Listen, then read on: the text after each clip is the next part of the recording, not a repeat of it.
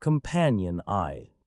Infinite regression. A certain genre goes by that name. It's called infinite regression when the protagonist dies, then returns to a state before death to endlessly challenge the hurdles in their path. Naturally, the protagonist somehow overcomes them, no matter how perilous the obstacle. After all, they simply keep trying until they succeed. What once was doomed to be a bad ending is transformed into a happy ending, or the protagonist miraculously saves a side heroine destined to die from an incurable disease. Or, infinite regression is essentially a cheat key to end all tragedies. However, speaking from experience, the infinite regression depicted in various novels is nothing but despicable propaganda. It's like one of those cram schools that only displays the names of students who got into prestigious universities. Shit, this isn't going to work. I set down my cane sword. The 1183rd regression. The world had ended again. Those who were destined to succeed will succeed, those who weren't, won't. I belonged to the latter. I had to accept the fact that, no matter how desperately I tried, I couldn't prevent the world's destruction. This is not a story of success, but one of failure mere afterward of someone who, despite possessing the ability of infinite regression, ultimately couldn't prevent the end of everything. First thing to note is that the human mental state, or rather, mental strength always has an expiration date. No matter how normal someone appears on the outside, repeated regressions will undoubtedly forge an invisible crack in that surface. A prime example of this is the story I'm about to tell concerning grandfather Schopenhauer. My direct ancestor was a very famous philosopher. 1. Old man Sco often boasted about his lineage. I myself had heard the name Schopenhauer tossed around, but honestly, unlike his esteemed ancestor, Sco was far from a philosopher. Are those muscles of yours for Sco? Do some exercise, man. Despite his clocking in at 60 years old, his body was all muscle. More familiar with an iron body than philosophical ideals, old man Sco always emphasized the importance of exercise. Come on, all that muscle disappears with each regression anyway. Weight training is a habit. Habits don't disappear, old man Sco said sagely. These days, I possess a skill known as resume, which allows me to retain my muscles and internal power even when I go back to the past. But back then, I was just a novice who hadn't even experienced regression 10 times. It was pretty hard to sympathize with old man Sco's philosophy. In terms of nationality, generation, taste, beliefs, and political leanings, old man Sco and I were complete opposites. There wasn't a single centimeter of common ground between us, and yet there was one reason we always stuck together. Tusk, this run is messed up again. So it is. Infinite regression. That's right, old man Sco and I were regressors with the same ability. Somehow in the world where I lived, there weren't just one but two regressors. Considering that infinite regression was granted to only one person in most creative works, this was quite unusual. Damn, we're screwed. That monster can't be killed. What should we do then? I'll go ahead, you come later. While I hold it off, you try to escape and struggle till the end. Then maybe in the next run you might see a way. Fuck, always leaving the hard parts to me. Hey, watch your language. Mind your manners, you brat. The one saying the Korean sentiment of mind your manners so fluently was old man Sco, who is actually German, funnily enough. I first met old man Sco on my 6th regression. Back then he could barely say hello in Korean. However, as soon as he realized there was another infinite regressor like himself, he immersed himself in studying the language. By the 7th and 8th regressions, his Korean improved dramatically. Eventually, by the 10th regression, he was better at Korean than me. The man could even read the Analects in Korean instead of German. Old man, your passion is really something else. It's not passion, you fool, it's habit. You don't learn German, so I had to. A person who has mastered memory skills, bah, what in the world are you doing not studying? It was said, he who learns but does not think is lost. How can you be so lazy about learning when you're much younger than me? Tusk, really. He might have learned a bit too well. There were not one but two infinite regressors, each a cheat key in their own right. Isn't that something? Sometimes I sacrificed, sometimes old man Sco did, and together we kept making our mark on this world. We did it. We actually did it. When we defeated the monster, 10 legs, which no one had overcome in 10 runs, both of us cheered. After blasting away that hateful, mop-like, tentacled head, old man Sco tossed his sword aside and rushed at me in a burst. Truth be told, from the 6th to the 10th regression, we worked together as allies, but somewhere in our hearts, we had always been wary of each other. It was difficult to trust someone else in a world on the brink of destruction. Both I and old man Sco, we had seen too much to easily trust anyone. But the moment this white-haired German old-timer embraced me with a bright smile, I felt the last vestiges of that mutual suspicion between us completely melt away. I looked into old man Sco's gray eyes. It was clear he felt the same. Yes, we were pilots who had crash-landed at the end of the century, but while we couldn't say we were born from the same land, we were comrades who had jumped with our delicate parachutes towards the same landing spot. From that day forward, many things became unimportant between us. Nationality, generation, tastes, beliefs, political inclinations all lost their natural pull on us. In an atmosphere where gravity had faded, we felt significantly lighter. Actually, this regression thing is really hard to get used to. Old Man Sko opened up to me about his human side, the part called weakness in a world that had met its end. We would fill a thermos with coffee in the morning or grab a bottle of soju and head to an empty cafe, many of which had been abandoned, as the baristas had fled the ruined world to chat over trivial matters. Why? We wake up on June 17th when we regress, right? But a minute after we regress, my wife dies. Excuse me, Old Man Sko explained, June 17th, 1359. That marks the point when our regression begins. But just around 1400 on June 17th, a gate opens in Seoul, South Korea, and everything south of the Han River vanishes. That day, unlike the two of us who were in Busan and escaped the catastrophe, Old Man Sko's wife was attending a conference in Seoul. Just 1 minute, only a minute, Old Man Sko downed his soju. My wife was in the auditorium, conducting an event with several famous scientists. Even if you warn her the gate is opening, she wouldn't be able to escape. That's right. It was a disaster that turned Seoul into a wasteland. Even if Old Man Sko called immediately after regressing to tell her to evacuate, it was physically impossible to avoid the tragedy. Calling her is no use, she won't pick up immediately. She sets her phone to silent during important events. I have to call 3 times in a row for her to answer. Then there's no time. I just manage to say, I love you, then there's a thump from the sky and the call cuts off. Just 10 seconds. That's all the time I get to hear my wife's voice. Any other family? None, I only have my wife, Old Man Sko muttered. His real name, Amit Schopenhauer. His alias, Swordmaster. I began to understand why he was so obsessed with gaining immense power. With each regression, Old Man Sko's drinking increased. By the 9th regression, he'd say the soju wasn't real alcohol before drinking, but by the 19th, he'd down 3 bottles on the spot. Even if I drink myself to death, as long as I regress, my liver resets. It's a win, isn't it? Heh. He said that, but Old Man Sko's complexion was not bright. By then, he had endured approximately 120 years if we combined all the regress time. However, the time he had spent talking with his wife amounted to just about 120 seconds. The journey of an old man crossing a desert just to sip water was becoming ever more grueling. There has to be someone with teleportation abilities out there. At some point, Old Man Sko's goal began to change. What? Teleporter. If I can just find them, then as soon as we regress, I could rush to my wife. But, old man, even if a teleporter exists somewhere in the world, can you really meet up with that person within a minute? It takes us 30 minutes just to meet up after regressing. Old Man Sko fell silent. I could tell that it was not a silence of affirmation. Over a century, my companion who had tried to prevent destruction with me was slowly consumed by increasingly bizarre thoughts. He muttered incessantly, maybe if I find resurrection magic, I could bring dead people back to life. If I could copy someone else's abilities, get teleportation and telepathy, I could surely solve any problem within a minute. It can be done. Surely it can be done. It was like a sandcastle collapsing. The pinnacle of the collapse was the 23rd regression. I started the regression as usual, following the same route.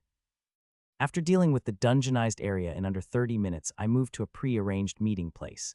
It was a hideout we had set up in an earlier cycle. Old man, are you there? No one was in the underground training center. I couldn't find any signs of someone entering or leaving. A sense of ominous foreboding seized me, prompting me to move immediately. My starting point was Busan Station. Old Man Sko's was the old beach hospital building. I passed by an elementary school that had been torn down to half its size due to a monster's rampage, then entered the old hospital building. Everyone had already evacuated, so it was deserted. Old Man Sko was dead on the rooftop. It was not murder. From the beginning of the starting point, there was no one capable of killing Old Man Sko but monster or human. Even I couldn't have. The only one who could have killed him was himself. Old Man Sko's body was headless, but the rest of his torso was intact. He was tightly clutching a smartphone in his left hand. Madness, the world as will and representation, which characterizes the phenomenal world as the manifestation of a blind and irrational noumenal will. The same phenomenon repeated itself on the 24th and 25th runs. I had to experience the timeline where Old Man Sko died a total of 3 times. The only factor separating these runs from the others was whether a single comrade was with me, yet the perceived difficulty had increased 5- or 6-fold. It was then that I realized how much I had been relying on Old Man Sko all this time. It finally happened in the 26th run. I'm sorry. Old Man Sko handed me a coffee as soon as he saw my face. There was a cafe in the old beach hospital building. He must have predicted that I would come rushing over and was using the empty cafe to brew coffee at his leisure. Show your face, old man, I called out in German. By the 26th run, I too could recite poetry in foreign languages. Is this you forgiving me? 777. Do you know what those numbers mean? A casino slot machine jackpot. No, they're the runs I endured without you. Together, they add up to 21 years. Damn, after not seeing you for over 20 years, I'm about to forget what you even look like. Let's talk face to face. Old man Sko didn't respond, seemingly cowed into silence. I sat opposite him and gulped down my coffee. By now, I could waltz into whatever cafe I so pleased and loot a quick cup, but I hadn't been able to drink the real deal for 5 long years. As someone who had just lived through a run of 7 years before dying, indulging in genuine café au lait and not some assembly line imitation was a luxury I couldn't afford.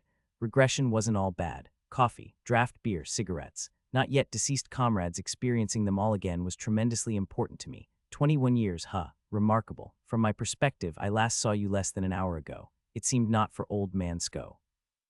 More precisely, the most precious thing on his list of memories to keep fresh in mind was still just out of reach. But I understand. I haven't seen my wife's face for over 100 years myself. I know what it feels like.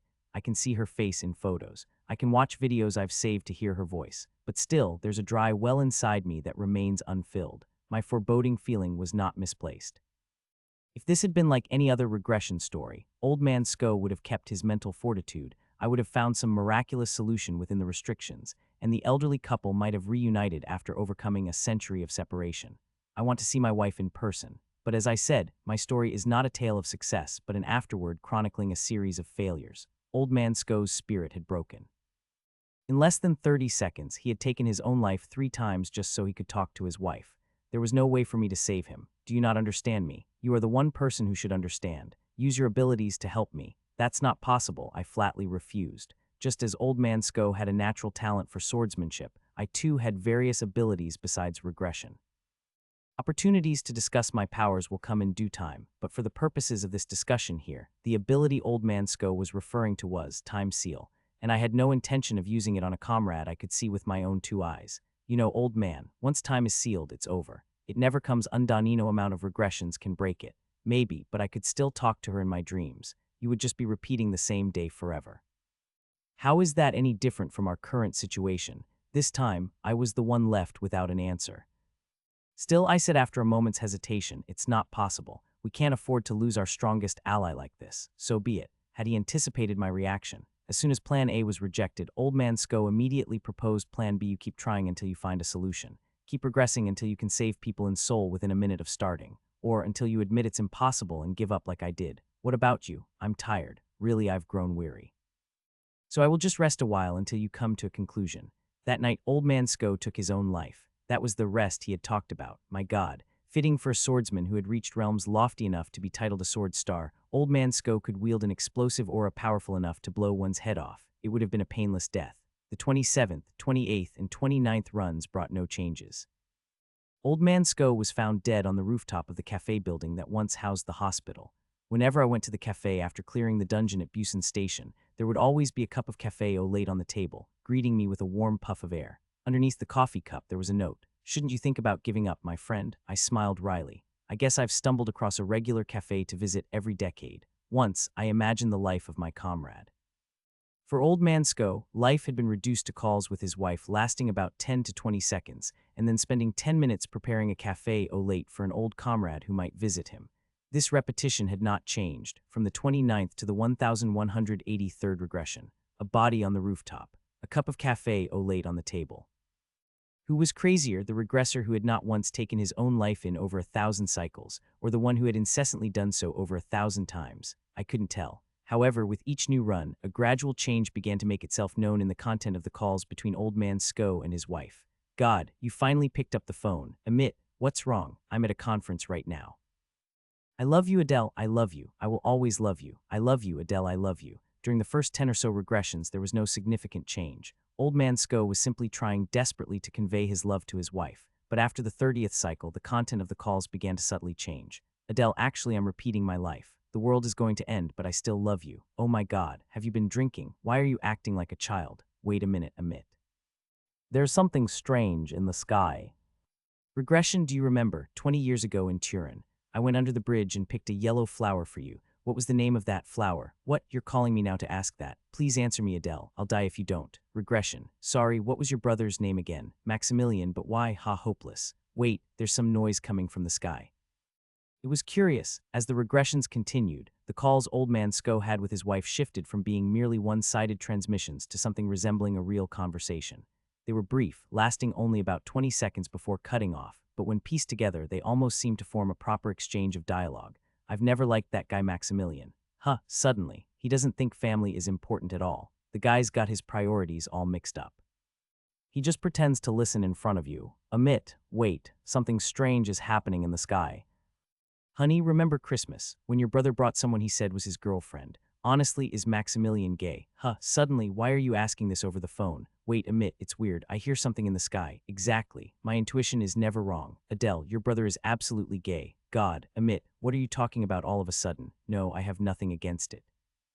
It's just that you and your brother assumed I wouldn't accept it and have kept it a secret all this time, and that feels disappointing. I'm going crazy. Wait, let's save this conversation for when we meet in person. There's a strange noise coming from the sky. Adele, we need to be more open-minded with each other. I'm not a closed-minded old man like your father. If one ignored the fact that the elderly couple's lives were paused, their exchange appeared to be a fully two-way conversation. So the old man's words had some merit. Eventually, I had to admit it. What Old Man Sko called rest was indeed just that. With each passing cycle, as the calls became longer, the life returned to Old Man Sko's voice, and memories of the past, once long forgotten, were revived. Over time, he seemed to care less and less about this word coming to an end. Even so, Old Man Sko did not stop taking his own life, or rather, to put it in his words, did not stop making calls to his wife. By the 500th cycle, I had stopped eavesdropping on Old Man Sko's calls. The content had gradually become too intimate for outsiders to eavesdrop on. I never had any desire to know even the slightest detail regarding his sexual preferences.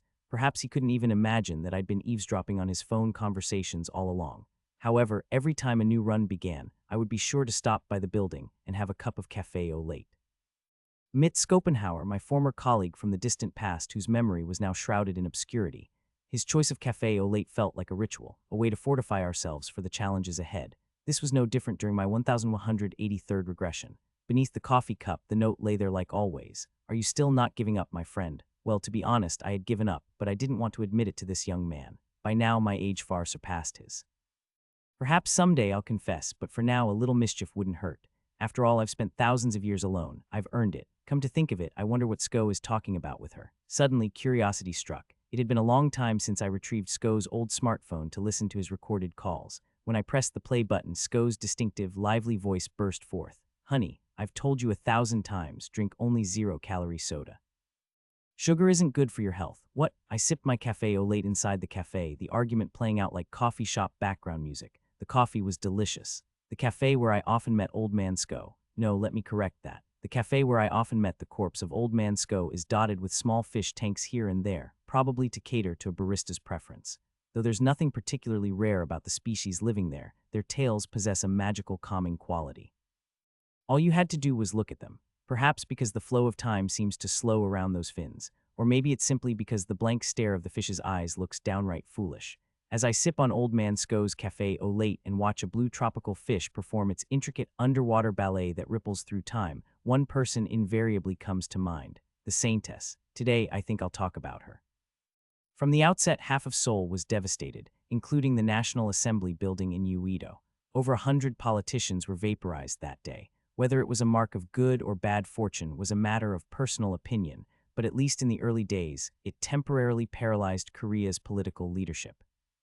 Nevertheless, the reason the Awakeners in Korea managed to navigate this crisis was something else entirely, in the form of a translucent, almost holographic, message that appeared before their eyes. The Saintess of National Salvation shows interest in your heroic deeds. That, for instance, was the sort of message displayed for me when I took a leading role in subduing the gate at Busan Station. And I was not the only one who experienced this phenomenon. Huh, what's this? The Chancellor of the Red Cape. He's interested in me. Awakeners began to make themselves known nationwide, and inevitably these messages found them. The sender varied from person to person, but every one of them had one thing in common: they all noticed someone was paying attention to their actions. It's the constellations. Someone named this phenomenon the constellations. It seemed all too familiar to Awakeners who were fans of web novels. On the other hand, for the uninitiated like me, the concept was baffling. Eventually, I approached someone who seemed all too eager to explain as they puffed out a palpable, "I know what this is. I've seen it." Energy. "Excuse me, sir. Sorry to bother you when we haven't met before, but what are constellations?" "Oh, you don't know about constellation stories." The Awakener was eager to explain. It's a way for transcendent beings like them to watch us awakeners expressing their interest and even sponsoring us. Like online streaming. Where the streamers and the constellations are the viewers dropping donations. Wow, the constellations are incredibly powerful too. Some are terrifying entities like Cthulhu, while others are deities who are friendly with humans. Anyway, it's a good thing. Always try to look good for the constellations. Which constellation should I choose? Is the option of choose none still the trend? The Awakener continued to ramble on for a while. At the time, I just in vague affirmation. With monsters roaming around through the gates, it wouldn't be all that surprising if there were also transcendent beings who munched on popcorn while watching the human world. The Conqueror of the Alps admires your valor. The Chancellor of the Red Cape respects your strategy. As the cycles repeated, I grew accustomed to the existence of the constellations. They seemed to follow my every move, praising me or offering encouragement whenever I did something unique or unexpected. The Saintess of National Salvation praises your accomplishments. I was particularly proud that the Saintess, known for favoring benevolent awakeners, seemed to cherish me the most. Had it not been for the constellations, my life as an awakener would surely have felt bleak in a way. While the identity of the constellations remained a mystery, most of the awakeners, myself included, developed a fondness for them. This is odd. Old Man Sko had a different take on it. Back around the 10th cycle, before he took his long vacation, Old Man Sko had grown suspicious of the constellations' presence. What's odd? I recently got in contact with some friends overseas. Most are dead, but a few survived. And the ones that did, they say they've never seen anything like this back home. Anything like what? Bah, come on. The messages from the constellations, the messages. My friends in Germany have neither seen nor heard of them. Old Man Sko frowned, scrunching his nose with the force of it. Just in case, I asked some of my friends in other countries, and they also said they've never gotten the messages before. Then that means this bizarre phenomenon is unique to Korea. Surely you see how strange that is. Why would the constellations only operate here if they are transcendent beings? What reason would they have to favor Korea? Maybe they like K-pop. Bullshit, doc. A moment later, messages flooded in. The Saintess of National Salvation is disheartened by your conversation. The Conqueror of the Alps asks you to withhold your doubts. The Chancellor of the Red Cape scoffs at your shallow understanding. It was like they had been waiting. By that point, Old Man Sko and I had already garnered significant attention from the constellations. It was no wonder, since Old Man Sko was undoubtedly the greatest swordmaster, and I was, well, an irreplaceable resource of sorts. I glanced casually to the side. Old Man Sko was furrowing his brow, seeming to see something in front of him as well. You too, old man, yeah. These things are watching every little thing we do, Old Man Sko grumbled, swatting the air with his hand as if to shoo away an annoying fly. Anyway, there are too many fishy things here. They never sent me messages before I started picking up Korean, but once I spoke even the tiniest bit, they magically started sending messages. If what you said isn't true, and they're not high on K-hype, I can't explain it. Doc, don't trust these constellation things too much. Regrettably, Old Man Sko never unraveled the secret of the constellations. By the 26th cycle, the old man had gone on a long vacation with his wife, leaving him with no time to explore the mystery further. But not me. Being an infinite regressor is like being the Bill Gates of time. It was no exaggeration to say that all I have is time. Why do the constellations only appear in Korea? I stroked my chin. It had remained a mystery intriguing enough throughout my swathe of regressions to warrant an entire run's investigation. First of all, Old Man Sko's observation was correct. It wasn't just the foreign awakeners, even those in Korea who had not learned the language never received these messages. In other countries, the awakeners caused terror attacks, massacred civilians, and ran rampant, committing crimes on the daily. Korea alone saw a lower crime rate among its awakeners. Why was this phenomenon occurring? I had two theories. First, the constellations were truly addicted to K-pop culture and only cared about Korean awakeners. And second, do the constellations only speak Korean? If this was true, it would have massive implications. Just think about it. Even the stubborn Old Man Sko mastered foreign languages in just a few cycles, but these so-called constellations only spoke Korean. What kind of transcendence could they possibly be? In other words, the constellations aren't transcendence. A hypothesis formed in my mind, but monitoring every awakener in Korea and sending them personalized messages would be difficult if they weren't transcendence. Surely, there must be some underlying secret to it. From the 35th run onward, I officially began my constellation investigation. I was determined to finally get to the bottom of what sort of beings had admired and balked at my actions thus far. First, I need to attract the attention of the constellations. Attracting their attention was simple. Constellations had a habit of taking an interest in exceptional awakeners. As soon as I began the 35th run, I pushed myself to use all my abilities to clear the gate that erupted at Busan Station within 20 minutes. The first cycle ended with my death because I couldn't close the gate. By the third cycle, I managed it after a week. Now I had cleared it in less than 20 minutes, and none of the 399 humans summoned to the Busan Station concourse lost their lives except one. The only items I farmed were silver bells from the souvenir shop too, so there was no time wasted. It was a literal speedrun, a record bound to astonish the constellations.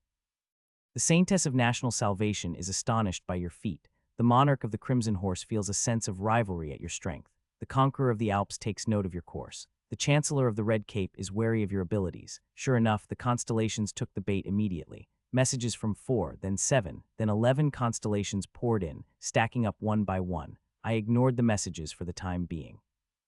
Only after I left Busan Station and reached an empty parking lot did I speak. Ladies and gentlemen of the constellations, I know you are Korean. Poof. The messages that had been flying in non-stop like Hogwarts acceptance letters suddenly halted all at once. I watched the sky clear as the messages that had cluttered my vision disappeared, then turned my gaze skyward. I also know that you are not transcendents. I could reveal this fact to all the awakeners. But I am more curious about your true nature. Please tell me who you really are. There was no response. To be honest, I was quite nervous at the time. Although the possibility was slim, what if the constellations were genuinely transcendents who dined on kimchi and seaweed, listened to K-pop during tea time, and watched K-pop TV in the evenings? What if they were simply acting on a mysterious, nationalistic favoritism towards Korean-speaking awakeners? My brazen proposal might provoke the constellations to attack all at once. I took a combat stance. My awakening ability wasn't geared toward combat, but after spending time with Old Man Sko, the greatest swordmaster, my combat abilities had grown considerably. If necessary, I was ready to die right then and there and move on to the next cycle. The Saintess of National Salvation invites you. That was when the message appeared. Fortunately, no scenario of constellations appearing to punish an impudent mortal unfolded. Instead, dozens of constellations remained silent, and only one communicated its intention to me. That constellation was, coincidentally, the first to express interest in Meth, Saintess of National Salvation. An invitation, I asked cautiously. What kind of invitation? After a moment, a message returned. The Saintess of National Salvation invites you to the Jamsu Bridge in Han River, Seoul. The hell on earth where Old Man Sko had lost his wife, and numerous politicians were buried. Ah, it hit me then that the constellations had never once spoken in any regional dialect. I've mentioned several times that Gangnam was reduced to rubble when a gate erupted there. However, areas not touched by the gate's influence remained surprisingly intact. Jamsu Bridge still looked exactly as it did before the world turned upside down.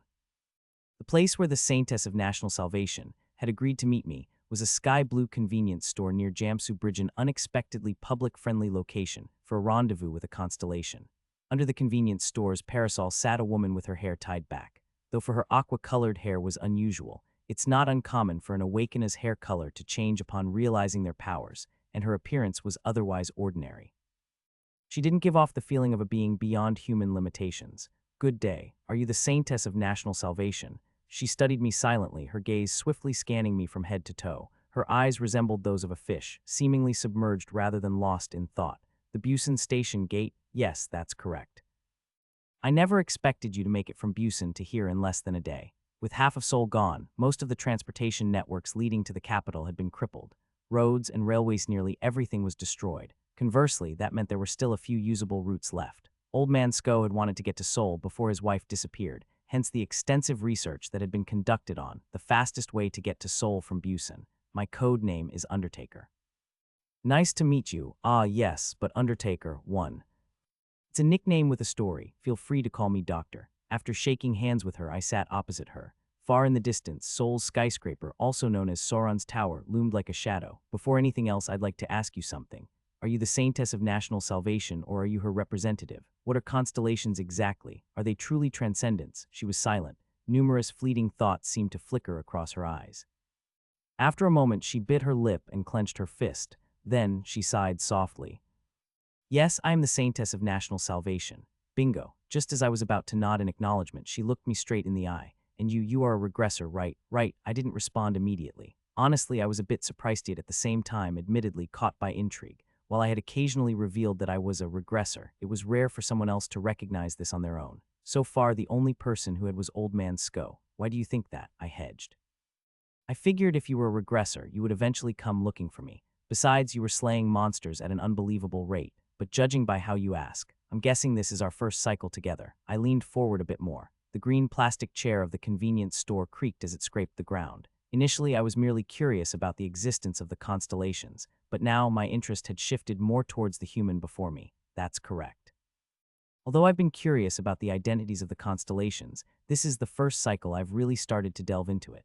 If you truly are a regressor, Mr. Undertaker, I believe we must absolutely establish a cooperative relationship. A cooperative relationship, yes, but right now I can't be sure whether you are a regressor or not with what I can see. The woman spoke cautiously, and though her expression was tense, her tone was steady. She at least has some backbone there. My eyes narrowed.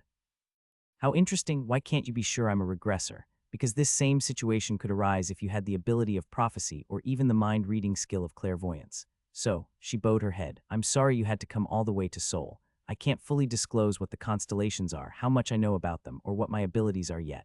Proper manners and mindful discretion. Seems like a lottery ticket worth scratching. All right, I agreed. If you could be certain that I am a regressor, would you be able to answer all my questions then? Yes, then there's a simple solution. She looked up. I turned on my smartphone. We'll set up a password. A password. Give me words or phrases that only a regressor would know. Even specific actions would do. It was a method Old Man Sko and I had previously used, and one that had been proven to work during the 7th cycle. Anyway, you set those conditions, and I will carry them out exactly in the next cycle. She immediately understood. Ah, that's a great idea.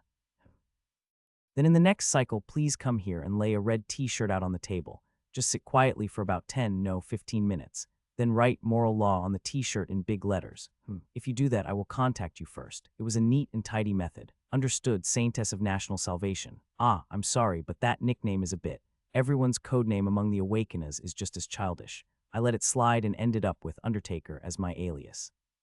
Saintess is dignified in comparison. How did Undertaker even? Whoops, I quickly got up from the table. Again, I have an extreme dislike for my alias. How I ended up with such a nickname is a story for another time, ideally in the far future or better yet, never. I'll be going now, Saintess. Until next time, oh of course, I'll see you next time. It was nice meeting you, Mr. Regressor. The next I spoke of and the next she thought of were a whole world apart. We parted easily, like streams that meet then go their separate ways, and after that day I no longer received any messages from the constellations. To be honest, I found myself a bit disappointed. Someone who had been reacting to my every action was now gone. I felt the absence more keenly than expected. Of course, my goal wasn't to flatter the constellations, but to prevent the world's destruction. I quickly pulled myself together and threw myself into the 35th run.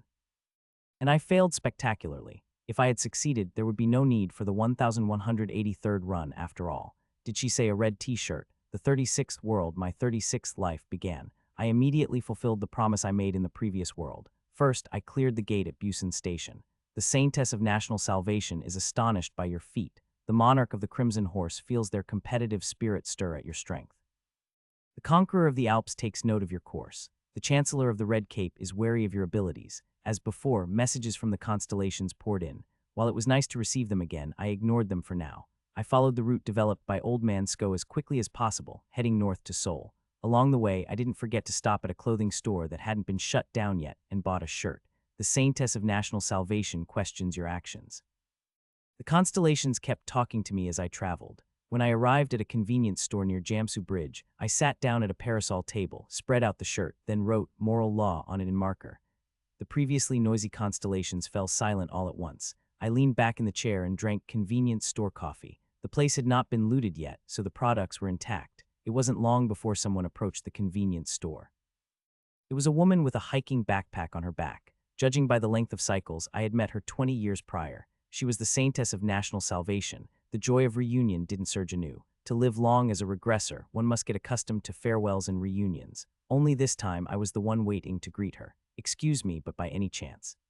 She very cautiously observed my expression. I nodded. Yes, I am the regressor, Saintess of National Salvation. The Saintess gasped. She stood frozen, clenching her fists. What she was pondering, I couldn't tell, but after a while, the Saintess finally spoke. Finally, it was time for the truth of the constellations to be revealed. The Saintess's dwelling was located in Yongsan. With Uido and the Gangnam area having evaporated overnight, Yongsan was now essentially the front line against a gate and one of the most dangerous places in Korea.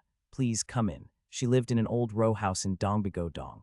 I looked around, taking in the shabby exterior that belied a tidy interior. Or more precisely, the space went beyond tidy into being eerily spotless. In the dim living room, 4 computer monitors emitted a bluish glow. The light faintly outlined the cardboard boxes scattered around boxes of canned food, jugs of water. With all of them bathed in the monitor's blue light, they almost appeared to be submerged in water. Along the walls were large steel bookshelves. However, only a few books dotted the shelves, which were instead filled with 15 and 20 cube aquariums. Dozens of these water-filled glass tanks packed the space in dense formations, aquarium after aquarium. The room was surrounded on all sides by walls of water, making it look like an underwater temple. You seem to have been preparing for this situation for a long time. Yeah, the Saintess seated me on a sofa, then pulled up a computer chair for herself. Should I call you Regressor? Call me whatever is comfortable for you. My alias is Undertaker. All right, Mr. Undertaker. How many times have we met? This is the second time. The second time, the Saintess muttered softly. So this is practically our first meeting. I wouldn't have explained anything during the previous cycle, right? That's correct. There seems to be a lot I need to clarify. Where should I start?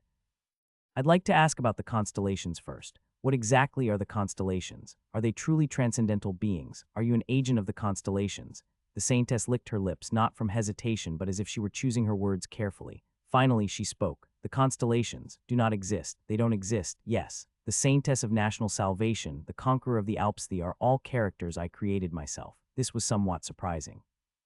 I had considered the hypothesis that the constellations might be fictitious entities. However, I hadn't anticipated that the person before me was single-handedly staging them all. I would have thought it'd require a team of at least 5 or 6. Why would you do such a thing? The blue light of the monitors diffused hazily around the living room. Fish fluttered in the small aquariums. I awakened about 20 days ago. Since then my hair changed color, and I began having nightmares about monsters, dreams vivid enough that they couldn't be dismissed as mere fantasies.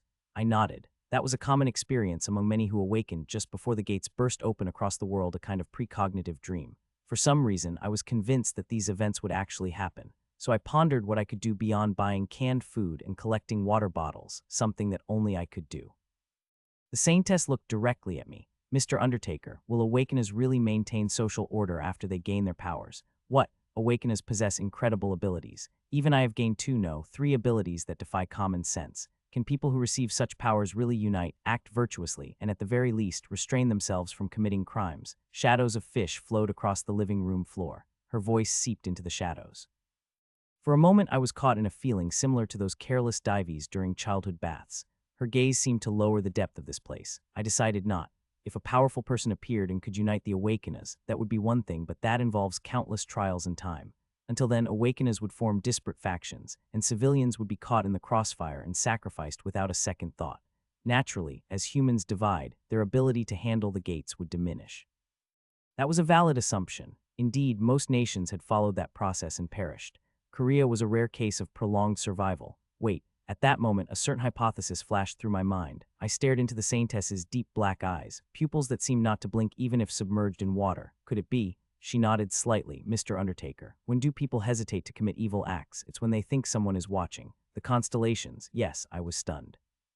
The Saintess continued. People easily violate order if they are confident they can hide or mitigate their crimes. However, if they believe a transcendental being is always watching them, even someone who has awakened would hesitate to commit evil acts. My goodness, that's why I created the constellations. It felt like receiving a series of mental punches.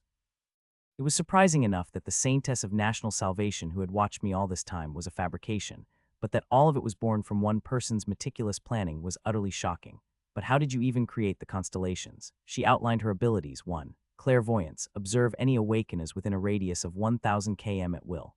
Observation may include listening to their voices. 2. Telepathy or text transmission. Can transmit one's voice to any perceived target. Texting is also possible but limited to 140 characters. Both abilities had endless applications. I looked at the human before me with new eyes. If conditions were right, she could lead a guild like Samcheon or Biqua, becoming one of Korea's top leaders. Remarkable. With abilities like that, you could have taken a more prominent role in organizing the Awakeners. I thought about that, but I'm really clumsy when it comes to leading people in person. I believe what I did was the best I could do. I'm not sure what will happen in the future. I'll continue as long as I can, as long as I live. Her words brought back memories from past runs. Even as the world was on the brink of ending, the constellations had not stopped sending messages to the Awakeners in Korea. Whether it was 4, 7, or 10 years in any run, the constellations remained active. I thought about the hardships the Awakeners before me must have faced to maintain that facade. Many challenges, no doubt. Clairvoyance and telepathy were great abilities, but they weren't directly helpful in combat. What's more, Yongsan was a frontline area facing a super large gate. Many forces would vie for control here in the future. How about it, Mr. Regressor? This awakener, who had overcome countless adversities and survived to the very end, now looked at me with eyes swimming with unease and anxiety. Did I fulfill my role to the end? I clenched my fist involuntarily as various thoughts waved over me. After a brief silence, I answered, yes, perfectly. Even I, a regressor, was completely deceived, although it hadn't prevented the world's ultimate destruction. Then and now, I never mentioned to the Saintess the hundreds of ways our world could end. At least with the Saintess around, there was no rampant awakener supremacy, and cults like the new Buddha cult or the Resurrection Church were relatively rare. The Saintess took in my answer silently. Then finally, she said, thank goodness. With a small sigh of relief, she sank back into her chair. For some reason, that sigh sounded to my ears like a goldfish that had spent a very long time in the depths suddenly coming up to the surface to blow bubbles. Afterwards, we discussed in detail how we would work together. I think our relationship was essentially established at that point. From the 36th to the 1183rd cycle, the Saintess was almost always a reliable ally who had my back. What should I call you? If I call you Regressor, your identity might be revealed, Mr. Undertaker. The Saintess propped her chin in her hand. Hero, I immediately waved my hands. No, Hero is a bit. Just call me Undertaker. The title Hero was not just embarrassing, but related to a certain psychological disorder, which I preferred to avoid. I'll talk about this strange mental illness later. Sure, I'll call you Mr. Undertaker then. Good, I'm glad that works. Just one thing. As we were about to part, I asked, isn't it impossible to act as the constellations with just clairvoyance and telepathy? You need to observe multiple people simultaneously and send messages. Don't you have another ability? Ah, well. The Saintess hesitated, then smiled faintly. That is a secret. I'll tell you later. Unfortunately, the later the Saintess mentioned did not mean within the timeline of the 36th cycle. I still needed many more cycles before I could uncover her last secret. This story has an epilogue. Starting from my 36th run, forming an alliance with the Saintess immediately upon regression became a standard tech tree, akin to an opening move in Go. Except for the early stages of a new regression, it had become practically unheard of for the constellations to send me their innumerable requests for a bad move as they used to. It was during such a day, when I felt slightly regretful about this fact, that a message window popped up before my eyes for the first time in a long while. The administrator of the cosmic metagame announces the occurrence of a new event. I blinked. The name of the constellation was entirely unfamiliar to me, a cosmic game. Does it mean the one who oversees the gameplay of all things? The Saintess must have been bored and played a prank. Thinking it was quite a rare event, I nonchalantly dismissed the message. After all, the message only appeared once and then disappeared. A few days later, when I met the Saintess, I brought it up. I wasn't particularly curious, just using it as an icebreaker during a strategy meeting. Oh, by the way, why did you suddenly impersonate a strange constellation a few days ago? Pardon. A week ago, you sent a message under the name, the administrator of the cosmic metagame. I was a bit surprised to see you make a mistake. Did you perhaps send a message meant for another awakener to me by accident?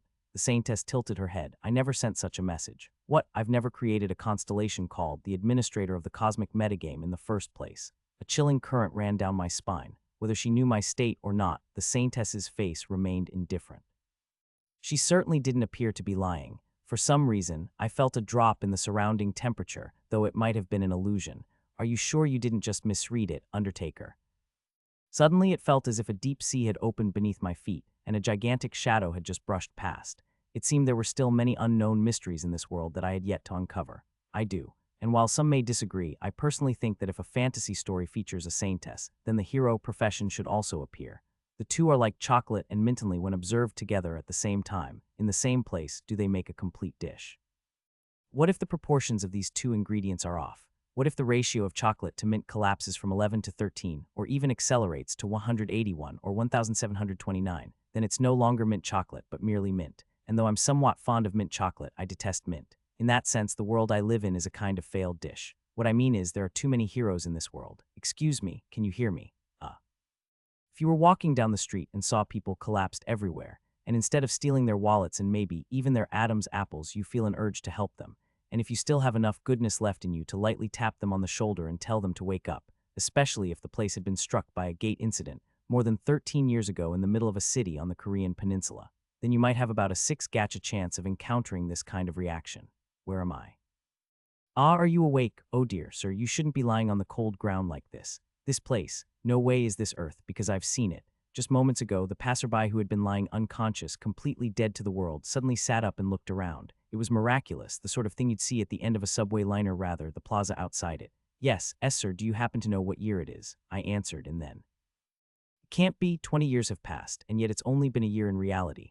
His face lost all expression, and his eyes darted wildly, refusing to settle. In the man's hand was a smartphone. Now, if you were a normal person, you'd naturally get the sense that something was very wrong here and run away. Even if you've never encountered a madman in your life, a madman is like cow dung. You see one once, and you automatically go, that's cow dung.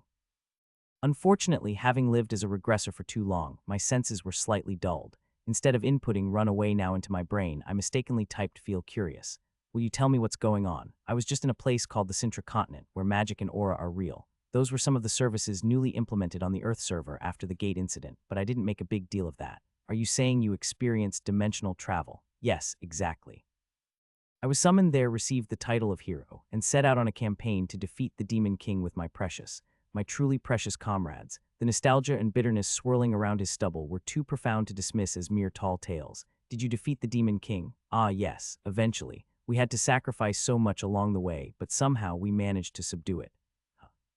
If the person had indeed fallen into another dimension, fought on the battlefields for 20 years, and even coordinated attacks with his party members against formidable enemies, then he was the very definition of a veteran, and I, the Undertaker, desperately needed such awaken of veterans. But when they saw that I was about to die from a fatal injury, one of my team members, a priest in our mage, said, "You mustn't die here, hero." He sobbed.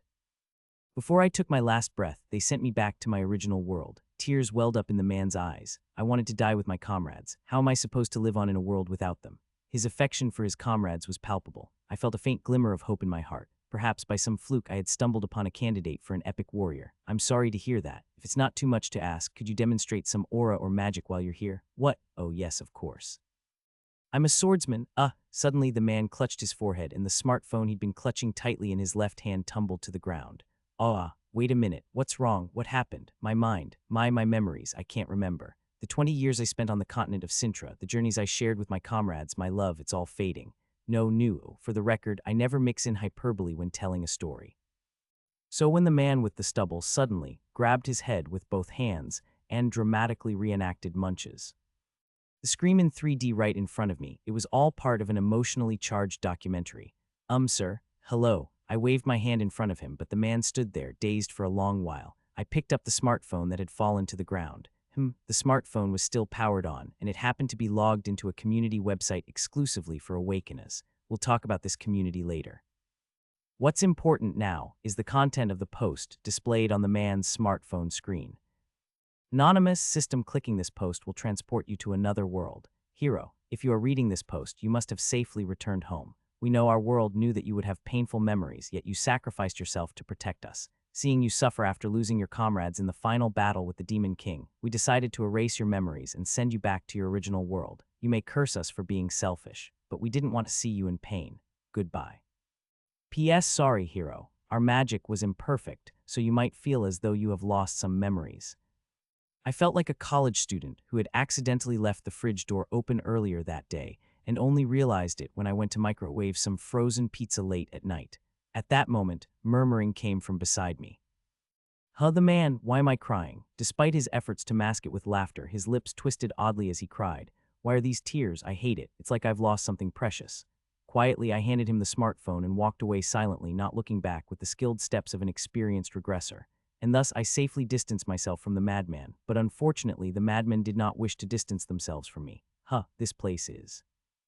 I'm not Kim Jun-young from Anyang. I am Namgung Munchung, the foremost disciple of the Namgung clan. Please take me back to that world again. Why am I crying? Shit. This was the first time I witnessed such a phenomenon in the 118th run. Since then, whether it was regression, possession, or reincarnation, I often encountered returnees in various cycles, always showing the same reaction.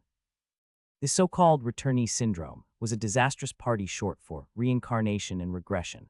I, the Undertaker, have seen a lot over the years, but this was a uniquely flavorful scene. Goodness. After dozens of cycluses in, once enough data had accumulated, I finally realized that this was not just a hidden camera prank by one or two madmen, but a serious societal phenomenon. It was a hero syndrome, a type of monster that interferes with the mind. A monster. Thus, in the 161st run, I immediately set about devising a strategy. After hearing about the hero syndrome, the saintess, who had always been my consultant, asked, "Can a monster exist without a physical body, Mr. Undertaker?" "It's possible, yes." I nodded the affirmative. Those not bound by physical laws or material form are even more dangerous. That's why it's more appropriate to call them strange phenomena rather than monsters. Indeed, a hero syndrome. A monster, no, a strange phenomenon that exists in the form of a mental illness. A drop of disquiet bled into her emotionless voice. By the way, this person had strong shut-in tendencies and stayed inside all day. The sound of bubbling water from the living room aquariums had long since flowed into the ambience of the Saintess's house. It was a regular, forgettable part of the decor for me now. All right, then how should we subdue this strange phenomenon? If it doesn't have a physical body, we can't kill it. Well, in such cases, we cannot use orthodox methods and instead must turn to the unorthodox. In short, we game the system. I wasn't even sure if it needed to be subdued, honestly. The Saintess tilted her head. We game what? I unlocked the smartphone. Do you see this post? Yes. Ah, it says clicking on this will. All the patients with hero syndrome we've found so far had collapsed and had this post open. It seems the phenomenon spreads its infection through this viral post. An infection that's gone viral. My goodness. Jokes from the COVID era have become reality. The Saintess paused, lost in thought again, then suddenly raised her head. Does that mean I'm infected now? No, this post is just nonsense I posted anonymously on the community. It's merely an imitation of the real one, rest assured. Seeing the Saintess's relief, I smiled faintly. However, this nonsense post actually contains a shortcut to combat the mental type of strange phenomenon. From that day on, posts began popping up incessantly on the Awakena-only community board. Anonymous, system clicking this post will transport you to another world. Views 56. Anonymous, system clicking this post will transport you to another world. Views 17. Anonymous, system clicking this post will transport you to another world. Views 34. Anonymous, system clicking this post will transport you to another world. Views 11. The same nonsensical, incessant posts with the same title kept appearing on loop. Such was the power of macros. Members of the online community were of course baffled. Anonymous, what's this? Samson officer, what's going on? Anonymous, damn, what's with this concept? Initially, members clicked on the post to see what the fuss was about, which is why some posts got over 50 views. But the steady stream of posts, each with content that never changed, quickly became something to avoid.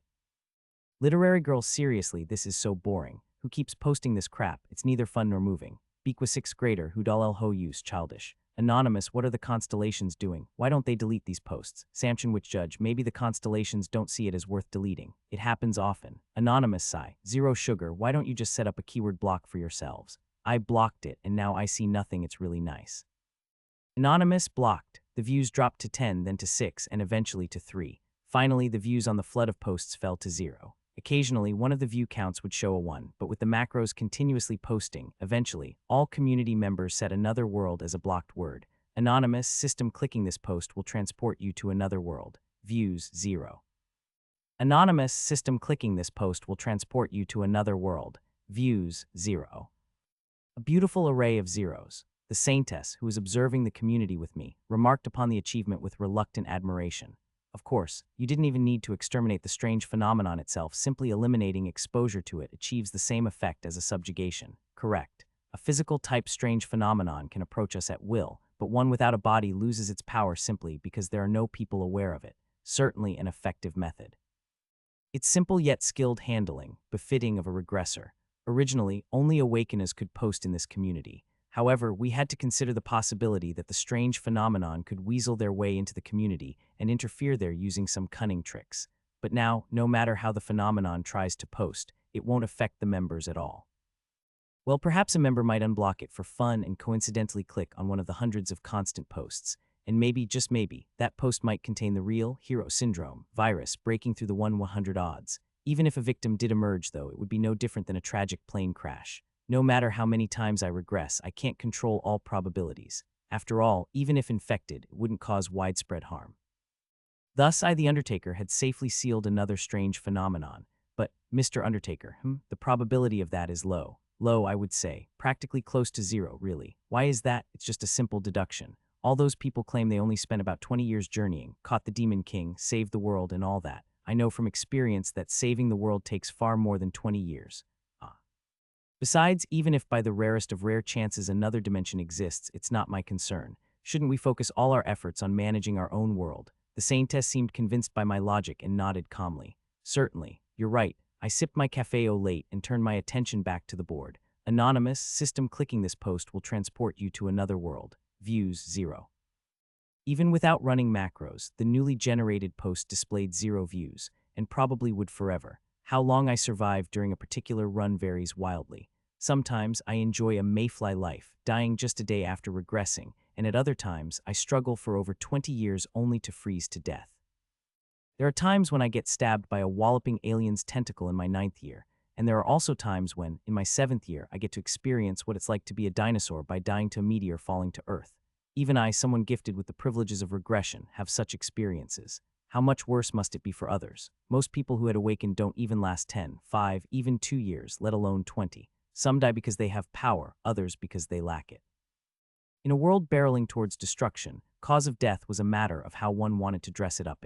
The reality of the situation was that every day of life was essentially a cause of death, and yet there was one person who died faster than any other awakeners. He went by the name of SG Man. Well, SG Man wasn't his real name, of course. It was simply a shorter way of saying, such a fucking garbage man, a nickname I had privately given him. I learned his real name during my 50th cycle, the fastest to die in the world. That was the image I had of SG Man. To introduce his story, I must first describe the scene I encounter immediately after regressing. Wow, what is this place? Busan Station. But I was just in the park a second ago. Sir, where are you? Every time I regress, I wake up in the main concourse of Busan Station.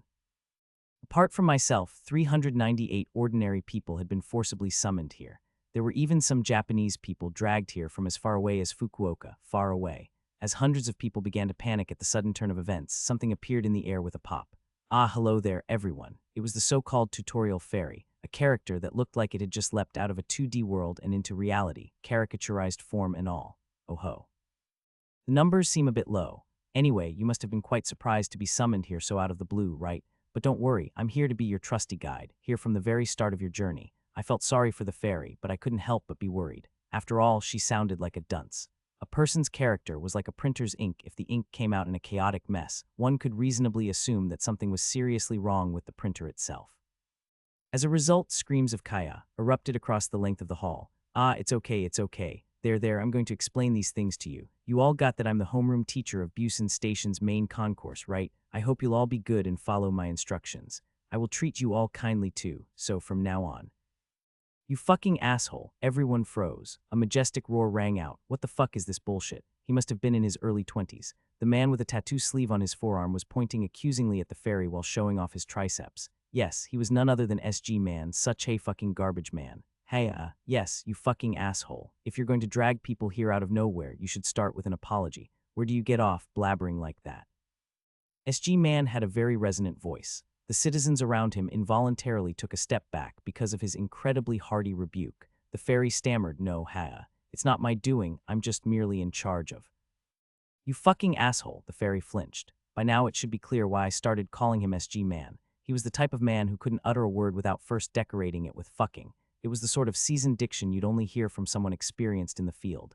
Anyway, you just said you're in charge, huh? Aren't you going to apologize? No. I've heard from my seniors that people like this one are rare these days. Humans have become cunning in their own way and never get provoked.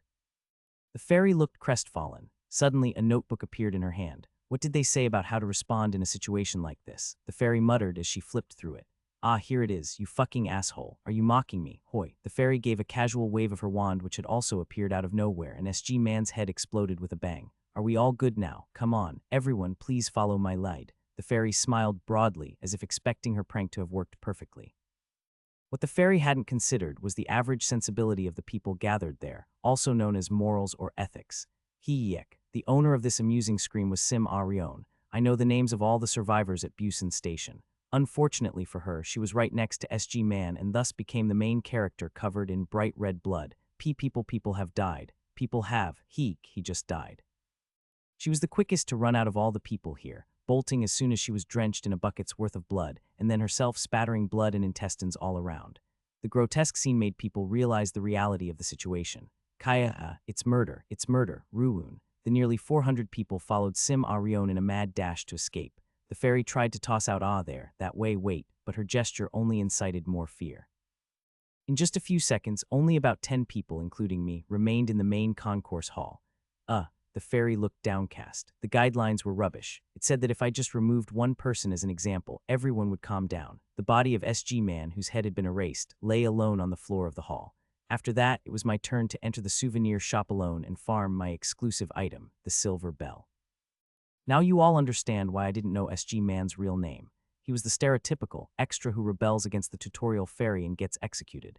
That was the identity of SG Man. Honestly, I never felt any emotion towards SG Man. In every cycle, SG Man would collide with the fairy. As my regresses continued, though the roots of my life became more varied, the original event of SG Man dies to the fairy always occurred.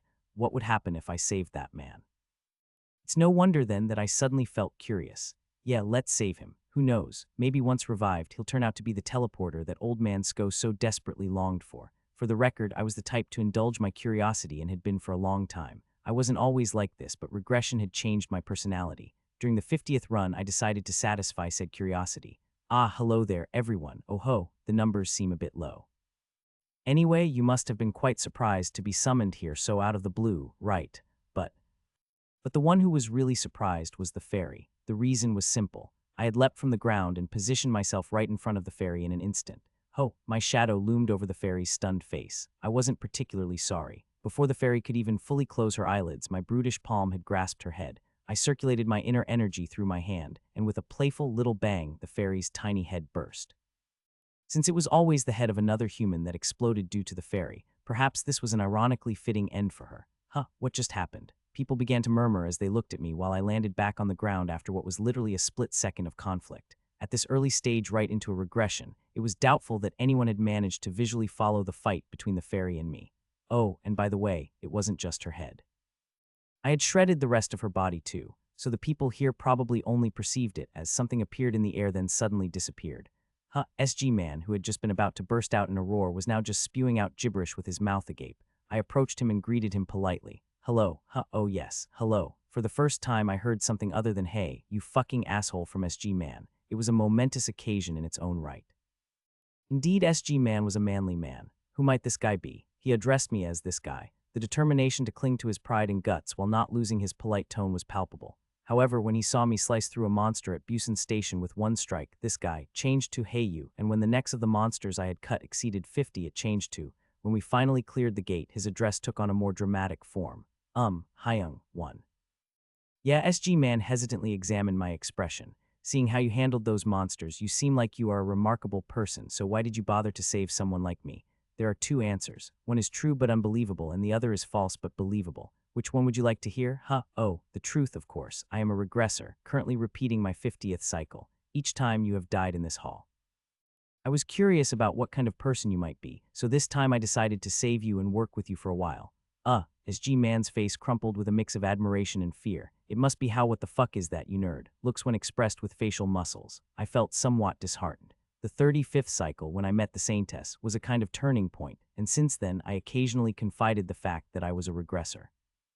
Yet apart from the Saintess, no one had ever believed my story. Why could that be? Actually, I am a member of Team 5 of the National Intelligence Service, prepared in advance for such situations. I ask for your cooperation. I see, I'm late in introducing myself. My codename is Undertaker. What is your name? Seojayu Hyung. Please feel free to call me by my first name. Is that so, Seojayu? That was SG Man's real name.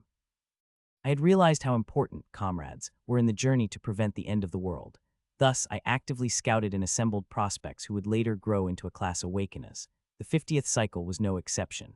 As I traveled with Seojayu, I recruited more and more members to our party. How to use their abilities most effectively was something I had already learned through numerous cycles, and as such, my party members grew stronger every day. It looks like I have no talent, Hyung. Seojayu was unable to enjoy the privileges of regression. It was inevitable, really. This was the first time Seojayu had survived the tutorial and formed a party with me, and I didn't even know what ability he might awaken to. I wasn't in a position to offer him one-on-one tutoring. Ah shit, why is it only me that doesn't grow when the others do? From Seojayu's perspective, he must have felt like a tremendously untalented underachiever compared to his peers, who were all A-class prospects and monstrous geniuses. But I knew exactly how to handle such situations. Saintess. Yes, please send a message to Seojayu, the Saintess of National Salvation. It was time for my legendary Pokemon to take the field. The Saintess occasionally sent messages to the party members at my request, sometimes chiding them, sometimes encouraging them.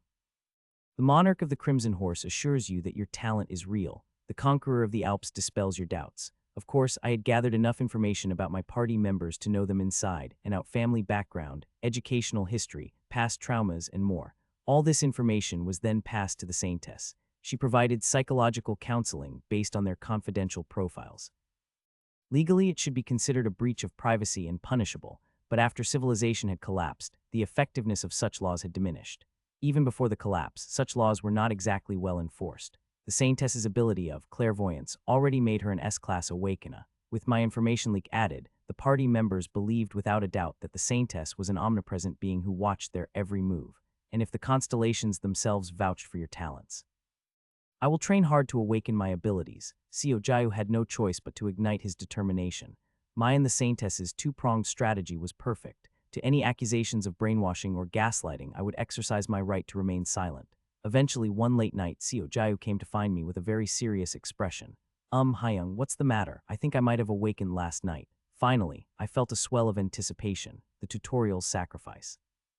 The man who, across 50 cycles, always exited the stage first. What could his ability be? Was he a jackpot or a dud? Either way, I was confident I wouldn't be greatly disappointed, as my curiosity would be satisfied. I shook hands with Seo Jiao. Congratulations, I knew you'd make it someday. So what is the ability?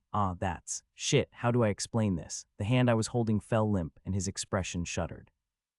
Despite having achieved the awakening he so desperately desired, he didn't seem very happy. Is it a dud after all? Seeing his face, I also tamped down a layer of expectation in my heart. After all, high-tier abilities weren't that easy to come by. What is it? I prompted. Don't be shy, just spit it out. No, it's not that, it's just a bit awkward to explain with words. Hyung, do you carry a cell phone? Could you please look at it? A cell phone, yes. I looked at him with a dubious expression, but obediently pulled out my smartphone. The phone was dead. Half a year had passed since the gate incident, and most communication devices had broken down. Phones, the internet, radios, radars, they had been contaminated by aberrations of all kinds. Could you turn on your wireless and try accessing the address I give you? And then I witnessed something astonishing. The device had connected to the internet, which should have been inaccessible. I felt a rare moment of surprise as I manipulated my smartphone.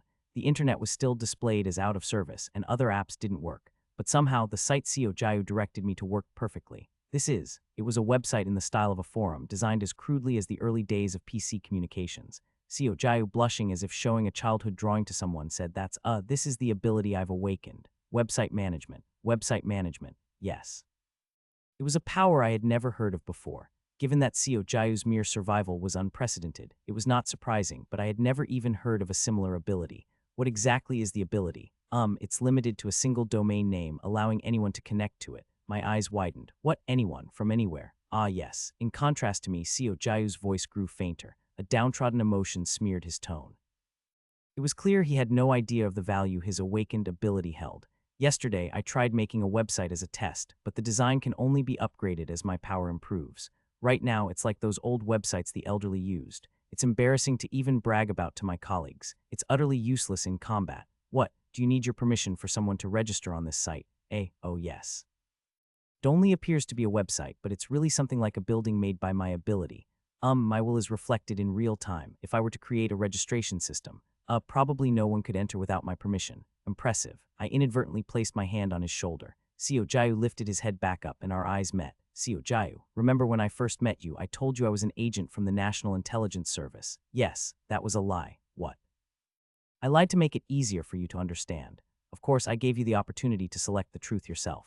Let me say it again, I am actually a regressor. What, Seo Jiao, why do you think all our party members are geniuses and you're the only late bloomer? It's simple. Because I've regressed about 50 times and only recruited proven geniuses. But you're a first, an unscratched lottery ticket. Somehow, you never managed to survive in the waiting room at Busan Station in all those regressions. What, from now on, your ability will be called ubiquitous. Ubiquitous, a word derived from Latin meaning to exist everywhere. It's commonly used to express that God exists everywhere, but the important thing now is the origin of the term.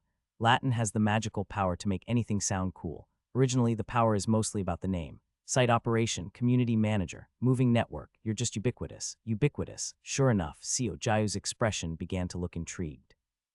I grinned broadly. Seo Jiao, let's work on something together. We immediately moved to Yongsan. The saintess greeted us in what seemed like an aquarium-themed underwater temple, leaving it ambiguous whether it was a place for people or fish. She listened to my story without a word and then spoke. That's incredible. Right, typical saintess. She immediately recognized the value of Seo Jiao's ability. Meanwhile, Seo Jiao himself seemed bewildered by what he had been hearing and kept staring blankly at the saintess until she finally averted her gaze. What's so great about my power? Seo Jayu. Just imagine if Awakeners signed up on your site. If they had to enter their personal details, all their information would be fed directly into it. We could know everything they post on the site too. But Hyung, why would those clever people bother to sign up on my site?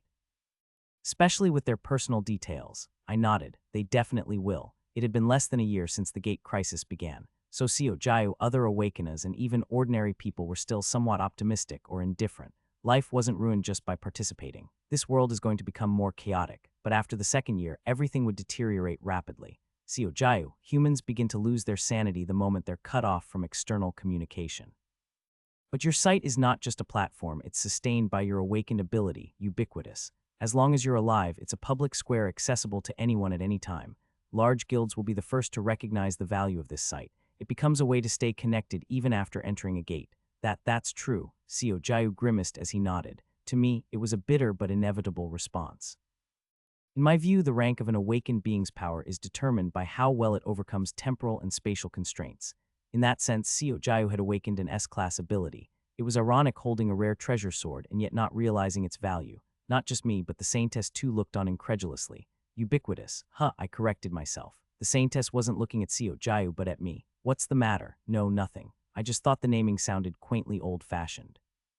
It's your taste in names, I see. Yes, isn't it a wonderful name? Indeed, an odd response. Anyway, the main point now was Seo Jayu's power. I got to the heart of the matter. They say seeing is believing. Now let's discuss with the Saintess here how to develop this site. Well, I hope for your kind cooperation. Yes, we hope for your cooperation. Seo Jayu awkwardly shook hands with the Saintess. Fortunately, the awkward atmosphere didn't last long.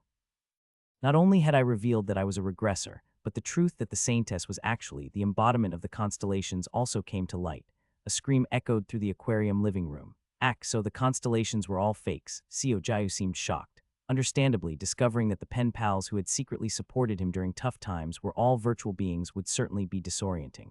No, my God, what exactly are you and the Saintess planning? Are you seriously aiming for something big? Come now, don't speak as if it's someone else's concern. You're part of our party now. First, Saintess, please disguise this site as if it's under the authority of the constellations. Okay, Seo Jayu, you act like an administrator who has taken over the site management from the constellations. Yes, Hyung. The plan was meticulously executed. We even pushed through the work while sipping on precious coffee. The three of us huddled in front of computers, transforming the mystical underwater temple into what seemed like an actual PC cafe. PC cafe, fish cafe, indeed. The Saintess turned to look at me upon hearing my murmur. Her gaze was intense, prompting me to quickly change the subject. Saintess, what do you think we should name the site? Are you talking about the name? The change of subject was successful. How about Apocalypse Gallery? It's a fine name, but the word gallery might remind people too much of a specific type of site. We're planning to operate more like an old membership-based site or cafe, so it doesn't quite fit. What about you, Seo Jayu? How about Viva, the Doomed World? It's a cool name, but remember, the site is supposedly set up by a constellation. It sounds too cheerful. Might modern people fighting against calamities find it a bit infuriating? It's tricky. At that moment, a great idea popped into my head. Finally, after 15 days, we launched the site to the masses. Constellations Playground, the only safe internet community. Welcome to SGNet. The site was named SGNet. This name carried multiple meanings. First, SG was a nickname I used for Seo Jayu before I knew his real name. Coincidentally, Seo Jayu could also be abbreviated as SG. Lastly, as it was a site managed by the constellations, Stars Ground shortened to SG again, a naming sense aiming not just for a double but a triple entendre. Perhaps I had a hidden talent for naming as well as ubiquitous. How could one person be so multifaceted? Sometimes, I scared even myself. For some reason, the Saintess looked like she had much to say but chose to remain silent. I ignored her. Beside her, Seo Jayu wore a gloomy expression.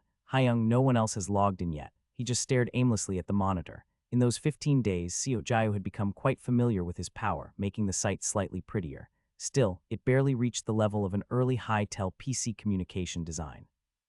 If no one appreciated it, even a good design would be meaningless, but we had a marketing tool that was almost free.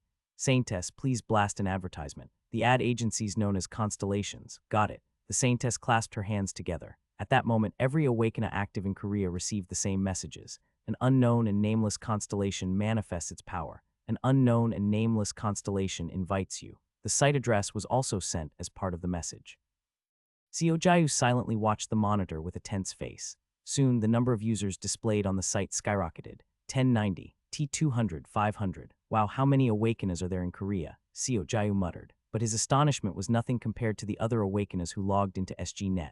Even through the monitor, it was palpable how baffled they were by the sudden appearance of this community. Anonymous, why does this connect so well? Is it a bizarre site, too? Anonymous came here at the summons of a constellation. 0. Anonymous, does anyone know who this unknown and nameless constellation is? 15. Anonymous, oh, so I wasn't the only one who got the message. 1. Since the site was known to be created by a constellation, the users' tones were generally mild. While the awakeners were confused, they continued to post and comment, observing the situation. 2:15 indicated the number of comments. However, they were still acting as anonymous non-members for the time being. Seo Jae, now's the time. Ah yes, Hyung, I'll post it. Seo Jae, under the member nickname Administrator, posted an announcement. The gist of the announcement was simple. 1. This site can be accessed anytime, anywhere. 2. An unnamed constellation whimsically established SGNet. The poster is their representative. 3. The more active the members are, the more SGNet will develop. Members are akin to disciples, and community activity is simple to understand. The stronger your faith, the more powerful the descended constellation becomes on Earth. 4. Non-members can use SGNet for only 1 hour a day, whereas members can use it unlimitedly. Non-believers are non-members, and members are believers, so please understand this distinction. 5. The unknown and nameless constellation desires nothing from you beyond community activity. 6. Your personal information is strictly protected. Naturally, aside from point 1, it was all lies. As soon as the announcement went up, the non-members stirred. Suddenly, the announcement received dozens, hundreds of comments. Anonymous is the representative of the constellation for real. Cooking Queen, Mr. Administrator, how can one become an apostle of the constellation? Anonymous, smart move. Old Man Gorieo, why does everyone here talk like assholes? Anonymous, how can we believe this is real? This might be a trick by a specter too. Several awakeners had already completed their registration. Cooking Queen and Old Man Gorieo were among the first to register as members, and others followed suit upon seeing this. Is this really happening? Seo Jae marveled, dumbfounded. All the while, his fingers were busy recording the personal information of the members into a text file. Occasionally, some non-members expressed skepticism about the authenticity of the announcement, but they were met with messages from the Saintess. The Chancellor of the Red Cape feels displeased, but confirms the truth of these constellations' words. The Saintess of National Salvation advises several awakeners that prolonged internet use is detrimental to real life. Thus, other constellations' renown was leveraged to endorse the legitimacy of SGNet. Even the most doubtful of awakeners had to relent somewhat under such assertions. Initially dominated by non-members, the ratio soon started shifting towards members. As the information of countless awakeners poured in, Seo Jae could not contain his excitement. Wow, we're done here, Hyung. Good job. I patted Seo Jae's shoulder. But it's not over, it's just the beginning. Seo Jae seemed not to grasp the meaning of my words. After all, how could he predict how I intended to use SGNet from here on? I'm counting on you moving forward, Seo Jae. What? Oh, Hyung, I'm the one who should be saying that. Clueless but earnestly following along, my younger brother smiled brightly. Regrettably, even the 50th cycle couldn't escape destruction. However, the usefulness of SGNet was proven. That alone made this cycle significantly meaningful. Me, the Saintess, Seo Jae. We three, as the site's founders and managers, experienced a wide range of incidents. The stories intertwined here are too numerous and varied to mention, but I'll likely bring them up whenever I have the chance. The immediate significance of the 50th cycle was this. From this point on, the actions I took at the start of each new cycle changed slightly. Ah, hello there, everyone. Oh ho, the numbers seem a bit low. Anyway, you must be quite startled to be summoned here all of a sudden, right? But don't worry, I'll be your friendly guide from the start. In the past, when I woke up in Busan Station's waiting room, all I thought about was how to quickly get to the old man's cafe, but not anymore. There was now one more person I had to save. From now on, you fucking asshole. What the hell are you talking about? A booming roar echoed. I smiled at the familiar voice. It was like my personal alarm sound, reminding me that life had started over once again. As I started to move, eager for this cycle, I fondly listened to the swearing that I had missed. You fucking asshole. When you think of the trio of protagonists in web novels, namely, regressors, possessors, and reincarnators, who do you think is their greatest nemesis? A powerful monster. The protagonist will win anyway. Stress, trauma, obsessive-compulsive disorder. These are not wrong answers. However, it's hard to say these are unique to regressors. After all, stress is a common weakness of Homo sapiens, from your average 35-year-old unemployed person to the 60-year-old president of the United States. Baldness, how could you say something so harsh? The correct answer that is both somewhat surprising yet entirely unsurprising. The butterfly effect itself. Can a butterfly flapping its wings in Beijing cause a tornado on the other side of the Earth? The butterfly effect. A theory that states that small difference in initial conditions lead to increasingly drastic changes over time. I can confidently say that this very butterfly effect is indeed the villain among villains for Regressor's an unavoidable archenemy on a single log bridge and the sworn enemy of the universe. Oh, the sheer audacity. How many regressors have perished due to this butterfly effect in their creations?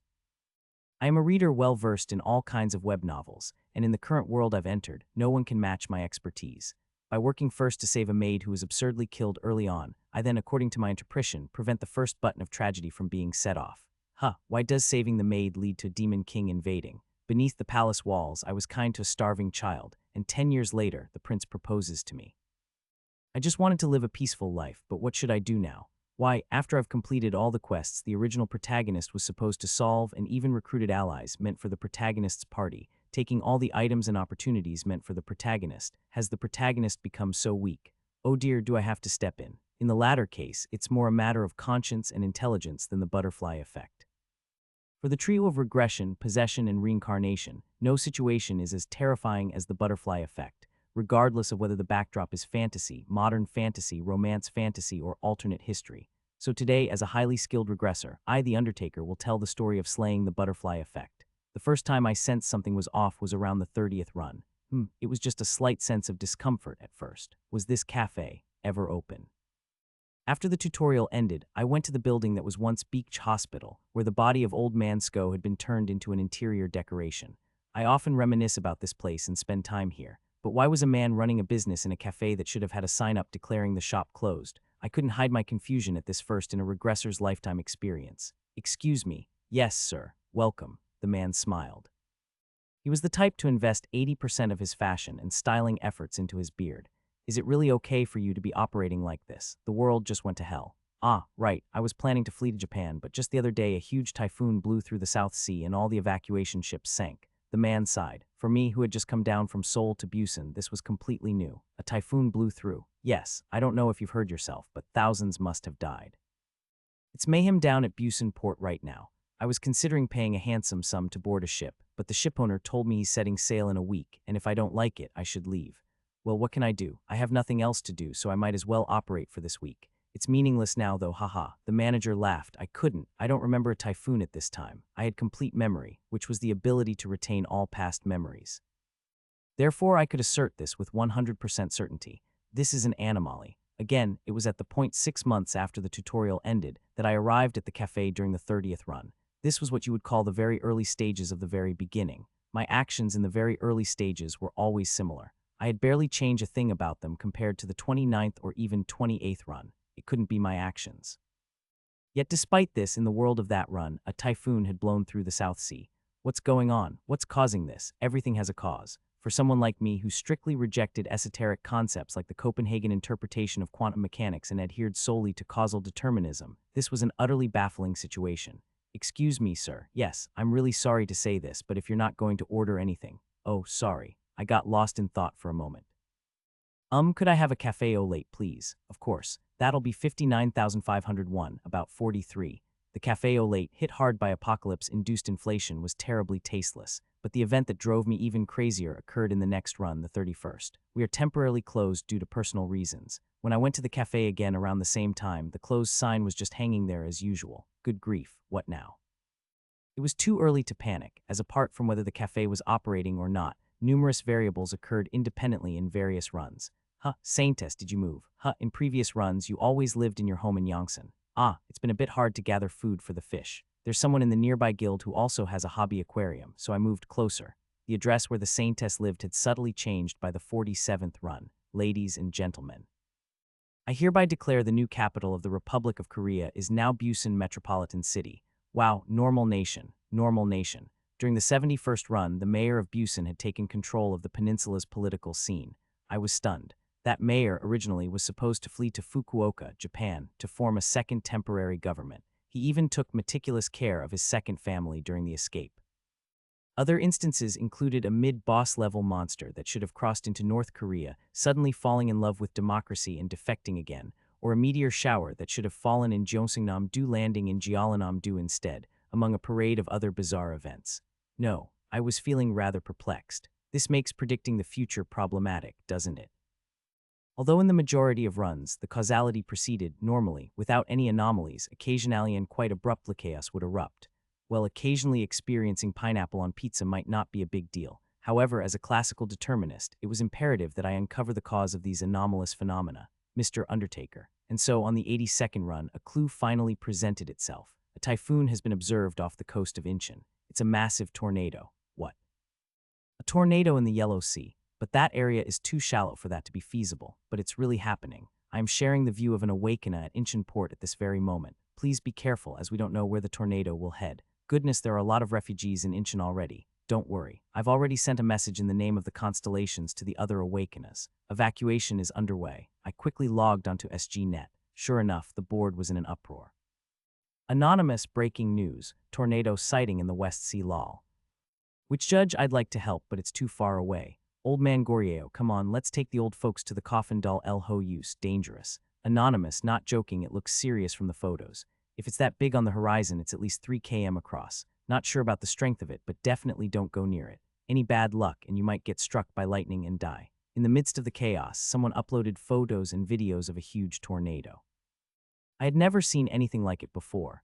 Then a lightning strike of insight struck me. Yes, it was the typhoon. What, the typhoon? No, I mean the tornado. Now that I think about it, didn't the cafe owner also mention it? Just the other day, a huge typhoon blew through the South Sea and all the evacuation ships sank. I stated with conviction. Every run where a tornado wreaked havoc, the course of events turned out strangely warped. It's definitely the typhoon. It's the one causing these anomalies. I'm sorry, Mr. Undertaker. I'm not quite sure what you mean. I'll explain later. Saintess, could you possibly track the path of the typhoon off the coast of Incheon and trace its origin as closely as possible? It might be a bit difficult, but I'll give it a try. I'll check the areas that have been affected by the typhoon. Just a moment, whispered the Saintess, likely pulling up a map. Soon after, she had scanned the cities adjacent to the Yellow Sea and reported back.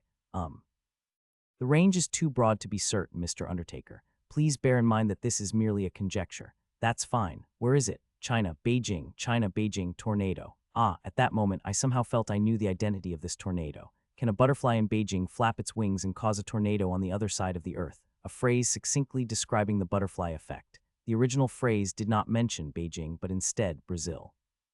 Interestingly, the original itself was merely a slogan that was invented after the fact. When a meteorologist first presented the butterfly effect at a conference, it wasn't a butterfly but a seagull that was mentioned. Naturally, there was no mention of Brazil or typhoons either. This alone should clearly illustrate how much these anomalies, these grotesqueries, disregard human history. They possess a humanities-esque sensibility that doesn't concern itself with factual precision.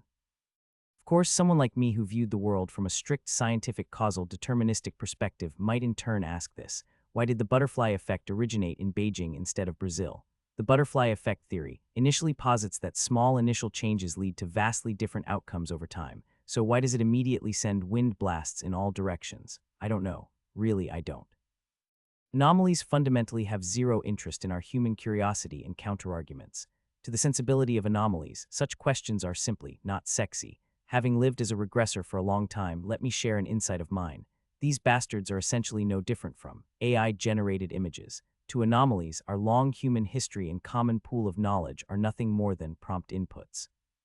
Just as AI might consider any number of human legs, whether 2 or 3, to be normal for Homo sapiens, these anomalies make no racial distinction between Chinese and Brazilians.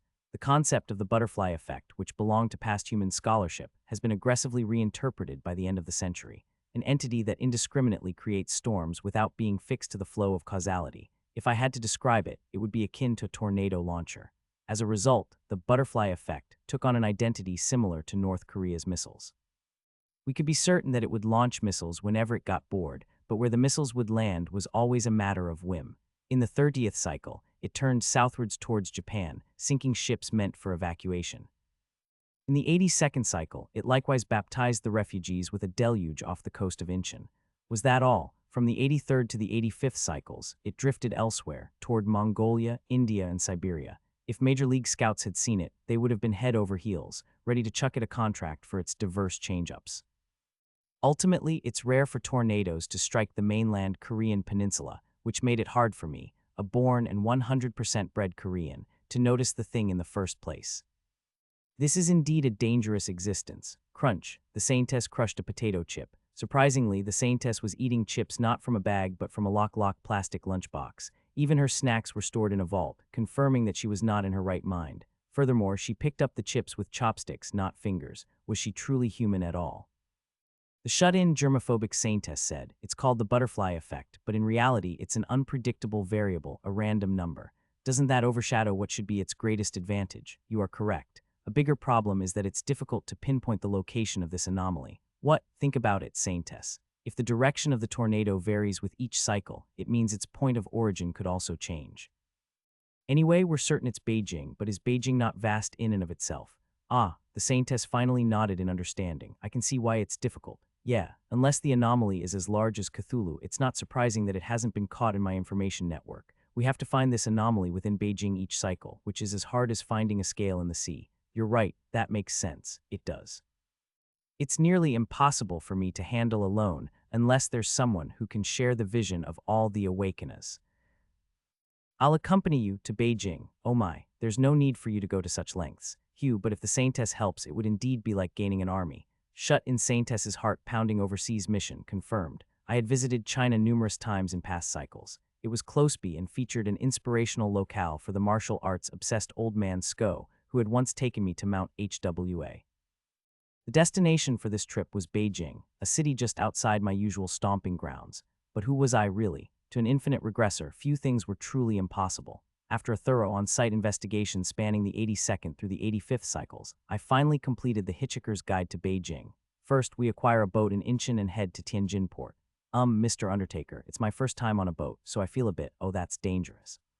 First things first, I turned on the sound of the refreshing waves of the sea off Incheon as ASMR with some additional background noise for ambience, and we crossed the Yellow Sea just like that. Next, we shouldn't move above ground. There are too many anomalies. We could break through, but that would draw too much attention, so it's better to move underground. Wait a minute. Underground? Yes, the Awakeners in China have set up a base in the Beijing subway system. What are you doing? Why not come this way? Actually, I'm a bit claustrophobic, Mr. Undertaker. Oh, danger. The Awakeners who hadn't yet escaped the anomaly-ravaged Beijing had formed what's called the Beijing Liberation Assault Team. Among the stations they controlled, the one I took special note of was Sikh Station. The station master there, who also served as the 17th commander of the assault team, was a character with whom I got along well. They were considerably fond of a foreigner who could speak the Beijing dialect with such proficiency. By this point, I had already been upgraded from this bastard to you, and once an anomaly that had been troubling him was sliced into several pieces like serving a rolled omelet by the stroke of my sword, my title was promoted to Doc. Finally, when I presented a top-grade pu'er tea as a gift, the station master finally remembered that we were brothers of faith, who had once served the way of Gong Meng together in ancient times. Brother Undertaker, bro. The identification card issued to me by the 17th commander was as good as a free pass. We immediately entered Beijing.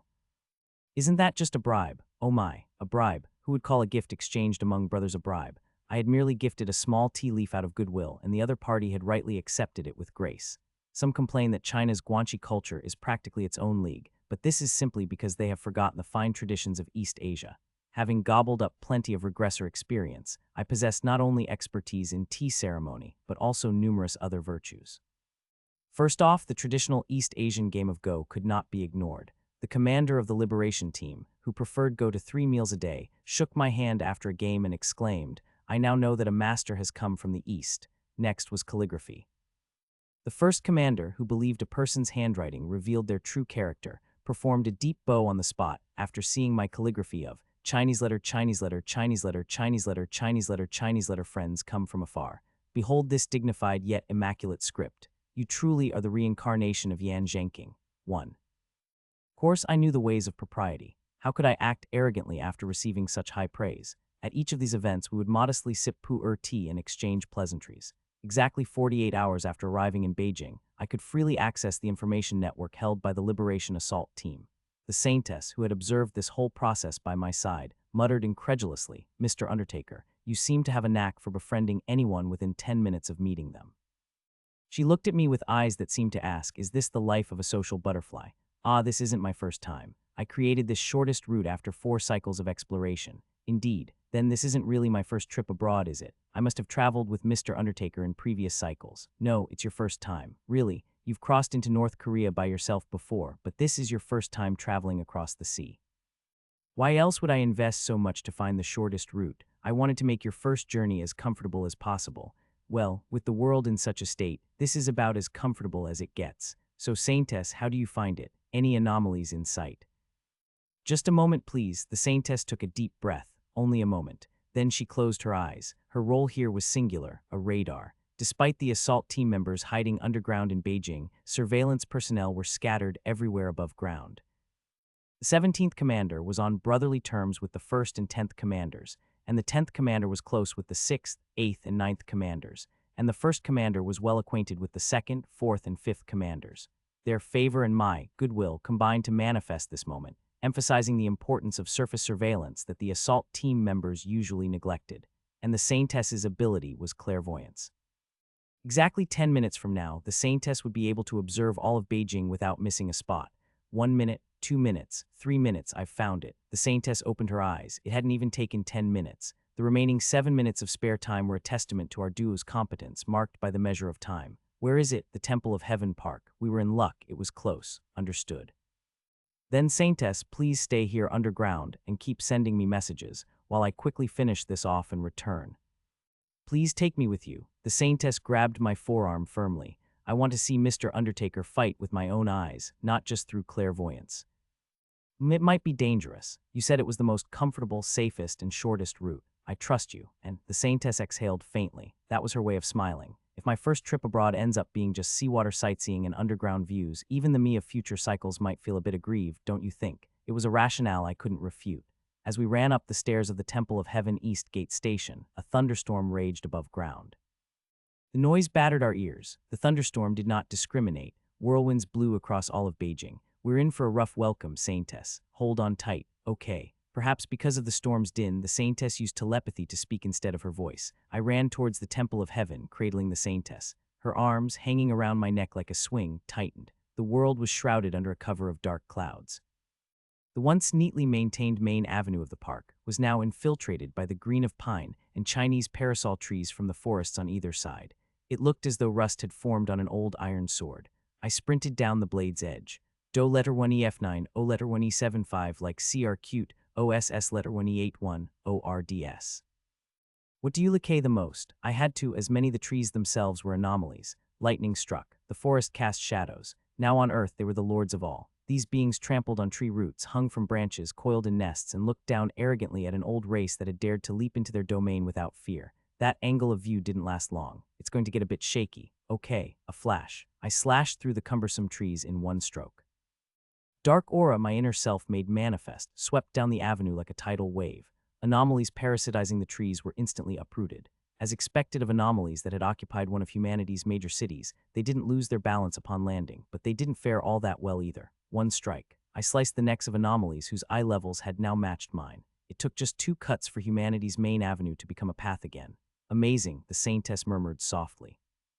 Really, it's different from watching with clairvoyance. You are incredible. You flatter me. Despite appearances, I've often been criticized for my lack of talent in martial arts. That can't be true. Mr. Undertaker, you must be joking. I smiled wryly. Truly. In reality, I had no talent for martial arts. My lack of talent was not limited to my relative martial prowess.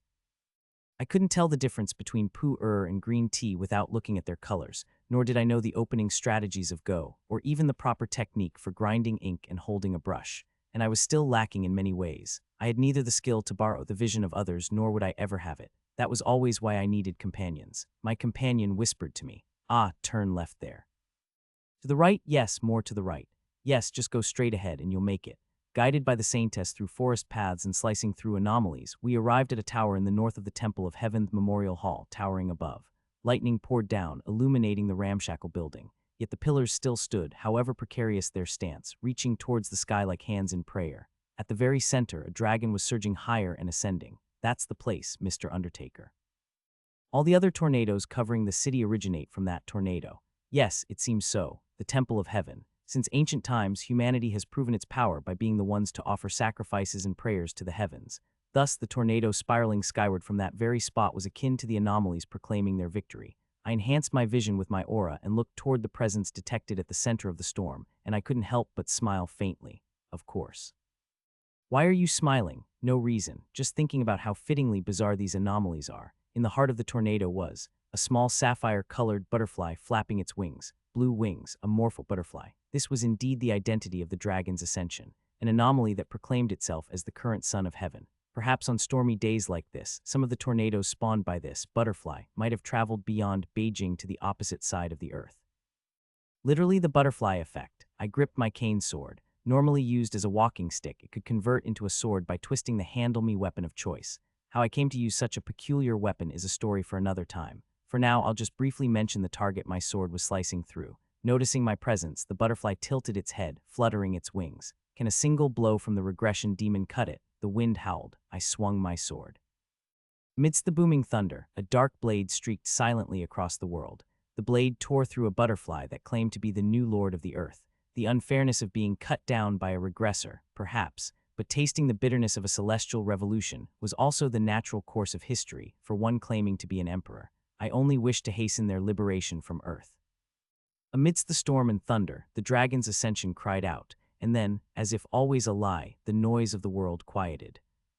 As the clouds parted, a final shower poured down. The raindrops cast transparent shadows like sunlight. It's beautiful. My aura unfurled, detecting the presence of still countless numbers of anomalies. Surely after realizing their leader had been defeated, they would swarm this place. But they wouldn't be faster than sunlight. During our brief respite, the saintess stepped down from my arms to look around. I'm glad we came on this trip.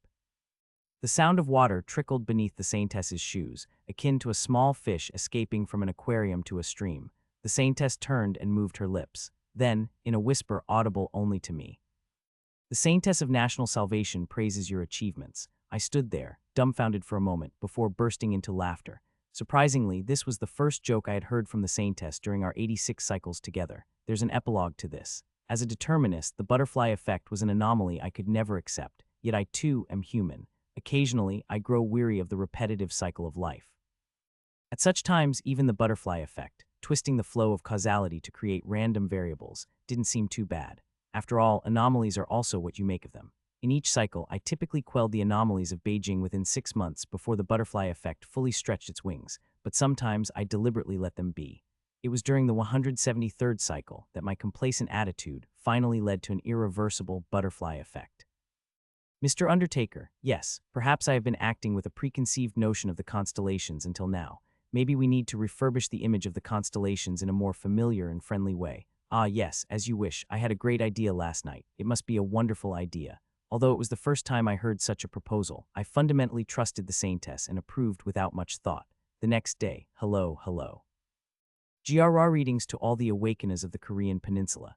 Nice to meet you, meow. FRRM now on, I will be the constellation watching over you, the Saintess of National Salvation, meow. Meow, I look forward to our future, meow. Oh my god, I accidentally dropped my coffee cup. Indeed, anomalies and humanity simply cannot coexist under the same sky. Today, Old Man Sko's coffee was delicious as ever.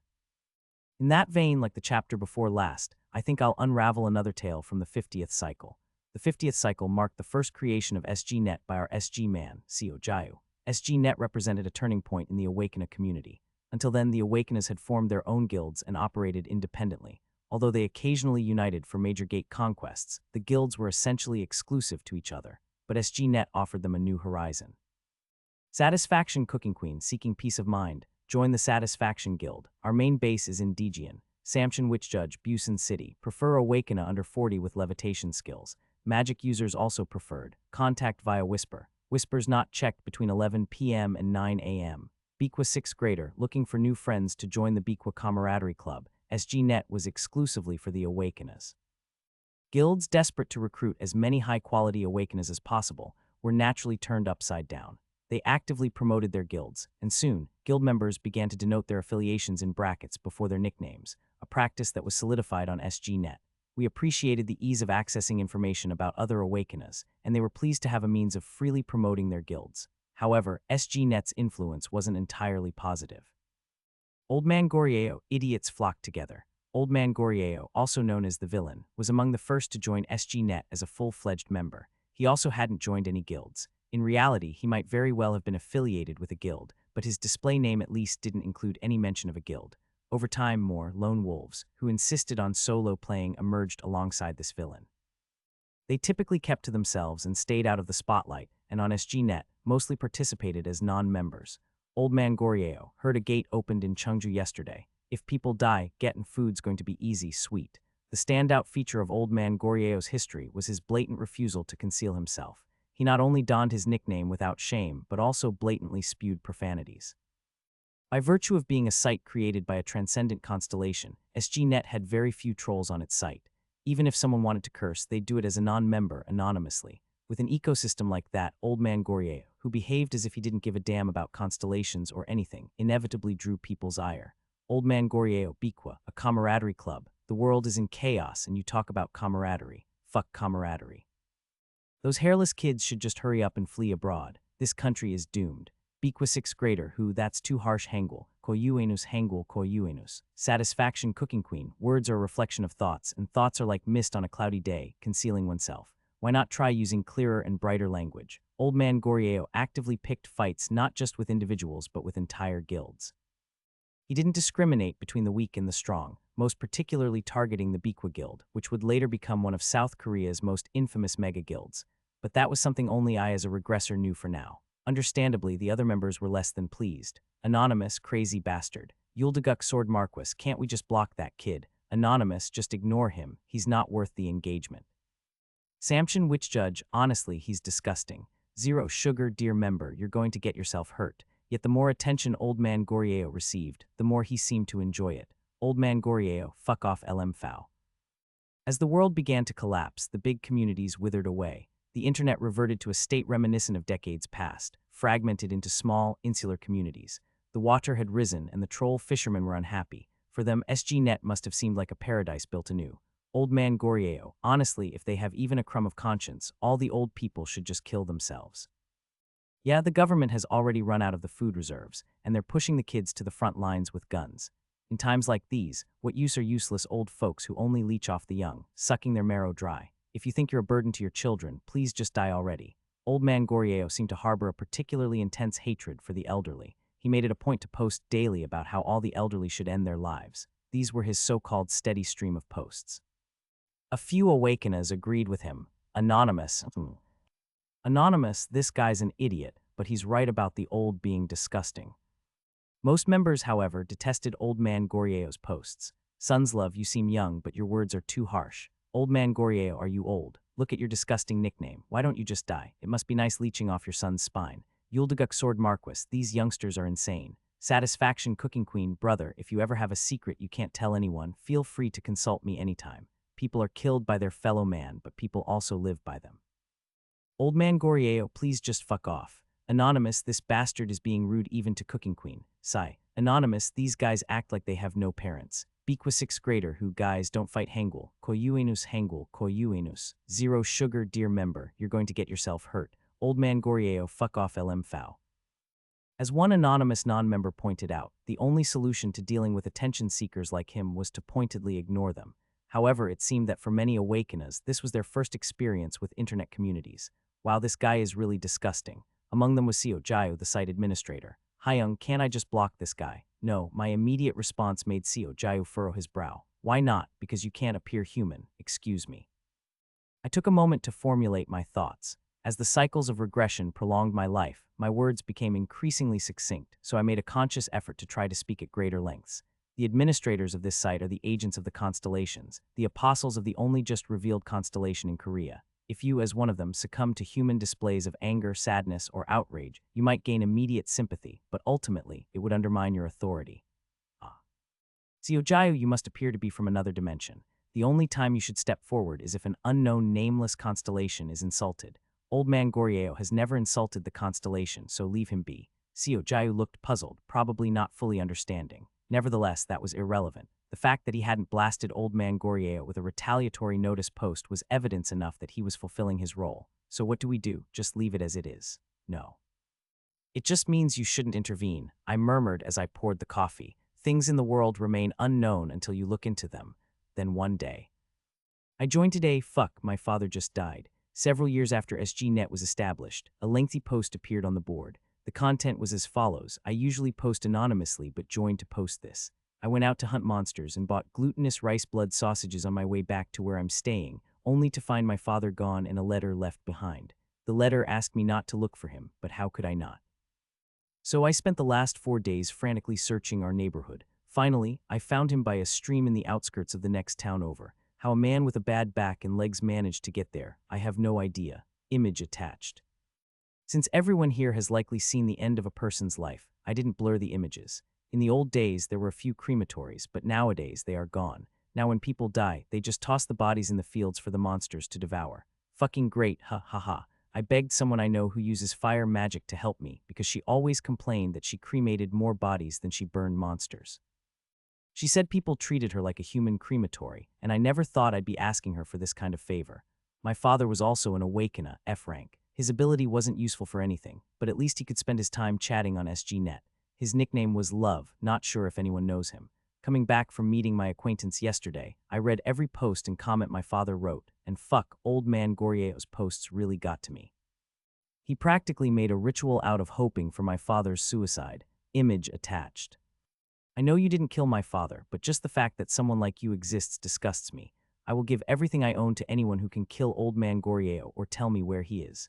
No joke, send me a whisper. I see you're confident enough to run your mouth on SGNet as a registered member. Let's see if you can keep talking when your face meets an axe. The post by I joined today caused a stir on SGNet. Anonymous, oh dear. Yuldaguk Sword Marquis, may the deceased rest in peace. Samchin Witch Judge, I pray for the departed soul. Anonymous, this can't be true. Satisfaction Cooking Queen, I can't imagine your grief. I don't know what to say to comfort you in your loss, but I'm sure your father has moved on to a happier place. Bequa 6th grader, Hu Hangul, Koyuenus Hangul, Koyuenus. Anonymous, is this for real? Dal El Hoyus, condolences. The post quickly became popular. It surpassed 300 upvotes and garnered hundreds of comments. 99 of the comments mourned the poster's father. This meant there was one that did not. Old man Goryeo idiot, I'm an expat in Canada, how are you going to kill me? Come if you dare, just another old fart to cut down, hahaha. Anonymous, seriously, disgusting to the end. This shameless response incited widespread outrage among the members. How young do you think he's really an expat in Canada? I highly doubt it. I shook my head. Of course he's lying. He joined SGNet as soon as it was launched, right after receiving the Constellations message, and the Constellations don't send messages to Canada. It's not impossible that he moved to Canada afterward, but judging by his login times, it doesn't seem likely. My guess was spot on. He's still living in Korea. The Saintess confirmed, her eyes closed. It was easy to tell which ability she was using. If her hands were together, it was telepathy, and if her eyes were closed, it was clairvoyance. Even S-rank abilities came with certain restrictions to their use. I will guide you directly via telepathy. Just a moment. Yes, I've pinpointed it. The usefulness of the Saintess and Seo Jiu spoke for itself once again. Without them, even gathering such minor information would have required considerable effort. The Saintess murmured, but this old man Goryeo, what about him? His identity is multifaceted. He's a bit of an unusual person. She sipped her coffee expressionlessly. I shrugged and then logged onto SGNet with my official member ID to post a final piece of advice to old man Goryeo. Zero sugar, dear member, you're really going to get yourself hurt. Ding. The response was immediate, as if he had been waiting. Old man Goryeo, fuck off LM Fow. I nodded, that figures. The young these days really lack netiquette. Managing such troublemakers swiftly was the right thing to do, especially to protect the ambitious SGNet project. I was potentially the oldest human alive if all the regressions were added up, so it wasn't because such remarks grated on me. Absolutely not. I would like to write that I immediately moved to defeat old man Goryeo, but in reality, it took a bit more time. A regressor's schedule is as tight as that of an A-list actor who just started being hailed as a national treasure. No matter how dastardly old man Goryeo was, I had much more urgent matters at hand. I had to upload the Aura demonstration video advanced, under an alt account on SGNet, reorganize the Korean Awakeners Federation, tour famous eateries in Busan, and prepare for the meteor shower, among other things. It's no joke. My calendar was jam-packed until the 7th year, if we counted from the regressor starting point. It was nearly 15 days later when I eventually managed to find some time to meet with I Joined Today, and even that was a tight squeeze into my schedule. I had the Saintess, or more precisely, the constellation she was enacting, the Saintess of National Salvation, arrange the meeting place and time. When I arrived at our designated location, there stood a muscular young man with broad shoulders. Mr. I Joined Today? Are you Mr. Zero Sugar? Yes, nice to meet you. Please feel free to call me Undertaker. Pleased to meet you. I am Lee Ju-ho. We shook hands, a strong grip. I could feel the all-muscle, no fat physique of someone who forged their path through this harsh world. As an aside, I personally believe that one can tell more about a person from their hands than their face. Are you perhaps a teacher by any chance? I asked, sneaking a glance over his shoulder. Lee Ju-ho laughed awkwardly. Our meeting place was an elementary school playground, though the more accurate description would be a split-in-half elementary school. Peekaboo, tiny children were stealthily keeping tabs on us. If a used car dealer had seen the junk those kids were playing spy in, they would have already issued a junkyard disposal for the whole pile. When our eyes met, they scurried off to hide like squirrels. How adorable. Lee Ju-ho scratched his head. Yes, well. These elementary students are currently under my care. How commendable, especially in these times. May I call you a teacher? Oh, no need for formalities. Please just call me however you see fit. I wasn't originally a teacher. Lee Ju-ho gave a wry smile. I was just a math tutor getting paid at a tutoring academy. Somehow, there wasn't anyone left to take up the podium. In the mornings, I finish guild tasks, and in the afternoon, I juggle teaching. Another member takes care of being the nurse and art teacher, as well as managing the library. Oh, let me just say that by this point, my fondness for Lee Ju-ho had already surpassed LV. 5. What was this young man? An angel. By the way, Mr. Zero Sugar, sir, it must have been hard traveling in this hot weather. Would you like something to drink? Lee Ju-ho complimented his statement by offering a zero Coke beverage. Since the gate incident, that sort of commercial product had been elevated to a precious treat. Yet he had deliberately prepared a zero-calorie drink for me, probably because my ID was zero sugar. Oh, fondness LV, 6 surpassed. What a thought, but I would never refuse. I'll gladly drink it. Haha, I'm glad. I thought you'd like it. Indeed, it's even more of a treat since it's been a while, and I apologize for being late to say this, but I offer my condolences. We then sat side by side on a bench in the half-destroyed elementary school playground. Once again, the young man's name was Lee Ju-ho. He was active around Pachin Chiorwan. We happened to be meeting in Pachin as well. The guild to which Lee Ju-ho belonged could not compare to AAA-class guilds like Samshin or Biqua, but it was solid in its own right. However, as I recall, it was one of those mid-sized guilds that later mysteriously disappeared. In this day and age, his guild wasn't the only one.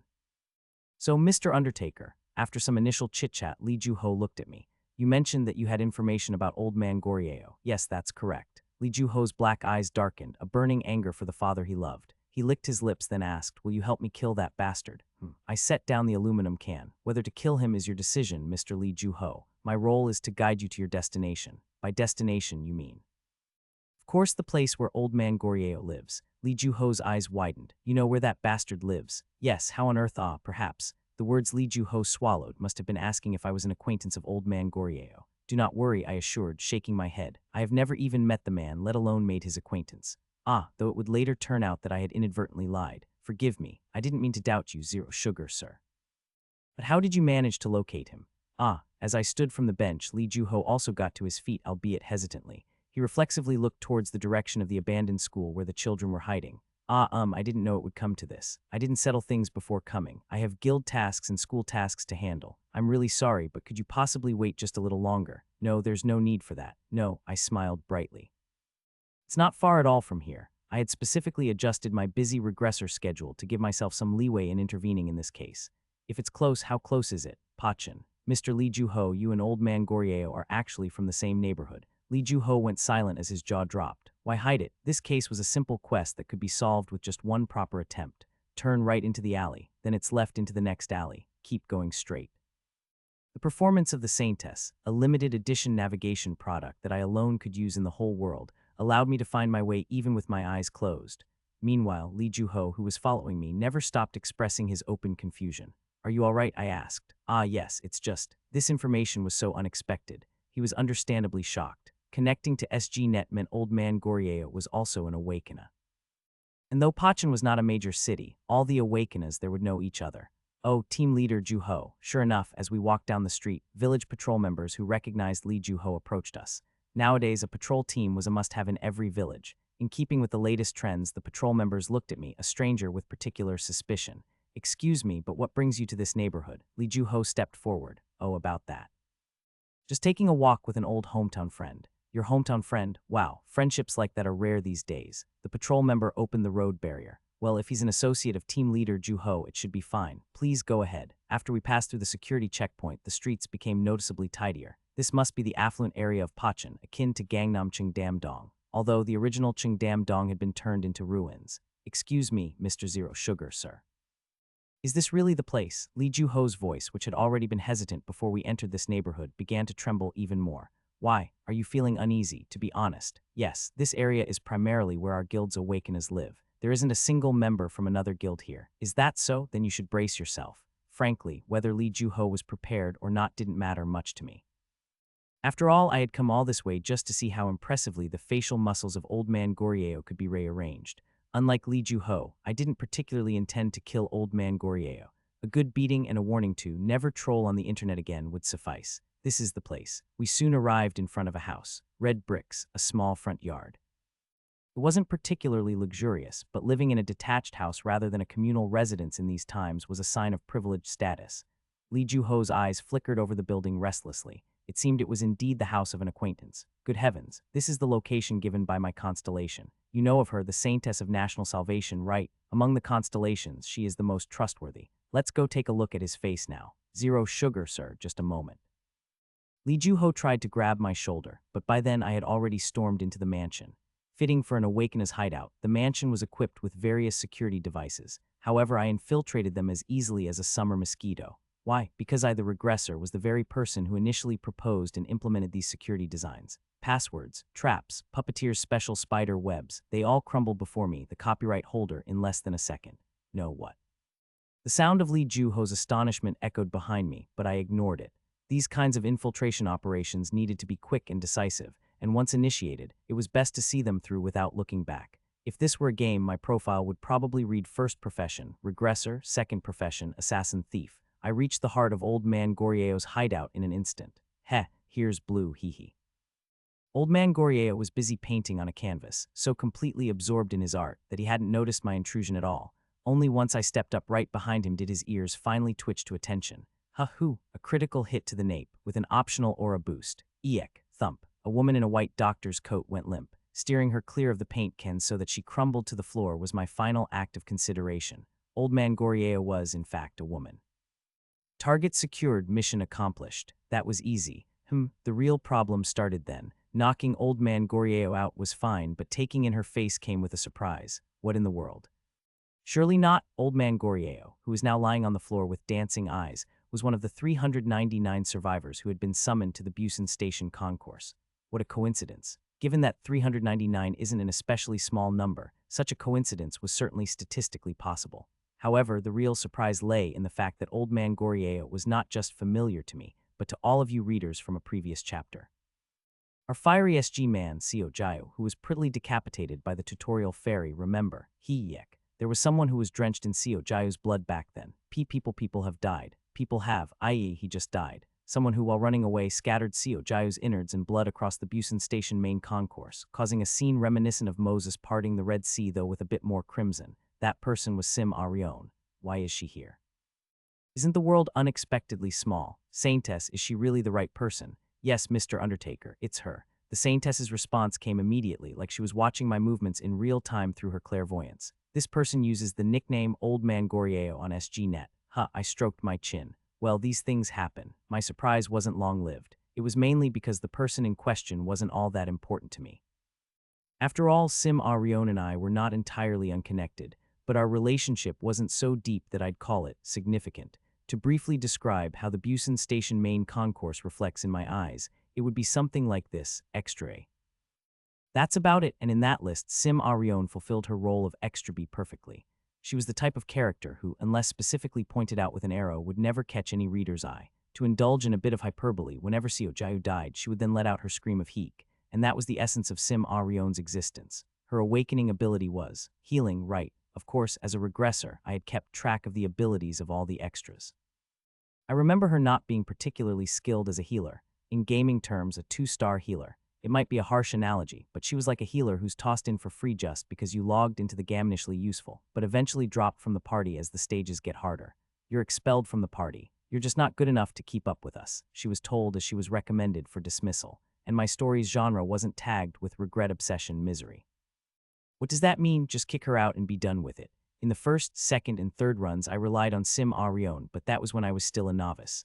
After that, well, not particularly. There were certain events, like the joint funeral in the 10th run or building the impregnable fortress in the 24th run, but other than those, I didn't have many significant memories with her. As a third-rate awakener, she's lucky she survived in Busan and somehow made it all the way to Pachon. Thinking about it, she had traveled almost from the southern end of Korea to the northern tip. Somehow, that made me feel a bit sad. My trivial annoyance over old man Goryeo's personality was gradually overshadowed by a budding curiosity about Sim Arion's life. I should hear her out. In the end, it was good that I indulged my curiosity. As soon as I knocked Sim Arion unconscious and dragged her to the living room, Lee Ju-ho followed me inside and touched a hand to his brow. "Oh my," he exclaimed. "To think that a fellow guild member, that the healing angel herself, would write such trash and stir up trouble. I take it you two knew each other." Right, just then I thought I heard a strange sound, or rather, a somewhat eerie and ashamed sound. "Healing angel," I pressed. "She's famous around here," Lee Ju-ho replied, his face a mix of confusion and distress. "And she's also a school nurse, art teacher, and librarian at the elementary school where we first met." "What? It's well, I mentioned it before, that there was another guild member who looked after the kids. She's the one." I turned my head and looked up at the ceiling. "It's really old man Goryeo, Mr. Undertaker. Please don't doubt it." I quickly brought my gaze back down to Lee Ju-ho. "Are you saying she's your colleague?" "Yes, in the guild and at school. After the world fell apart and all medical infrastructure collapsed, people started dying from minor colds or small wounds that led to tetanus. More people died from illness than from monsters. That was also something I knew well, having seen it countless times during my previous regressions. Without antibiotics, modern people were quick to die. The reason cremation quickly became the standard method of funerals in the ruined world, and why Lee Ju-ho's fire mage acquaintance was always busy, was precisely to prevent the spread of disease by burning the bodies. But in this area, such needless deaths have ceased." Lee Ju-ho continued, looking at old man Goryeo. "This person, Healing Angel, has been curing everything from minor illnesses to serious cancers with her ability for about a year now. Really, her, a 2-star healer. She's well known for treating patients and students without asking for any compensation. Even my father, whenever he was ill, she would take care of him. If it weren't for her, he wouldn't have been able to get out of bed." Lee Ju-ho's eyebrows pulled into a frown. "So, Mr. Undertaker, is this person really old man Goryeo? Could there be a misunderstanding or mistake?" "No, that part is certain. There's no room for doubt. Ask her yourself when she regains consciousness." Lee Ju-ho eventually fell silent. Truthfully, I was more confused than anyone. Sim Arion demonstrated a level of healing capable of curing cancer. She had never shown such capability in any of my previous regression lives. At most, she had been able to slightly alleviate the pain from scraped knees or help recover from a cold within a week, abilities akin to pamperin. 1. "How could this be possible? I'll wake her up." Lee Ju-ho nodded in agreement. I threw an empty soda can at old man Goryeo. The aluminum can, thrown with a bit of aura, must have felt like a shock of electricity when it hit old man Goryeo in the head. Yuug, Old man Goryeo, also known as Healing Angel, groaned as she slowly blinked her eyes open. "Are you up? What? Yes." He waited until she fully regained consciousness, then I explained everything from the beginning. Understandably, she was shocked. "Heek, how did you even know I was here, and to come all this way?" "The constellations are rather taken with me." I lied as easily as breathing, then stared at her. "But why did you do it?" She hesitated in response to my direct question. An awkward silence fell over the living room. The thing is, however, that very awkward silence spoke volumes. Lee Ju-ho looked desolate as he realized that his acquaintance was indeed an internet troll. He said softly, "Dr. Sim, was taking care of patients stressful for you?" Old man Goryeo blinked rapidly. "Heek, yes, so you didn't really want to take care of patients." "No, it was so annoying, yet you couldn't refuse because of your ability. Elementary school kids are always causing trouble." "Is that what it was? Did you wear an internet mask to blow off some steam?" Wow, I was impressed. A neat guess, fitting for a refined young man. The mismatch between ability and personality was a scenario I had often seen. In this world, having healing powers was a double-edged sword. "I am a noble because I am a healer, and you are commoners," was a mentality very few were self-possessed enough to admit to. Quiet, introverted, unable to refuse others' requests, people like that just end up being dragged around. Until one day they would snap and cause trouble. However, in response to this logical and credible hypothesis, old man Goryeo Sim Rion whipped her head from side to side in disagreement. "And no, it's not like that. It's because of my skill." "That's right, your skill. Ms. Arion, you don't actually want to use the skill mobile hospital, but you have to because of the patients." "No, it's a different skill. My second ability." Sim Arion began to explain her second ability, flapping her arms about. "Just wait a minute." It was tough to figure out this ability because, since abilities don't appear in neat little skill cards, if they did, I could have easily announced my regressor status. We'll have to rely on Arion's voluntary disclosure here. Sim Arion's second ability was as follows: Grudge Orb. It is said that those who are cursed will live long and healthy lives. You are an enhanced version of this. The more you are cursed and hated, the more you will not only live a long and healthy by yourself, but also be capable of sharing that longevity and health with others. This effect strengthens as the hatred and spite against you grow stronger and more numerous. If you possess medical and healing skills, those skills will also be enhanced in kind. Lee Ju-ho gaped in astonishment as he read the notes about Old Man Goryeo's powers. For the record, I was gaping too. What the hell kind of stupid skill is that? It was shocking enough that she had such an ability, but even more astonishing was that she had managed to document it in such detail. Again, aside from very abnormal cases, awakeners don't receive a status screen or anything like that. Discovering one's abilities normally requires an endless grind. What kind of digging did Sim Arion have to do to uncover this grudge orb? It seemed I wasn't the only one engulfed in shock and awe. The mysteries of awakening abilities are always fascinating to behold. It was the Saintess speaking. Apparently she had been secretly observing, curious about the true nature of the situation. I looked into the air and articulated clearly, Saintess, you didn't know either. What? How would I? Yes, I can observe awakeners whenever I want, but I can't read their minds. I too assumed like Mr. Ju-ho that she was just stressed from caring for patients. Indeed, shock shared is shock halved. Talking with the Saintess helped steady my emotions, and suddenly a new perspective dawned on me. The Old Man Goryeo situation. That's what this series of events unfolding before my eyes seemed to be. Indeed, there was a reason she started being called Healing Angel this cycle. The world had fallen, internet infrastructure had collapsed. People had to interact face to face, just like before the internet existed.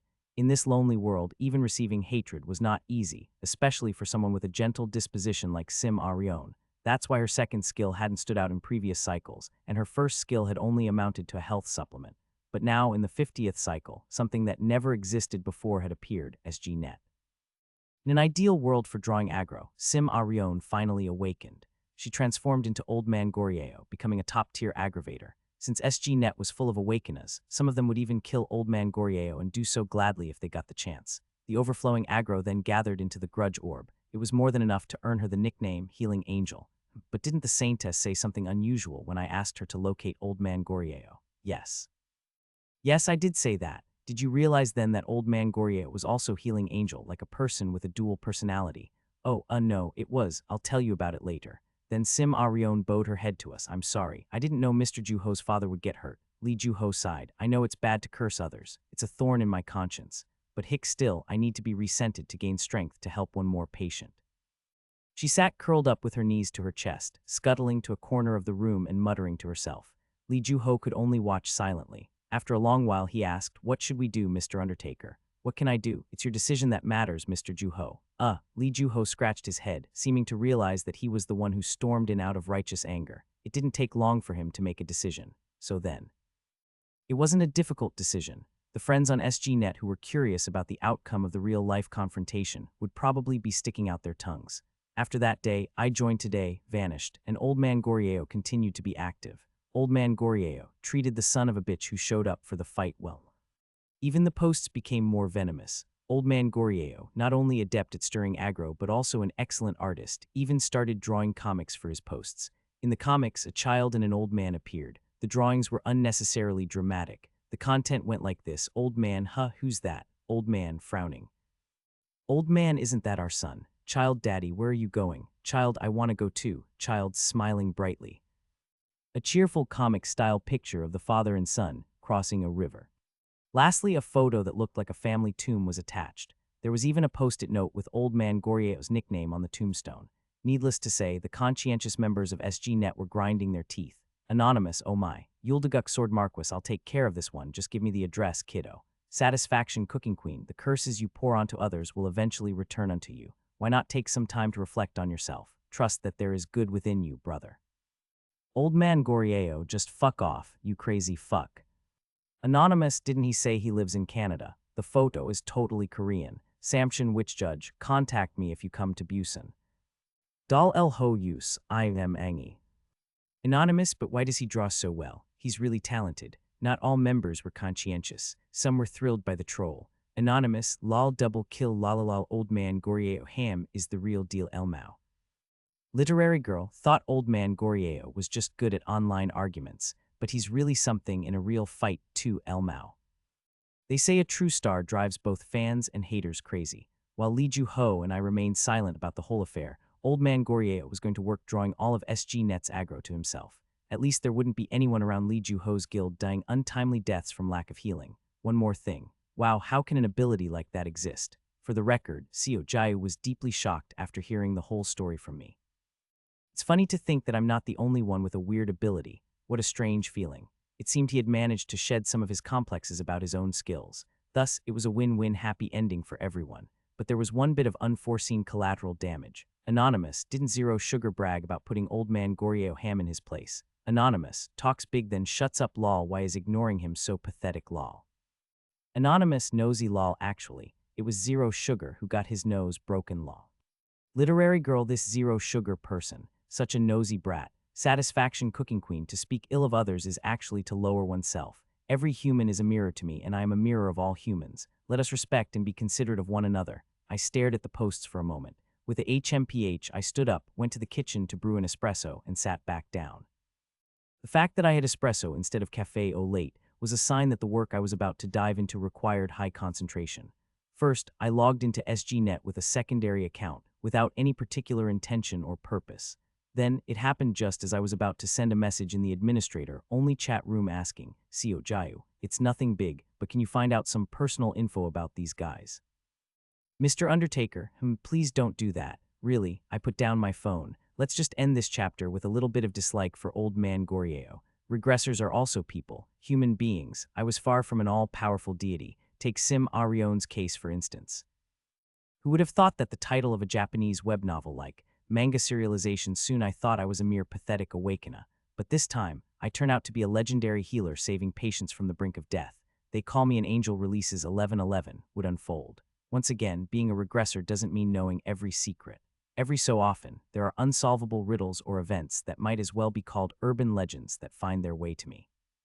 They're the events I reflect upon while sipping Old Man Sco's Café au Lait. Those, what on earth was that, kind of events. Today, I'll introduce you to such a mystery. Do you believe that there is balance in the world? For instance, if there are scumbags among humans, there are also angels. On internet forums where villains emerge, so too do popular stars whom people want to befriend. Satisfaction Cooking Queen, do you seek peace of mind? Join the Satisfaction Guild. Our main hub is in Dijian. On SGNet, Cooking Queen has always been one such popular figure. I myself only have good memories of this person. Cooking Queen, I haven't observed her for long, but she's not a bad person. She takes good care of her guild members and even volunteers on Sundays. Personally, I believe there's no one as trustworthy among the Awakeners as Cooking Queen. Witness 1, Saintess. Oh, you're asking if I know Cooking Queen. She's a really good member. I've seen all sorts of things managing SGNet, but I've never seen Cooking Queen cause trouble. Boring? Not at all. She writes plenty of funny posts and doesn't act all high and mighty. If all members were like Cooking Queen, I wouldn't have to suffer like this. Witness 2, Seo Jayu. Satisfaction Cooking Queen, Old Man Goryo, I believe in the goodness planted deep within your heart. Why do you keep repeating these self-harming actions? If you have any concerns, please consult me. Old Man Goryo, please, stop. It's my fault. I'm a son of a bitch and a bad guy, so don't talk to me like that. Witness 3, Sim Arion. All the Awakeners, each with their unique personality, unanimously testified that Cooking Queen was a rare find in this day and age. Even the Saintess, known for her stringent standards, did not skimp on the praise. Her testimony held extra credibility, as she could observe other Awakeners with her clairvoyance. I, the one and only infinite regressor since the other one went on long-term leave, had a good impression of Cooking Queen as well. Literary girl, this Zero Sugar person. Such a nosy brat. Satisfaction Cooking Queen, to speak ill of others is actually to lower oneself. Every human is a mirror to me, and I am a mirror of all humans. Let us respect and be considerate of one another. There are those who hide in the shadows and slander me, yet Cooking Queen stands against them. I know best how difficult a task it is to stand alone and fight for good while everyone around you does evil. And so it was in the 89th run. Invigorated by the unscratched lottery ticket, Seo Jayu hitting the jackpot, I had since taken to recruiting new companions in each run. Having proven her integrity and steadfastness over past runs, Cooking Queen was also one of my targets. It wasn't because she personally took my side that I approached her. Greetings, hello, and enlisting Cooking Queen was not a hard thing to do. Like Seo Jayu, she was popular for a reason.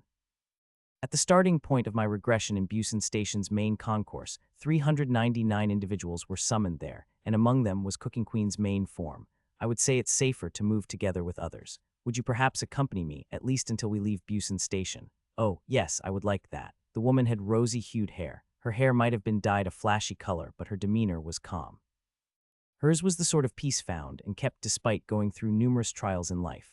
There was an imbalance between her vivid hair color and mode of expression, but that awkwardness was not out of place, but instead lent itself to a rather unique charm. Go Yuri, the woman who had been active on SGNet under the name Cooking Queen in past runs, now smiled gently and calmly. Please just call me Yuri, Doc. To get straight to the point, Go Yuri had absolutely zero combat-related abilities to speak of. Not just combat, either. The ability she had awakened, stealth, could barely be called useful. If Go Yuri had the talent of a sniper or assassin, then stealth might have been put to good use, but as it was, Go Yuri truly had no talent for fighting. I'm sorry. She was getting pummeled by slimes, which were considered the weakest monsters. Sim Arion, who had also been recruited into my party around the 51st run, aggressively ripped the slimes apart. Oh, Nuna, you're pretty bad at this. 1. Yes, it seems I have no talent. It's okay, I'll protect you. It was a beautiful display of camaraderie between party members, despite Sim Arion being one of the weakest in combat herself. Still, we did not expel Go Yuri from the party. It wasn't because we feared the story would turn into a genre of regret, obsession, misery, but for purely rational reasons. Oh, guild leader. At 5 a.m., a time of serene blue before the day begins, I was drinking café late in the guild house kitchen when Go Yuri hurried down from upstairs. Having lived as a regressor for a long time, I still found it hard to get used to being called guild leader. The title was a bit special to me, but I accepted the greeting without letting that show. You're up early. Yeah, I wake up automatically around this time, Go Yuri said, sheepishly scratching her cheek. Plus 10 points. Indeed, a sound and healthy lifestyle fundamentally involves going to bed early and waking up early. This belief hasn't changed through my 100th or even 1000th runs. Go Yuri peeked into the kitchen. Guild leader, you always seem to brew coffee in the morning, and our guild has cafe in the name. Is it a hobby of yours? It is. It wasn't always, but an old friend was deeply knowledgeable about the subject. Somehow, I ended up getting into it as well. That's cool. Go Yuri clasped her hands together to form a triangle, then tilted her head while grinning. I think following a set pattern early in the morning is itself proof of diligence. It's like a declaration, a refusal to let time simply pass one by, and yet you're relaxing with a coffee, which eases mental and physical tension. It's a wonderful habit, truly. A smile spread across my face. I had my own reasons for loving the dawn, but Go Yuri wasn't wrong either. We really connect in conversation, I commented, heading to water the flower bed now. Yes, the hydrangeas are blooming beautifully. I was worried whether the soil would take well, but I'm happy to see the blue come out so bright. Plus 30 points. Indeed, lazy people spread the virus of indolence while diligent people emit the radiation of effort. The mere act of caring for a flower bed unasked was commendable in and of itself. Watching her speak so logically and with such precision was simply heartwarming. Whenever I spoke like that in front of the other party members, their responses were always lukewarm somehow. Say, Hyung, what is it, Seo Jayu? Hyung, you're not that much older than me, but hearing you speak feels like I'm listening to a company manager. Oh, I frowned and Seo Jayu quickly averted his gaze. I handed a cup of coffee brewed to taste as close as possible to bagged coffee to the saintess, and she was touched. I think Mr. Undertaker's view is correct. All virtue originates from habit, and habit begins with diligence. Virtue without diligence creates a dilettante, a mere show-off. That's right, isn't it? Indeed. Seo Jayu, you should also learn from Yuri and the saintess. Seo Jayu made a puzzled expression. It's strange. Our guild's average age is almost the youngest in the industry, but why does it feel like? He mumbled in complaint, but fondness for Go Yuri was not unique to me but shared by all party members. Yuri, let's grab a beer after training. Our usual place is well stocked this week. Hey, Go Yuri, about managing SGNet. Go Yuri, would you like to have lunch with me today? Even the most wild and difficult members of the party turned as tame as donkeys in Go Yuri's presence. In fact, that was precisely why I decided to keep Go Yuri around. While we're on the subject, I should explain that awakeners generally have bad temperaments. It's not an absolute rule, but those with particularly twisted natures often have stronger abilities. Our guild, for example, was made up of S and A-class prospects. Emotional instability was rampant. Even Seo Jayu, seemingly docile in my presence, once went nuts at the tutorial fairy, shouting, "You fucking asshole," the saintess. I trust her with my life, but it's hard to say she has a normal personality. She only occasionally discusses SGNet operations with Seo Jayu. Despite sending out more messages than anyone else, paradoxically, she disliked interacting with people. In a guild filled with troublemakers, being friendly with everyone was no small feat. The mental stability of the party members has greatly improved compared to previous runs. Plus 200 points, affinity level 7 achieved. Even if Go Yuri only mastered stealth and was nothing more than a normal person with a single hair out of place, it didn't matter. As I often say, mental stability is crucial for humans. What's the use of having the strongest combat abilities without it? Take Old Man Sko, a broken mind merely turns one from a show to a no-show. Yes, everyone, let's have lunch together. Go Yuri served as a bridge connecting all of the guild members. Even awakeners who normally growled at each other in previous runs were now tempered by her presence, which significantly reduced my burden. Go Yuri is really like a hearty Korean soup. Managing the organization has become unbelievably easier, I whispered to the Saintess while observing the scene from a distance. You know Hale, right? The quiet one. Even they follow Go Yuri. At this rate, we might even be able to increase our member count to 20 or 30 without any issues. I turned around at her silence, only to find the Saintess looking a bit dazed. Her usually clear eyes were slightly clouded. Saintess, oh yes, sorry, what did you just say? It wasn't anything important. Maybe you're feeling the heat. Shall I get you some cold water? Oh, it's fine, the Saintess murmured. It's just I'm amazed by how someone can be so close with everyone. You know, I'm quite the opposite. Each personality has its strengths and weaknesses, doesn't it? Maybe Go Yuri also has her struggles that she doesn't talk about with others. That's a fair point. The 89th run felt good in many ways, as G-Net operations were all smooth sailing.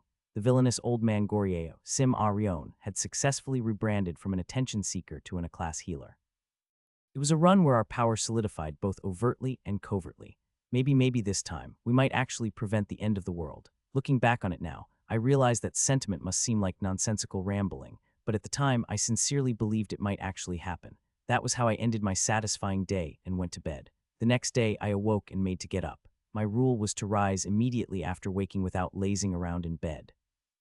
But on this day, for the first time in a very long while, I struggled to get out of bed. It wasn't because I suddenly learned the value of laziness. I just stared blankly up at the ceiling that had been spotless as ever before I went to sleep.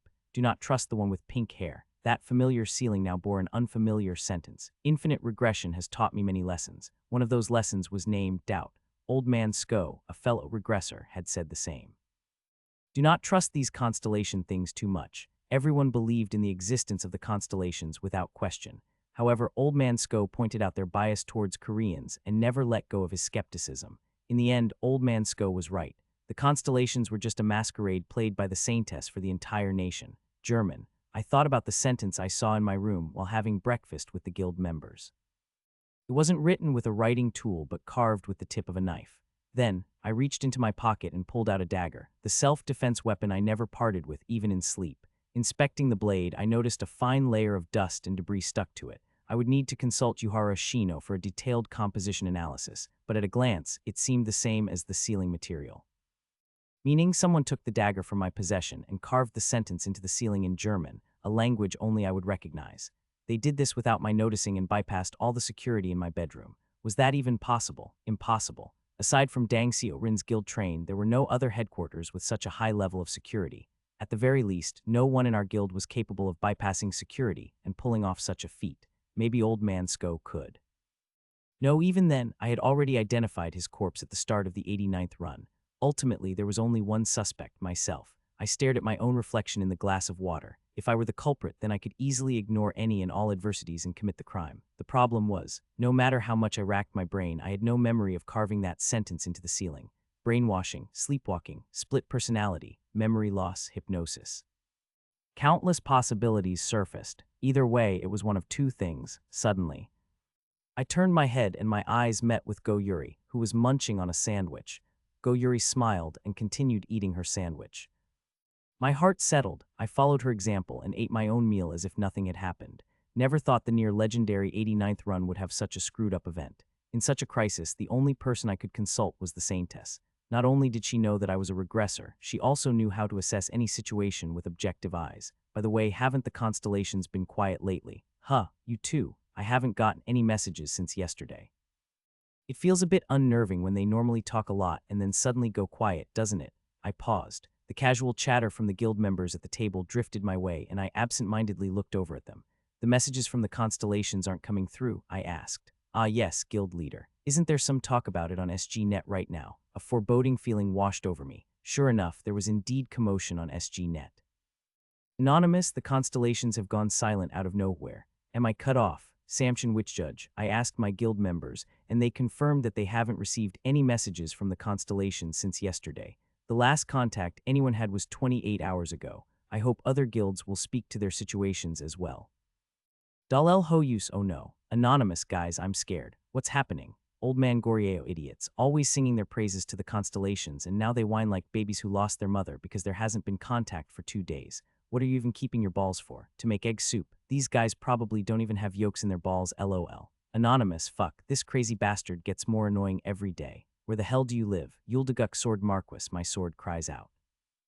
Sim Arion was being typical Sim Arion like any other day, but the Awakeners were unusually restless.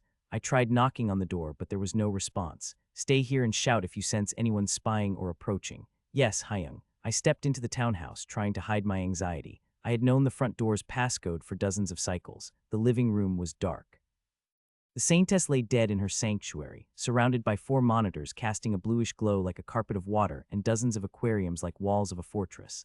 My mind went cold, strangled. The Saintess always had towels on hand to tend to her aquariums, with a stock towel rack in the living room. She had hanged herself with one. Suicide. There were no signs of struggle, but I knew that no matter what happened, the Saintess would never have died by suicide. It was not simply because it wasn't in her character. It was the truth discovered through observing dozens of cycles. Its murder disguised as suicide. The Saintess was central to my goal. In an instant, the constellations had vanished. The force that held the Awakeners together through external connections and boundaries, and not from within, had snapped. And it wasn't just that. The ever-present network of communications between guilds that used the constellations as messengers had also disappeared. When someone needed to gain another's trust, saying, "The constellation vouches for our identity," would now be impossible. No sign of the security devices being activated. I had always taken extreme care to ensure the Saintess's safety. The security measures that had been so meticulously prepared had all been disabled at once. Without even a moment to send me a message, I approached one of the aquariums. When I pushed the fish tank aside, there was a hidden compartment beneath the steel bookshelf with a USB inside. It was a contingency plan we had agreed upon. I plugged the USB into the computer and opened Notepad. Hello, Mr. Z, if you are reading this, I must be dead. My death came without any forewarning. From all the observations I've made as CLA, there were no factors that could have led to my death. There might be something on the CCTV, but it is hard to imagine that someone who killed me this stealthily would leave meaningful evidence behind. As you know, the most pressing issue now is the disappearance of the Transcendence, which has unleashed the intangible reins that were held on the Awakeners. The only Transcendent we can currently mobilize is the anonymous one known as the creator of N. Using this name, we must post a notice on N and claim, an entity obstructing the activities of the Transcendence has been born, adding a scene where N is attacked and temporarily goes offline to increase credibility. But containing the chaos among the Awakeners is impossible. I am truly sorry that my power was insufficient. I hope you will find strength again. S. It was the Saintess's will. To avoid detection by others, she had referred to me not as Undertaker, but as Mr. Z. Clairvoyance was abbreviated as CLA and SGNet as N. Instead of constellation, she used the term transcendent. There again, and I hope you will find strength again undoubtedly meant the next cycle. It couldn't be anything but the Saintess's style of a will. The creation date of the Notepad file was 1 year and 6 months ago. It was indeed a sudden attack that led to her death. If it had been suicide, she would have revised the will, and if it wasn't suicide, there were only 2 suspects. The first suspect was me. Hyung, is the Saintess doing well? And then there was Seo Jayu. After leaving the townhouse, I quietly observed Seo Jayu. Seo Jayu, yes, did you ever tell anyone where the Saintess lives? He was startled. Excuse me. No, I wouldn't. You told me never to tell anyone. Could he really be trusted? Although Seo Gai and I had been allies for quite some time, if I were asked whether I could trust him with my life like the Saintess, I would feel it more appropriate to describe our relationship as too light for that. 2 days ago, you went out briefly after filing an outing report. Yes. Why yes? But why? Go-Yuri spent the whole day back at the dorm that day. Did she? But using stealth, someone could sneak out without the other party members knowing. And if they had followed you out, the risk of being detected would have been much less. Hyung, what are you trying to say? There are countless security measures unknown to you spread throughout the Saintess's residence. One of them scans and saves the shoe prints of anyone who enters her home. This data is refreshed weekly. It was a lie, but my expression and tone did not waver. Why are your shoe prints in the Saintess's residence? Silence. That's strange. A strange voice came from Seo Jayu's mouth. I didn't know anything about that. A gunshot rang out. Seo Jayu's body fell like a reed. He had quickly drawn a pistol and aimed it at his palate, firing instantly. Red blood seeped out onto the asphalt road, cracked as if suffering from untreated atopic dermatitis. I clenched my fist. After calming my heart again, I tried to connect to SGNet, unable to connect to the site. The Seo Jayu who died in front of me was the real Seo Jayu. The possibility that he was a marionette controlled by the puppeteer, an apostle of the alienation god, or another entity had drastically reduced. The 2 pillars that could influence the nation's Awakener Saintess and Seo Ju had collapsed in an instant. At that moment, my mindset had already shifted to gathering as much information as possible for the next cycle. It was an all too familiar task to me. I drew my sword and headed to the guild's lodging. The duo that should always be on guard was nowhere to be seen. It was quiet. The training ground where members should have been was empty. Instead, Sim Arion lay dead. In the dining hall, meals were left untouched. The wheelchair that a beloved guild member usually rode was rolling around alone, lost without its owner. There was no sign of life in the hallways or dormitories. In its place was only German phrases scrawled here and there along the pillars and walls. Do not trust the one with pink hair. I walked out to the training ground and sank into a bench. It was summer. The sirens of cicadas screamed their fierce alarm. Before I knew it, Go-Yuri was sitting politely next to me on the bench. Have you returned, guild leader? Hugh, it's really hot this summer. Go-Yuri flapped her outerwear to create a breeze. Behind her, the sound of cicadas faded out like a whiteout. Your ability wasn't stealth. Yeah, she affirmed simply. Stealth was just the surface, I muttered in thought. When your ability activates, it essentially just dulls others' awareness of you. Considering the current situation, your true ability must be perception inhibition. No, perhaps perception manipulation. Ah, that's right. Go-Yuri smiled broadly. Guild leader, you are really amazing. I thought so the first time I met you, but you are truly impressive. I should have realized something was off sooner. I thought back again to the last cycle, what evaluations Go-Yuri, that is, Cooking Queen, had received from those around her. Cooking Queen, I haven't observed her for long, but she's not a bad person. She takes good care of her guild members and even volunteers on Sundays. Personally, I believe there's no one as trustworthy among the Awakeners as Cooking Queen. Witness 1, the Saintess. The mere fact that she left her will on a secret USB reveals how cautious the Saintess was. She was the one who arranged our first meeting, thinking perhaps there might be a regressor in this world. That such a person would dub someone she admitted she hadn't observed for long as the most trustworthy. It was suspicious from the start. Oh, you're asking if I know Cooking Queen. She's a really good member. I've seen all sorts of things managing SGNet, but I've never seen Cooking Queen cause trouble. Boring. Not at all, she writes a lot of funny posts and doesn't act all high and mighty. If all members were like Cooking Queen, I wouldn't have to suffer like this. Witness 2, Seojayu. Seojayu testified that Go-Yuri wrote a lot of funny posts. But wasn't that strange? I have never once witnessed Cooking Queen writing anything amusing. Satisfaction Cooking Queen, seeking peace of mind. Join the Satisfaction Guild. Our main base is in Seoul. Satisfaction Cooking Queen. Words are a reflection of thoughts, and thoughts are like mist on a cloudy day, concealing oneself. Why not try using clearer and brighter language? Satisfaction Cooking Queen, brother, if you ever have a secret you can't tell anyone, feel free to consult me anytime. People are killed by their fellow man, but people also live by them. Satisfaction Cooking Queen, the curses you pour onto others will eventually return unto you. Why not take some time to reflect on yourself? Trust that there is good within you, brother. Hers was a style devoid of any fun, only steadfast, correct, and upstanding. In other words, it was the typical type of human that I, the Undertaker, would like. Go-Yuri. Yes, do you possess the ability to show someone the best version of a person? To the ethically minded Saintess, a moral human. To Seojayu, who likes a bit of fun, a humorous human. And ultimately in front of me, who believes that a person's life depends on their mentality and attitude, an upright and steadfast human, appearing as a different person to different people, like a magic mirror. This was Go-Yuri's true identity. The reason she was loved by all these twisted awakeners was hidden in this truth. As expected, guild leader, this time I'm really surprised. Go-Yuri clasped her hands and tilted her head. But did she really take such a pose? Was Go-Yuri smiling when she smiled? Was she using formal language when she spoke? Did she have pink hair and maintain a garden in the morning and stick to a sincere attitude? Everything about her could have been a lie. Now that I could no longer trust my perception, I had no choice but to discard all the information I thought I knew about Go-Yuri. But you don't just have the ability to manipulate perception, I said. You made Seojayu commit suicide. Yes, I am a multi-ability user, you see. I now understand why the fairies avoided you. How exactly did you wind up at the Busan Station concourse? The place has so many of these supposedly rare multi-ability users stockpiled there that you could practically trip over them. Ahaha, that's true. Sometimes strange coincidences do happen. Why did you do this? I could tell you, but would you trust me if I did, guild leader? I wouldn't. At that moment, a loud noise came from the direction of the guild dormitory. With a crash, the concrete outer walls shattered, and the building immediately crumbled to the ground.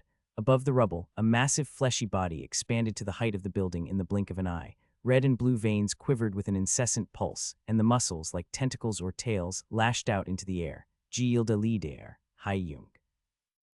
Duyuok, each wriggle of the tentacles ripped through the air, producing eerie noises. Those noises resembled the voices of the guild members. The surface of the tentacles was etched with black stripes. As the voices of the guild members rang out, the black patterns undulated in endless ripples, a phenomenon that had never appeared in the previous 88 cycles. I stared at the being that had caused this difference. I'm sorry, guild leader. Go-Yuri stood up from the bench with Inyucha and dusted off her skirt, walked a few steps forward, and then with her hands behind her back turned to look at me. Her pink hair slipped sideways. I think everyone being happy is better. I didn't want to make you sad, guild leader, nor anyone else, so I tried very hard. But unlike the others, your mind is too strong. So you see, my ability was momentarily released. Let me ask you one thing. I looked up at Go-Yuri. Did I kill the guild members? Was I manipulated by you? Go-Yuri stared back at me. No, that's a lie. Yes, my sword drawn from its sheath slashed Go-Yuri's neck. A slash appeared. The pink hair fell down first. Shortly after, Go-Yuri's head slid off. Before her head completely slid off, her lips moved. Let's become one, guild leader. Behind Go-Yuri, the red flesh flexed and stretched until it covered the sky. That's the last thing I remember from the 89th cycle. After that day, I did not contact Go-Yuri. The number of times we met directly could be counted on one hand. We only interacted 3, maybe 4 times over hundreds of cycles. Go-Yuri's ability remains unidentified. If I were to become stronger than I was in the 89th cycle, I might one day be capable of subduing her. That was the conclusion I reached. Whether that conclusion was correct, I don't know. One thing I do know is that, excluding the 89th cycle, there was never another cycle where the red flesh appeared. In the cycles where Go-Yuri did not interact with me, she always managed not to cause any major issues until suddenly being killed by a monster or disappearing into thin air, an endlessly harmless awakener. Let's become one, guild leader. What did those words mean? Was the red flesh a monster, or a form of contamination? Perhaps the product of a corrupted awakener, but there was a crucial difference that made the possibility unlikely. Then was the red flesh also a unique ability of Go-Yuri? What was the true appearance of Go-Yuri, undistorted by the filter of perception manipulation? On the odd occasion, curiosity welled within me. However, I felt no urgency to delve into this mystery. I had no intention of approaching Go-Yuri, at least not until I found a way to completely nullify perception manipulation. Satisfaction Cooking Queen, seeking peace of mind. Join the Satisfaction Guild. Our main base is now in Degian. From time to time, I would stealthily leave a comment when I saw the nickname Cooking Queen on SGNet. Zero Sugar, your diligent attitude is always nice to see. Soon after, a notification appeared that a comment had been made. I nodded to myself in secret. Indeed, that was an excellent attitude. There is hardly anything as crucial as one's mental state. This has already been emphasized in the anecdotes of Old Man Sko. Even if one knows how to slice the heavens with a single sword, once one's mental state collapses, there are no answers. I, the Undertaker, have also poured my heart into mental management. My unique method of management goes as follows. For about 100 years, or roughly 5 to 7 cycles, I work diligently. I rush about to prevent the destruction of the world. Then for the next cycle, I enjoy life. World destruction, why should I care? I simply abandon such thoughts. I turn away from the lives I could save. I don't step into the fates I could change. I prioritize only my life, my peace, and my fun. For about 20 years in one cycle, I focus entirely on healing my mental state and enjoy a pleasant vacation. It's a brief deviation from the main storyline, a sort of side story, if you will. Even if I'm accused of being a coward, there is no helping it. The human mind has its limits. If I hadn't employed such a method, I wouldn't have been able to endure the long life of a regressor who reached his 1183rd cycle. It just so happened that the 90th cycle was one of these vacation cycles. It was truly good timing. Even if it was only to ascertain where I was mentally, meaning blown away to Mars by Go-Yuri, a break was absolutely necessary. So I wanted to ask your opinion. How should I take a break if I'm looking to earn lavish praise for resting spectacularly well? Why are you asking this fairy that? The fairy trembled in my grasp. It was the tutorial fairy. If it had been a normal cycle, she might have quickly dispatched Seo Jiu before he could decimate her. But this 90th cycle was a sabbatical, so to speak, and I could act however I pleased and go wherever my heart's compass pointed. Well, since I had confined all of the fairies together during the previous 89th cycle and made them participate in a hellish survival program, some long-held grudges of mine had been somewhat washed away. Anyway, I captured the tutorial fairy and dragged her to one side of the hall. At first, the fairy resisted, but after folding her elf ears twice to make them half-elf ears, she quieted down quite a bit. Well, I'm just asking to ask, I answered. I've barely ever conversed with you seriously before. Yuug, why is there such a lunatic in this assigned area? Fairy number 264 is the most unfortunate fairy in the universe. Now someone who tries to blow up civilian heads without hesitation could hardly call themselves misfortunate. But if we can't make people understand that this is no joke, it will lead to much greater harm and tragedy, you know. From a utilitarian perspective, this fairy's way of handling the situation is not wrong. So you were a utilitarian. I realized something new. This, too, was the charm of regression. Anyway, tell me about your idea of a holiday. You fairies all mortgaged your lives to the Fairy King, correct? You all must spend your days thinking how little you would desire if only you just got to take a holiday. See, could it be? The fairy was startled in my grasp. Hey, surely you're not talking about the notorious Repore. Repore, regression, possession, reincarnation. Damn protagonists. Them and those blasted prophets throwing a wrench in such a straightforward exam. In our literature, we fairies are treated like early-stage mobs. Oh, do Repore people actually exist in the fairy realm? No. They just frequently appear in classic fairy literature, so it was something special between Old Man Sko and me. I felt a bit deflated, my hope that there might be others squashed. I see. Anyway, don't worry about it. You're not really antagonizing the Fairy King. You just need to give me some advice on my 20-year vacation plan, and if I don't find it satisfactory, I'll turn your head into fairy juice. Heek, what a horrible thing to say. This fairy is confident enough to file with the Fairy Rights Commission and win. There's no such thing on Earth. What a barbaric civilization. In the end, fairy number 264 raised a white flag. So anyway, you're saying you've been given 20 years of free time, and you're feeling like going a bit wild during that period. Yes, then the fairy's expression turned determined. If number 264 were given freedom and as much power as you, she'd like to plunge a spear of revolution into the belly of the Fairy King.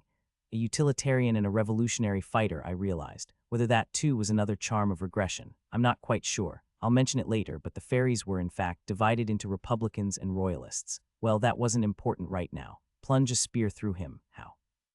Isn't your heart rigged with an explosion engraving? If you rebel against the Fairy King, your heart will burst immediately and your body will melt. How did you know that? No. Since you already know, that will make the conversation easier. Anyway, the Fairy King is much more terrible than the bourgeoisie. Even if it costs fairy number 264 her heart bursting, the Fairy King must be overthrown for the progress of history and the innovation of civilization. The fairy flapped her arms. Human, although physically primitive and weak, your kind has made commendable linear progress spiritually. When we learned your histories of beheading absolute monarchs hundreds of years ago, number 264, no, all of us in the Fairy Revolution Club were deeply impressed. That club did actually exist. If this had been a game, a ding notification would have sounded, and the message "a new route has been unlocked. Will you help the fairies achieve revolution?" Would have appeared. I was intrigued. I had once fought against the Fairy King. This time I could recreate that episode not alone, but with a fairy coalition. But I shook my head. Sorry, but I must decline that offer. What? Why human? What a petty bourgeois thought. Even now, fairies are killing humans under the evil orders of the king despite not wanting to. Do you not see them? Do you not feel the blood, sweat, and tears of your kin? Are you not afraid of Marx's rebuke? I'm sorry, but my country is fundamentally anti-communist in its national spirit. Capitalist dog, traitor of the people, this fairy shall curse you. However, I might consider hiring just you separately. Fairy number 264 swears her undying loyalty, master. Of course, around cycle 210, I actually did become a guest member of the Fairy Revolution Club and sparked the beginning of the revolution, but that's another cycle's story. I succeeded in employing the tutorial fairy. Excuse me, Hyung. Right. By the way, Seo Jiao had been eavesdropping on our conversation the whole time. After all, I had saved him from getting his head almost blown off by the fairy. For some reason, Seo Jiao stared at me as if he were looking at a madman. What should I do from now on? Your ability is to operate an internet community, and anyone who is an awakener can access this community even without a network. I think SGNet would be a good name for the community. Good luck, I parted ways with Seo Jiao. I then farmed some silver bells at a souvenir shop and piggybacked the fairy. I could feel the fairy tilting her head in confusion behind me. But what are you planning to use number 264 for after hiring her? Human master, world domination, revolution, dictatorship. Are you planning to ice pick this fairy? After successfully revolutionizing your own country, do you plan to export the overly credited second in command under the pretext of internationalism? I have no idea what kind of distorted research on Earth Fairy number 264 had read to have such skewed prejudices, but as the fairy said, I am indeed a dog of capitalism. I was thinking of dipping my toes into the forefront of modern consumer culture. No, then, we're going to open a convenience store. 24-hour convenience store. Before the Gate catastrophe, these small shops were easy to find across Korea, though it didn't evoke as much nostalgia as the neighborhood corner stores. In a world accelerating toward destruction, convenience stores fell proudly under the list of items of nostalgia. Newbie, go to the convenience store and buy some Dunhill.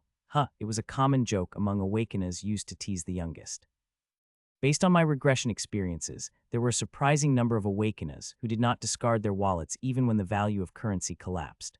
Paradoxically, people who used to only use debit cards found themselves carrying cash after civilization went to ruin, partly because the cards had stopped working, but also because to them, money was like a talisman, a stubborn belief that the world hadn't yet ended, or a hope that it wouldn't. It was quite the strange thing, but when multinational awakeners gathered to carry out operations, there was even a custom of exchanging currencies from their respective countries.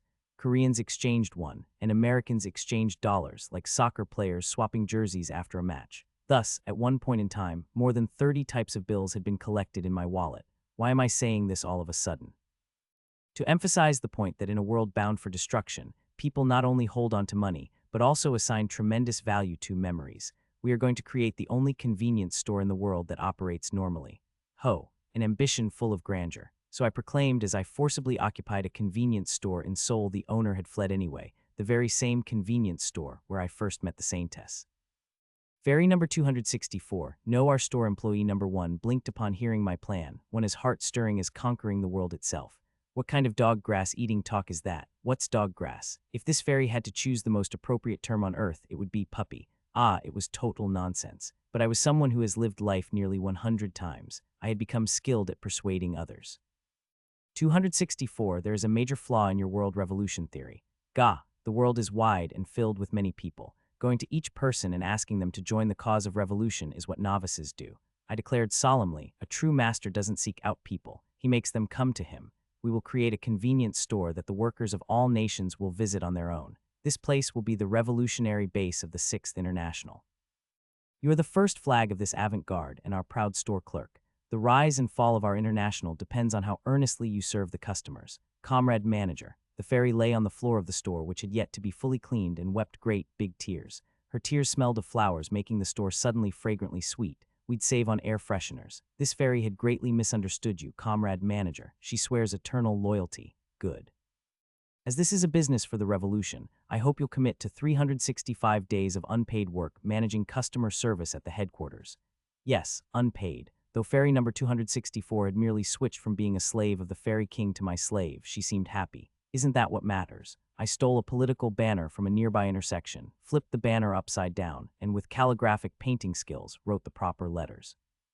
Then I hung it in front of the store. Our store is open for regular business. It was a historic moment when the 6th International, humanity's last convenience store, opened at the Jamsu Bridge in Seoul. First, I made light work of plundering the logistics centers of convenience stores across the nation. Not to say it was a simple task that could be summed up in that single line. With the National Assembly having been blown away, the political scene was practically paralyzed, so the quick-witted survivors had already sought refuge in these centers. Who's there? Stop, do not approach. Who am I, they ask. At that point, a regressor who had lived through 90 cycles. Screams erupted from the entrance barricade of the logistics center. Before long, I had established friendly relations with the center's managers. Understand this, I said pleasantly. If the trucks don't arrive by this Friday, your time here will be a story for the ages. Why, yes, sir. Understood. Soon after, a parade of trucks were pouring out of logistics centers in the northern and eastern parts of Gyeonggi province. Their destination was, of course, our store, the 6th International Convenience Store. There was interference from the military and the police along the way, but I easily brushed them aside. I had experience collaborating with the National Intelligence Service and the government in previous cycles. The very first thing Old Man Sko and I did together was to collect the personal weaknesses of government officials. Ultimately, our store became a black hole that sucked in convenience store-related goods and logistics in no time. Huff, comrade manager, the boxes are piled up like a mountain. Thinking about how this is all the product of the blood and sweat of the workers makes this fairy so sad. Now it's ours, the laughter. This fairy just cannot help it. The typical signs of a revolutionary falling into corruption were beginning to show. A massive warehouse was constructed underground at the convenience store. It would have been impossible to promise a completion date if we relied on manual labor, but the power of fairies made many things possible. After completing our gigantic underground facilities, the fairies neatly arranged the goods. Yes, not one fairy, but several fairies. Before I knew it, 3 fairies were buzzing around, moving products. Fairy number 264, I called. The fairy snapped to attention. Yes, comrade manager, answer me. Why have the fairies suddenly multiplied? What, are you telling me that the number of fairies here will grow even more? Possibly. The cause of the revolution swells like a river flowing downstream, except for the filthy reactionaries. This was an unforeseen situation. Originally, it was supposed to be just one capable yet unpaid slave that I was carting around with fairy number 264, but I had no problem with it. Actually, it was even better. As is customary in a vacation cycle, the more unplanned events, the merrier. Ho, has this fairy's unilateral decision lead to overly adventurous consequences? No, you did well. I looked around. Anything else? Just then, a pile of green seamall hats heaped in a logistics box caught my eye. I tore open the plastic and put a seamall hat on the tutorial fairy. The fairy tilted her head in confusion under the hat much larger than her head. What is this? All fairies are equal, but some fairies are more equal than others. Comrade number 264, your fervent passion has moved me. From now on, you will command all fairies participating in the 6th International. Comrade manager, staff secured. The fairies knew how to use magic and even had the ability to separate certain areas from reality. This ability meant that the underground warehouse was isolated from the outside world. Deploy the territory in the underground warehouse. Yes, sir. Using this ability and ice magic, they indefinitely extended the shelf life of the stored products. After procuring some generators, the wiring and installation work was completed, and the convenience store was up and running 24 hours a day. Now there was nothing left to do at all but receive customers. On the 6th day since the grand opening, the first customer visited. Welcome. A tinkle later, the glass door was open, and in walked a woman with heavy clothes and a ponytail. There was nothing to hide. Our illustrious first customer was none other than the Saintess. She lived nearby and had probably spied on my antics through her clairvoyance. She glanced at me where I stood at the cash register. Are you open for business? Yes, our store operates 24 hours a day. What is that? The Saintess pointed behind me. Hanging there was a poster that read store rules. 1. Please be kind to our employees here at the head office. Despite looking different from us, all of them are valuable humanoid capital and the private property of us here. 2. The head office handles not only Korean won, but also Japanese yen, US dollars, and other foreign currencies. 3. Smoking inside and under the parasols of the store is strictly prohibited. 4. There is a limit on the number of purchases permissible at the head office. The number of items each customer can purchase is limited to what they can reasonably consume in a day. The standard of reasonableness is at the discretion of the store manager. Example, you cannot buy 100 sandwiches at once. 5. No physical disputes of any kind are allowed within 300 meters of the store. 6. Failure to comply with these rules will result in unlimited sanctions. We appreciate your understanding. 7. Happy shopping. I flashed a business smile. Exactly as written, dear customer. Just follow the rules and the head office will always sincerely welcome you. The expression on the Saintess's face was hard to describe. She wandered around the store like a highly cautious cat, and when she reached a certain corner, she paused. It was the pet products corner. Oh, fish food. We maintain a special corner for pets even as the world comes to an end, for customers who refuse to give up on their pets. Aquariums with driftwood, filter media, soil, adhesive, aquatic plants, oil film removers, and filters. The Saintess mumbled absently. Professional. This would make managing the aquariums much. Do you like it, dear customer? Just a moment, please. The Saintess left the convenience store. A short while later, she re-entered with a wad of 50,000 won bills clutched in hand and hurriedly began to stuff aquarium management supplies into her bag. At the counter, I faced the Saintess, whose eyes glowed with the light of a shopping spree. All of this, please, she mumbled.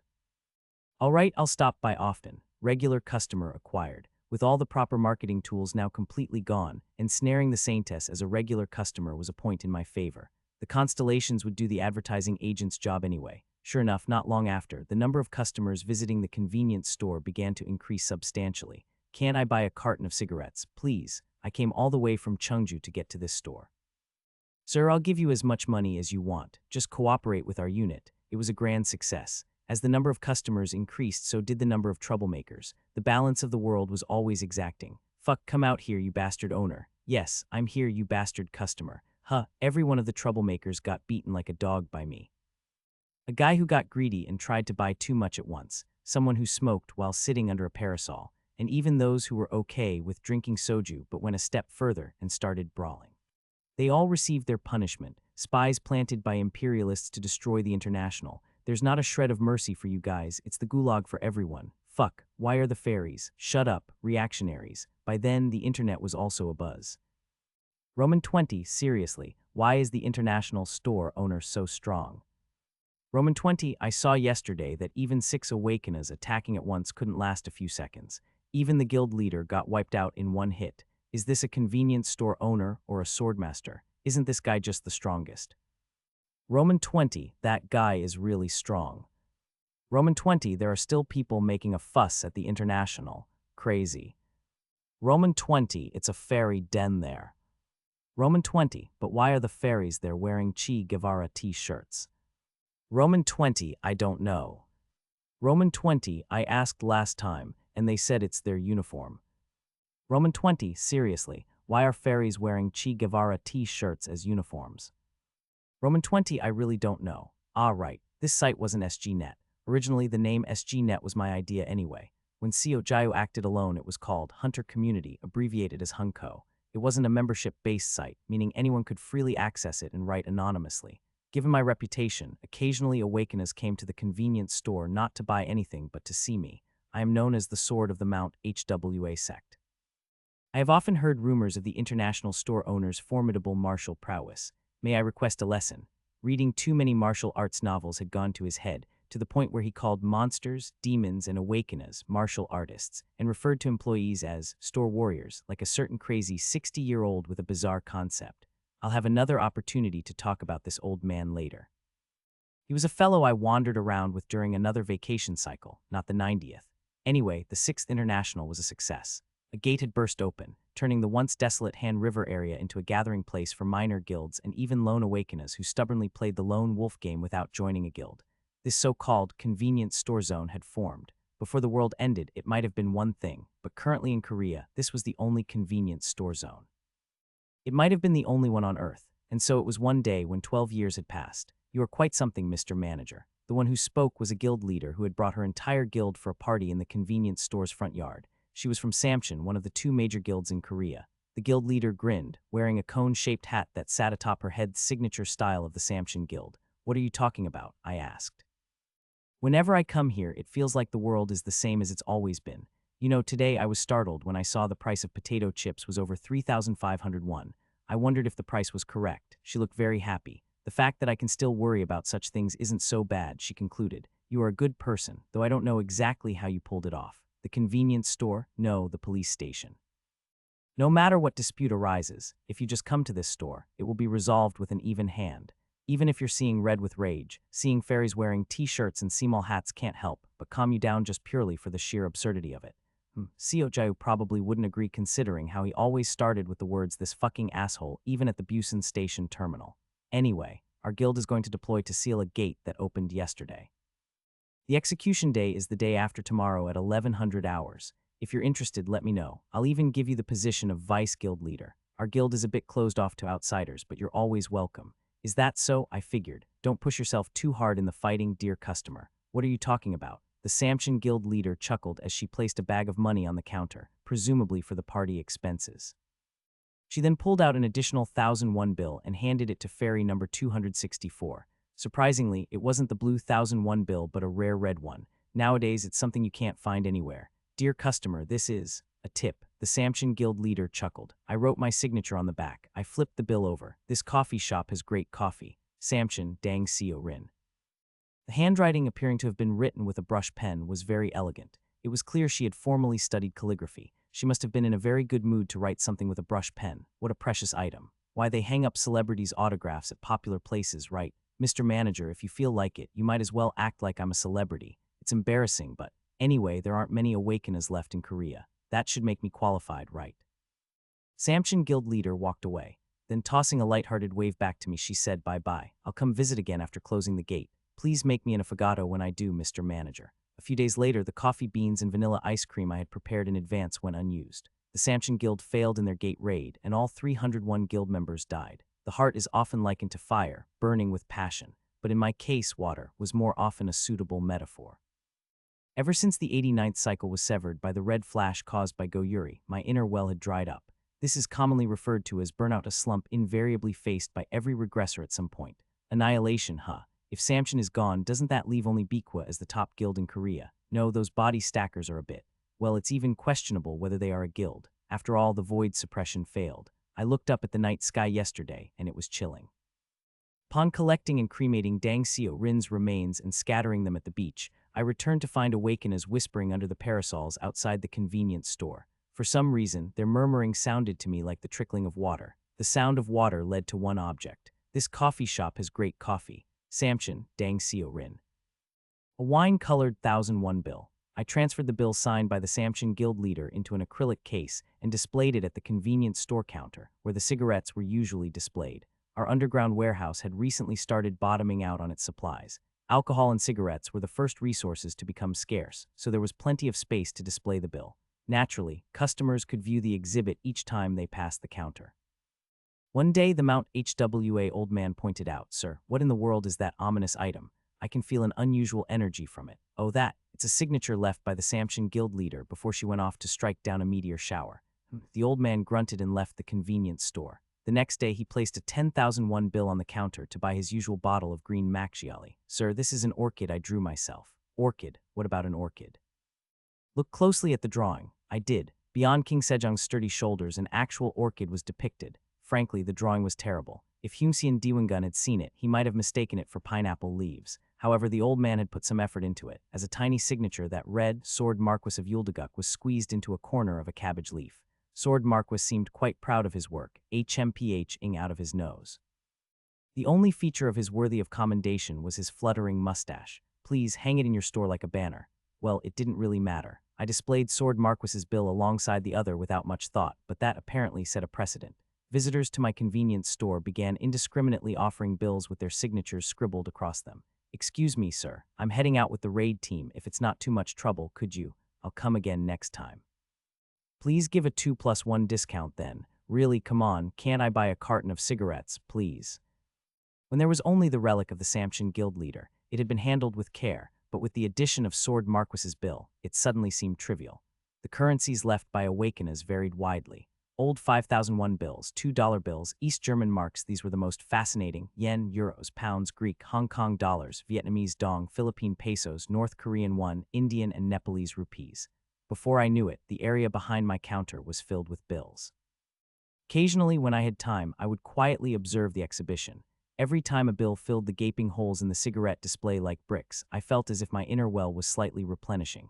If life is ultimately a journey to leave behind a single photograph, perhaps my 90th portrait would look like this. Comrade Manager, HM, Ferry number 264 set down a box of zero drinks. Under the Seamall hat, his expression was utterly deflated.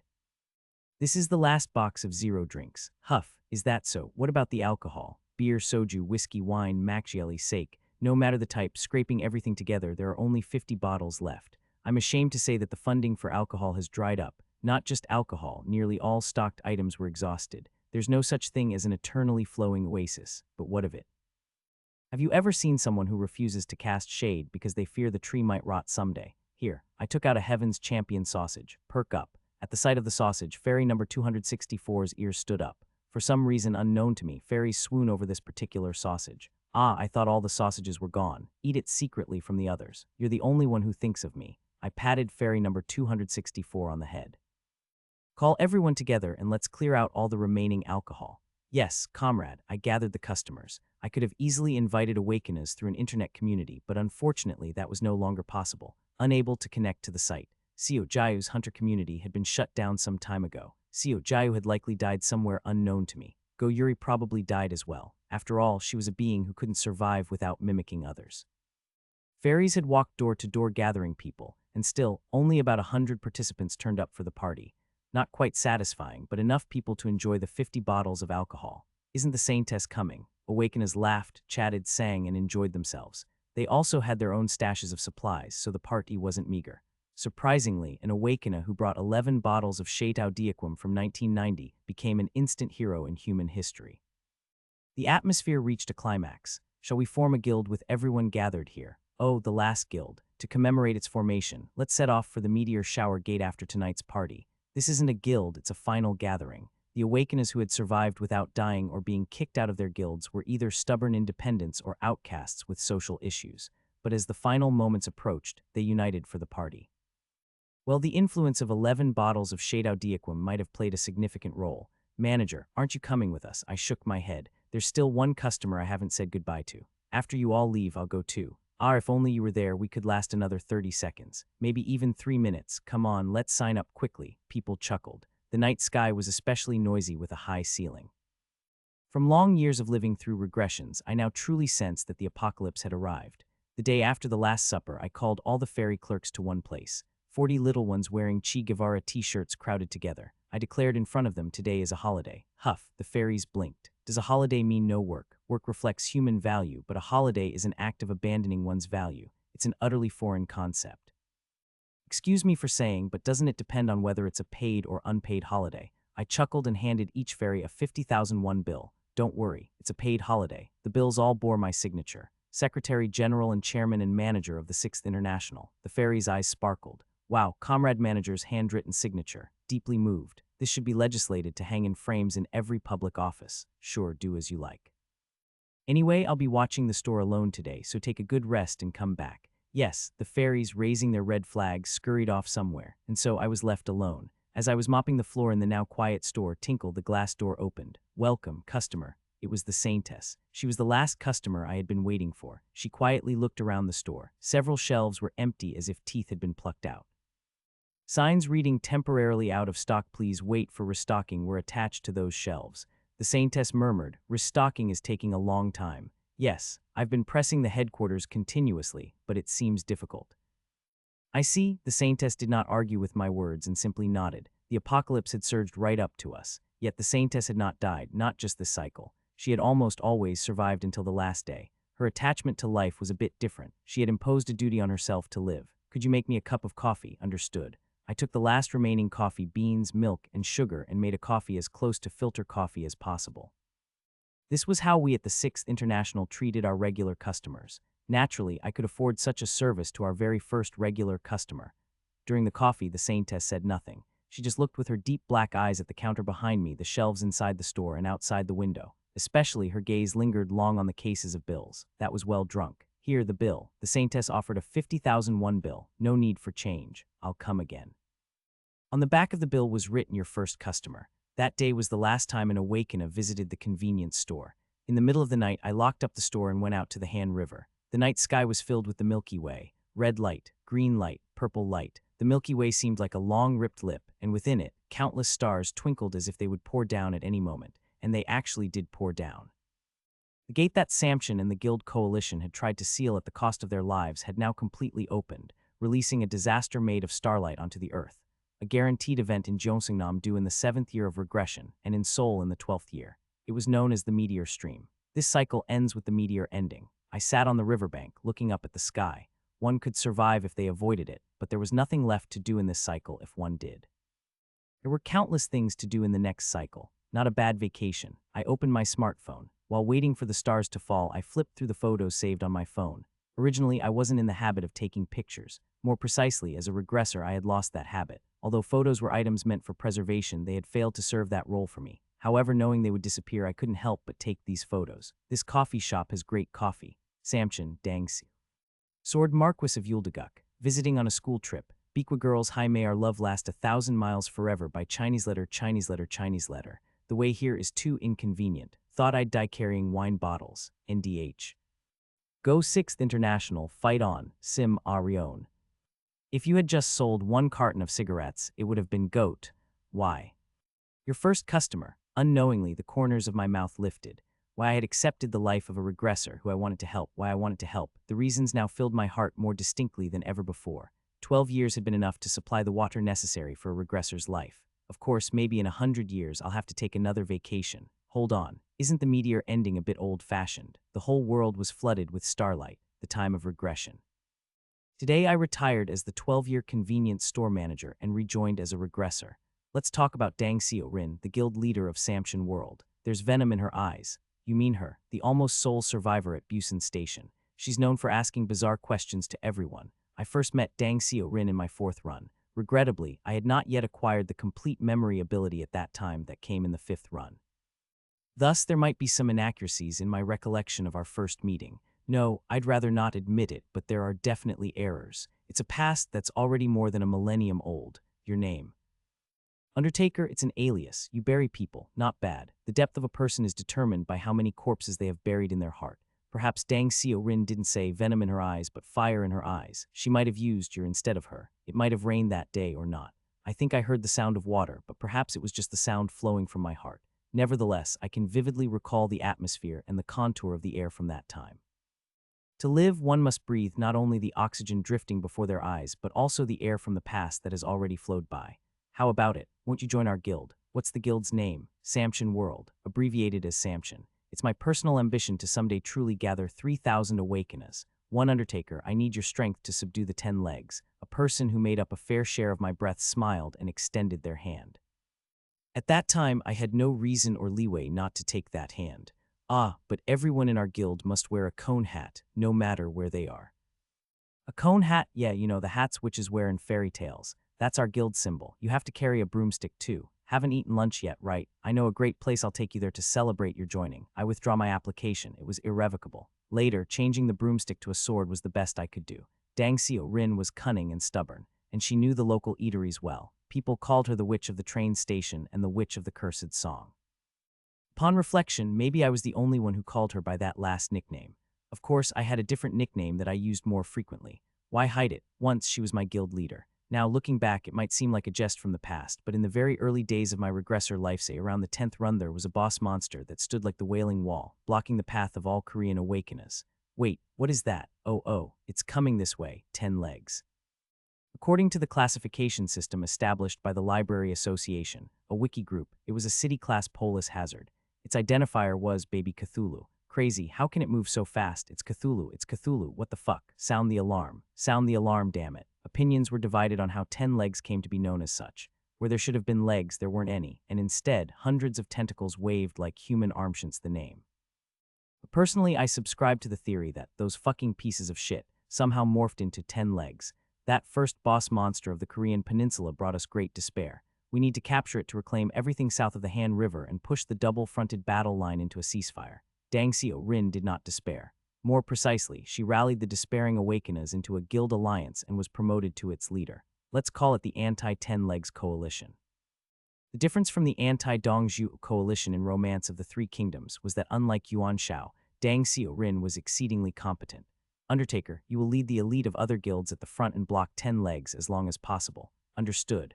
After I learned about Old Man Sko, he took over leading the vanguard, but until then, I was regrettably the best we had. That gives you a sense of how lackluster the awakeners were at the time.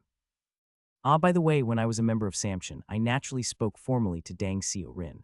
My deputy died yesterday, so I'm a bit under the weather. But I'll try. How many minutes should I hold out? Just hold out for 30 minutes. I will set up a grand magic to back up the suicide squad. Understood, I nodded. It sounds easy. It was not. The 10 legs roared. Within exactly 2 minutes of the combat starting, one of its tentacles had bored another hole in my head.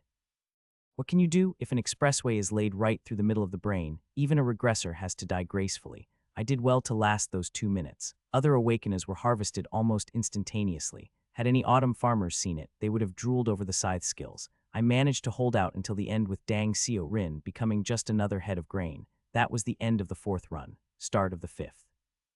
Undertaker, you will lead the elite of other guilds at the front and block 10 legs as long as possible. It's going to be damn difficult.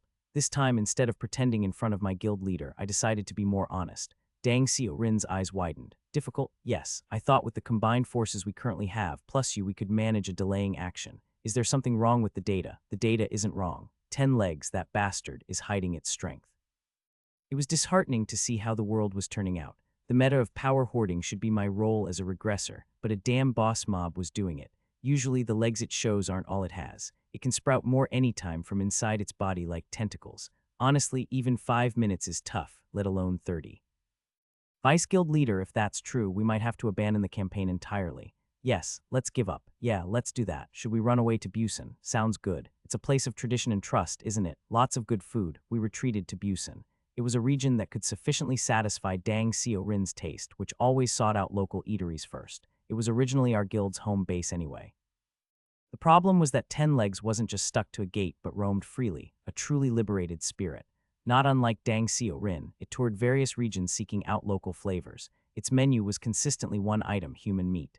After laying waste to Seoul, it zigzagged across the country, proving itself to be a lone gourmet who could have appeared on a culinary show. It took just 5 years. The 10 legs roared, fuck this. We laid our final line of defense at the Nakdong River, and in harmony, became awakeners roasted on skewers. Even if we had given up on subduing it, as long as 10 legs was alive, we were all merely living on borrowed time. That was the end of the 5th run. Start of the 6th. Is there really no answer to this? The 5th run ended in annihilation by 10 legs, but looking at my entire life as a regressor, it was tremendously significant. It was then that I acquired the complete memory ability. From that point on, I knew exactly what I was pondering, who I met, and what conversations we had. Vice Guild Leader, do you have a moment? What is it? Just when I was brooding over how the world was messing with humanity, the breakthrough came from an unexpected quarter. A guest from outside has come to see you, Vice Guild Leader. A guild member with pretty silver hair opened the sliding door of the KTX train and spoke to me. Yu Jai-won, a talent I had scouted from the 5th run to serve as my deputy. She had quite a crazy psychic streak, but let's mention that later. An outside guest. Where are they? They've come all the way to our train platform. What's the security team doing? They tried to stop them, but this guest was so strong they couldn't properly do it. Waiting at the platform was the best they could manage. Why were we discussing this on a KTX train? Well, Samshin World's base of operations was always on a train. It wasn't because the members of Samshin, including myself, found metaphysical beauty in a heap of immovable scrap metal. We were not railroad otakus. It was entirely due to our boss, Dang Seo Rin Highness's taste. Dang Seo Rin had a peculiar habit of making the most intact luxury train her base every time she moved the guild to a different region. In her own words, doesn't it have a certain romance, staying on a train if you're a witch? As you can tell from her wearing a cone hat, her mind was not exactly normal. Anyway, back to the main story. So what's the guest's name? Yes, the name is Amit Schopenhauer. Ah, Schopenhauer. Crackle. Listening to the noise from the radio, my deputy tilted his head. Seems German. Amit Schopenhauer. Swordmaster, Sword Star. A man cloaked in numerous nicknames and who had sliced more monster heads than those nicknames. But to me, he was simply known as Old Man Sko. Hello. What brings you here? Old Man Sko quietly looked at me. Honestly, my first impression was he seems like a nasty character. It was still only the 6th run. A German old man who had followed his wife to Korea only to get caught up in the Gate Crisis. He hadn't learned Korean, so he tried to communicate using a mix of English, body language, and a smartphone translator. If only I had been good at English, communication wouldn't have been an issue, but unfortunately, I had no talent for languages. Fucking monster. You mean 10 legs, the lurker, tentacles flapping around? Yes. Oh, sorry, I can't speak English. Old Man Sko grimaced. He looked very frustrated. It's different. Strategy. You died here in the past. KTX dining car. Used as our guild's reception room, a map of South Korea was spread out on the table here. Thud. Old Man Sko pointed his finger at the center of the map. The line from Seoul to Gwacheon. In the 4th run, I didn't know anything and tried to beat 10 legs but got beaten instead. But you didn't die. Swoosh. Old Man Sko's finger pointed downwards, precisely indicating the Nakdong River. 5 years. Too big a difference. Old Man Sko's gray gaze was directed straight at me. Perhaps, no, surely. My heart churned. We looked into each other's eyes across the table for a long time and realized that the flow of time was the same for both of us. Old Man Sko's mouth slowly opened. Return. Even though I was hard of hearing, I couldn't miss the intent behind that question. Silently, I drew a number on the table with my finger. 6. Old Man Sko finally relaxed his expression and smiled. It was the number of times he had repeated his life. Perhaps out of consideration that I didn't understand English, Old Man Sko's sentences were not long. The old German swordsman knew how to convey emotions succinctly. My friend, with Old Man Sko's joining, the dynamics on the battlefield changed. If you asked me to name the most powerful awakener among all I knew, I would always mention Old Man Sko. Not just as a rocket of power, but even now, after more than 1,000 runs, if you asked me to evaluate, Old Man Sko's potential was insane. Are you sure we should put this man on the front line? Yes, guild leader, I'm certain. Doesn't look that reliable just from his appearance, but if the vice guild leader insists so strongly, guess we should test his skills, right? Certainly. 50 minutes later, make this man a key resource for this campaign immediately. Again, Dang Seo Rin was a competent leader. Even amid the chaos of notable awakeners being carried out on stretchers, she was completely unperturbed. She even went as far as to hire an interpreter to stick by Old Man Sko's side. Interpreter, could you ask him what he thinks about cone hats? It wasn't long before the interpreter's expression darkened. I'm really sorry, but he says he has no interest in joining the guild. He prefers to travel alone. Is that so? That's a pity. But did he just say Alohomora? Did I hear that wrong? Oh, I think he might have made a joke there, but I didn't catch it. Sorry, haha, that happens. Vice guild leader, isn't there a good pork soup place nearby? Germans like soup, right? Unless it's turnip, I guess he'd eat it. I saw it. The interpreter smiling faintly at my side. He was indeed a wise man. Back then I didn't understand German, so I just let it go, but actually Old Man Sko's remark was, what kind of stupid shit is that? You mean that Harry Potter knockoff hat you wear? If I stay any longer, you'll probably start keeping owls too, huh? Alohomora, you moron. Even my dog wouldn't wear that. And for the record, I agreed with him.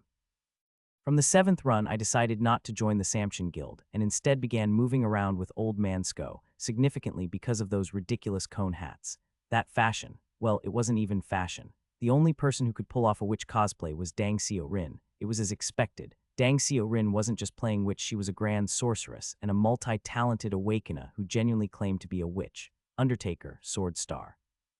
I need you to hold out for 25 minutes, no, make it 30, south of the Han River, a cursed land where countless civilians evaporated in an instant, unaware of their fate. There, along with Old Man Sko and guild leader Dang Seo Rin, a total of 1,500 awakeners assembled. If you included the military units and civilian volunteers, the number was even larger. We stood on the front line where almost all available forces in Korea were concentrated. The familiar roar echoed. From afar, the massive body of 10 legs began to reveal itself. The horizon trembled. Buildings turned to ruins, couldn't withstand the creatures thrashing and crumbled like dry reeds. 25 minutes. Can you hold out? It's difficult. I spoke on behalf of the strike team. But there was a difference from previous cycles. Now I could add something more to my statement. But it's manageable. Dang Seo Rin nodded. After this, let's go find some good places to eat. By the way, what's the signature dish of Seoul anyway? I'm not sure there's anything particularly famous. Really? Dang Seo Rin hummed, staring at the horizon. Tentacles resembling human arms writhed in abundance. After today, it'll probably be octopus sashimi. Ah, marinated octopus isn't bad. Right, all troops to battle stations. Today we reclaim Seoul. Combat ensued. The 10 legs monster ferociously advanced towards us. Each step it took with its countless tentacle-like legs made the ground tremble, and Old Man Sko and I bounced up and down continuously. To be precise, the 10 legs wasn't really stepping. Upon enhancing my sight and looking closely, the creature was actually walking on numerous hands, something resembling human hands and arms. With each step taken by its thousands, if not tens of thousands of arms, chunks of red flesh and blood splattered everywhere. Bones snapped and joints broke, but it seemed to make no difference to the creature. New arms regenerated incessantly where old ones were severed. A long trail of bloodstains, like a red carpet, lay behind the 10 legs as it approached. This giant red carpet was symbolic of the 10 legs. Thus, it was also referred to as the red carpet in foreign lands. I muttered, "This one's a real superstar." "Ready?" Old Man Sko asked in his awkward Korean. By then, everyone in the vanguard, including me, had already drawn their weapons. I glanced at my adjutant, Yu Jai-won, who nodded while studying a map spread out on the table. It was a signal that all preparations were complete. I nodded back. Yes, let's finish this quickly and go eat. I was the first to step forward. 600 of our squadron followed. While not as imposing as the steps of the 10 legs, the 600 footsteps laden with the weight of life and death formed a considerable vibration. At that moment, wow! A song erupted from behind us. Dang Seo Rin, the guild leader of Samcheon, the leader of the Korean Guild Alliance, often known as the Witch of the Train Station due to her peculiar taste of always roaming around train stations. However, apart from being a leader, Dang Seo Rin's true nature as an awakener in the battlefield was something else. Lahu.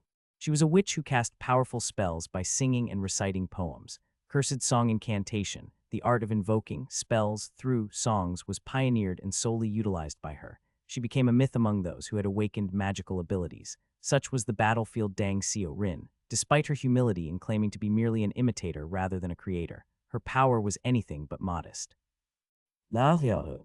Initially, Dang Seo Rin's voice began as a single thread, but soon split into 2, 3, 4 strands, embroidering the devastated skies above Seoul, and a cappella composed solely of her voice. The principle behind the cursed song magic developed by Dang Seo Rin was simple. It began with repetition magic, which functioned like a recorder. It was a basic magic that merely repeated and replayed the spellcaster's incantations continuously. Dang Seo Rin saw potential in this unremarkable magic. First, she allowed the repetition magic to resonate continuously in the air. At the core of this, she would overlay a completely new enchantment. The repetition magic would then start to replay the newly added part as well. First melody, repetition. Second melody, amplification. Third melody, reflex enhancement. As the battle reached its 6th minute, the third melody began to envelop hundreds of our fighters. Even those who were nearly dismembered or beheaded by the monster's tentacles managed to block it once, twice, 10 times. Dang Seo Rin's melodies did not intend to stop there. Just as the 4th melody was about to begin and change the atmosphere, the 10 legs, sensing something amiss, turned its body. Realizing it had been deliberately lured here, it attempted to flee without hesitation. Its massive body twisted instantly, flinging nearby awakeners in all directions. Amid, Onaya, Old Man Sko, who had learned the word Onaya before any other Korean phrase, drew his sword and charged. It was truly reliable to see him in action, Evan. I felt an involuntary sense of relief. But it was a feint. That damn clever monster had previously planted 6 of its tentacles underground. As Old Man Sko charged, spikes sprouted from the ground, puncturing his body with neat holes. A cloud of blood poured down. Instant death. Damn it. Dang Seo Rin's magical incantation ended abruptly before reaching the 5th melody. Our squad was breached, our defensive line collapsed, and the core of our operation, Dang Seo Rin, fell to her knees riddled with numerous holes. The last thing I saw was the 10 legs setting up a skewer grill shop across the plain. The red carpet was merely a decorative piece inviting guests into its establishment. That was the end of the 6th cycle. The 7th cycle started, again. Amit, Onaya. Onaya was truly a mysterious Korean word. Could mean yes, I know, you bastard, and stop nagging me all at once. And Old Man Sko, the swordmaster, swept the ground with his sword energy while embedding all these meanings into it. GREU brev UGGGH letter 1E27H letter 1E27H. The spikes lurking underground were severed in an instant. The false retreat was seen through. The 10 legs, enraged, harvested the lives of humans with its limbs that resembled human arms and hands. The songs in the air could not be harvested. The melody continued. It added layers. It resonated. Every time her cappella embraced another tone, we had to sacrifice a life. 7th cycle ended. 8th cycle started. 8th cycle ended. 9th cycle started. Forever within this repeating da capo, Old Man Sko and I charged. We rushed in. The 10 legs fought back against our sword strikes. In an instant, the bulk of the 10 legs swelled up like a balloon. The tentacles it had revealed so far were merely a taste of what this monster harbored within, as thousands of spikes burst forth from its body. The 9th cycle ended. And the 10th cycle started. Forever within this repeating da capo, Old Man Sko and I charged. We rushed in. The 10 legs fought back against our sword strikes. Before it could swell up again, we dove into the midst of the 10 legs. GREU brev UGGHH letter 1E27H. Old Man Sko from the left, I from the right. Within the repeating spiral of cycles, I lived not as the Vice Guild leader of Samchin, but as a direct disciple of Old Man Sko. What might have been the same repetition for the monster was not the same for me. Every time our time advanced by a span, so did Dang Seo Rin's song by another novel length. First melody, repetition. Second melody, amplification. Third melody, reflex enhancement. Fourth melody, weapon strength enhancement. Fifth melody, stamina recovery. Sixth melody, mental awakening. An aria of soul consolation was chanted in the gray skies. The first squadron swapped places with the second squadron, and the injured continuously retreated. Nevertheless, neither Dang Seo Rin nor I took a single step back from the front lines. We were all sacrificing our lives. By the time the 6th melody was repeating, her song changed. Until then, it had been protecting us. Now the melody suddenly sprang forward, attacking the 10 legs, like red spikes. 7th melody, weakening curse. 8th melody, darkness curse. 9th melody, sensory inhibition curse. The massive body of the 10 legs became dull. As the monster swung its arms, collapsed buildings tumbled down. Perhaps it was a mere flinch. Old man, I know it, damn it, we clung persistently. My term of address for Old Man Sko changed, and so did the flavor of his responses in Korean. Now, without saying a word, Old Man Sko and I perfectly timed our slashes to sever the tentacles of the 10 legs. The 10 legs fought back against our sword strikes, but to no avail. New tentacles sprouted more slowly, and our blades cut through the arms of the 10 legs more swiftly. Though the creature stepped forward with thousands of arms, it was only a single step for it, while we always ran 2 steps for every one of its. And so. 10th melody, petrification curse. Continually regenerating tentacles of the 10 legs were nearly meaningless against the curse. However, even the remaining spikes became a lethal blow. Dozens of spikes aiming for Old Man Sko and me turned to stone all at once. Of course, it was just a momentary pause. If even 3 seconds, no, just 5 seconds passed, new tentacles would sprout and attempt to impale us. To give us those 3 seconds, Dang Seo Rin kept singing. We swung our swords. Where all the tentacles had vanished, we found the 10 legs 2 eyeballs, which also served as its hearts. Destroying one heart was pointless as the other would immediately regenerate, bestowing the 10 legs with virtually eternal life. Arag, Old Man Sko and I screamed as we charged. Our cries were not bizarre like the roars of the 10 legs, nor were they as beautiful as Dang Seo Rin's chanting. The duet of the 2 regressors was a mess. If it were a song, it would be off-key to the extreme. But somehow, perhaps it was just a feeling, it seemed like our rugged screams momentarily matched the aria of Dang Seo Rin. GREU brev UGGGH letter 1E27HH letter 1E27H. And that was the only remaining dissonance in this world. That noise, the heartbeat of the monster, the source of the vibration, we both thrust our swords towards it simultaneously. Blood splattered. Old Man Sko's sword tip pierced the left eyeball heart and my blade slashed the right eyeball heart. A scream erupted. Blood spurted as countless tentacles began to stretch out from the 10 legs' body. The tips of the tentacles loomed right in front of us. Yet I did not fear being pierced instead. I pressed the tip of my sword even harder into the eye heart. Hesitation. The tentacle that had reached right before us paused. The tentacle, resembling a human arm with 5 fingers, spread its fingers to their limits as if seized by a convulsion. 1 second passed, then 2 seconds. As the music dwindled and the last lingering moments seemed to extend indefinitely, we too stood silently, swords embedded in the monster's heart, watching the creature. Then suddenly I felt an irresistible urge to utter these words. Did we get it? Old man Sko blanched. Hey, you fool, if you say that now. The 5 fingers of the 10 legs exploded. Flesh tore. Bursting open, it spilled forth red blood. Fingers, arms, countless tentacles, one after another, burst and flowed. There was no turning back. The monster that had wandered the red paths of this world for so long drowned itself in a pool of red. Suddenly drenched in blood, Old Man Sko stared blankly downwards. Then he turned towards me and finally looked behind.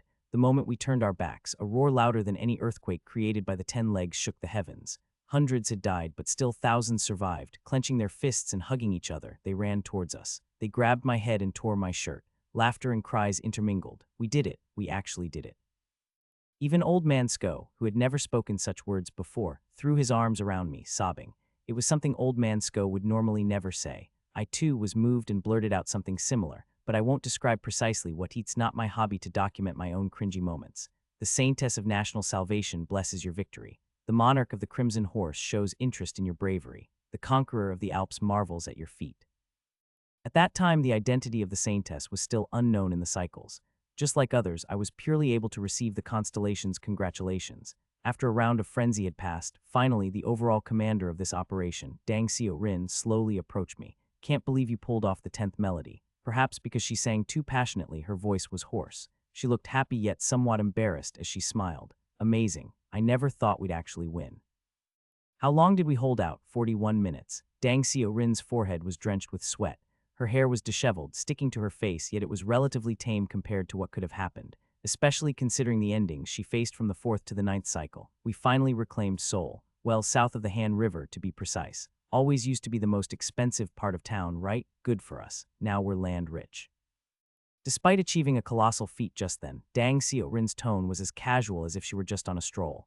Her cheekiness made me chuckle. Now it's the worst land in Korea, though. I'm hungry. Any injuries? Let's go grab some food. That's when Old Man Sko chimed in. What's the menu? Octopus sashimi. I can't eat that. The embarrassed old man who had blurted out cheesy lines was nowhere to be seen, replaced once again by the grumpy German curmudgeon he usually was.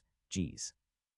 I just don't get why you guys boil that horrific-looking Cthulhu kraken. It's okay. I was just saying now, I don't really like octopus sashimi that much either. I was surprised. Really? Is that so? Yeah, Dang Seo Rin smiled brightly. Actually, I prefer tacos with wasabi and a highball. Ear-splitting red carpet. A gourmet of crimson. A monster active south of the Han River. Solitary, unstructured behavior. Civilian and military casualties estimated at approximately 436,000. Estimated 950 awaken as dead. Number of injured and missing unknown. Official designation 10 legs. Subjugation completed. By the way, the menu for that day's celebration was pork belly with soju. There wasn't a Japanese restaurant nearby. There is an epilogue to Dang Seo Rin's story. No, actually, all of my stories belong to epilogues. At least until before the 1183rd cycle. So strictly speaking, Dang Seo Rin's story had many epilogues, and I'll mention just a few of them. Ah, Undertaker, you're awake. The day after the post-10-leg subjugation celebration. Everyone was passed out drunk. Those who could handle their liquor were as drunk as they could handle, and those who couldn't were equally intoxicated. The 10 legs head was a fine accompaniment for such revelry. Dawn lingered in the remnants of the night, unwilling to forget, as Dang Seo Rin stood alone under the white pine. Her posture suggested she was bidding farewell to the night past rather than awaiting the sunrise. Yes, I'm awake. Does your head not hurt? You and Sword Star were drinking fiercely. I get drunk quickly and sober up quickly. I'm not much for sleeping in anyway. How about you, Alliance Leader? Is your condition okay? Of course, I'm always fine. Yet Dang Seo Rin's voice still sounded hoarse. No surprise there, given she had been chanting spells continuously for 41 minutes on the battlefield and sang heartily at the celebration. Even a singer with vocal cords of steel would have been strained. It seems like I'll soon stop hearing you call me Alliance Leader. A bit sad, isn't it? Well, the 10 legs is dead, but who knows what kind of monsters might pop up next. There's a high chance the Guild Alliance will need to be formed again. You'll have to be the leader then. That's so. Dang Seo Rin quietly looked up at the dawn sky. That's so. I, still not entirely sober, joined her side, half hoping the blue sky would disinfect the remaining effects of alcohol. Though it seemed unlikely the sky had such properties, what did it matter? The day sky takes in people's sweat, and the night sky collects their dreams, while the thoughts they haven't managed to express are taken in by the dawn. Look, the wind beside me spoke. Wanna hear what my dream is? I know. Conquer every famous eatery in the world. Ah, that's right, can't give up on that. Dang Seo Rin nodded seriously. But the dream I'm talking about now is a different one. A different dream. I tilted my head, puzzled. Did she have another dream? I had served as the vice guild leader for Dang Seo Rin from the 4th to the 6th cycle, but had never heard of another dream. Oh, are you perhaps talking about raising 3,000 elite guild members to live up to the name of the Samtian world? Oh.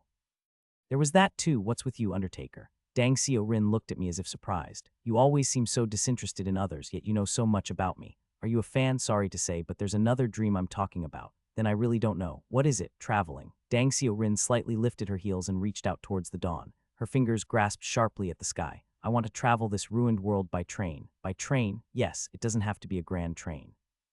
Just a junky single-carriage train that I've customized myself. She hummed as if singing. A thing that won't move unless I take care of it, where I can eat, sleep, travel, and even hang laundry. Like a camper van or a yacht. I'm not sure if the rails are still intact. Even the KTX trains we're using as temporary lodgings in the Samtian Guild aren't running, are they? The one-lane roads are still managed by the Busan workshops. That's okay. Somehow with the mysterious power of magic. Dang Seo Rin mimed boxing with a yap-yap sound. I'll fix the world's destroyed railways one by one, continuing on. From station to station, always laying pretty rails behind wherever I've passed. That's how it will go and go and go until it can go no more. If it ends at some dilapidated train station at a beach where only a single station attendant stands alone. Dang Seo Rin said no more. Suddenly feeling an odd sensation, I looked at her face. It was a strange statement, but she seemed as if she might collapse at any moment. Alliance leader. Dang Seo Rin blinked. She leaned against her broom, which she claimed was a witch's essential item. Her complexion was the same as usual. Undertaker. Why not join my guild and become a vice guild leader? You know our guild does well. You won't get another chance like this. You'll regret it later if you don't. Are we back to that? I won't take the pointy hat. Really? Then it can't be helped. Dang Seo Rin walked away, waving lightly behind her. When will you return? Who knows? Maybe in about an hour. An hour passed, then 2, and Dang Seo Rin did not return. A search party was dispatched by the Guild Alliance. 3 hours after her disappearance, Dang Seo Rin was found collapsed on a forest trail. After that day, Dang Seo Rin never got up again. How is the condition of the guild leader of Samtian? That is peculiar. The medical team looked somber. Her body's functions overall are deteriorating. We thought it might be a curse, but it's not. I can only say it's truly peculiar. I'm sorry to tell you this, but it wouldn't be surprising if she closed her eyes at any moment. I see. I braced myself and entered the hospital room, one of the few still functioning normally in Korea. Dang Seo Rin caught my eye as she sat by the window. She was reading a novel, relying on the wheels of a wheelchair instead of the trains she loved so much. Silence hung in the air. After about 30 seconds, Dang Seo Rin slammed the novel shut and placed it on her lap. Lifespan. That was the first thing she said after seeing my face in 2 weeks. Lifespan. Yes, that's really the point, isn't it? I hate this kind of atmosphere. Let's get it over with and talk about something else. Dang Seo Rin shrugged. Her expression and gestures were just like the usual Dang Seo Rin. You wouldn't believe anything was wrong with her if it weren't for the wheelchair. No. It wasn't just the wheelchair. The pointed hat hung on a coat rack, and the broom, which wasn't a witch's essential but a cleaning tool, leaned against the wall. This hospital room felt like an insult to the person that was Dang Seo Rin. My magic becomes stronger the more of my lifespan I burn. It's not just magic, but a power I've awakened. Coolly named equivalent exchange. It's not a very unfamiliar ability, is it? So. Yeah, wow, the 10 legs was really tough. How could such a monster exist? I thought it would die right there when I chanted the 10th melody, but somehow it survived until now. Anyway, it's not like I'm sick. I couldn't easily bring up the words. It wasn't because I couldn't think of anything comforting to say. It was just that I was feeling a profound shock. She had never revealed it before. The fact that Dang Seo Rin was a multi-ability awakener. Besides her magical abilities, she had the power to temporarily boost her firepower by burning her lifespan. Even when I had been her second in command in the Samtian Guild, Dang Seo Rin had kept her secret weapon hidden. Because. Were you thinking of dying in the fight against the 10 legs anyway? You're so smart, Undertaker. Dang Seo Rin nodded crisply. To win against such an opponent, one must risk their life. Isn't that right, you Sword Star? Everyone who participated in the battle, the soldiers and civilian volunteers who supported us. Everyone. I couldn't deny her words. Hadn't I too gambled with my life 7 times? Suddenly, the conversations we had during the cycles came to mind. With the 10-leg subjugation right before us, she had recited 30 minutes. Just hold on for 30 minutes. I'll set up a grand magic to blow the 10 legs head off. Undertaker, Sword Star, don't mind the means, just last for 25 minutes, no, 30 minutes. At that time, Dang Seo Rin must have been prepared for her own death. Thus, what she really was asking for was this: just hold on for 30 minutes until I die. But the subjugation of the 10 legs took 41 minutes. It must have been a consumption of lifespan far beyond her limits. I found it hard to calm my roiling heart. For me, regression was also a tool to test the potential of others. Most people's actions and outcomes changed with each cycle. However, some things did not change no matter how many times they regressed. The strength of mind and firmness of conviction. Dang Xiaorin had always discussed subjugating the 10 legs and mentioned 30 minutes without exception in every cycle. In every cycle, her principle of action to sacrifice her own life to annihilate humanity's enemy remained unchanged. How exactly does equivalent exchange work? When I awakened the ability, it showed that my natural lifespan was 85 years. Then I just think in my mind, I'll use up a few years from the remaining 60 years, and my firepower automatically enhances. So did you use up over 60 years in the 10 legs battle? Dang Xiaorin furrowed her brows. That's really strange. Really, did I tell you? I didn't expect to last over 30 minutes while chanting cursed song incantation. If my calculations were correct, even reaching the 6th melody was a close call. Dang Xiaorin rested her chin on her hand. The thing with cursed song incantation is, the more melodies that overlap, the more exponentially the required magic power increases. It's truly exponential. Even if I had used up 60 years of lifespan, reaching the 10th melody should have been impossible. But you chanted it just fine. Right, isn't it strange? Even while I was chanting behind you guys, I was actually thinking, why is this working? How is this working? And had lots of question marks floating around. I was sweating bullets. That's when it happened. An odd premonition, different from anxiety or ominousness but similar in sensation, spread up from my back. Alliance leader. Then how many years of lifespan did you exactly use up during the 10 legs battle? I was too out of it to count every year. Let's see, perhaps about 250 years. Oh, Dang Xiaorin nodded. Right. Not exactly sure, but definitely more than 200 years and certainly less than 300. Roughly 250 years. How did you know? An electric current surged through me, a realization dawning. For instance, suppose, hypothetically, that the lifespan Dang Xiaorin hadn't used carries over to the next cycle. I don't know how Dang Xiaorin met her end from the first to the third cycle. She probably fought against the 10 legs then, too, but without Old Man Sko and me, even if she entered the battle, the squad would have been annihilated within 5 minutes. Dang Xiaorin would have died before she could even start her cursed song incantation. Dang Xiaorin's natural lifespan was 85 years. Removing her current age from that, and excluding the lifespan she spent here and there outside of the 10 legs battle, she would have about 45 years left. In other words, from the first to the 5th cycle, where the 10 legs battle hadn't properly taken place, Dang Xiaorin inadvertently left about 45 years per cycle. From the 6th cycle, when Old Man Sko joined, the pace of the 10 legs battles picked up. That allowed Dang Xiaorin to leisurely use up her lifespan, an extra 10 years, 15 years, 20 years. Dang Xiaorin's lifespans gradually accumulated. Thus, by the 10th cycle, she had unwittingly saved up 250 years in an account called lifespan. If this hypothesis is true, during the past cycles, the lifespans Dang Xiaorin had saved up were unfortunately all used up in this 10th cycle. But my regression didn't end with the 10th cycle. It would continue on, and depending on the situation, it was unclear how much lifespan Dang Xiaorin could save. If it saved up to 500 years, 1,000 years, 2,000 years. I couldn't contain my tremors. Guild leader. Yes, I inadvertently called Dang Xiaorin guild leader as I used to. She didn't seem to notice anything unusual, tilting her head as usual. What? I have something important to tell you. That I'm a regressor. Maybe your lifespan accumulates with each cycle. That's amazing. Throughout hearing my theory, Dang Xiaorin was intrigued, surprised, and her eyes sparkled. Undertaker, were you actually my lackey? Is that what you're surprised about? Of course, what else should I be shocked by? Wow, I was amazing in other cycles too. My eyes weren't wrong. You really suit the pointed hat. Look here, Undertaker. Won't you be my witchy friend? What on earth is a witchy friend?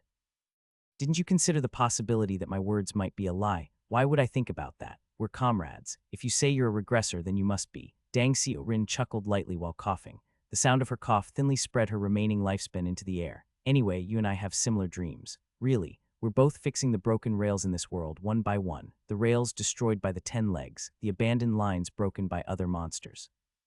If we fix them step by step, eventually tracks will connect from one station to another, and other people can follow that path too. Not bad. Even if I didn't have complete memory, I would have never forgotten the words I heard that day. Dang Xiaorin grinned, and it's ironic. I can't walk the rails with you, but at least my lifespan will follow you at the same pace. I can't be with you alive, but in death, we are companions. Dang Xiaorin kept a smile to the end as she reached out her hand. Novel on her lap slid off. The white pages, which never became wings and were tied up in a suit, unfurled partially on the floor. Dang Xiaorin's eyes shone brightly. Her 5 fingers gripped my forearm. The person who lost parents and siblings to a monster, the one who couldn't stop loving trains, held onto my arm, strongly. Don't waste my lifespan, use it well, Undertaker. It took up to the 10th melody to defeat the 10 legs. That's too much of a waste. You need to become stronger. So it was, I shouldn't excessively burn my lifespan with cursed song incantation. It's just a hunch, but I feel like it won't be enough. Those creatures might be stronger. Not 250 years, but 500 years, 1,000 years might be necessary. My lifespan needs to be accumulated as much as possible to prepare for the monsters that will appear after the 10 legs. So it was. And if possible, don't reveal to the next cycle's me that you're a regressor. I'm too greedy, too selfish. I can never think in terms of sacrificing this cycle for the next one. If I knew that lifespans could be saved up for hundreds of years, I would definitely use it all up now. Until the very, very last moment, try to guide it so that my lifespan continues to accumulate. So it was. And in other cycles, always try to become my vice guild leader. That did not happen. Dang Seo Rin laughed brightly, looking forward to it, my companion in time. That night Dang Seo Rin died. Her remains were scattered at the beach. It wasn't easy to fulfill her will. I grew stronger and the 10 legs no longer forced me to struggle. The need for Dang Seo Rin to chant during battles against the 10 legs disappeared. But even after the 10 legs vanished, formidable enemies continued to appear, and Dang Seo Rin always stood at the forefront. She was always at the forefront. The ends of the damaged tracks were always her destination. Supporting her, who frequently sought to use up her lifespan, was more difficult than anticipated. Once a disaster occurred where all the lifespans were reset. Of course, it was just a mistake. Now, over 1,000 cycles later, by my calculations, Dang Seo Rin's lifespan has accumulated tens of thousands of years, at least over 30,000 years of lifespan. How far could she sing if she started now? Sometimes, while drinking coffee, I get lost in such imaginations. Envisioning Dang Seo Rin singing on some battlefield. The first melody, the second, the third. No matter how long it goes on and overlaps, her song never ends and eventually spreads beyond the horizon, reaching all the beaches where the world's tracks connect. Eventually, Dang Seo Rin would arrive at some coast she had longed for, wearing a pointed hat, holding a staff aboard a single carriage train. While I hope to hear that song someday, I also secretly wish that day never comes. In recent cycles, whenever Dang Seo Rin happens to meet me, she asks, just like when we first met in the 4th cycle, in exactly the same way. Undertaker, don't you want to join my guild? I can offer you the position of vice guild leader. Then I smile lightly and respond, I won't join, it can't be helped. The pointed hat doesn't suit me, does it, guild leader? After that rather serious discussion, it was time to lighten up the mood again. In the very early stages of my regression, that is, before the 20th cycle, I had been excessively serious. I had believed that if I could just stay focused and put in enough effort, I could surely save the world. I don't intend to disparage that effort, but it was somewhat arrogant. Who was I to treat the world's weight as equal to my own? Infinite regression. It's just an awakened ability. People should know how to let go of themselves. The weight released leaves room for others.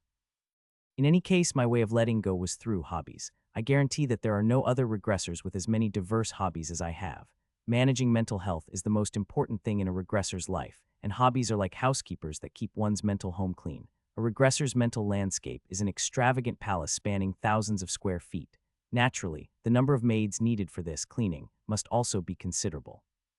If I were to list the maids I've hired, or rather my hobbies, they would be as follows: games, exploring SGNet, barista work, weightlifting, bullying fairies, harassing Seo Jayu, cooking, walking, listening to music, playing music, stealing Dang Seo Rin's pointed hat and hiding it under the bed, guitar, harassing Seo Jayu, violin, piano, painting, sculpting, ceramics, radio collecting, stealing and listening to Old Man Sko's phone recordings, managing a ranch, harassing Seo Jayu. Choosing any job and living as it, but I won't mention all those maids one by one. There's nothing as tedious as babbling about a hobby that others can't relate to. So today's chosen maid is reading, and specifically reading web novels. I originally didn't know about web novels. As a child, I only read a few martial arts novels. It wasn't until around the 555th cycle that I came to know web novels. It was through a person I met in the 555th cycle that I was introduced to web novels. This person was an awakener named Odoxio. I'll have the chance to talk more about them in the next episode. For now, it's only important that I found a new hobby and became happier because of it. The best part about web novels was that each work had a lot of content. They say reading nourishes the mind, and I'm someone who values quantity over quality when eating. At least in the restaurant of web novels, it seemed I wouldn't have to worry about running out of food. Of course, that was a damned illusion. No more novels to read. I was shocked. I had only managed to enjoy this feast until the 556th cycle. In just 1 or 2 cycles, all the fodder available to me was depleted. In reality, web novels were a relatively new phenomenon and had a surprisingly limited number of works. Should I start diving into other genres? A thirsty person doesn't choose their well. Though I only started with fantasy novels, I quickly consumed academy novels, horror stories, romance fantasy, martial arts, isekai, professional stories, parodies, TS gender swap, Yuri, and more. If it was written in King Sejong's invented script, I devoured it. Eventually, even English and Japanese novels weren't off limits. A whole new world opened up. I was happy. The 558th cycle ended. The new world was destroyed. No more novels to read. I was once again shocked. I had thoroughly scraped the bottom of the barrel, leaving nothing left to consume. I wasn't picky. I gladly consumed postmodernist novels that daringly replaced double quotes with reverse double quotes. I enjoyed minimalist masterpieces that omitted periods inside quotation marks and classics by new generation phonologists who tried to express character voices with tildes or silence with ellipses. I even read satires where an original character not in the source material appeared, hoarded all the protagonist's fortuitous encounters for themselves, and then sneered at the protagonist, criticizing their weakness compared to the original. It was a biting critique of modern selfishness. I also read the work of a plague researcher where every character laughed in ho-ho so they all contracted ho-ho syndrome. In other words, how strange. Was the protagonist always this weak? Ho, ho, ho. Even bizarre scriptures like that became my daily bread. From now on, call me the diver of the web novel world, not the Undertaker, because it's the truth. This was my bottom, my abyss, my Mariana Trench. If I went any deeper, I couldn't even breathe, let alone find anything to eat. Even as a regressor with a lot of experience, this was a hellscape where survival wasn't guaranteed, so I could confidently say, no more novels exist. Many other readers will eventually face this same situation. When this happens, there are usually two paths a reader can take: decide to take a break from web novels or become an author and make the content themselves. By chance, I wasn't an ordinary reader. I was an infinite regressor. Regressors have a third path. I'll have to kidnap all the writers and turn them into machines that spit out stories. I puffed out my chest. A path no one had taken, but a path every reader has dreamt of. Towards that path, I, the Undertaker, stepped forward with confidence. Over one cycle, I gathered personal information and profiles of web novel authors, and at the start of the next cycle, I traveled the country collecting authors. Of course, since authors aren't fantastical creatures that could be captured by throwing red and white balls at them, it required painstaking effort to gather them into the collection. Those sensitive to the author's sensibilities might object. Isn't that kidnapping, not collecting? But around the 560th cycle, I was quite strong. Compared to surviving in this harsh world, wouldn't it be happier for them to be bred under my protection as a regressor?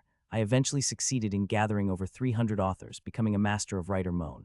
The authors probably had no idea who brought them here, why, or where they were taken. Where is this place? Hey, maybe. Aren't you penmanship bully? Isn't that you? Oh, I knew it. Your writing slave.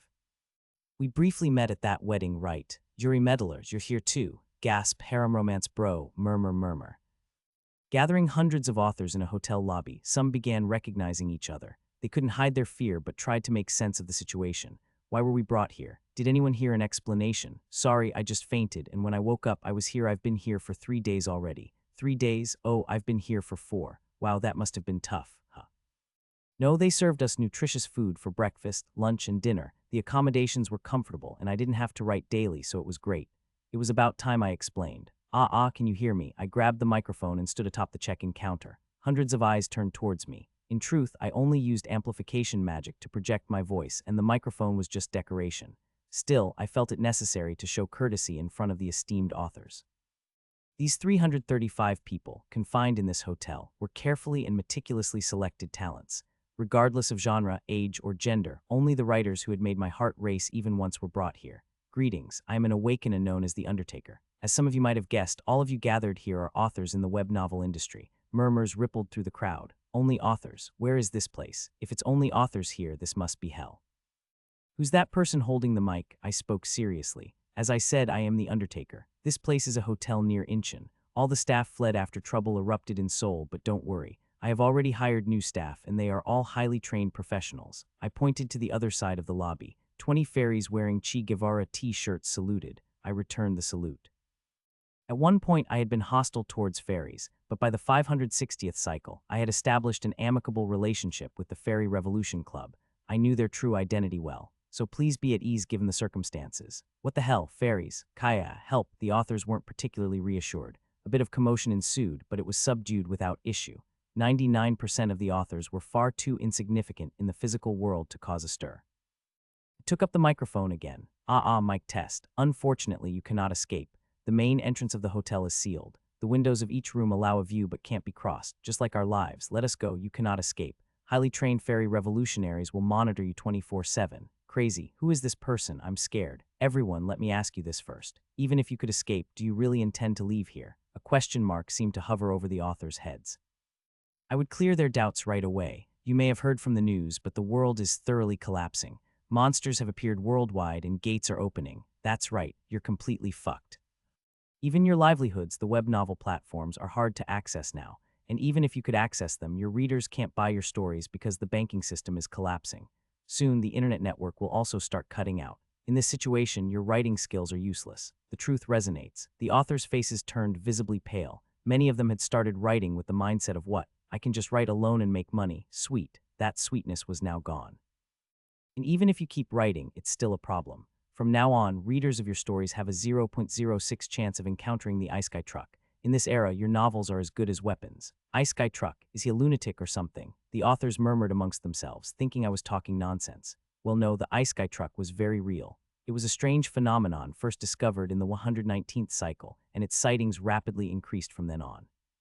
Still, no matter how many trucks came barreling towards us, the protective barrier I set around this hotel would hold strong, so it wasn't a concern. Then why did you bring us here?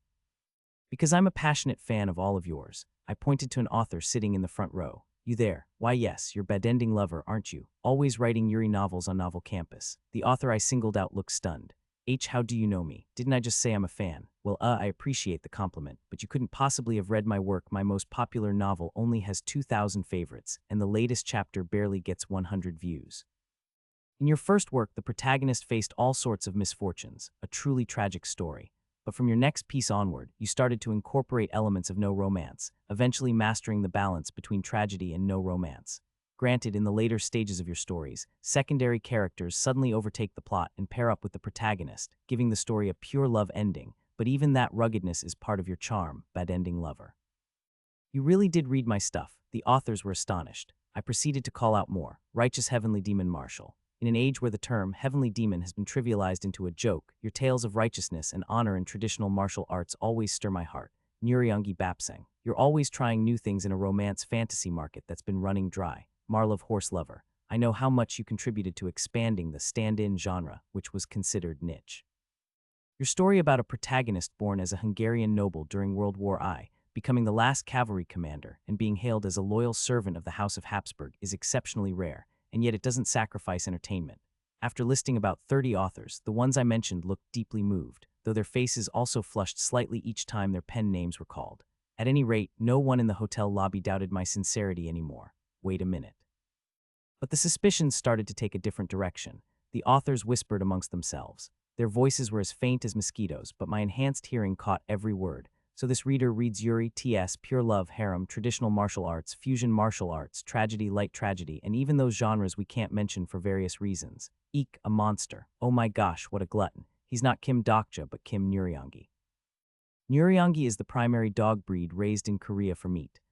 These authors are slandering a valuable reader. As a regressor, I just avoided snacking for my mental health. My tastes were quite healthy. I'd like to express my appreciation to all of you, but due to time constraints, I'll skip it today. Moreover, I'm sure some of you don't want your genre publicly revealed. Several authors flinched. I'll reach out to you privately sometime. Anyway, authors, please think carefully. Yes, I did kidnap you and imprison you here, but the world outside is dangerous.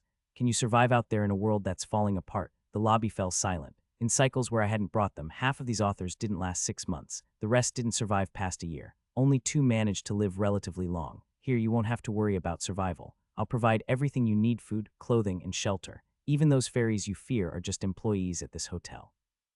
Your only job is to write novels. You can continue your current series or start a new one. Just write. In return, I'll give you everything else. The authors murmured at that. He's not wrong. It really seems like the country is doomed. I was planning to flee abroad, but hearing it's no different there, I gave up. Besides, communication would be difficult. They serve buffet meals here every day. It's not bad. Thinking about those who couldn't come here, maybe we're the lucky ones. Right? What happened to the other authors? The atmosphere took a positive turn. Then someone muttered to themselves, isn't this just a damn canning factory? Well, some were quick-witted, but the majority had already made up their minds. That day marked the beginning of filming for this group Stay Misery with 335 authors. I was quite satisfied with the canned hotel I had built. Guilt, I felt none. After all, without my intervention, these writers would meet their untimely end in other cycles. Even the saintess, the embodiment of morality, would give me a thumbs up. Mr. Undertaker. Yes, what is it, Saintess? No, nothing. More importantly, I was genuinely saving the author's lives. Remember how I mentioned the Ice Guy truck earlier?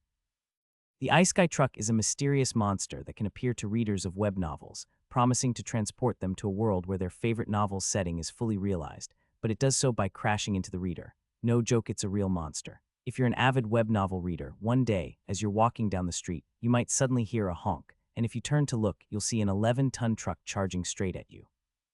Its unique feature is that instead of a license plate number, the truck has a novel title engraved on it. Some people might be thrilled and attempt to kiss the truck's hood, thinking, finally, I can escape this monster-filled apocalypse on the Korean peninsula. But don't bother. I tried getting hit 3 times as a test. Dimension travel? Nothing. It's a lying monster just like the hero syndrome. Anyway, this Ice Guy truck targets not only readers but also writers, as they are the first to read their own stories. In other words, honk, beep, honk, honk, honk, honk. One by one, cargo trucks lined up in front of the canned hotel which I had built. Strange trucks have gathered outside our revolutionary hideout. Even the fairies, who were used to all sorts of monsters, were puzzled and tilted their heads at the sight. Those trucks weren't to be taken lightly. The Ice Guy truck can teleport wherever the protagonist is and will always catch up, hit and run, and then vanish without a trace. It had racked up a history that earned it the moniker of God Slayer, given how many protagonists it had taken down, be they world saviors, heroes, harbingers of doom, masterminds, gods, or even mere extra characters who claim they're the strongest. No one but the tutorial fairy, who had butchered many protagonists, could handle this terrifying anomaly. Is the barrier holding up? Yes, comrade manager. No matter how those reactionaries struggle to turn back time, the dialectical progress of the revolution is a supreme truth. The evolutionary turn of history cannot be reversed by the futile efforts of those bourgeois thugs. Boom.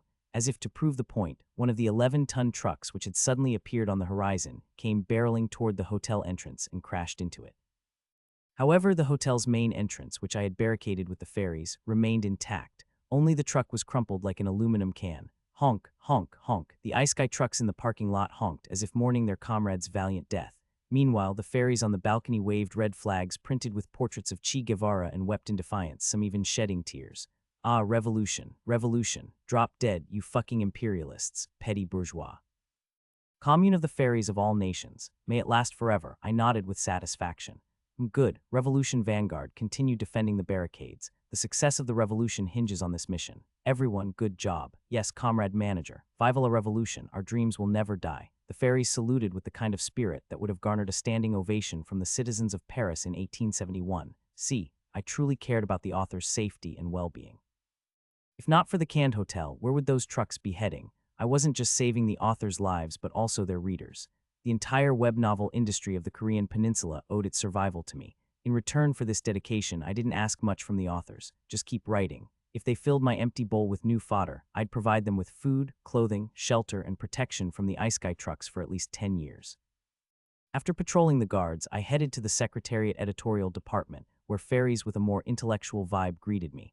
Ah, comrade manager, please come in. Good, you're all doing well. Since it's been a month since the canning began, the authors must have stocked up on enough chapters. I cast a meaningful gaze at Secretary Agent number 264. Comrade Secretary 264, bring me the accumulated manuscripts. Yes, sir.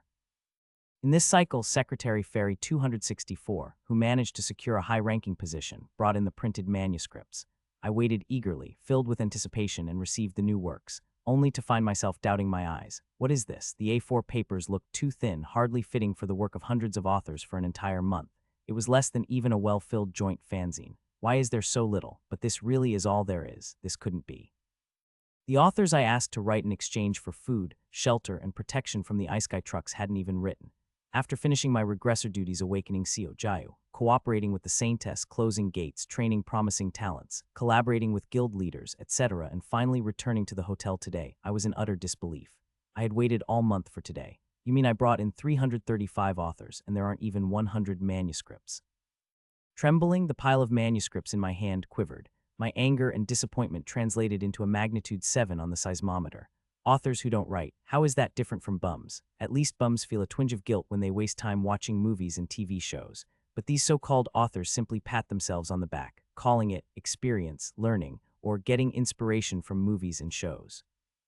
If there's no difference between the two groups or non-groups, why should I, as a regressor, waste valuable resources supporting bums? What am I supposed to do with this? Shall we send them all to the gulag? This is already the gulag. But where could we send our precious writing slaves? I slammed the table. Gather all the authors in the lobby right now. A little later, the authors were called to the lobby. Wait, what? Have the authors put on some weight? Wobble wobble. Even when I first kidnapped them to the canned hotel, they weren't in the best health on average. Now, after a month of who knows what diet, they were bloated with chubby cheeks. If they stayed like this any longer, their faces would shine like waxed fruit. Authors, I am deeply disappointed in you. Overcome with fury, I addressed them. If each of you wrote just one chapter a day, that would be 335 chapters. Over a month, that's over 10,000 chapters. Do you understand? 10,000 chapters. But now look at the manuscripts I'm holding. 91 chapters. 91. Does that make any sense? And those 91 chapters were written by only 12 of you. Out of 335, only 12 wrote anything. Whoosh, I scattered the A4 papers from the platform. They weren't actual manuscripts, but just blank sheets, a kind of performance. I couldn't actually throw away the writing of these talented authors, but my performance worked. The authors' faces paled. Even now I'm running around day and night to ensure your safety and comfort, and this is what you give me in return. If you have any excuses, speak up. The authors glanced away. Well, you see, Mr. Reader, we're sorry, but a new story doesn't just pop out easily. Yeah, we tried brainstorming, walking, and sleeping, but nothing solid came to mind. Mr. Reader, writing a story takes longer to plan than to write, especially for new projects. I hate to say this since we're freeloading, but honestly, demanding new ideas in just a month is unreasonable. Right, we really tried writing, but we couldn't. We want to write, but nothing comes out. It's driving us crazy. The authors continued to chorus their explanations like a seasoned a cappella choir, passing the tune back and forth. Hearing their reasoning made me pause. That's plausible. Indeed, they say creation is a constant struggle. After finishing one work, some authors take 3 to 4 years to start another. Perhaps my demand for a new project in a month was too much. Wait a moment. Only 126 of you should be working on a new project. The rest were already serializing existing works, weren't they? The authors flinched. So why couldn't they write? They didn't miss any deadlines before checking in. Adaptation. The authors sang in unison. Serializing requires a delicate environment. Some authors write only at home, others only in cafes, and some need their own studio. But none write in hotels. It's a totally different story. My sinus was so bad yesterday I couldn't sleep. My head felt foggy and I didn't want to touch the keyboard. Oh, I know that feeling too. I had so much free time that I got stuck editing endlessly like an infinite loop. In an unfamiliar environment, you have to rebuild your writing habits from scratch. Serialization is all about routine. Just as I thought, writers understand each other. This is a subtle but crucial issue that outsiders who have never serialized wouldn't understand. Exactly. It's not easy. Is that so? Indeed, they say creation demands sensitive emotions. To provide a comfortable collective living environment, I had taken over a luxury hotel in Incheon. I even gave them a weekly allowance. Even in this collapsed world with no way to leave and no use for currency, it still served a purpose, because there's a casino in the hotel's basement. It was originally a foreigner-only casino, but now it was a paradise just for the authors. They could use their monthly stipend as game money and indulge to their heart's content. The luxury shopping mall in the hotel was also open for business. According to Secretary Ferry number 264, the authors were highly satisfied with this setup and frequented the casino. A near-perfect welfare system, but it's an unfamiliar environment. I nodded. How could I, just a mere reader, meddle in the writer's deep anguish and delicate emotions? I could use telepathy to read their minds, but it felt disrespectful to the authors I cherished. All right, then I'll give you one more month. A month is too short. At least 3 months. Well, no matter how difficult the job, every profession requires discipline. I trust in your diligence. Yes, we will do our best. Another month passed. This time I received only 75 chapters. Why is it even less? I was appalled. How could this happen? The fairy grinned brightly. But this really is all there is. No secretary, does this make sense? There are 335 authors. If each wrote 1 chapter a week, that's over 1,000 chapters. But not even 750, just 75. I reconvened the authors and grilled them again, but their answers remained the same.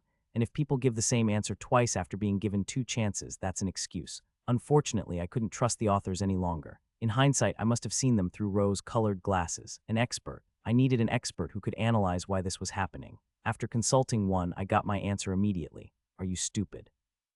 The environment's too good, old man. Too good of an environment. What was wrong with that? I think you've got some fantasies about what it means to be a writer. Writers are laborers, plain and simple. They write to earn money and gain attention. Doc, the self-proclaimed web novel expert, said this. As mentioned earlier, we'll delve deeper into who this Doc is at another time.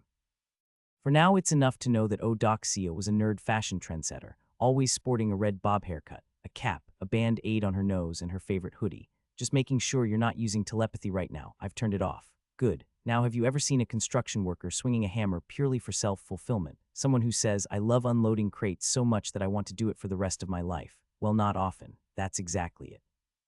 Eudoxio chewed her gum, blowing a bubble. By the way, it wasn't bubble gum, just regular chewing gum.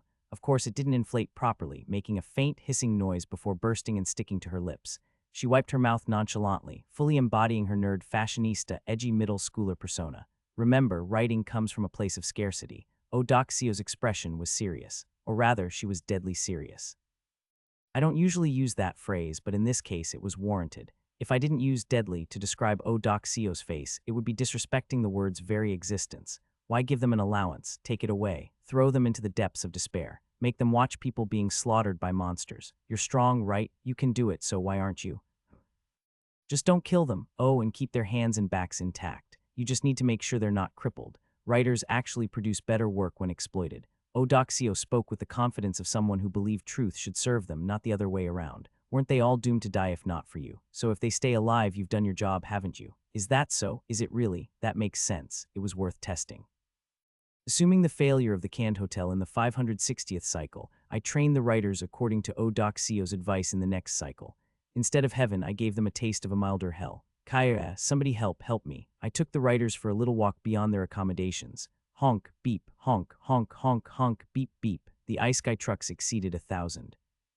Not only the parking lot, but the road leading to the accommodations was packed with 11-ton trucks, replicating the traffic jams of Chuseok holidays. Trucks collided, overturned, and crashed as they pursued the writers in a surreal scene. And that wasn't all. It's cold. I'm hungry, I want yukgijang. Moom. The environment had changed too. Instead of a luxury hotel, I set up a shabby refugee camp for the writers. No chef fairies cooking gourmet meals, no casino dealer fairies, none of that. Even the equipment provided was cheap. Watching the writers sit on the dirt floor, staring blankly at the ceiling or crying their eyes out pained me. But shock therapy exists for a reason. I spoke. Mic check. Writers, from now on, you'll be living in this village. I will try to protect you from most dangers, but I can't guarantee your safety. The harder you write, and the more entertaining your stories are, the more resources you'll have. I love you writers, I wish you the best, and something miraculous happened. This extreme treatment actually worked. The writers were driven to write as if possessed. Out of 335, not one was idle. Their writing speed was incomparable to the last cycle. I couldn't help but be moved. These are true writers, and this is how much they should write. Looking at the pile of manuscripts brought a smile to my face, but as I eagerly flipped through the pages, something felt off. Like a dog startled by unfamiliar food, I instinctively paused while holding the manuscript. Why does this taste spoiled? It was different. The flavor of the writing had changed. The fantasy writer who once sang about the triumphs of humanity was now writing a story about the Demon King's army butchering everything. A Yuri author known for heartwarming characters had monsters tearing couples apart. Zombies appeared in martial arts stories and destroyed the martial realm.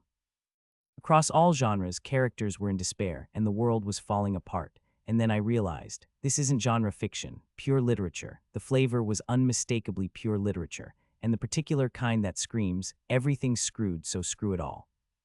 The familiar scent of the web novel authors I loved was gone, replaced by a stranger's fragrance. It felt like catching my partner cheating. It's well written, very well written, but this wasn't the kind of food I wanted. If I wanted despair, I could just reflect on my life as a regressor.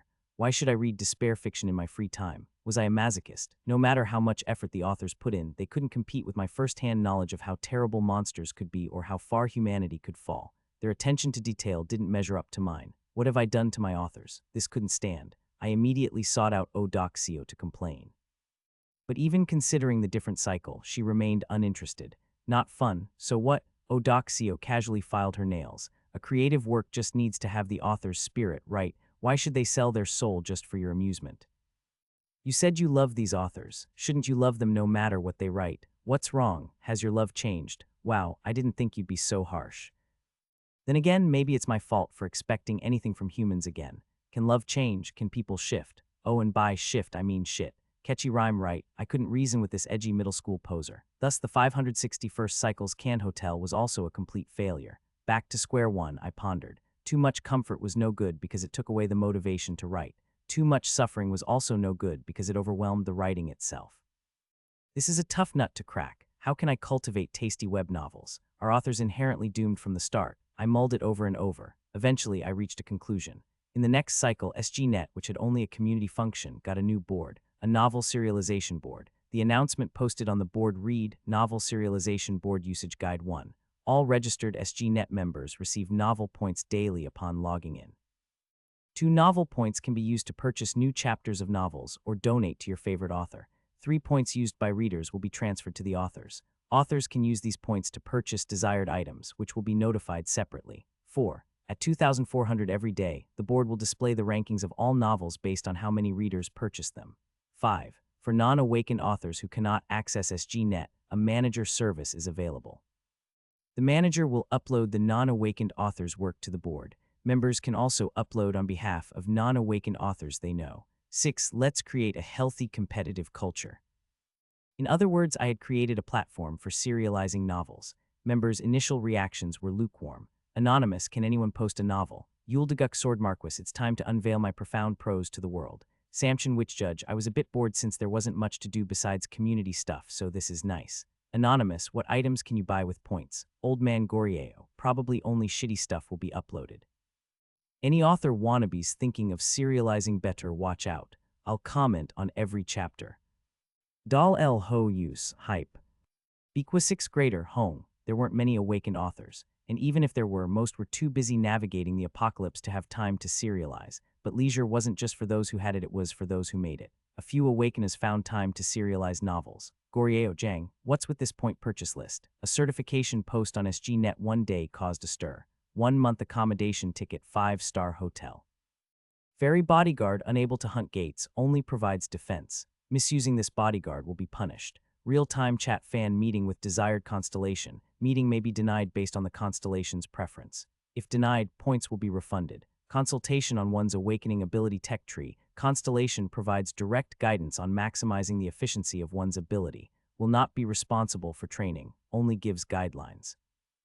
Gorieo Jang, seriously, just look at these point items. Anyway, I bought the awakening ability tech tree. Are the dumb SGNet people not serializing yet? Lol. The comment section exploded. Anonymous, is that for real? Anonymous, who gave points to buy that guy's novel. Idiots. Literary girl Gorieo Jang actually writes pretty well. He was a web novel otaku before the gates opened, and there aren't many who write like him. Anonymous, what's that psycho's novel about? Literary girl, an incredibly kind protagonist, uses their healing ability to help those in need and eventually saves a small kingdom in a tribute to humanity. A rare type of protagonist these days. I cried at the scene where they almost get hunted as a witch but still treat the inquisitors, saying, a doctor doesn't choose their patients. Anonymous, Samchin Lieutenant. Anonymous, fuck, are these items real? As expected of SGNet, it's on a different level with the constellations directly managing it.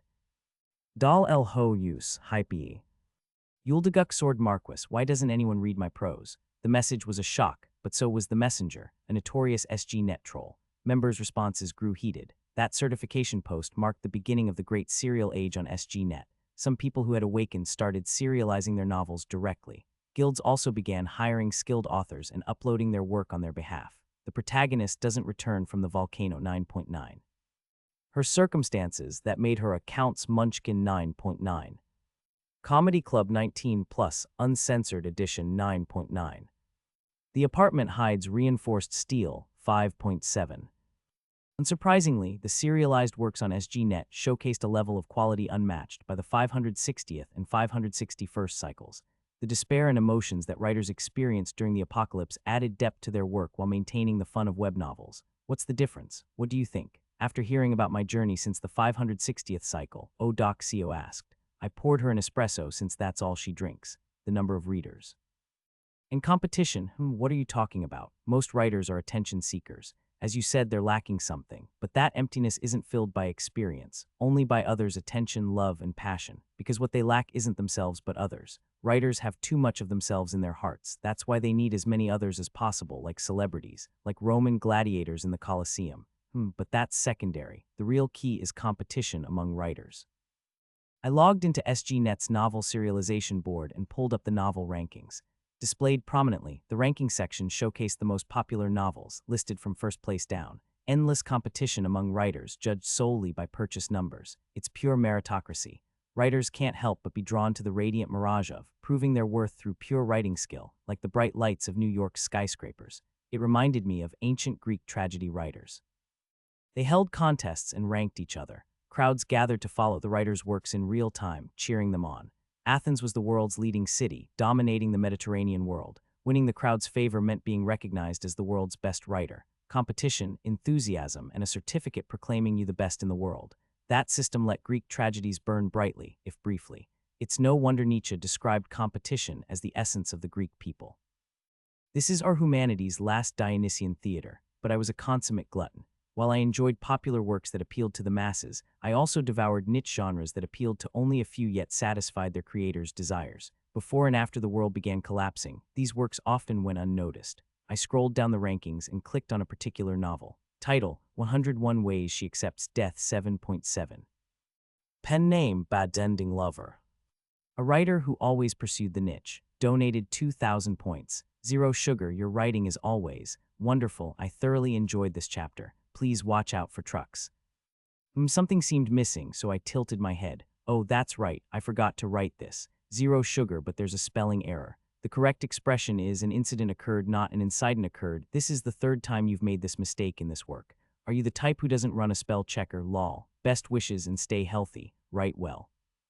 I nodded, still a perfect donation message, though this whole ridiculous act proved unexpectedly useful later on. Hunk, but that's a story for another day. Right now I had to deal with the ice guy truck parked in front of my place. Let's talk about Odoxio, a web novel otaku, leader of nerd fashion, and a hipster with a case of the Chunibyo syndrome.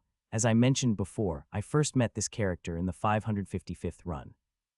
Actually, we knew each other way before that, but we only forged a real bond in the 555th run. At the time, I regressed to the waiting area of Busan Station, as usual. I'm bored. Back then, I hadn't even acquired my web novel hobby.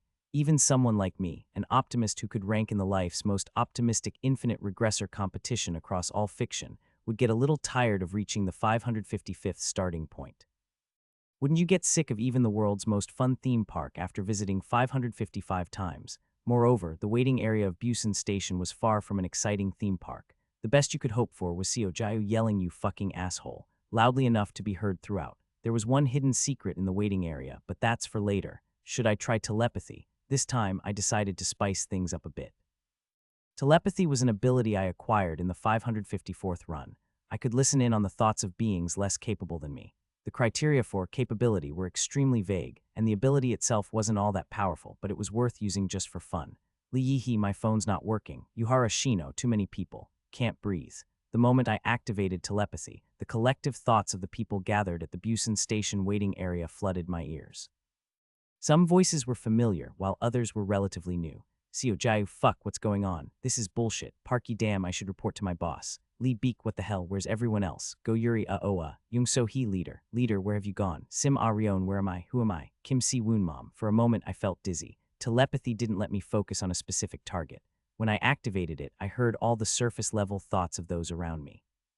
But it was bearable, and my first impression of using telepathy at the Busan Station waiting area was not much. All I could hear were the same mundane thoughts. Well, I'm familiar with all these faces. I had already figured out nearly everything about the original members of the Busan Station waiting area, their names, appearance, origins, and even the abilities they'd awaken later. So no matter what these people did or thought, nothing surprised me. I could predict their thoughts just by looking at their faces, so telepathy was practically meaningless.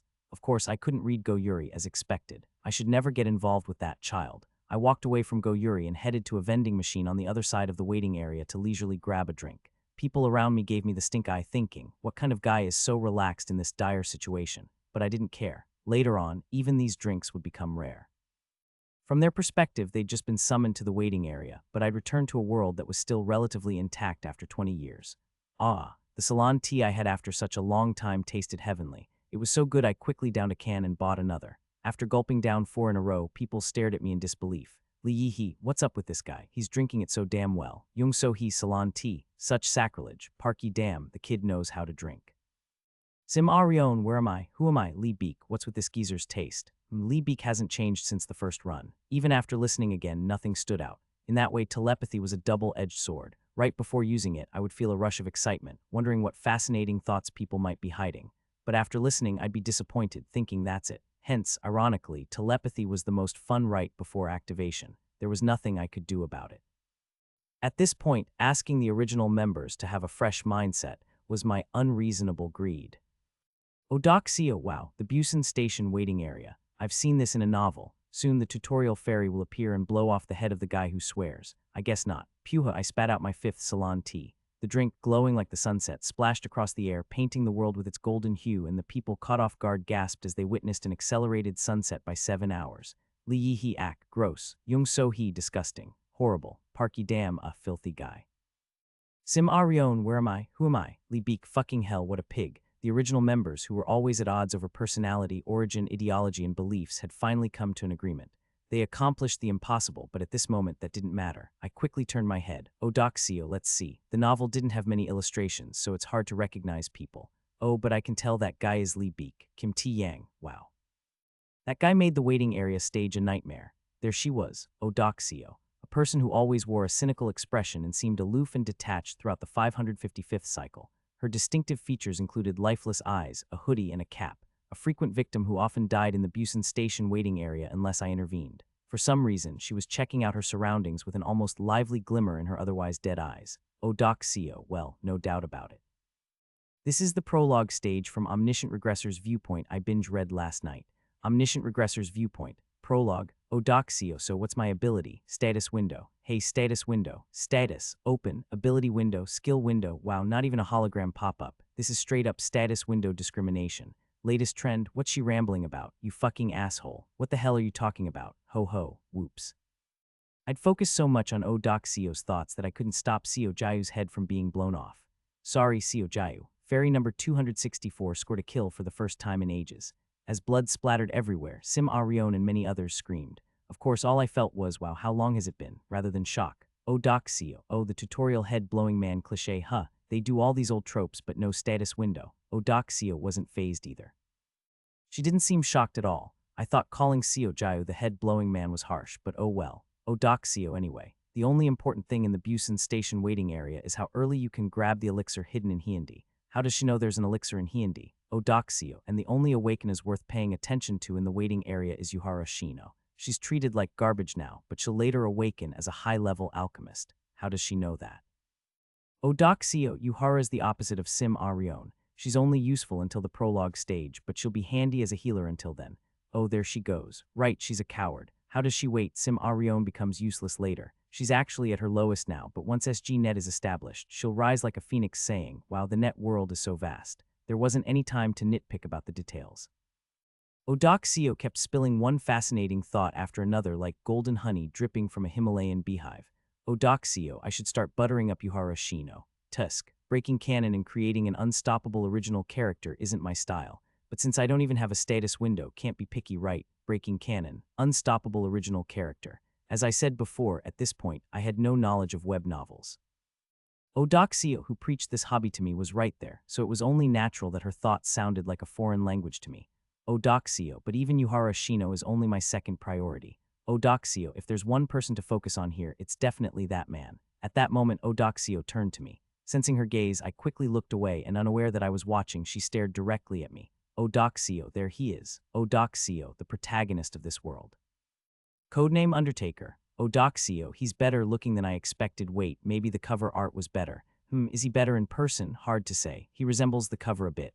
Odoxio, but don't be fooled by his looks. The Undertaker has experienced regression multiple times. He has no mercy or empathy. Odoxio, he lives only for revenge against monsters. A typical regressor with nothing but hatred. And he's probably furious right now because he lost Dang Seo Rin to the 10 legs in the last cycle. Odoxio, he's just a madman. If he senses anything off, he might kill me on the spot. Better be careful around him. No empathy, hatred, fury. What, excuse me, but who is this person? Dang Seo Rin hadn't died to the 10 legs in the previous cycle. They were a formidable wall at first, but after around 20 runs, I could beat them in 5 minutes. Could this person be? Does she know the past me? At that moment, Odoxio, hey, Mr. Over There. Hey, Mr. Over There. The telepathic and actual voices overlapped. Odoxio's finger pointed at me. There were only about 10 people left in the Busan Station waiting area, and except for me, everyone had huddled together. Mister, come over here. The fairies made a blood fountain and everyone's bilayed. Let's at least stick together. Don't you agree? Fairy number 264 did nothing wrong. The seniors gave the wrong guidelines. In fact, fairy number 264 is a victim. Oh, shut up. The adults are talking. Why are you interrupting? Eek. At the center of the survivors, Odoxio stood boldly, like a leader with her chest puffed out. Her audacity in challenging the tutorial fairy, who everyone else feared, must have made a strong impression. In reality, the fairy number 264 was just following the guidelines and had no malice toward humans except the bourgeoisie, so it quickly retreated. So, are you coming over here or not, mister? Odoxio mumbled internally. Odoxio, come on, please come over here. Without you, we're all dead. I know you lost your first love and the only guild leader you ever followed, Dangxio Rin, died, and I know you hate monsters and the world sucks, but please save us. Honestly, I didn't fully understand half of what this kid was saying, and I had no idea what she had gotten wrong, but one thing was clear. If I follow her around, this run is going to be a blast. There was another reason too, not just for the thrill, but also because I might be able to use her to hunt down some sort of bizarre creature. But this is a story for another time. Anyway, I recalled my ancient self from ages past, more than 1,000 years ago. What expressions, glances, and tone had I used back then? I won't follow you. Was it something like this? Should be, I think so. Even in my long regressor life, it was my first time acting as myself. It felt quite different. I'll simply observe you. Ah well, do whatever you want. Odoxio snickered dismissively. After looting a silver bell from the souvenir shop, I read her thoughts again. Odoxio, wow, his voice is terrifying, gives me chills, but escaping the Busan station waiting area is nearly impossible without the protagonist. I'll have to butter him up somehow. She was certainly an interesting character. Following Odoxio brought with it a minor problem. No, it wasn't so minor, it caused a significant issue, and it wasn't because of me. Odoxio, alright, cleared the tutorial. It wasn't a problem with Odoxio either. She wasn't a bad novice, despite my modest assistance of course. I'm just being humble here, it was hardly modest. Odoxio broke through the Busan station gate in just 48 hours. For context, I first cleared Busan station in my third run. To put it differently, I had lived and died in Busan during my first and second runs.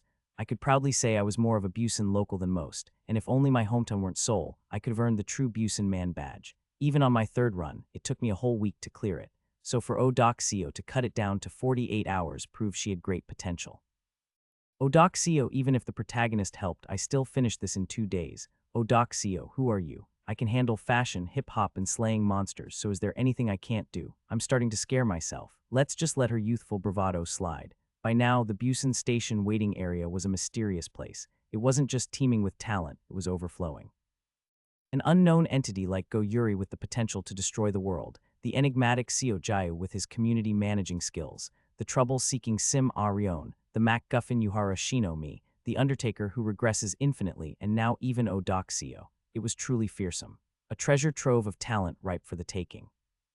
The ancient city of Paxian from the Chu-Han contention, where Liu Bang recruited farmers, and Zio he was sorting bureaucratic paperwork while Fan Kui butchered pigs, wasn't worth envying. But I digress. Anyway, Odoxio's adventure itself went smoothly. But if it wasn't my problem or hers, it meant a third-party intruder had intervened in this light-hearted party.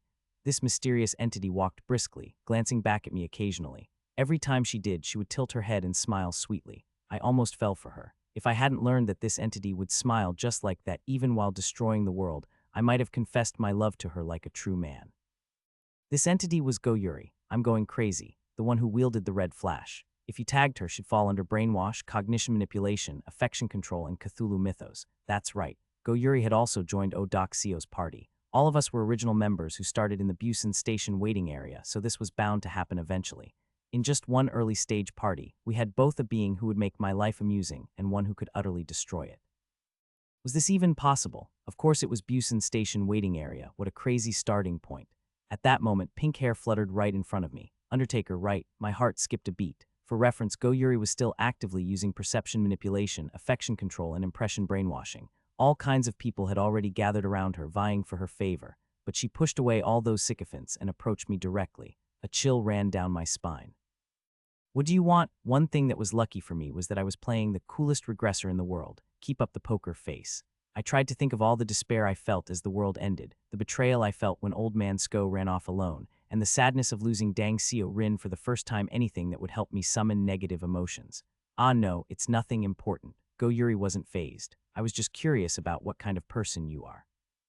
You were calm when people died and monsters appeared in the waiting area. She had been spying on me. If my heart had sweat glands, I'd have been dripping with cold sweat. Like the martial arts saying to beware the elderly and children, my life motto was always to be wary of pink hair. I decided to up my unpleasantness. Unpleasant level 6. I'm not interested in you, so don't concern yourself with me. Do you like Ceylon tea? It's my favorite drink. This was underhanded. Was this the power of perception manipulation? She naturally tried to raise my affection level like it was nothing. But I, the Undertaker, was no pushover. Honestly, my heart did skip a beat, but I interpreted that as a sign of a heart attack. In other words, I'd die if I let this slide. No choice. Unpleasant level 7. You're annoying. Get lost. Hyung. Did she just smile at me with her eyes? Do you realize that while talking to me, you've never even looked in my direction? Shut up, do you not understand the meaning of get lost? Either you're ignorant or you're dismissing me. If it's the former, you're foolish. If it's the latter, you're oblivious. Mr. Undertaker, you're an interesting person. Let's get along well from now on. My name is Go Yuri, just call me Yuri. After saying this, Go Yuri walked off first. Her shadow, with her hands clasped behind her back, was humming a tune. It seemed like she had taken an interest in me. My intentions had yielded the opposite result. Next time I encounter Go Yuri, instead of being unpleasant, I should act like a drunk gambler. To give a little spoiler, even changing my strategy was useless. Forgetting your sorrows with alcohol and letting go through gambling, you are someone who knows what it means to live life to the fullest. That was the crazy response she would give. There was only one way to handle Go Yuri. From the beginning, don't let her notice you. Someone might wonder why an infinite regressor was so afraid of Go Yuri. But for regressors, death isn't the scariest thing. Ignorance is. Think about it. The opponent is an S-class cognition manipulator, the final boss of mental viruses. Could you trust any knowledge gained from approaching Go Yuri? What if that knowledge was already tainted by brainwashing and manipulation? And what would Go Yuri do if she discovered I was a regressor? For instance, then let me ask you this. When did you think I wasn't brainwashing you? Oh ho ho. You're simply hypnotized into believing you've regressed when you're actually under my control. From now on, I'll reign supreme. What if something like that happened? Among all the awakeners I knew, the one with the strongest mental power was the Saintess. Even she was defeated by Go Yuri. Until I obtained the shield to resist cognition manipulation, the mental firewall, it would be wise not to associate with Go Yuri. But apparently I wasn't the only one who knew little about her. Odoxio, who's she? Pink hair. Odoxio glanced this way. She probably thought she was sneaky, but my senses picked it up. Odoxio, was there a character like her in the previous cycle? Her hair color stands out for an extra, but she's got a really nice impression. Probably older than me. Maybe I could befriend her. Even Odoxio didn't know about Go Yuri. This fact held a significant hint. From observing Odoxio, it seemed clear that she'd read a certain novel. Surprisingly, the protagonist of that novel was me, the Undertaker. It was unclear whether it should even be called a novel. It was more like my documentary or biography. Odoxio knew too much for it to be anything else, but she only knows the really old stuff. It was like reading a novel that was updated at a snail's pace. For instance, Odoxio, got the elixir from Hyundi. Wow, getting the elixir right after clearing the Busan station gate. This is super fast progress. Maybe I've got some talent. Odoxio, with this, it's possible to defeat the terrifying final boss. 10 legs. 10 legs wasn't the final boss. In fact, it wasn't even a mid-boss. Its time of freely exploring restaurants across the Korean peninsula lasted until around the 20th run at most. After that, it became a delicacy itself. Odoxio, I need to join up with Dangsio Rin somehow. She's the most reliable guild leader among those bastards. If her cursed song incantation activates properly, she's the strongest DPS. Dangsio Rin wasn't the strongest DPS. At the very beginning, she might have looked like one, but her true strength emerged in the role of a supporter. In short, Odoxio, the protagonist, has to withstand the 10 legs assault, but it'll be tough alone. Should I help him out after all? Odoxio didn't even know Old Man Sko existed. The conclusion was simple. The novel Odoxio read only covered my life up to the 4th run. In other words, an unfinished autobiography, a half-written novel, a story where not all chapters were serialized yet, an ongoing series by a slow author. It was truly a unique ability. If it had a name, it would be Author's Nudge. But assuming Odoxio's novel only summarized the first 4 runs of my life, explained everything. It also clarified why she treated me like a psychopath. Well, I guess I was a little edgy back then, before I met Old Man Sko. Of course, I wasn't as much of a psychopath as she believed. I simply preemptively separated the heads from the bodies of troublemakers, threatened to kill everyone if things didn't go my way, and wouldn't be satisfied unless I profited the most from any event. Just your standard web novel regressor personality. Odoxio, wow. Look at that terrifying expression when he says he'll join Dangsio Rin. This madman, once he chooses to trust someone, treats them like a real person while seeing others like me as less than human. It's heartbreaking. A conversation was clearly needed. I quietly observed Odoxio for about 4 months. In the end, I decided she was trustworthy enough. Odoxio, what's up all of a sudden? I'm surprised you spoke to me first. I'd like to talk. Somewhere quiet, just the two of us, I approached Odoxio while the party members were away. I double-checked to make sure Yuri was gone, so now it was safe. Odoxio, eek, shit, he's going to bury me without anyone knowing. Apparently Odoxio didn't feel safe at all. Yeah, sure, a good party leader should listen to their members. Well, I wasn't sure about that, but at least she was good at controlling her expression. Despite freaking out internally, she chewed her gum with a poker face. We went into a local cafe with a sign reading closed until August 20. Today was October 25. Inside was neat and tidy. I cautiously sat down, thinking of the owner who couldn't organize their heart even after arranging their belongings. All right, what's this about? Odoxio looked at me with a calm face, determined eyes, and a fearful heart. I disabled telepathy for a moment. It wasn't suitable for serious conversations between people. First, I'd advise you not to be too shocked. What are you going to say? Let's get straight to the point. Odoxio, I know you read a novel you believe to be this world's original work. Tick, tick, the wall clock, still working because the battery hadn't died yet, diligently ticked away. Unfortunately, it wasn't one of those cuckoo clocks. Odoxio's jaw dropped. What, by the way I'm speaking now is to fit your expectations. I'd prefer to return to my normal tone if you don't mind. This isn't comfortable. Wait. Hold on, Odoxio practically screamed. A novel? What novel? I have no idea what you're talking about. Of course, it's Omniscient Regressor's viewpoint that you claim to have read. You might not know, but I have an ability called telepathy. It converts surface-level thoughts into language and lets the user hear them. That's a lie. There's no such ability in the original work. Odoxio blinked. Was that some kind of leading question? No, it's true. I also know you think I'm half psychopath. I never said that. Odoxio denied it with a trembling voice but stood firm in her innocence. She had the brazenness of a politician. 10 minutes later, after some conversation, we cleared up our misunderstandings, or rather, her one-sided misconceptions. Odoxio showed a wide range of expressions during the talk. She muttered in disbelief. What? This is a scam. A scam. In novels, regressors never reveal their secrets to the protagonist. I'm the protagonist in this case. Anyway, they usually hide it, but it was obvious from the moment we were summoned to the Busan station. This doesn't follow novel logic. Sorry, but the world isn't a novel. It was until just now. Odoxio slammed the table. And what's with your tone? Where's the Undertaker who would kill his companions at the drop of a hat? Honestly, it's so long ago for me. Imagine hearing you were such a good kid when you were 5 when you're 50. Would you relate? That long. How many runs have you had from your perspective? 555 runs. 555 runs. Odoxio screeched like a cuckoo clock. What's up with that number? Not 55, but 555. Even if the 10 legs is tough, couldn't you have killed it by then? What are you neglecting your duties? The 10 legs isn't the final boss. It's actually the weakest. Odoxio's face turned pale. 10 legs who turned Dangxio Rin, the great witch and guild leader, into fried chicken is the weakest. I've been grilling them on skewers lately. Bullshit. Wait a second. Undertaker, how old are you? I cautiously answered. Child age is meaningless for a regressor. No, it's not meaningless. Let's see, even if we assume 10 years per run. 5,550 years old. I pled the fifth.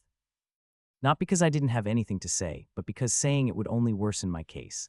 Like the fact that the average duration of each run was longer than 10 years. Odoxio, looking at my expression, was horrified. What, you're an old geezer?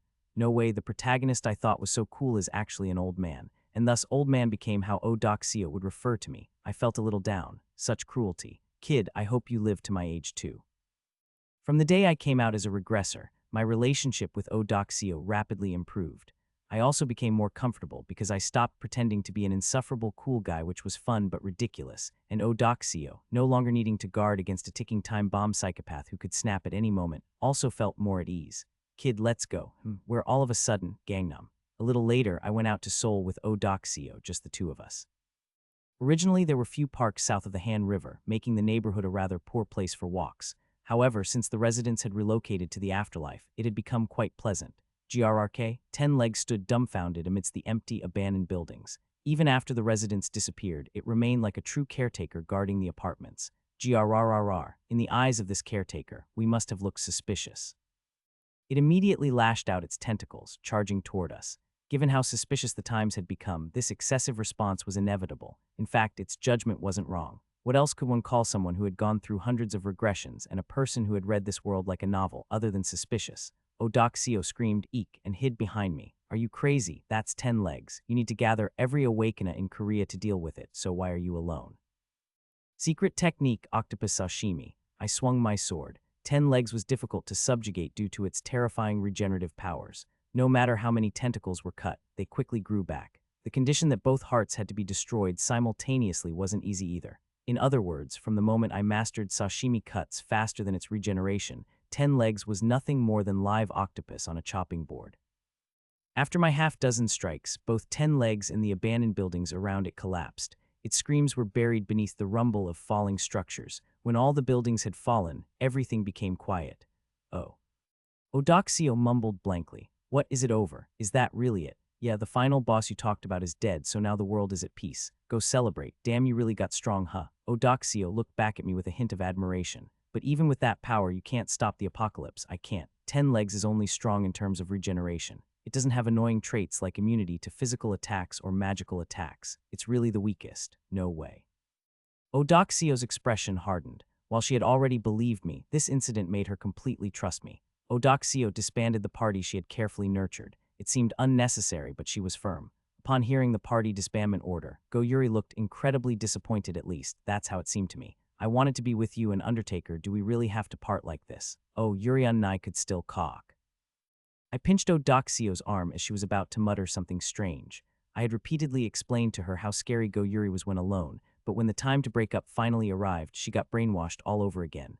Only then did Odoxio snap out of it with a huh. So sorry, Yuri Unnai, I've agreed to become his disciple for a while. This old man insists on only taking one disciple, so I won't be able to go with you.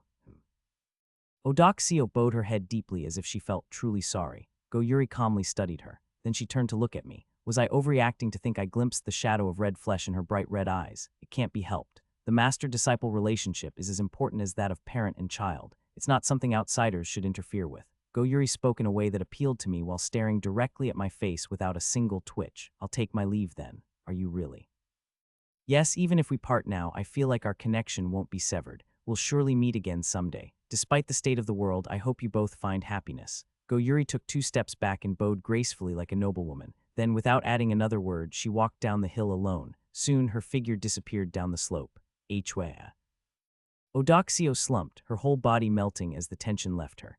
Even her cap, which was practically her main body, slid halfway off. So you were telling the truth, what the hell was that? I didn't think much before we talked, but afterward I suddenly thought, why am I being so cold to Yuri Unnai? She's always like that, but it's a relief she acknowledged the importance of a master-disciple relationship. What are you saying? She told me that even if it's a master-disciple relationship, it's dangerous for a man and woman to wander around alone together, and that I should be careful.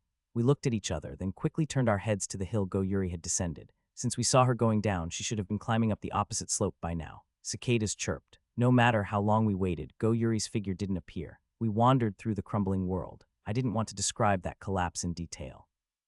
Some astute readers might have already noticed that I intentionally avoided such descriptions.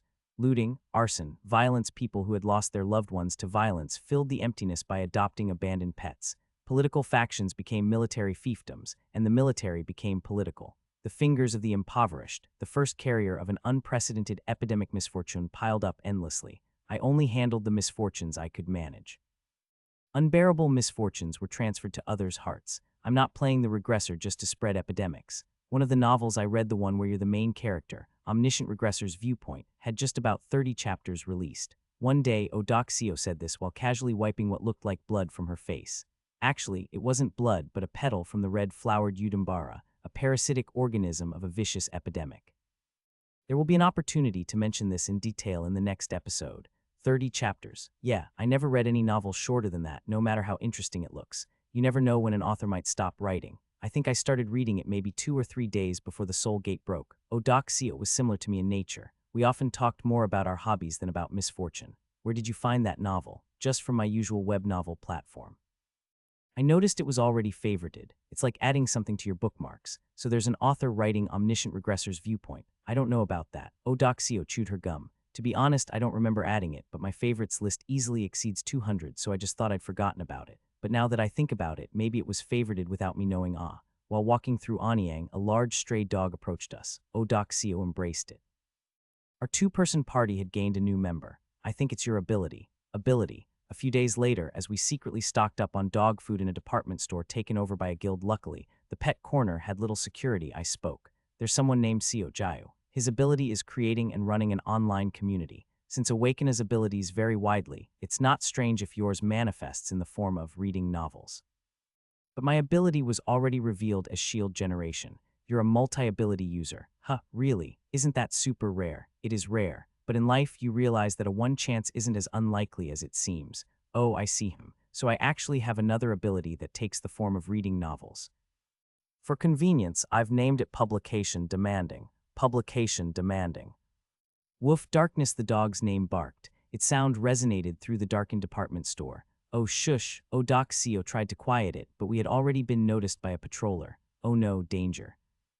Let's run. Wiping out the guild occupying the department store would have been easy, but they would later become a valuable ally in fighting for humanity. We quickly fled. Woof, woof. Darkness, cradled in Odoxio's arms, barked happily. Isn't my ability more like prophecy than publication demanding? A few months later, on the way back from a guild coalition meeting, Odoxio asked me, prophecy? Yeah, knowing your life story is practically the same as foretelling the future. You know how prophets in novels see the future as vivid images like in movies? In my case, it's manifested in the form of web novels, which I'm most familiar with. Doesn't that make sense? That certainly made sense. But if Odoxio's ability was prophecy, there remained some unanswered questions. Then why was there no sign of anything strange until the 555th cycle? You wouldn't know Doxio, but from my perspective, this cycle is highly unusual. In your terms, it's like an extra character suddenly awakened to the prophecy ability.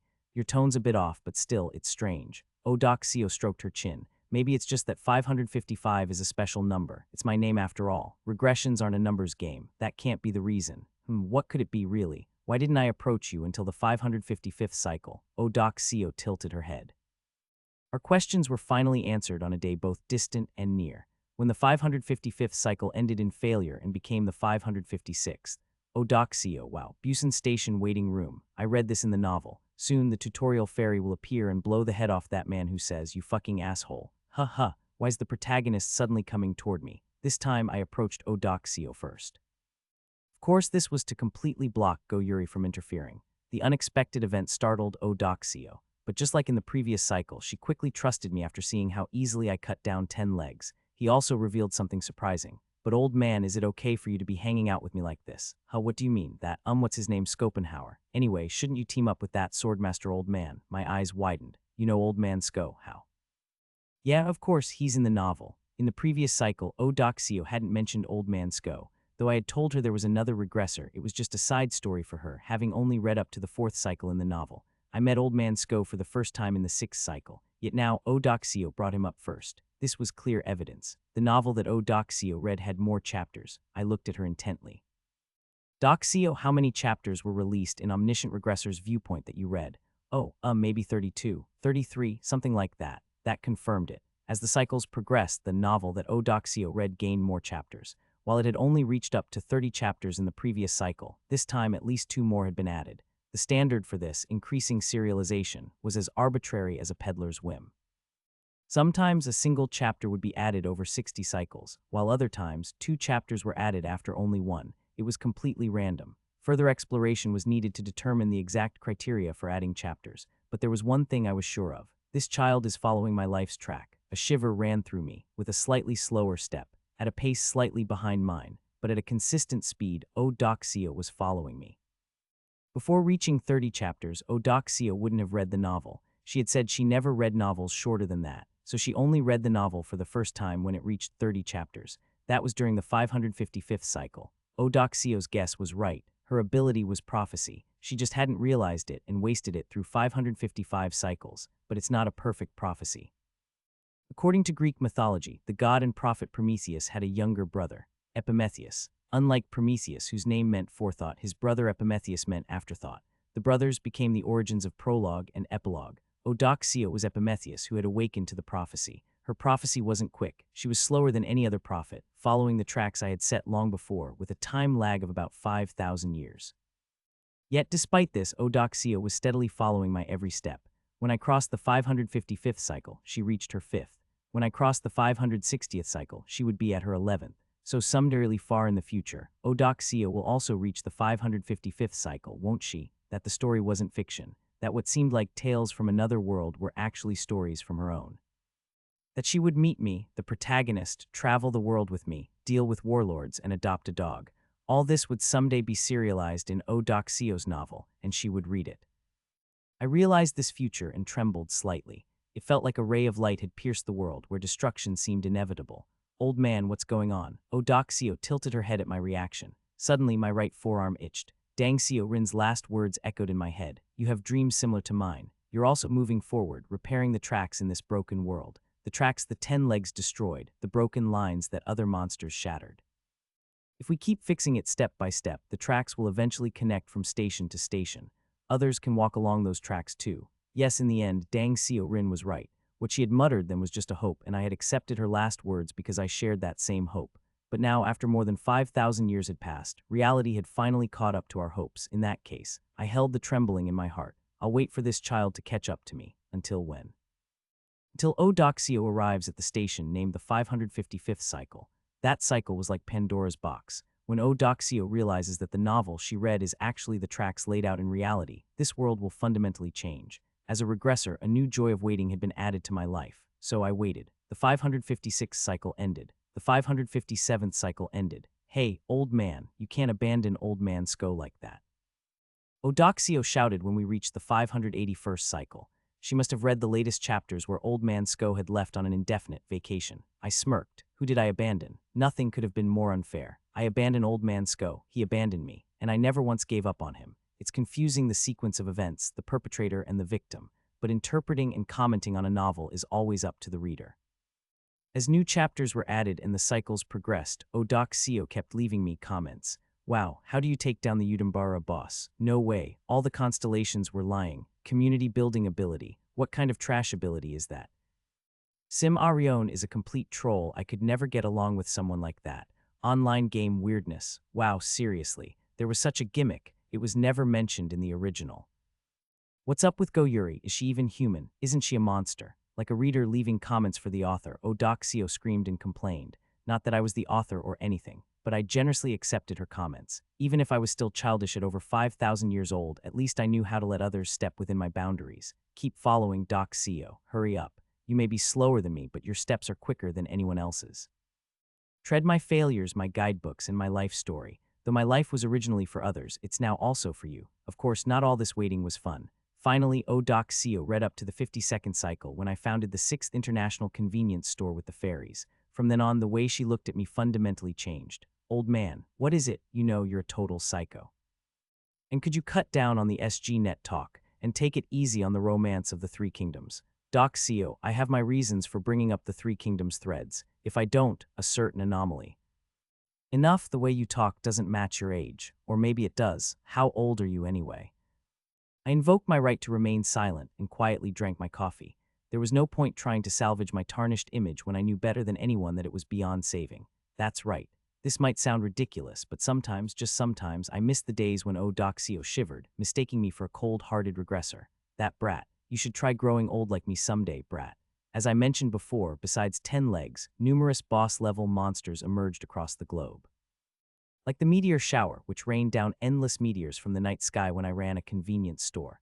The term monster was mostly used early on. However, just like the meteor shower, many monsters were more phenomena than living beings. As the story progressed, awakeners began using other terms like anomaly, fiend, yakai, and lost in addition to monster. In Japan, boss-level monsters were referred to as angels. Quite odd terminology, considering they were called demons in the West.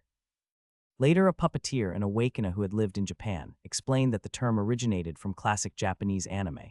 Gates faced similar issues. Many gates didn't resemble doors, so terms like void, abyss, inferno, and hell were used more frequently. In fact, distinguishing between anomaly and void was difficult. Today, let's discuss one of the primary culprits behind these linguistic changes, namely, the new Buddha. Hey, what's that on your head? What? Is that a leaf growing by your ear?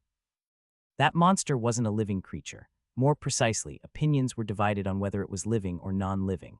A leaf growing by your ear, a zombie virus. Where the virus originated remained unknown for a long time. It was likely North or South Korea. Just as Busan Station's waiting room had become a wasteland for awakeners, the Korean peninsula was also a paradise for monsters. It's like the world itself was balancing things out. Zombie virus. People panicked and caused an uproar.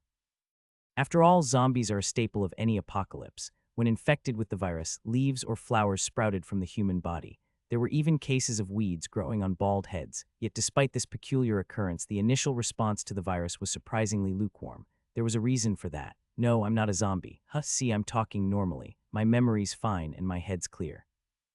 Damn, having a maple leaf under my arm does feel weird, but I don't want to die because of this. Simply put, the people infected by the virus were surprisingly functional. While the human body had suddenly turned into a flower pot and looked bizarre, there appeared to be no harmful effects from the virus if one could ignore its appearance. In fact, it even came with significant benefits. That damn monster, it killed my mother.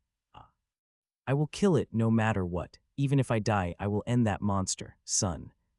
Please watch over me from heaven, mother. Your unfilial son will soon follow. Son, I'm not dead, you fool. How many times do I have to call you? Mother, but your stomach is torn open.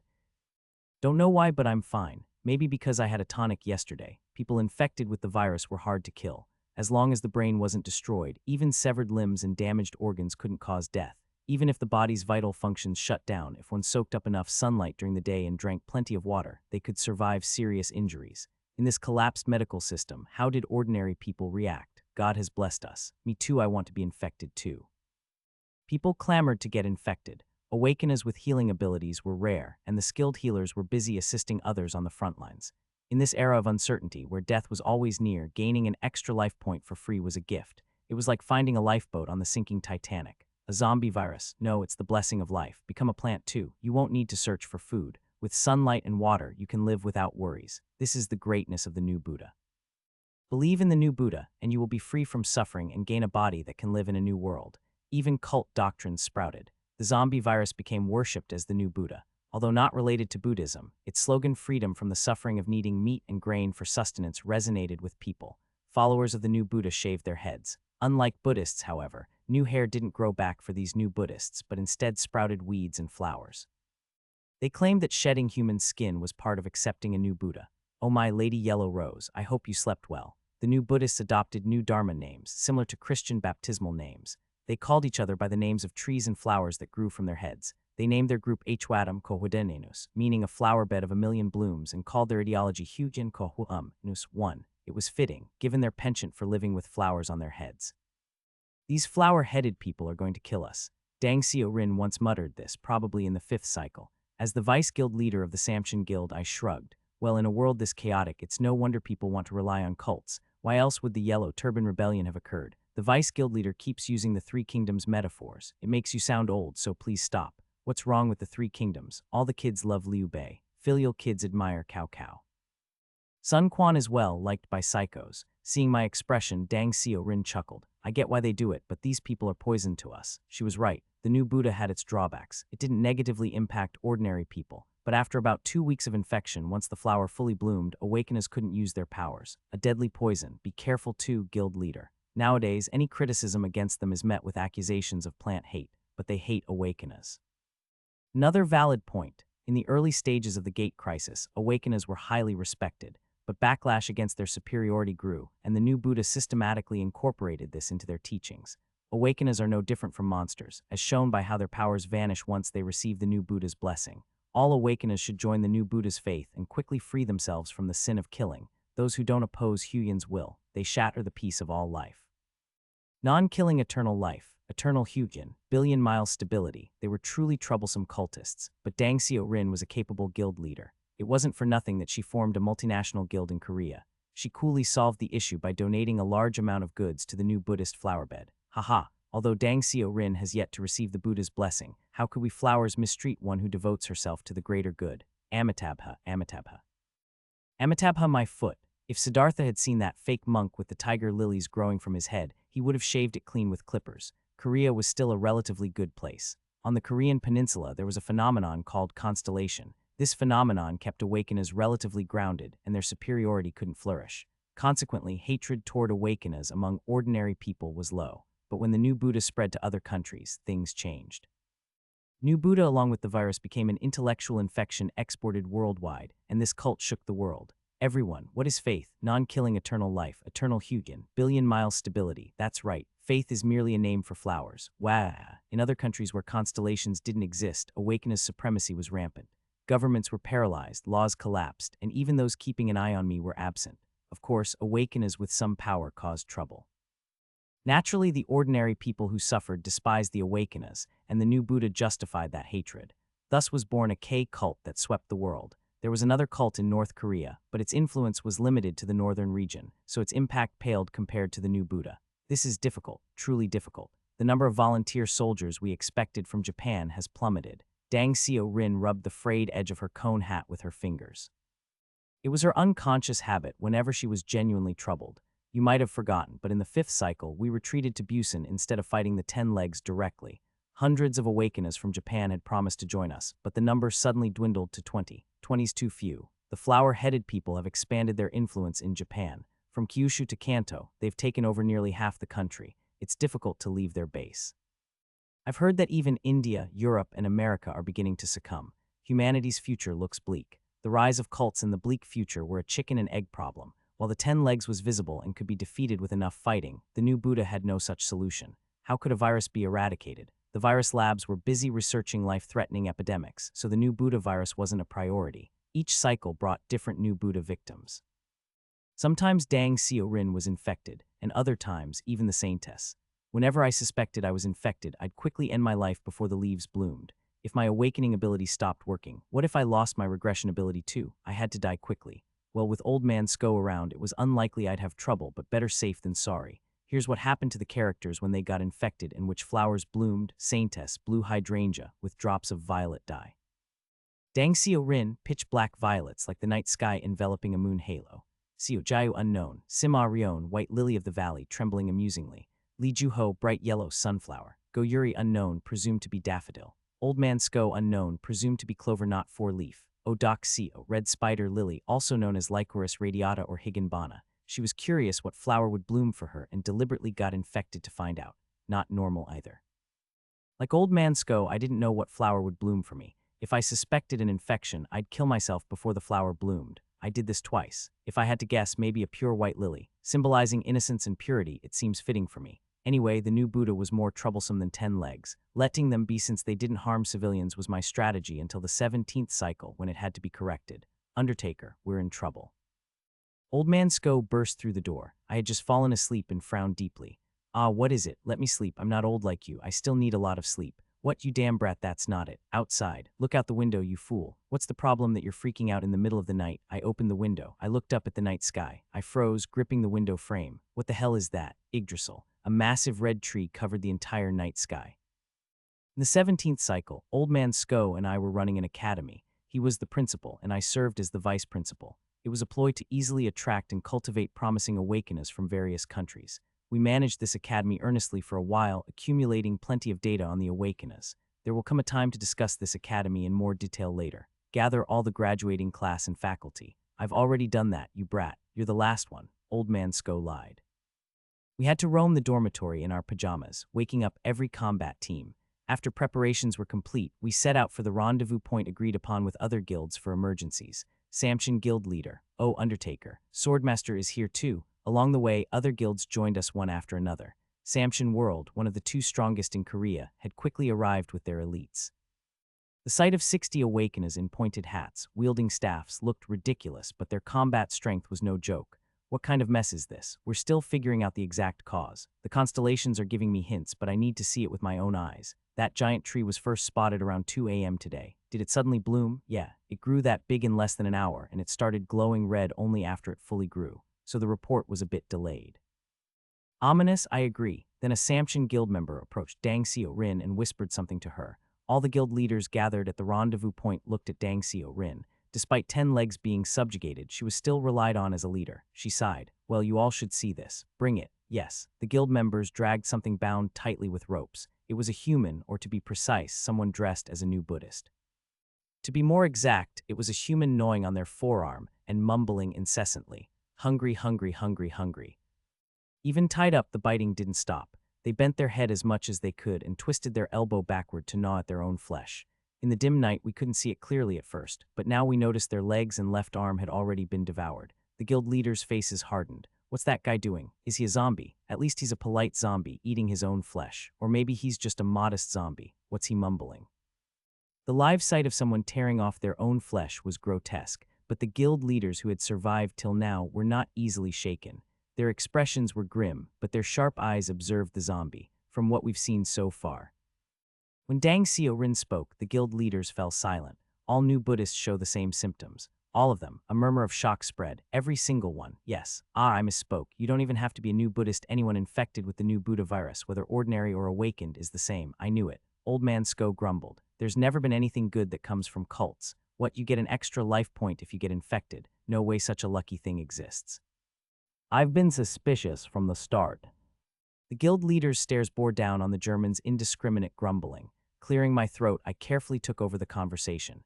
Samchin, guild leader, are these the only symptoms? Like Tommy, a creature that devours itself. While intriguing, I don't see the connection between the world tree and these zombies. What's Tommy? Anyway, watch a bit longer. Something curious will happen. Even while we spoke, the zombie didn't stop feeding. Hungry, hungry, hungry, hungry. Soon the last remaining right arm fell off. The zombie stood tall like a matryoshka doll. The zombie raised its head and looked up at the night sky in the direction of the world tree. Its mouth slowly opened, and a red flower sprouted from within. The guild leaders collectively held their breath. My God, fuck what? Someone muttered. Looks like a cordyceps. A fungus that parasitizes its host before blooming into a mushroom. Except in this case, it wasn't a mushroom but a brilliantly beautiful red flower. The red flower used the zombie's body as a flower pot, and in the blink of an eye, it grew to the height of a one-story building. It was as if time itself had malfunctioned. We were speechless as we looked up at the crown of the red flower. Pop, like popcorn bursting, the petals exploded. Red flower blossomed and withered in 10 seconds as if each was its own season. But unlike other trees, it didn't shed its flowers downward. The guild leaders were speechless. Hey, they're floating up, not falling, but ascending. The red flower's home was not the ground but the sky. The petals floated upward like lighter winds, fireflies, or cherry blossoms, and it wasn't only happening here. The dark night sky glittered with countless red lights. They were far closer than stars, though much. Red petals scattered like the Milky Way from abandoned buildings, open fields, and all around, returning to the night sky. Beautiful. That too was someone's murmur. With the world tree reclaiming every speck of red from the ground, it looked more magnificent than ever. Its radiance was so brilliant that both starlight and moonlight were overshadowed. Old Man Sko let out a sigh. When I turned to look, he wasn't staring at the night sky, but at the zombie. Its gaunt body looked more like the husk of a long, decayed tree than flesh. The human corpse, drained of all its red, had been reduced to mere remnants. When Old Man Sko poked it with his sheathed sword, the zombie pot crumbled. Undertaker. Yes, old man. Looks like we're fucked, right? I nodded. I hated to admit it, but it was an accurate diagnosis. The boss-level monster that appeared after 10 legs, or rather the anomaly that had emerged before 10 legs but hid its power for years, parasitizing hosts until finally revealing itself. The world tree, the return of Udambara. Udambara, a mystical flower revered in Buddhism. A legendary blossom that didn't exist in reality, but now it did. There was no countermeasure against a legend that had descended to Earth, more dangerous than the 10 legs. Unlike 10 legs, Udambara was cunning. It didn't just parasitize hosts but made them welcome it. It quietly expanded its influence before unleashing its full power at once. Once Udambara revealed itself, it was game over. If the world tree could bloom red, there were already too many hosts infected. From that point, the apocalypse was inevitable. Oh no, what do we do? Indeed, Old Man Sko and I put our heads together, deep in thought. By the way, it was the 18th cycle. Where did the 17th cycle go, you ask? A weed sprouted from Old Man Sko's beard, and grass grew from my eyebrows. We thought it was the last-ditch effort and took the whole guild alliance to hack at the tree with axes, but it didn't work. So Old Man Sko and I downed poison in a glass of soju and toasted.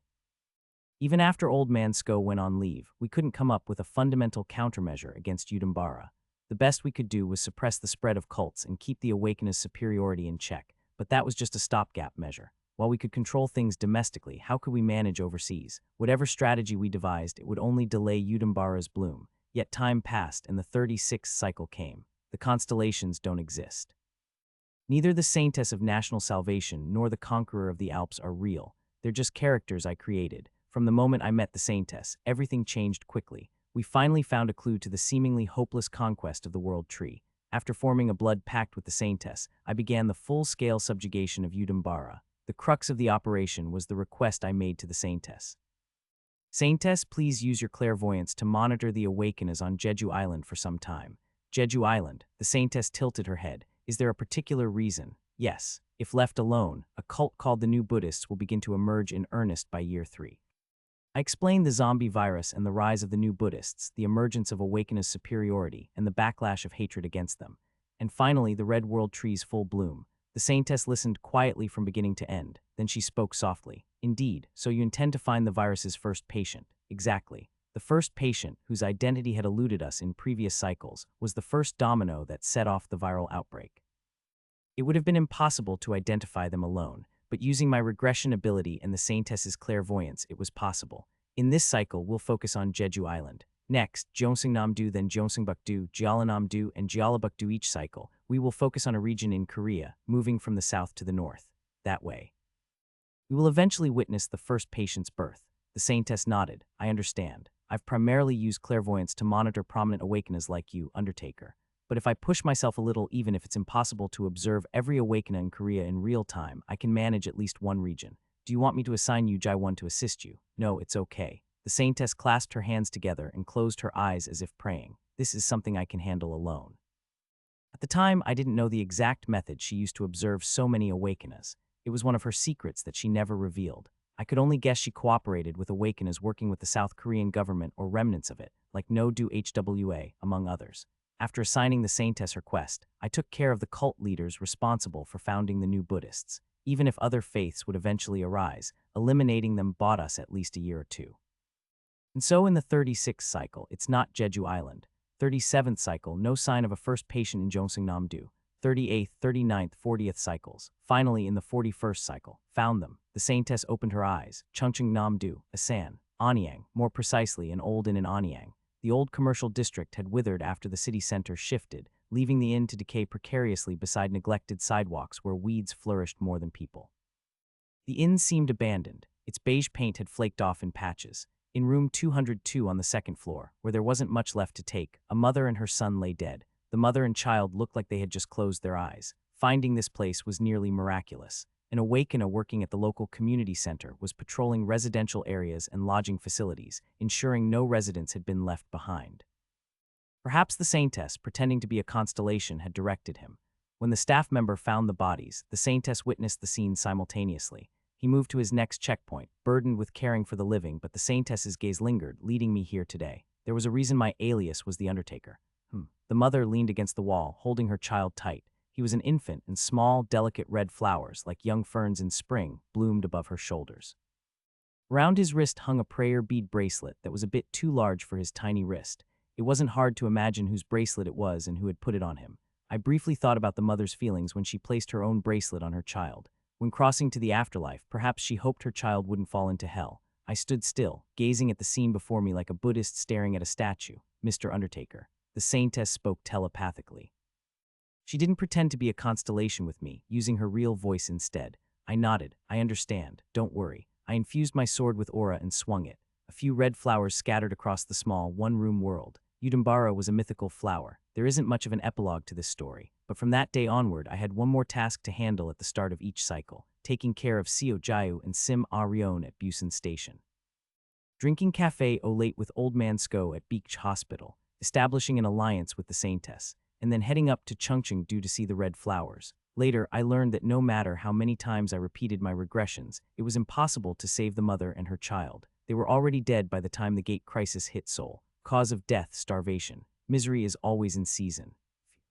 Sometimes I arrived at the inn a few days late due to a delayed schedule. By then, the Udambara, once no bigger than a young fern, would have already grown into a small cherry tree. Wow, it's so beautiful. I brought a companion along to see the flowers every new cycle. In the 96th cycle, my companion was Sim Arion. Is this really the anomaly you mentioned, guild leader? You said it should be classified at a continental danger level on SGNet. Yes, it's such a fascinating sight, makes me want to paint it. True to her word, Sim Arion had brought an easel here and set it up.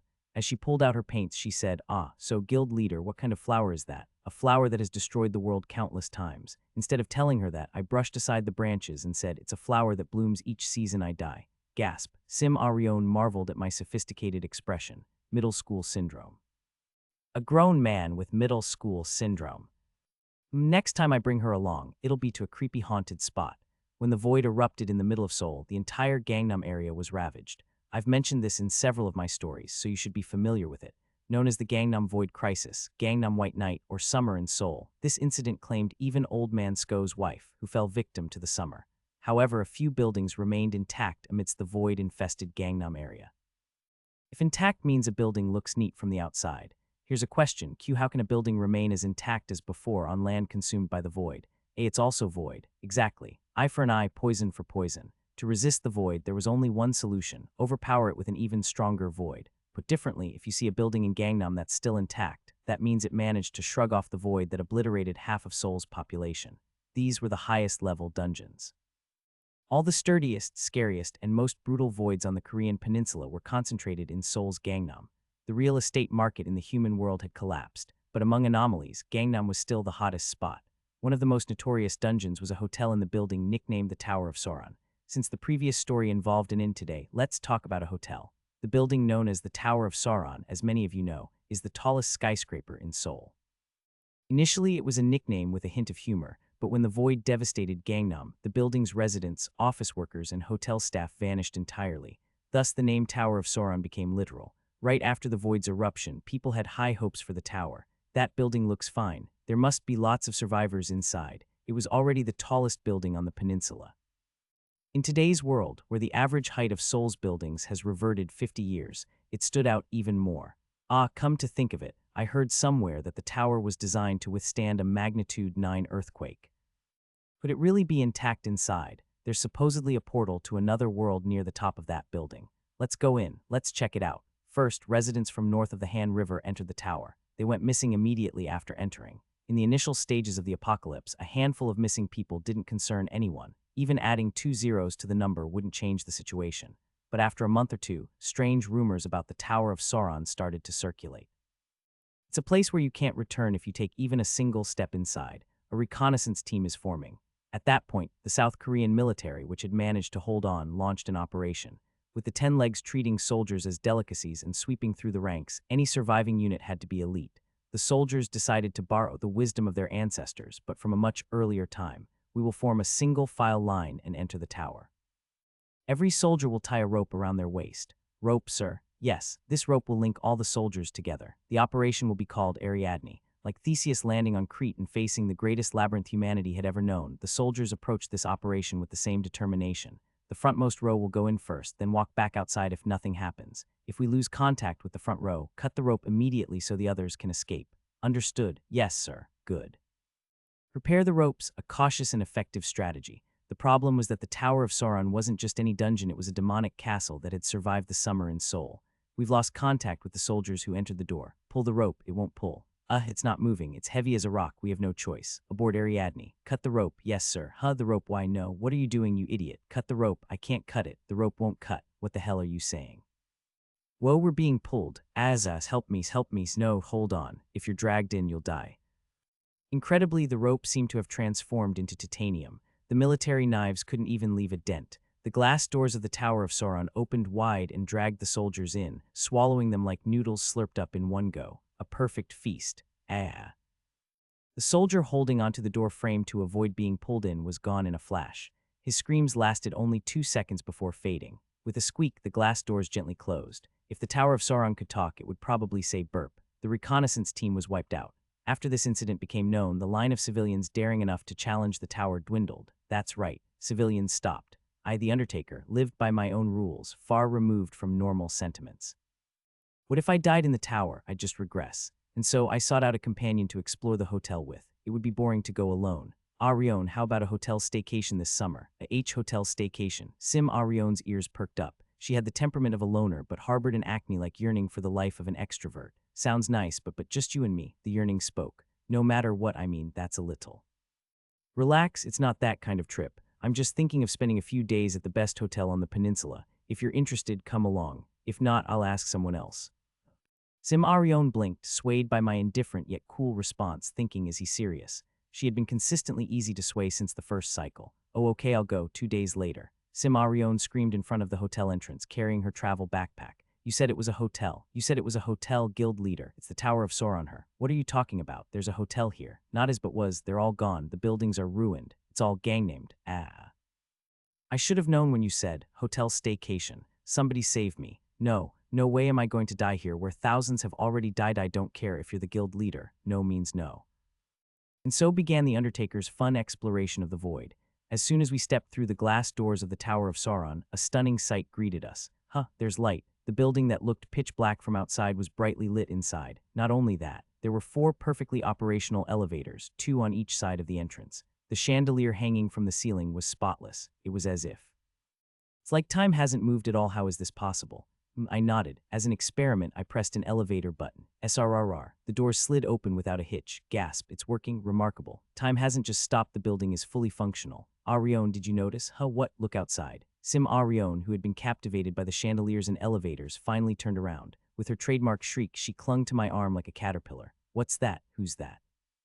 Outside the doors, meaning just beyond the glass doors, we had entered through. A man in a suit stood politely. He's probably a hotel staff member, a doorman who opens doors for guests, but there wasn't anyone there earlier.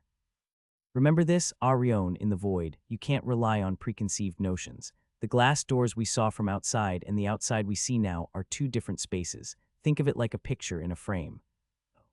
The problem is we've stepped inside the frame. If we tried to open those doors now, they wouldn't budge. Go ahead and try. Sim Arion cautiously tried to open the doors, but nothing happened. The hotel staff standing just beyond the glass didn't even glance at her. It's true.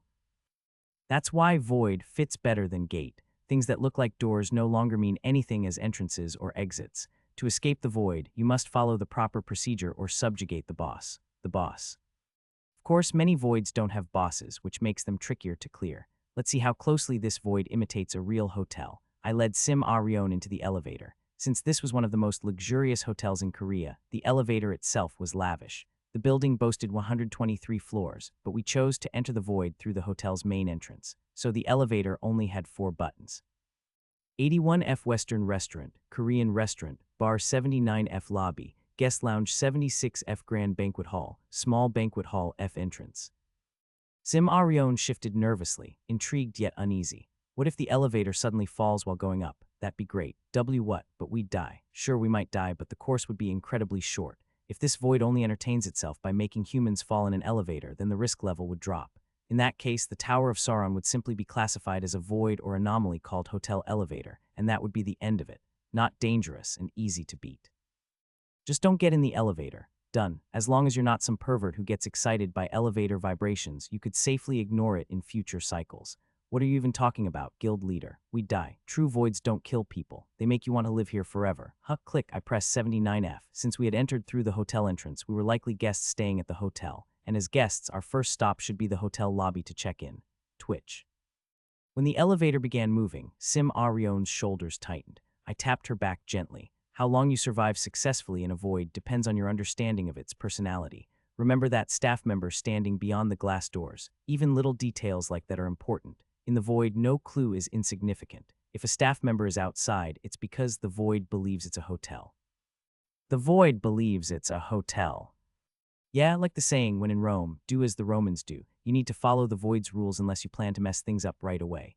In that sense, the soldiers who tried to enter earlier were unlucky. What guest would enter a luxury hotel in military gear, holding a gun? They were probably mistaken for terrorists and slaughtered. I secretly wished the elevator would fall. By wrapping myself in aura and shielding Sim Arion, I'd have a high chance of survival. But this world was sincere in its desire to screw people over, especially me. SRRR.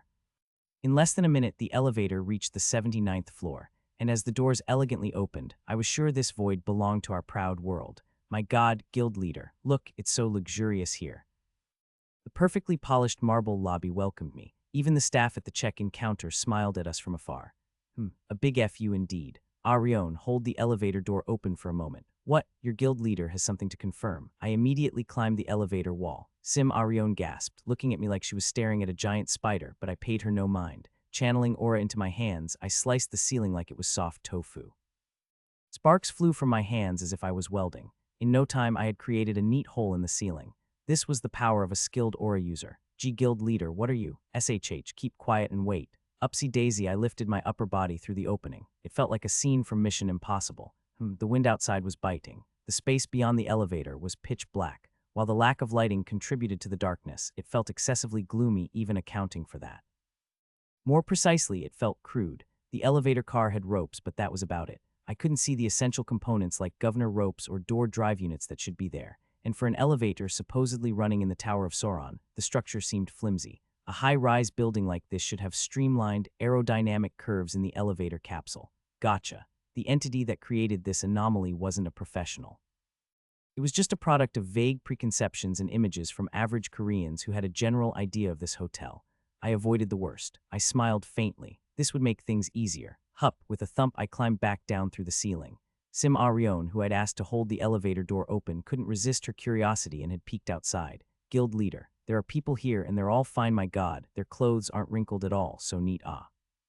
The carpet is all messed up because of our shoe prints. At that moment, the beings in the hotel lobby all turned their gaze toward her.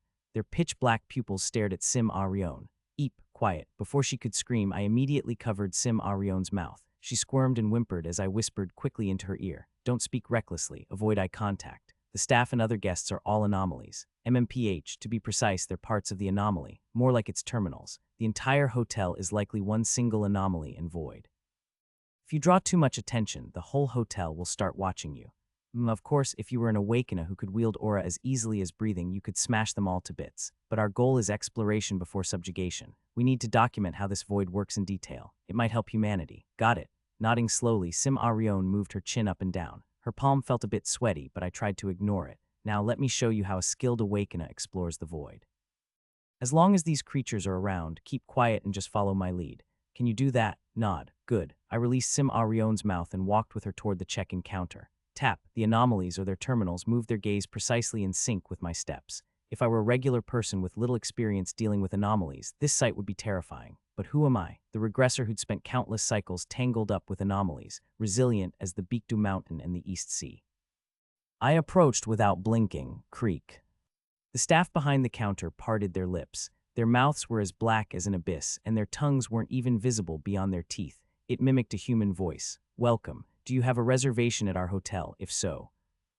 Good morning. The staff suddenly froze. Unfazed, I continued fluently. I have a reservation at this hotel. I'm a travel YouTuber. Can I check in? The staff looked visibly confused, understandably so. I had spoken in German. Hotel staff at high-end establishments usually speak English and can respond in Japanese or Chinese, but German, French, Spanish, or Russian requires special preparation, and they can't handle them on the spot. Naturally, Korean anomalies had the same sensitivity toward foreigners as most Koreans. They became utterly weak. Sorry, sir. Can you speak English? Reservation, please. Oh, come on, relying only on English in today's global era. Sorry, I'm sorry, I can't speak English. Deutschland, Germany, okay. Germany. What should we do? He seems German. Apologies. Please wait a moment. My flawless German pronunciation made the anomalies shrink back in panic. Sim Arion was watching me with wide eyes, like someone seeing a giant hamster perform a headstand. It might have looked funny, but this I don't speak Korean and I don't know English either. Strategy worked well in the void, especially in voids that imitated real buildings like the Tower of Sauron. The anomalies whispered to each other. Can't we reach the person in charge? No answer. They're not picking up. Why now of all times? We need to ask if he has a reservation, but we can't communicate. Calm down, everyone. Just guide him to the lobby sofa. We can't keep the guest standing there. Offer him some welcome tea, too. If this were an actual hotel, they'd have acted swiftly. But I guarantee it was the first time these anomalies had encountered a German guest, a foreign liaison. There's no way they'd have something like that. Calling anyone wouldn't yield results. Excuse me, sir. Please, can you come this way? What was that? Please have a seat on this sofa. Yes. The phone, we can't get through. Yes, sorry. The staff tried their best to get us to understand using every gesture they could think of. With a mildly displeased expression, I made it clear I didn't intend to cause trouble and sat on the sofa. Oh my goodness. As soon as the staff moved away, Sim Arion huddled close and whispered, Guild leader, what just happened? This strategy is nearly foolproof when dealing with anomalies trying to imitate humans in Korea. Of course, it only worked well in Korea and shouldn't be used in the Netherlands. Too many people there spoke foreign languages. Why you can speak foreign languages, of course. English, Chinese, Hindi, Spanish, Japanese, French, German, Italian, most major languages. My complete memory isn't op for nothing. Wow, I thought you were just someone who liked old Three Kingdoms content, but now you seem different, this brat. If not for me, she would have knocked on the glass doors before even getting on the elevator and would have gone straight to the afterlife. She was still a newbie to voids. No matter how dangerous the dungeon, it's manageable if you know how to handle it. I pulled out a Polaroid camera from my travel backpack, a model that printed instant photos. Why a camera now? Relax. This is a valuable item. One of the treasures I got in Japan after helping some magical girls. It was a Polaroid one-step land camera 1000, launched in 1977. It should require an SX70x0 film, but the camera itself was an anomaly, so thankfully film wasn't needed. Click, I photographed the hotel lobby. The camera flashed brightly and soon a white film was ejected. Here, take it. And no screaming. What? Eek. As expected, the captured image of the lobby was starkly different from what we were seeing. Dust-covered marble floors, shattered lights, and porcelain pieces scattered everywhere. Even corpses hung from nooses behind the counter. Ha, eek huff. Near the sofa where we sat, a corpse dressed as a soldier had its mouth agape and eyes wide open. Sim Arion was practically hyperventilating. Fascinating, right? This camera is rare. It's known as a spirit camera and is quite a notable anomaly in Japan. I've been eyeing it for a long time and only got it after taking down the Inanaki tunnel. I don't know why those magical girls were so stingy with it when they had two similar Nikon F-series cameras. Guild leader, eek guild leader. Don't be so scared. The fun comes from testing how well these idiots can imitate humans. Nobody else in this world would find anomalies fun except you. As I teased Sim Arion, the hotel staff brought us some welcome tea. Afterward, a man who appeared to be the manager came over and used English and body language to communicate. I'm really sorry, sir. We have no way to assist you right now. I raised my chin by 20 degrees and the manager bowed by 20 degrees. If you could wait a little longer, we'll figure something out. At this point, I pondered whether to subdue or hold off on subduing this anomaly. Most anomalies would have revealed their true nature by now, but from how things were going, it seemed like these creatures were genuinely dedicated to the hotel business. In other words, as long as we kept up our guest act, they wouldn't drop their hotel act. Pass. That's fine. Okay, I'll just look around and come back later. Pardon, here, hold my backpack. This is my phone number, okay. They kindly guided us to the elevator. Comfortably, we returned to the first floor. Since seeing the spirit photos, Sim Arion had been trembling nonstop. Guild leader, is it okay for us to leave like this? Probably, but earlier the door wouldn't open. This time the hotel allowed us to leave. If I had said I was leaving for good, maybe they would have stopped us. But I implied I'd be back. Oh, that's why you left your backpack. Right when exploring voids, you must quickly grasp their nature and adapt. Even in dangerous voids, as long as you follow the rules, they usually won't attack only about 50 of the time. That's still half, which is why you should always be strong enough to smack them down if they attack. Tusk. When the elevator reached the first floor, the door opened. As a test, I took a quick photo of the lobby. What's in it? I'll tell you in a bit. The photo showed bodies piled high like mountains. 20 partially eaten corpses stood near the glass doors, and 100 others clung to the glass, scratching it with their palms. What looked like a pretty chandelier was actually a gruesome collection of hanging corpses. Let's head out. Oh, okay. As expected, the glass doors opened naturally when I pushed them this time. A gust of fresh air rushed into my nose. Sim Arion plopped to the ground. It was so scary, so scary. Guild leader, please don't drag me into this, it's bad for my heart. Here's the first floor photo. A souvenir, what ahhhhhhh. Sim Arion fainted. I was satisfied. This is why it's fun to hang out with her. Her reactions were always great. Of course, the satisfaction didn't last long after I read a silly post on SGNet the next day. Old Man Gorieo dropped my footprint at that tower in Gangnam, Seoul, lol. Old Man Gorieo, is this dungeon really that famous? I went, and it's a joke. Those awakeners always boast, but this crappy dungeon is what kills them. 79th floor lobby photo, first floor elevator photo. Old Man Gorieo, I've got a spirit item, so I took some verification shots. Check if your parents' faces are here, lol. Naturally, these so-called verification shots were the instant photos I had given Sim Arion. The response was overwhelming. Anonymous, where is this? Literary girl, it's obviously the Tower of Sauron. Anonymous, this guy raided the Tower of Sauron alone and came back fine. Samson Cadet, what's with this Old Man Gorieo villain? Is this unhinged troll actually a reclusive master? Bequa 6th grader H-Wing. Anonymous, wow, this guy is next level, lol. Satisfaction Cooking Queen, this is fascinating. I glanced over at Sim Arion, fiddling with her phone in the guild's lounge. Hee.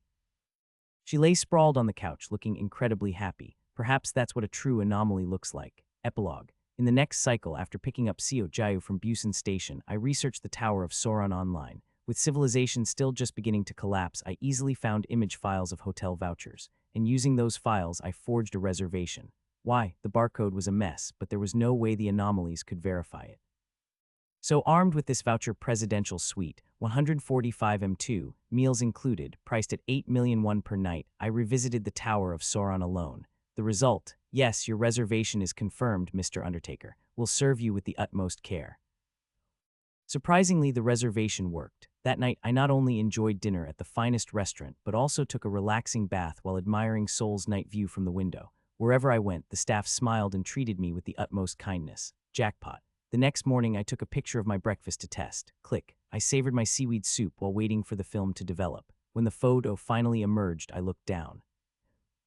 I won't reveal what was captured in the photo here, but if you're planning a trip with someone, make sure they have a strong stomach. Very strong. And of course I'm not bringing Sim Arion. Among those who have heard my story so far, some might be wondering, so what is the government doing? In this apocalyptic madness, with cultists' antics, Cthulhu tentacles slithering, and world tree zombies sprouting up, what are the politicians and government doing? First, let me tell you this, folks. The Korean government has something to say. That's right. We should consider the government's standpoint. You must have heard that right after a gate opened in Seoul, the National Assembly launched into space. For reference, the president was in the midst of delivering a policy speech at the National Assembly about the supplementary budget. It was truly a touching moment when South Korea suddenly rose to prominence as a pioneer in space exploration. The union between the ruling and opposition parties was realized not on this miserable Earth, but in a new colony called space. From a politician's perspective, Korea is just a meager homeland, much like how the Portuguese royal family fled to Brazil to escape Napoleon. Similarly, the Korean government went on a summer vacation. Cue what's left on the Korean peninsula now. A handful of National Assembly members and ministers who didn't attend the policy speech, governors, mayors, county chiefs, and many, many monsters. When the social infrastructure was not yet fully destroyed, the politicians wasted 3 days foolishly. In an apocalyptic situation, 3 days was more than enough time to drive people insane. Very few could remain calm after hearing news like, monsters are hosting a neighborhood meeting in our apartment park and parking lot. Finally, on the third day, the remnants of the government delivered their address to the nation, firing the final fireworks of the grand festival. Fellow citizens, South Korea is still safe. For now, remain calm and continue with your livelihoods. A truly generic speech. What the politicians overlooked was none other than the DNA of Koreans. That DNA bore an imprint of unshakable trust in the government. The people of this nation remembered the swift campaign of King Seonjo-lee during the Japanese invasion, and the spirit of national defense proclaimed when the army recaptured Uejongbu from the North Korean invaders and vowed to defend Seoul. You could blame the scoundrel once for fooling you, but if you were duped twice, it was your fault, and 3 times. Hand in your Homo sapiens certificate. Koreans weren't yet ready to go extinct. Stay calm, my ass. Oh, I knew these bastards would do this. Head south. Just head south, the civilians of the Korean peninsula evacuated with remarkable order. Citizens, the northern side of the Han River is still safe. Please, trust the government and the army, and go ba. Who's that guy? They say he's the vice mayor. What's that even mean, damn it? I don't know, toss him. What, The vice mayor of Seoul, third in line as the acting mayor in emergencies. The only survivor rushed out to Bampo Bridge to dissuade the citizens, but the citizens of Seoul simply threw him off the bridge and provided him with a practical lesson in water temperature. It was a clean, bold toss worthy of a standing ovation if the people of Prague had witnessed it. If only the politicians had admitted bluntly, we're completely screwed, but the north side of the Han River seems relatively safe based on monster distribution. To be more accurate, every region in the country is equally dangerous. Maybe things would have improved. But what could you do? You could only blame the ancestors who burned through their citizens' trust twice over. When the Republic of Seoul went down in flames, the other coalition governments stood no chance. County chiefs and mayors across the nation had already carved the national slogan, "Every man for himself," deeply into their hearts. The final touch was the mayor of Busan, closest to the throne of chaos, who fled to Japan, dealing the decisive blow. Soon enough, the second provisional government of the Republic of Korea, with the mayor of Busan as its head, was established on the Japanese archipelago. Fellow citizens, rumors are spreading that I've abandoned my duties as mayor and fled. This is untrue.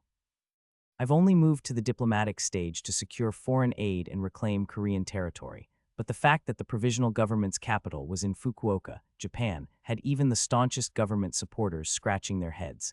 Wait, was that really the original location of the provisional government? I thought it was a bit further west. Even the Japanese must have been a bit taken aback. After all, the provisional government of Korea had a penchant for putting bombs instead of food in lunch boxes. How could they trust these lunchbox fanatics, not knowing what mischief they'd stir up? After many twists and turns, the second provisional government was eventually shunned by its own citizens and foreigners alike. To me, it looked like a suicide. For the final touch, a military coup confused the era on the Korean peninsula by 70 years. Fellow citizens. Today, myself and the brave soldiers defending this country's territory have agreed on a grand proposition that we can no longer stand by this political chaos.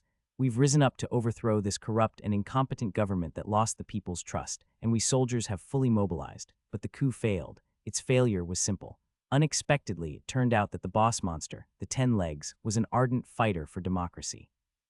The military units heading toward the Blue House repeatedly missed their targets and ended up inside the 10 Legs' stomachs. Though the army generals might not have known it, 10 Legs had a quirk of perceiving any group of over 300 people moving as a food truck. the military unit that attempted to enter the Tower of Sauron, last time belonged to the shattered remnants of the National Army. Even those remaining forces slowly disappeared for various reasons. That should summarize the answer to so, what did the government do? Utter chaos, a madhouse, total devastation. But if you want a lotus to bloom, you first need a pool of mud. Even within the Korean government, which fumbled the initial response miserably, a lotus bloomed. No do HWA, a 7th grade public servant working at a public rehabilitation hospital. She was the protagonist of this story. Unlike other public officials, No do HWA succeeded precisely because she was just a 7th grade public servant. From the beginning, Do HWA never dreamed she could replace the government of South Korea. Tax management, electing National Assembly members, universal welfare, why should she care? I probably shouldn't say this, but I don't really think of myself as a public servant.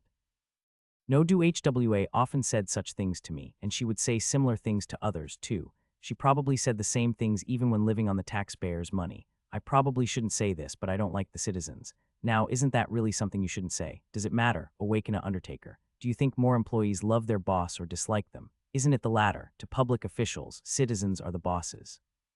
So it's only natural that more public servants dislike citizens. Do HWA muttered with slumped shoulders. She was a person of unusual eccentricity whom I first met in the 11th cycle. I had heard bits about her in passing before, but our first direct meeting was then. It's all done. Oh, would you like to stand up and walk? In the 11th cycle, my left leg was severed, so I had to wear a prosthetic. I stood up, walked a little, then tried a light jog, even doing small jumps in place. Do HWA observed all these movements carefully. How does it feel? Any discomfort? None at all. Wow, this thing works amazingly. It feels like real muscles and nerves. That's good. Do HWA smiled faintly. To some, it may have seemed a shady or insidious smile, but through my long regression experience, I had grown free from such prejudices. So I could confidently assess Do HWA's smile as benevolent. If something goes wrong, there's a 5 chance it could sting like nerves or being pierced. Just think of it as a gacha gone wrong and come back to me. I'll make you another one for half price. Do HWA was a manufacturer of assistive devices. Assistive devices referred to auxiliary gadgets used to aid those with mobility issues, like wheelchairs and crutches. Before the gate incident, Do HWA worked at a public hospital, repairing and creating various assistive devices. Even back then, she was already renowned among war veterans who had lost limbs to landmines. The Veterans Hospital always sought her out, but Do HWA seemed uninterested. I shouldn't say this, but I don't like soldiers. Just asking out of curiosity. But do you like any human being at all? Do HWA? No, I don't.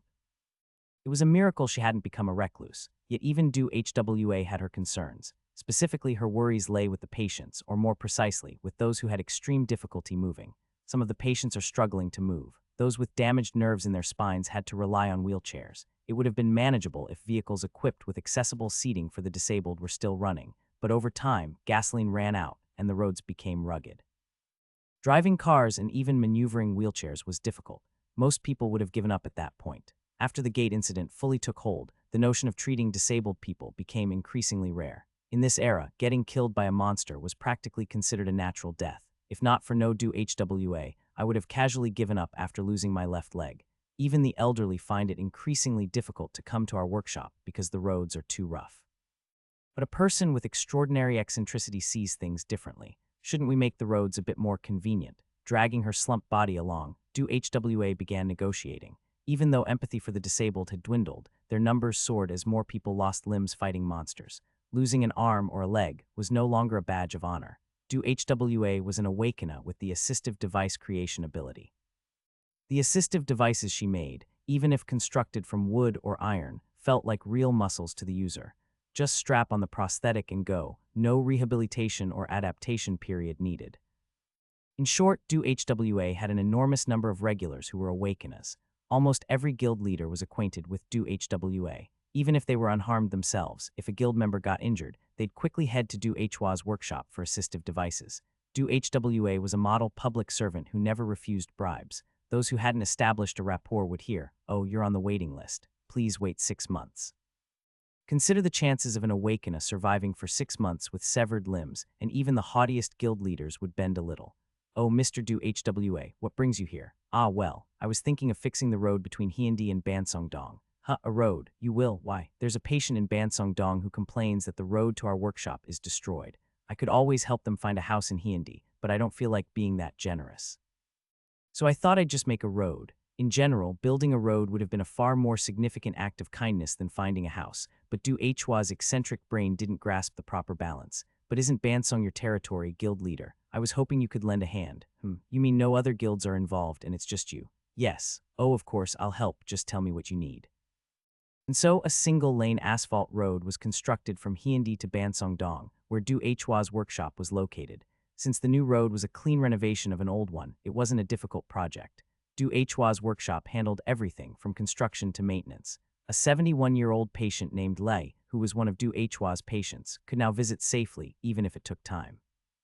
The patient was satisfied, Du Hwa was satisfied, and the real estate prices in Bansongdong were satisfied. That was the beginning. No, Du Hwa's patients never hesitated to heap praise on her when they gathered. Hey, that road laid down in Bansong looks great, doesn't it? You're right. Those ugly, cracked asphalt roads are nothing but eyesores. Laying a clean, beautiful one-lane road is much better, isn't it? That's classic Mr. Du Hwa. Where's she from again?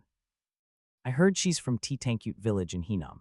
Of course, a woman born in a place with good water and air. If only someone like that were born in our town. At a glance, it sounded like old men chatting while playing Go. But older folks usually prefer detours over straight roads. Their true intentions could be translated as I'm so jealous, really jealous. Please lay one down in our town too. No, Du Hwa was someone born with a passive skill of mistrusting and hating people. She instinctively understood that behind every word uttered by humans lay ugly and vile desires.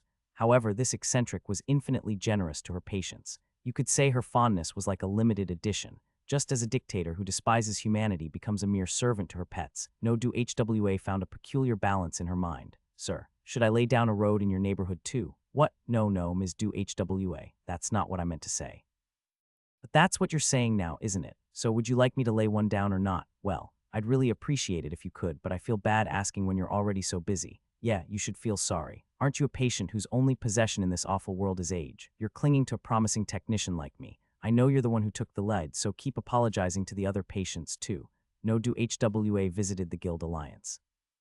Back then and even now, the leader of the alliance was Dang Xiao-rin. As for me, I just felt like a mercenary captain occasionally called in for jobs. Welcome, Ms. No Du Hwa. I've heard you're working on some projects lately. How have you been, Ms. Dang? It's embarrassing to act like I'm doing business in front of Samson. All I'm doing is gathering a few guys who used to toil in construction and laying down a few more modest roads than country lanes. Surprisingly, Du Hwa was respectful toward Dang Xiao-rin. It wasn't because their personalities clicked. Their wallets did. Anyone would grow courteous after seeing the quarterly gifts of assets Dang Xiao-rin sent to Du Hwa's workshop.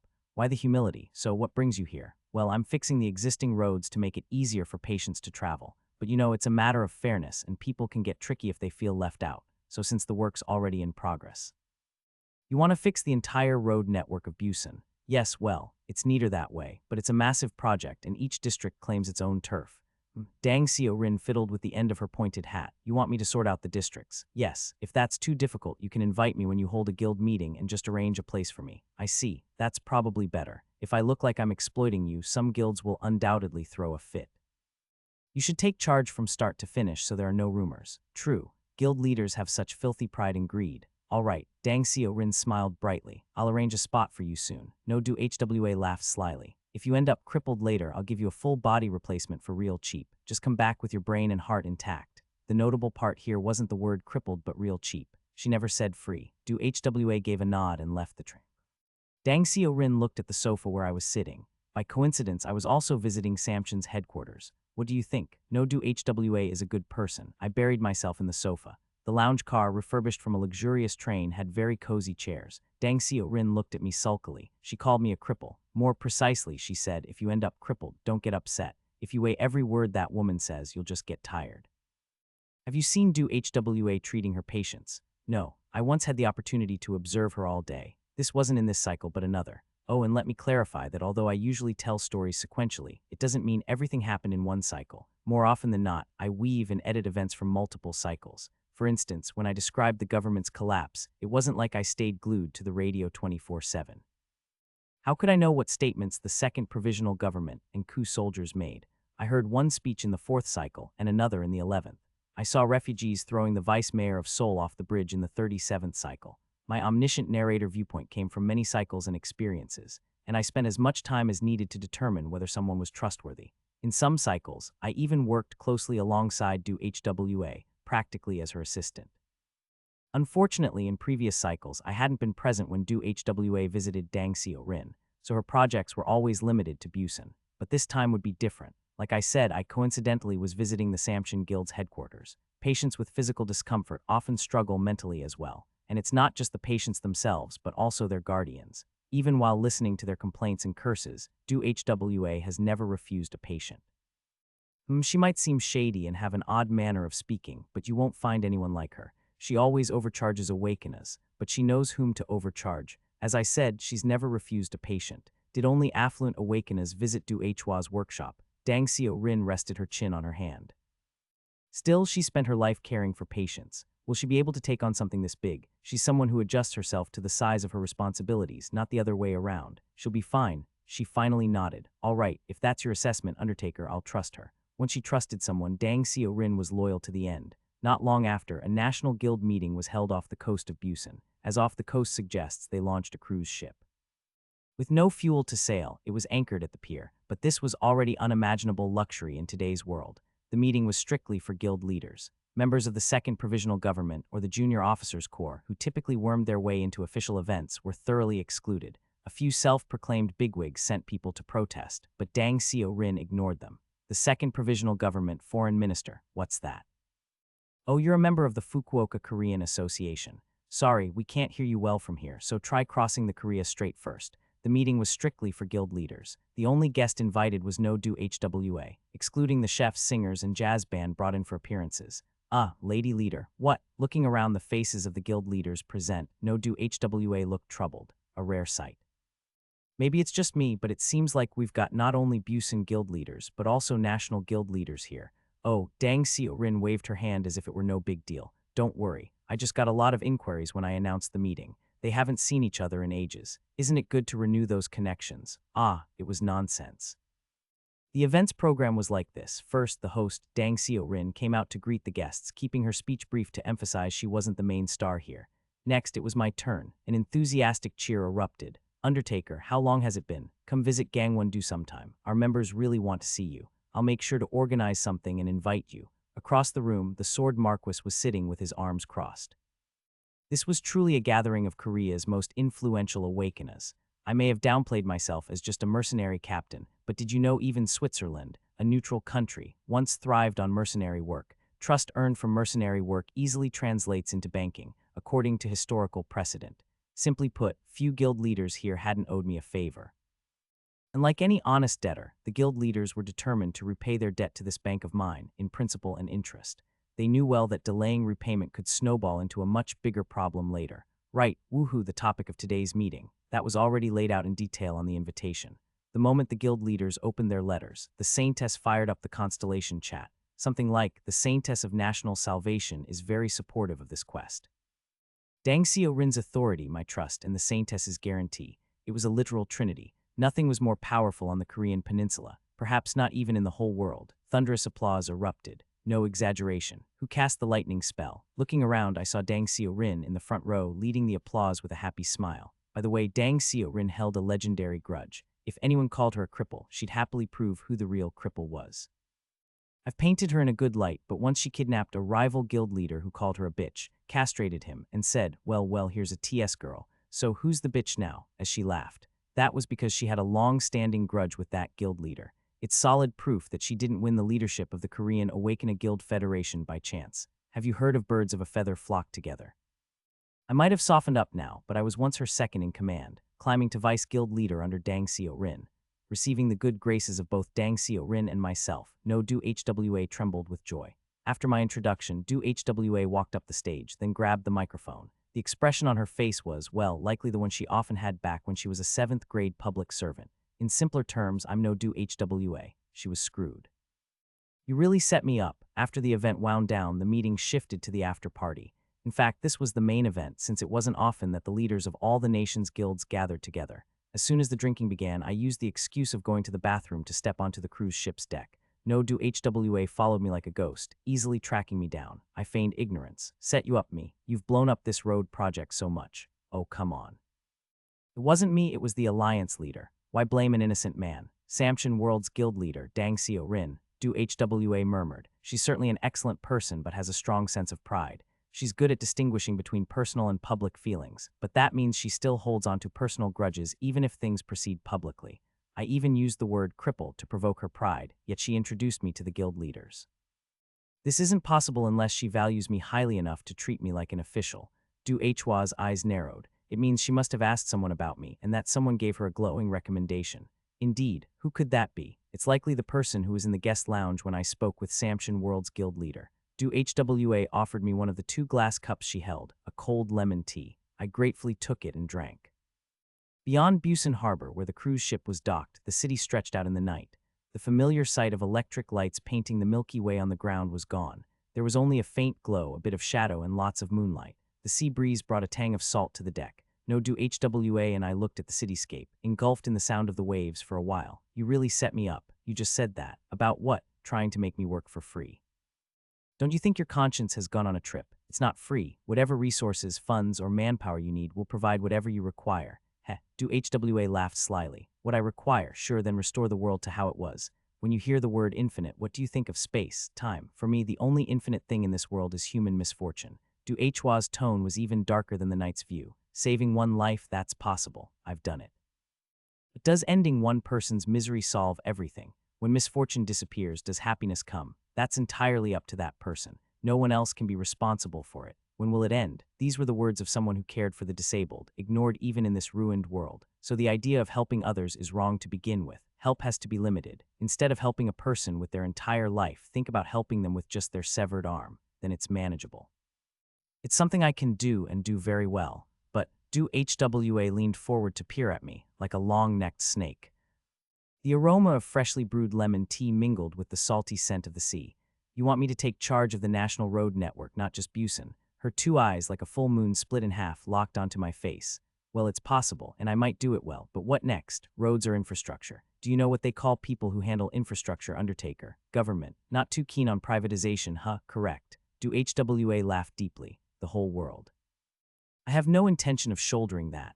It's already enough dealing with the broken. No way I'll handle a broken nation, I know. For now, I have to introduce myself and suck up to the guild leaders. But as roads are built, the guild leaders will end up kneeling before me. Oh yes, a new power player in this broken world. The king of the Korean peninsula. Sweet, right, but I don't want it. I don't like it. Why? Did you think I'd be happy if you handed me power? Go fuck yourself. No do HWA. Too ashamed for some self-pleasure. Then ask Samson World's guild leader to do it for you. Heh, if you're trying to save the world, the noble ones should save it themselves, not drag in some poor guy. I'm a regressor. The waves gently lapped against the cruise ship. Perhaps from the vibration, do HWA tilted her head. The lemon slice, cut like a crescent moon in her glass, slid slightly. You secretly have a winery in your workshop's basement, where you've stored 20 bottles of Chateau d'Yquem 1990. I know you opened one of them secretly the day you decided to build the road for the elderly in Bansong. Why Bansong? Because the people living there are in the worst condition, and if you connect with the guild leader holding that territory, you can interfere if necessary. Wait. When you were a civil servant, you won the first prize in the lottery but never revealed it to anyone, right? You used that money to buy wine and also privately collected the equipment needed for making assistive devices. Do HWA touched her lips with her index and middle fingers. Very interesting claim. If it's true, do HWA gazed at me, scanning my legs, hands, chest, and body. That explains why you've always looked like this. Sure. See, it makes sense. Your movements make sense in many ways. Silence. But even if it's true, if you're an incompetent human being, it's meaningless. I'm not saying you're actually incompetent. What I mean is you have to be competent enough to restore the world to how it was. I know you took down the 10 legs, but that's not enough. Do you understand what I'm saying? I understand. Prove it. I looked up at the night sky. Saintess, are you watching? Yes. Send a message to Ms. No Do HWA. The Saintess didn't question my judgment. She knew who I was. Do HWA beside me flinched. Her expression briefly flickered with confusion, curiosity, and a hint of joy. Was the constellation a lie? Yes, as G-Net is run by me. A site made by the constellation. I see. Silence, not bad. Do HWA's pupils calm down? Monopolizing information doesn't mean controlling its content. You have to secure the very channel it passes through. This could all be a scam involving telepathy or manipulation, but if you have the skill to pull that off, then it's as good as having the regression ability. Do HWA glance back at me. How many times have you regressed? Is this your second time? It's my 54th cycle. The first time I met you was in the 11th. Wow, that's a hell of a grind. Do HWA seemed slightly horrified. Well, the world had to have gone to hell, but weren't there better candidates than me? Aren't there plenty of perverts drooling for power? I've roughly tested them all. The second provisional government, the military coup factions, even the more influential politicians I didn't mention. HWA furrowed her brows. I'm the best among them. Impossible. Wouldn't it be better to give it to someone imitating the constellation? Ah, that person is a true shut-in, so it won't work. I felt the silent pressure from the saintess, but I shrugged. If there's one thing I've learned from 54 cycles, it's that if I try to do everything myself, it's endless. It's similar to your theory about infinite misfortune. We need to leave fields we can afford to alone. People will emerge to fill those gaps. Is that me? Even without my intervention, you have a high chance of rebuilding Buson's road network. In the last cycle, you went to see the leader. I wasn't there, but that wasn't all. In the future that hadn't arrived yet, in the 90th cycle, when I coaxed the tutorial fairy into running a convenience store. HWA attended the Last Supper held in front of that convenience store. She was the one who sprinkled her precious wines to gain the praise of the Awakeners, and before forming the final raid party with other Awakeners to charge into the meteor shower, HWA left a letter at my store. The road here is too rough. Nearly died bringing the wine bottles. Undie. I don't think that will was a complaint directed at me. It was her regret about herself. If she had pushed herself more to connect city to city with roads before the world completely broke, maybe she could have delayed the world's end even a little. I think such regret was in her words. She was someone who always carried those feelings in her heart, both in the past and future. So was her behavior and attitude a kind of camouflage. Everyone knew no do HWA was significant. Even those in power thought about how to use her more effectively, but hearing her shameless insults, they could only back away, thinking she's a defective homo sapien. Even so, I was here. When I first met No Do HWA, I also thought she was someone who couldn't be of much use. What made me different was that I was always given the chance to correct my prejudices. In the last cycle, I joined her workshop to observe her character from start to finish. Her interactions with patients, negotiations with other guild leaders, even when the apocalypse was imminent, prioritizing her patience. For over 9 years, the result was a pass. As I told Dang Seo Rin, No Do HWA was a good person. You don't need to worry about failure. Rather, fail in as many ways as possible. The failures you experience this time will be data for the next version of yourself. Lay the roads wherever you want. Start projects wherever your instincts guide you. Eventually, you'll find the optimal route. Try out various people when building your team. In the end, you'll figure out who fits your organization best. Regression is certainly a scam. You can seduce people with words like these. No Do HWA scratched her temple. I'm sorry for telling you to go fuck yourself, and I apologize to Samshin World's guild leader too. I don't care. Do you think you can restore this world to what it was? She had asked this earlier too. I looked directly at her, not on my own. I need your help. Do HWA let out a long sigh. The waves of the night sea seemed to resonate with her sigh, gently lapping against the hull of the cruise ship docked in the harbor, never to sail again. This is a disease. The waves whispered, murmuring in the darkness, and the unmoving cruise ship groaned. A truly wretched epidemic. The carriers of this shitty plague speak of their grand ideals and good intentions. I've healed countless cripples, but the biggest cripple of all was me. I can't find a prescription to fix myself, and there won't be one until I die. I didn't answer. I figured it was just Do HWA reflecting on herself. With slumped shoulders, she held out her cup. Well, let's do it. This public project. Clink. Our glass cups clinked together in a small toast. The lemon aroma drifted up to my nose. Pleased to be working with you. So is this going to repeat forever?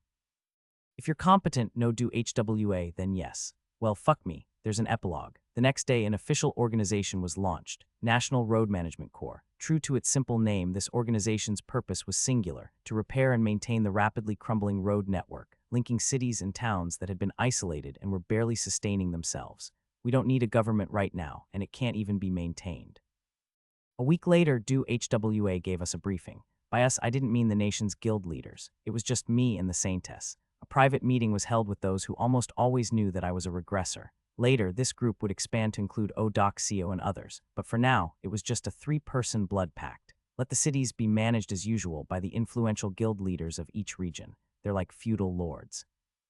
Think of the National Road Management Corps as the royal family, or rather, an administrative body under the royal family that simply signs contracts with these feudal lords.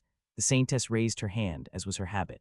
Yes, what is it? Won't it have too little power? Yes, the less authority it has, the better. The more fields power occupies, the wider it becomes. But the more irreplaceable a field is, the stronger it becomes. And we don't need broad power. It'll just lower efficiency and lead to corruption.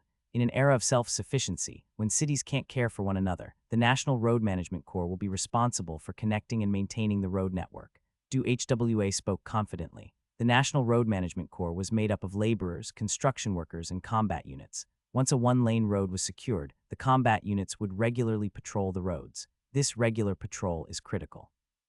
People and merchants traveling to other cities naturally tagged along on patrol days. DOHWA collected a fixed usage fee from them. It's basically a tax, but they'll protest if we call it that, so we'll insist it's a usage fee. Cities connected by the road network also had to pay usage fees. They could try using the roads for free, but they'd have to protect themselves from monsters that might attack. We must market it as though other choices are available, and they should actually be available.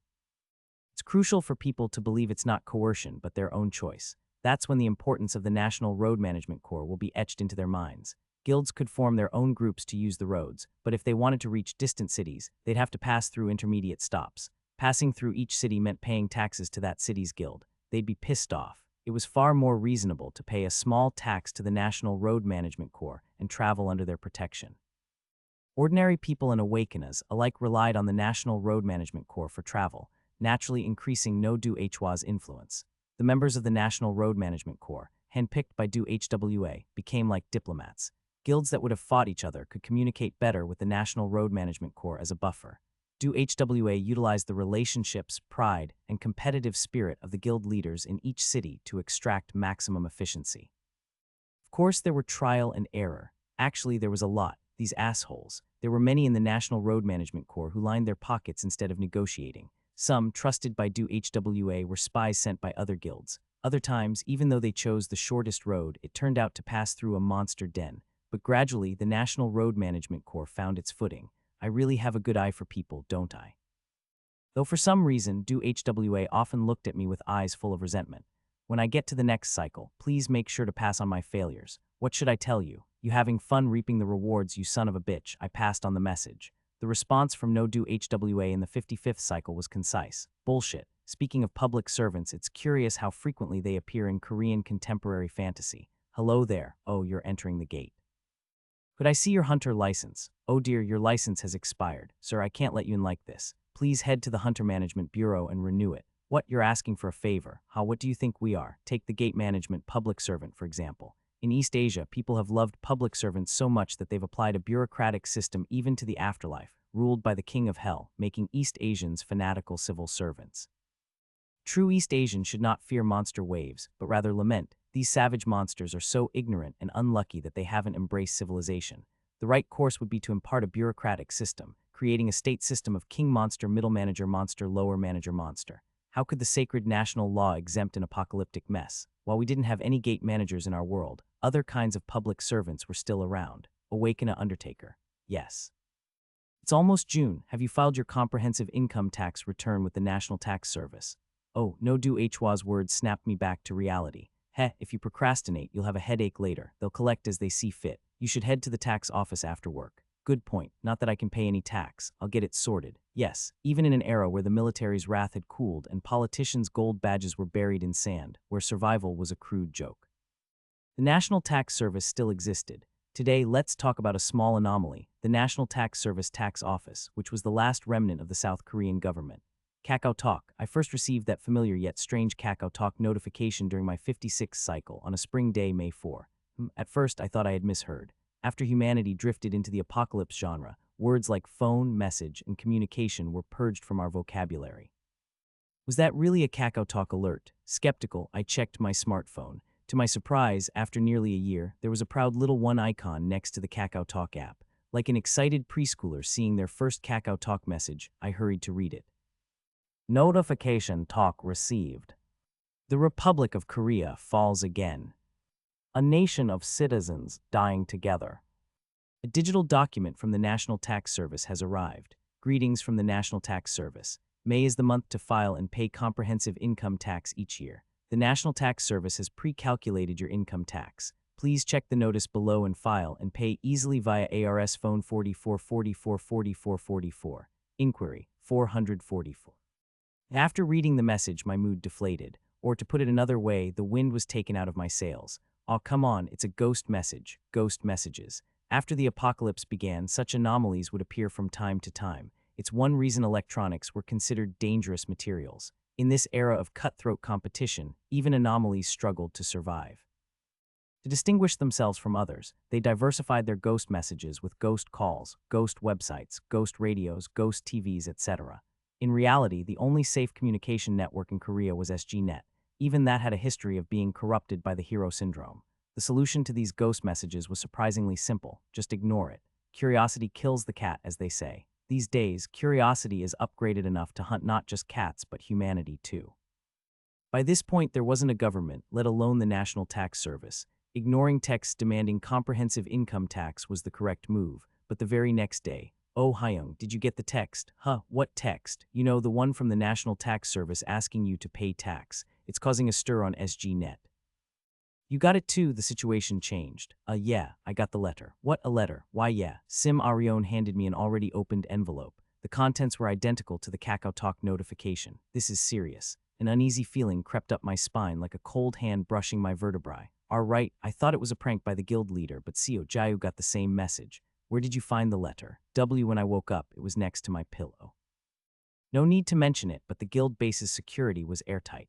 In the 89th cycle, Go Yuri wrecked the guild in one blow, but that was just her being weird. Even if it wasn't Arsene Lupin but his grandfather, it would be impossible to sneak past my surveillance and leave a letter in Sim Arion's bedroom. Assuming it was a human, I've received the same message. The Saintess's testimony dealt the final blow. This morning, when I opened my front door, a letter was wedged in the door frame.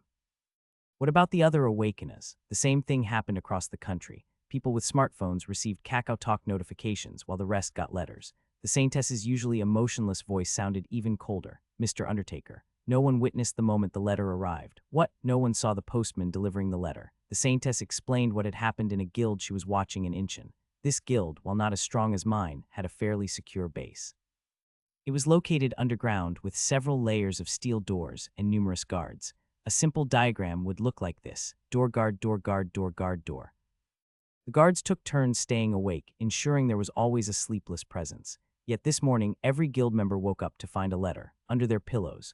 The same message was sent to ordinary people, not just awakeners. "Undertaker, I believe the National Tax Service comprehensive income tax letter is a significant anomaly." "Yes, at least it's certainly affecting the entire Korean peninsula." I couldn't help but chuckle.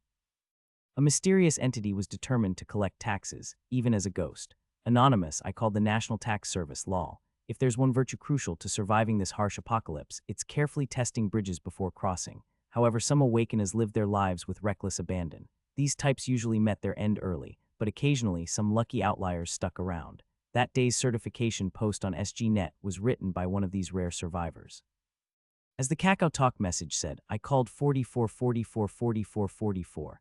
Everyone told me not to, but I thought, hell, what's the worst that could happen? When I dialed the number, it actually connected. Ring, ring, and a few seconds later the call went through. There was an operator, a telephonist. Anyway, a robotic-sounding voice started speaking. I don't remember exactly, but it said, "This is the National Tax Service ARS Application Report Center. Please select the service you want." Then a weird screen popped up on my smartphone. The background was red with white text, and I took a screenshot. Attached to the post was an image file. National Tax Service. National Tax Service ARS Application Report Center. 1. Comprehensive Income Tax Report. 2. Additional Corpse Tax Report. 3. Slave Workshop Unreported Status. Data charges will apply in 3G LTE environments. The image file was grainy, with spots of noise. The red background and white text combination hurt the eyes. It was far beyond the point of a wobbly bridge, already tap dancing on the edge, but surprisingly the author didn't stop. I have to admit, additional corpse tax and slave workshop made me nervous, haha. That's the first scare point. I clicked the most normal option, comprehensive income tax report. After all, the Kakao Talk message was about reporting comprehensive income tax. When I clicked, I heard static noise as the robotic voice guided me to enter my social security number. It's been so long since I last entered mine, I almost forgot it, haha. It felt like I was really filing my taxes, but at the end, it said I could pay by bank transfer. But hey, how can I transfer money these days when there are no banks? Luckily or unluckily, it said I could pay directly at the tax office. It told me to go to the Pochin tax office. That's the second scare point. My region is actually Pochin, haha. How does this message know where I live? But I heard the tax office here was destroyed long ago, so I don't know why it told me to go there. I'll check it out and post an update soon. The post ended there. Naturally, the comments exploded in disbelief. Anonymous, are you crazy? Why'd you call? Old man Gorieo, another one's heading up to heaven. National Road Officer, make sure you post that update. Anonymous, if you're in Pachin, aren't all awakeners from the same guild. They'll figure out who you are. Literary girl, can't believe this hero's still alive. Dal el ho use, so dumb. Satisfaction cooking queen, life is precious. Desires are fleeting. Aren't there more important things than trying to attract attention? Anonymous, cooking queen, you're so kind. Beak HWA 6th grader, ho. Anonymous, I'd bet my entire fortune this idiot is 100 dead. I didn't criticize the poster. Instead, I decided to use this opportunity. Sio Jayu, I'm going up to Pachin for a bit. Watch the house while I'm gone. Huh, Pachin, why so suddenly?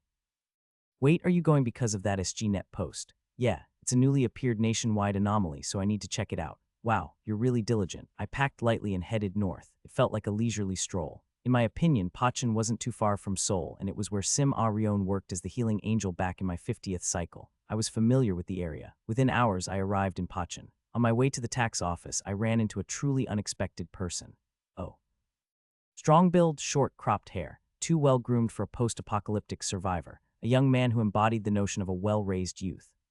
Sorry, you seem to know me, but I'm not good at remembering faces. Where have we met? The young man didn't recognize me. Instead, he seemed slightly wary of this unfamiliar face, but with my complete memory, I could recognize most awakeners. And this time, his face was particularly familiar. That's Lee Ju-ho, isn't it, Lee Ju-ho? Back in the 50th cycle, he was the victim whose father was humiliated by the old man Goryeo villain Sim Arion. Yet he graciously forgave her. That magnanimous young man stood at the path leading to the Pachin tax office with a backpack and a smartphone. Glancing at his screen, I noticed the familiar SGNet homepage. Could it be? A realization dawned on me. So you were the one who wrote that post. It's a small world. It's you, Undertaker. I've heard about you everywhere. Sorry I didn't recognize you sooner. After introducing ourselves, Lee Ju-ho's wariness melted away like frost under the spring sun. That's why it's important to spread goodwill and have a positive reputation. When people you meet already have a +20 affinity buff towards you, why wouldn't you try to build rapport? Ha ha ha. Our guild was small, so during the 10 legs hunt, we were practically in the third line. We only caught glimpses of you from afar. If it's not too much trouble, could you sign this for me? Oh, I'm not a celebrity. I'm embarrassed. Despite my words, I took out a brush pen and clicked the cap open with a pop. Like Dang Seo Rin, I often receive autograph requests, so I carry a brush pen with me. With a flourish, I scrawled Undertaker in calligraphy. The strokes contained the experience of a regressor's life. I could see Lee Ju-ho's eyes widen as he marveled at my signature. Whoa, your handwriting is truly superb. What? Oh, ha ha ha. An experienced regressor knows to break the ice based on a person's personality type. If I put my mind to it, there weren't many people I couldn't befriend in Korea no do HWA who viewed the world with distrust, hatred, malice, and contempt, being a rare exception. Within 5 minutes, Lee Ju-ho and I had formed a rapport. So you came all the way here after seeing my post on SGNet. Exactly. Wow, this is so embarrassing. As expected, the anonymous user who wrote that post was Lee Ju-ho. Back in the 50th cycle, when his father had been humiliated by Sim Arion, Lee Ju-ho used the nickname I joined today on SGNet. In his first post, he'd written, usually I post anonymously, but I signed up just to write this. Meaning, in cycles where Sim Arion hadn't humiliated his father, Lee Ju-ho remained active as anonymous. What's there to be embarrassed about? We're uncovering a newly emerged anomaly. If it's okay with you, I'd like to help. Of course, with you by my side, we'd be unstoppable. Our pleasant atmosphere lasted only until we reached the uphill path where the Pachin tax office towered. I let out a dissatisfied while Lee Ju-ho made a perplexed To reiterate, the tax office stood tall. As if the apocalypse had never happened, it was pristine. May is the period for filing and paying comprehensive income tax. Reporting period, May 1, May 31. Honest tax payments, fair taxation, building a shared future. The surrounding buildings were in ruins, but the tax office had clean gray walls and spotless banners fluttering. Lee Ju-ho, was that building always intact? What? No, it's not. There was a massive fire here recently and all the buildings were destroyed. Lee Ju-ho looked up at the building uneasily. They were definitely ruined. Then this building must be a void. It was a high-level void that altered perception and forcibly changed the environment. Was it because of last night's rain? The building's wet surface gleamed slickly like a beetle's shell. Then suddenly, someone tumbled out of the building. Lee Ju-ho and I instinctively drew our weapons, but the person seemed oblivious to our armed state. My foot, save me, he was missing his right leg. The man collapsed at the entrance, blood splattering around him. Lee Ju-ho frowned. Park Sang-hyun, you know this man. Yeah, well, he's not an awakener, but he goes around bullying the neighborhood elders like a thug. No need to remember him. Even his tone hinted at how much he disliked the man. How is someone like that still alive? He's the son of our late vice guild leader, so it's hard for our guild to treat him like a nobody. Father-son relationship, Lee Ju-ho, noticing us, Park Sang-hyun frantically waved. Since he was missing his legs, he looked like a lower half Shanks. Save me, sigh. What happened? The building suddenly appeared, so I went inside. It's crazy in there. Save me first, I'm so dizzy. Clang, a strange noise echoed from the building entrance. Park Sang-hyun flinched, his whole body stiffening. It's coming, hey help me. The noise was metallic, sounding like clank and clack. Deep within the tax office, beyond the entrance, the clank grew closer and closer. Hey, what are you waiting for? Save me. Lee Ju-ho, if I die, do you think Mr. Dong-wook will let you off? I glanced at Lee Ju-ho. Do you really need to save him? He was already a troublemaker in the guild. If an anomaly eats him, our guild won't lose face. At last, the clanking noise reached right behind Park Sang-hyun. He screamed and tried to crawl away, but before he could move far, something grabbed his ankle with a thud. Aorog, no, I don't want this. Save me. Aog, Park Sang-hyun was swiftly dragged into the building's maw. It happened in a flash. His screams echoed through the halls for a while, but they didn't last long. After a minute, silence fell. Do you still want to go in? Lee Ju-ho's worry deepened, but he didn't need to think long. Shortly after the screaming stopped, someone walked out of the tax office. Are you here to file your taxes? We didn't answer the question immediately for several reasons. First, no entity emerging from an obviously abnormal void could be trusted. Second, while the figure looked human and wore a neatly pressed suit like a receptionist, it was blatantly violating dress code. No exaggeration, its disheveled hair cascaded down to its hips like a wild mane, obscuring not just its face but its entire upper body. A voice emerged through the hair like a whisper. It was hard for the Confucian uncle inside me to tolerate such blatant disregard for grooming, calling out unacceptable. Even worse, it constantly shook its head, making the mess of hair sway like a seesaw. These public servants must listen to heavy metal during working hours. Third, and most importantly, the public servant-like entity held a 30 centimeters long pair of scissors in its right hand. Clank, clank, clank. The mysterious noise from earlier had come from the scissors. Every time the blades clicked, blood splattered. The visual was shocking.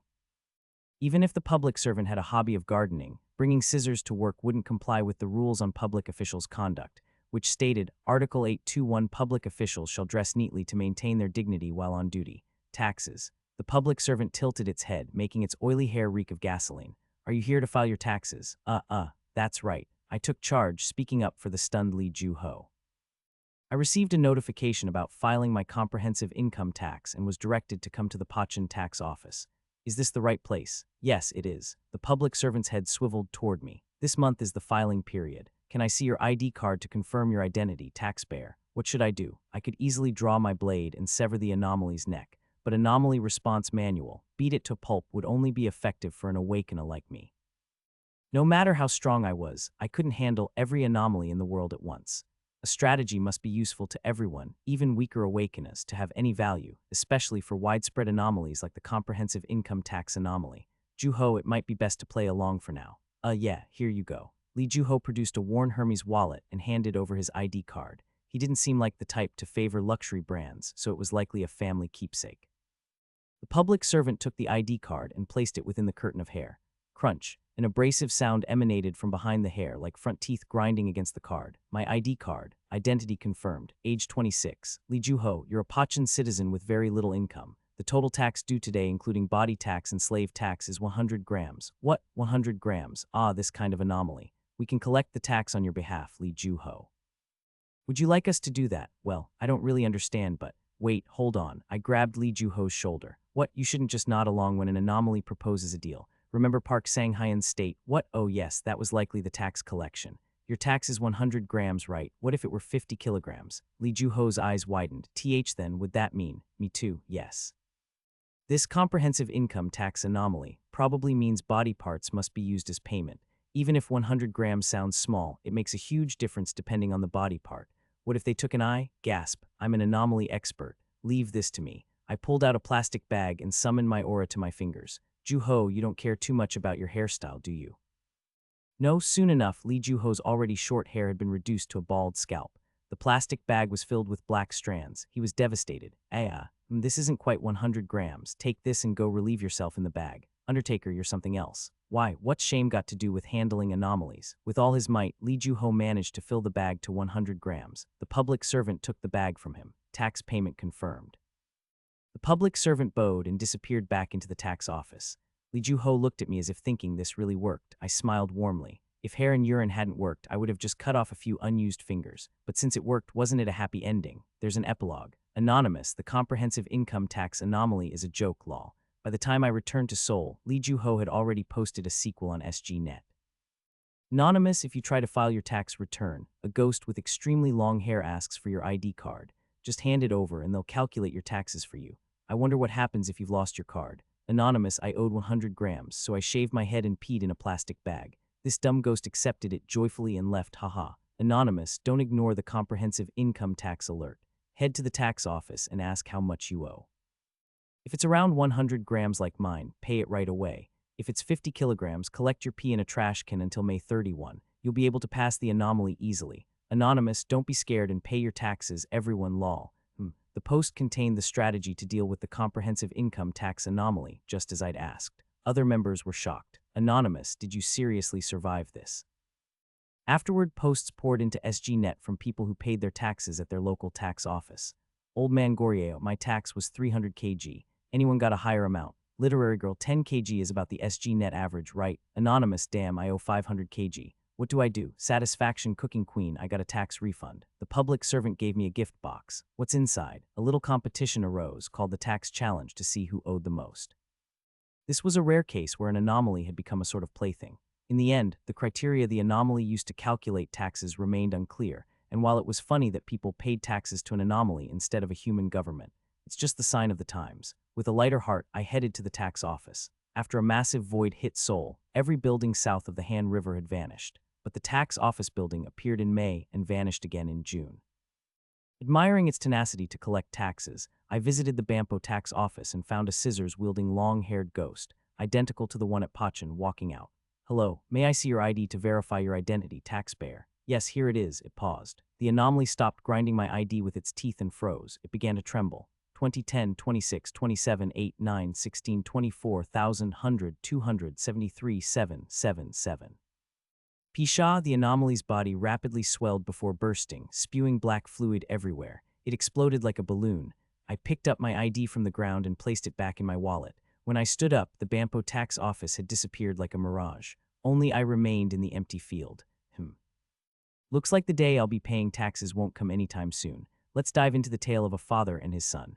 In this context, rich doesn't refer to a wealthy bourgeoisie but to the richness of familial bond between a father and son. To truly grasp these two characters' story, I had to reluctantly go back to my fourth cycle. At that point in my life, I was a walking embarrassment. Those first 5 cycles were my teen phase of sorts. Even now, after living through countless years, I cringed at memories from my first to 5th cycle.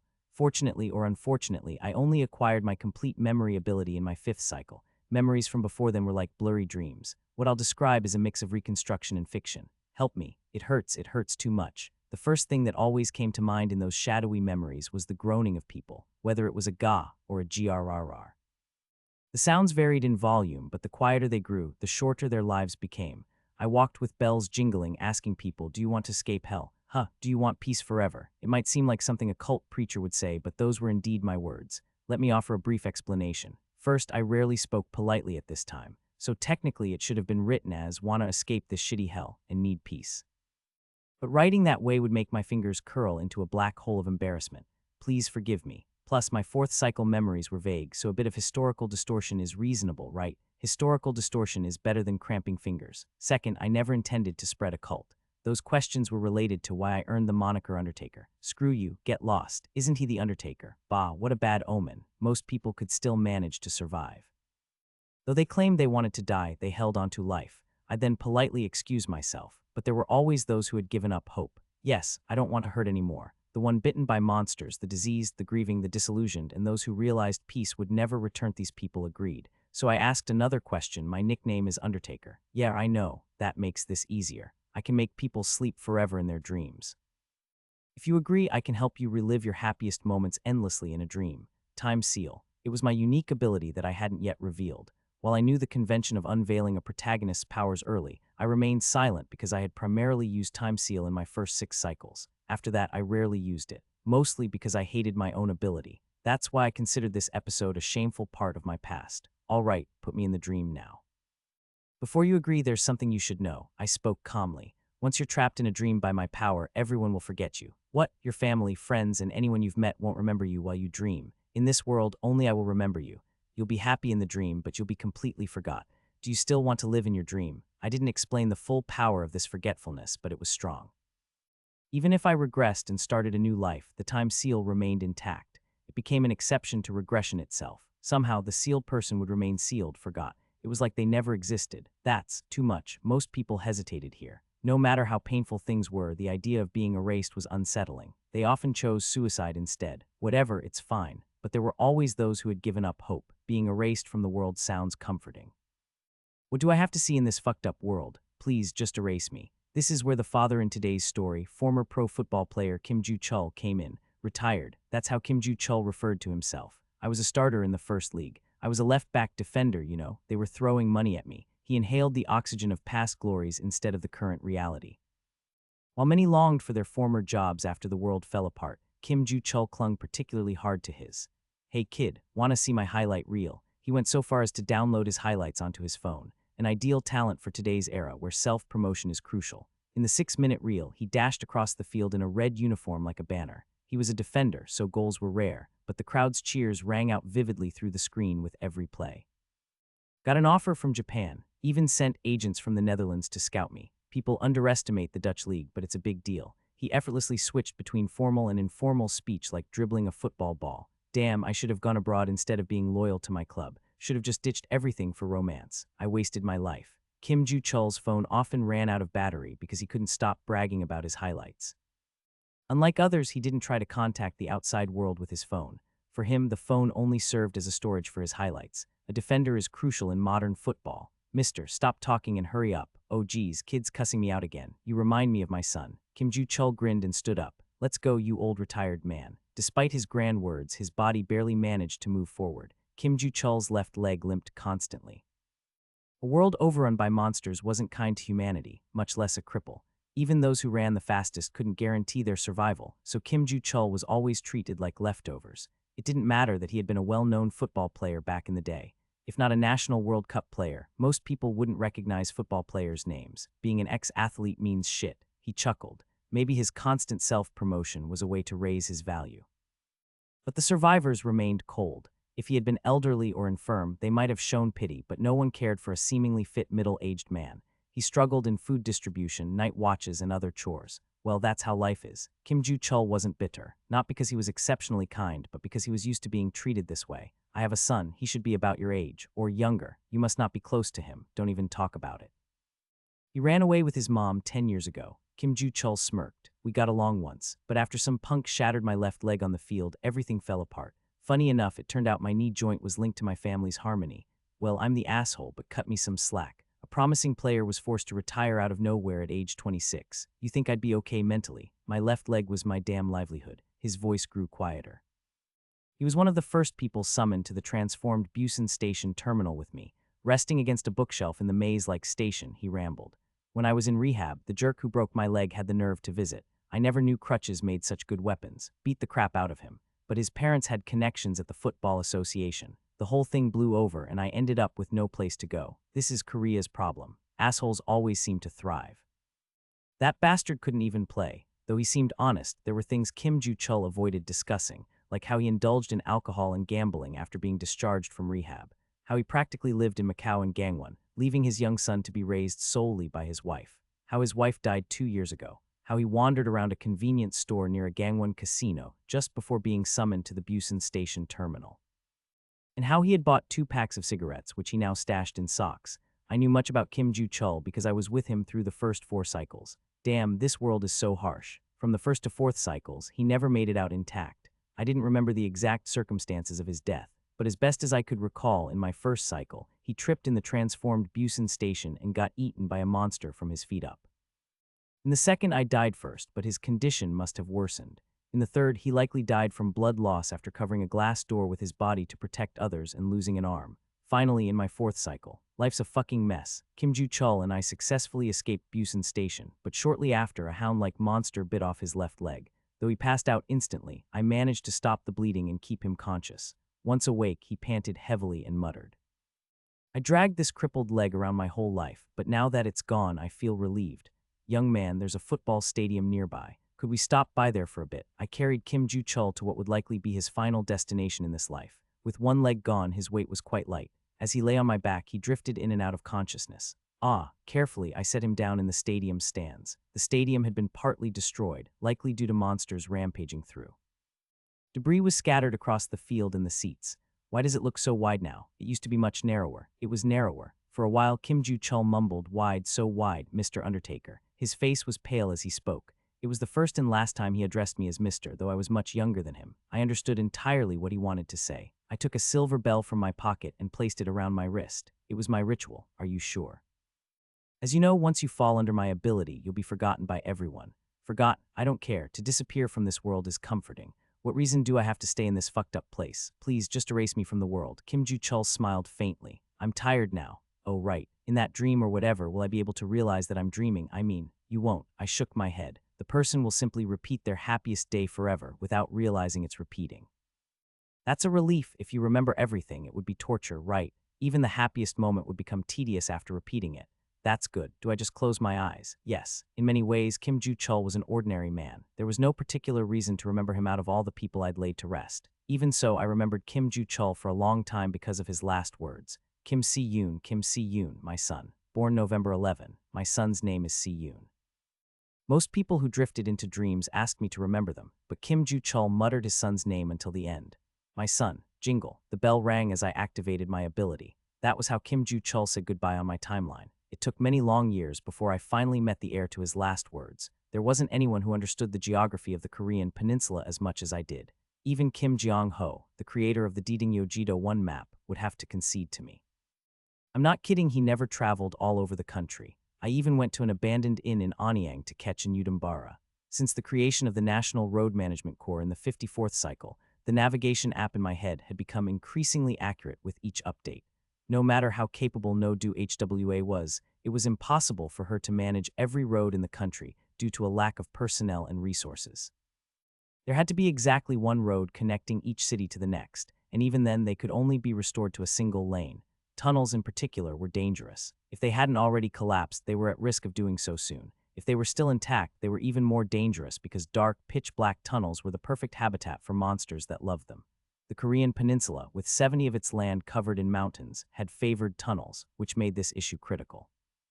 But it's not as bad as Japan. Their tunnels are a real nightmare. I'll talk more about that later. Anyway, the National Road Management Corps had to find routes bypassing every tunnel to connect cities. If that was too difficult, we'd have to carve out new paths through the mountains. This project was called the Road Streamlining Operation. It was nearly as challenging as a national policy-level project. Awaken a Undertaker, please handle this. Naturally, this plan was entrusted entirely to me.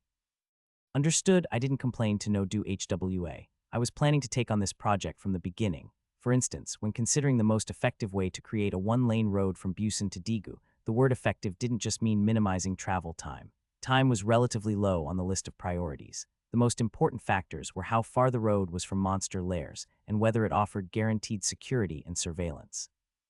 Securing as many rest points or midway stations for the patrols to camp safely was also essential. Ideally, it was better to be close to a drinking water source, but not too close to dams, which could collapse at any moment. If you didn't want to end up like Yulji Mundiok 2, you needed to avoid dams. Bridges weren't even worth mentioning. In short, there's too many things to worry about for one project. Indeed, I was the only one capable of handling this. No matter how smart someone was, drawing a convincing road network while sitting at a desk was useless. What could anyone do about the fact that all available maps were outdated relics from before the gate incident? Ultimately, I had no choice but to go on foot. While we had some satellite images, they didn't provide the kind of detailed information we needed. But who else could afford to travel all over the country in this ruined world? Only the infinite regressor. I look forward to working with you, Saintess. In the 54th to the 56th cycle, I explored every nook and cranny of the country until my feet ached, filming a road movie along the way. Sometimes I traveled with patrols, but I mostly traveled alone. I never felt lonely since I could chat with the Saintess via telepathy. If I wrote a travel journal based on these 3 cycles, the title would be something like, I'm an infinite regressor in this ruined world, but I'll enjoy traveling alone with the Saintess's voice. It might be boring from a story perspective since there weren't many major incidents, but personally I loved these 3 cycles because I met so many ordinary people instead of awakeners. I made many meaningful connections during that time. This road. Isn't this the right place? Kim Si-yoon. I first met the former football player's son in the 54th cycle. Excuse me. Whoa, gee gosh. A young man dressed for travel leaped in surprise. He was between being a boy and a young man, but he looked younger because he was quite short. He had been standing in front of the Changwon Tunnel, nearly burying his face in a map that had been unfolded and refolded countless times. He had a backpack that looked a bit too big for his small frame. In short, he looked like a typical backpacker from head to toe. "Who are you?" But instead of a walking stick, he carried a spear. He aimed the spear at me, but it seemed pretty shabby. He had probably taped a dagger to the end of a stick himself, creating a 100 homemade spear. To be fair, this style was trendy among backpackers these days. If you didn't want to hear traveling without a spear, is the end of your trip going to be in a monster's stomach? You'd better follow the latest trend. I'm sorry for startling you. I'm an Awakena member of the Samshin World Guild who took part in the 10-leg subjugation. Awakena. The young man looked at me warily, but there was also a hint of curiosity. After the 10-leg subjugation, ordinary people became much more welcoming to the awakened, treating them like American war veterans after World War II. Residents around Seoul treated Awakeners especially well. The young man must have come from that region, as he at least tried to be polite. I'm sorry, I was so surprised. It was my fault for talking to you from behind. Don't worry about it. But this tunnel is collapsed, so it's better not to try passing through. The young man looked frustrated. What? Why? Isn't the entrance already collapsed? I pointed to the Changwon Tunnel. The surrounding area was overgrown with bushes and trees, untouched by civilization. Only the cracked asphalt and tunnel entrance barely held onto their past claim. The young man spoke in a meek voice. It seems like at least one person could squeeze through. I wouldn't recommend it. Why not? There's a high chance that monsters are living inside. Even this brave young man, traveling with just a staff and a backpack, was immediately discouraged by the word monster. Then why are you here, Awakena? A missing persons report came in from around here. Many people have been caught trying to pass through, thinking they could make it alone. I'm planning to block it off completely. My goodness, it's dangerous. Please step back. I collapsed the tunnel in front of him. Ghostly wail echoed from deep within, but I paid it no mind. The noise was probably just slimes bursting. So you really are an Awakena. The young man, realizing I wasn't a fake, finally let his guard down. To clarify, he probably didn't believe in the goodness of the Awakeners, but rather acknowledged that it was pointless to be wary of someone strong enough to collapse the tunnel with a single blow. In this broken world, having an objective assessment of oneself was crucial to living without stress. In that sense, this young man was well adapted. Where are you coming from? Oh, I originally lived in Asan. You walked all the way from Asan to here. Alone? Haha, yes. He sheepishly scratched the back of his head. My mother is from Daesan-myeon, Changwon. Do you know Daesan-myeon? Anyway, I was going to stop by there before heading down to Busan. I thought using the tunnel would be the fastest route, but I had no idea it was a slime dungeon. Is your mother still in her hometown? Oh no, she passed away 7 years ago. A familiar sound rang in my heart, the sound of my affinity for this young man rising. No need to hide it. Me, the Undertaker, wasn't necessarily old, but I was the kind of guy who would shed tears at the mere mention of family love. A regressor's weakness was always love. Did you decide to travel because you wanted to see your late mother's hometown? Yes, that's admirable. It must have been obvious you'd struggle on this trip. Oh, it's nothing compared to how much my mother struggled to raise me. Affinity plus 200 points. By now, I had already decided that I'd ensure this young man made it to Busan safely. I needed to stop by Busan to see No-Do HWA anyway. An extra companion wouldn't be a burden. I was planning to head to Busan after collapsing this tunnel. If it's okay with you, would you like to travel together? Really? His face brightened at my offer. Yes, my name is Undertaker.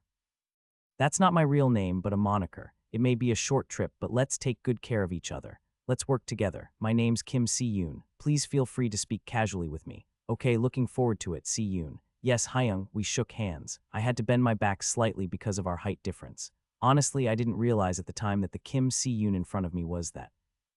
Kim Si-yoon, there was an understandable reason for this. To explain it in one sentence, I had forgotten the name Kim Si-yoon over time. Sure, I depicted it as if I always remembered the football player Kim Ju-chul's last words in this story. But as I've emphasized before, that kind of consistency was only possible because I edited the story.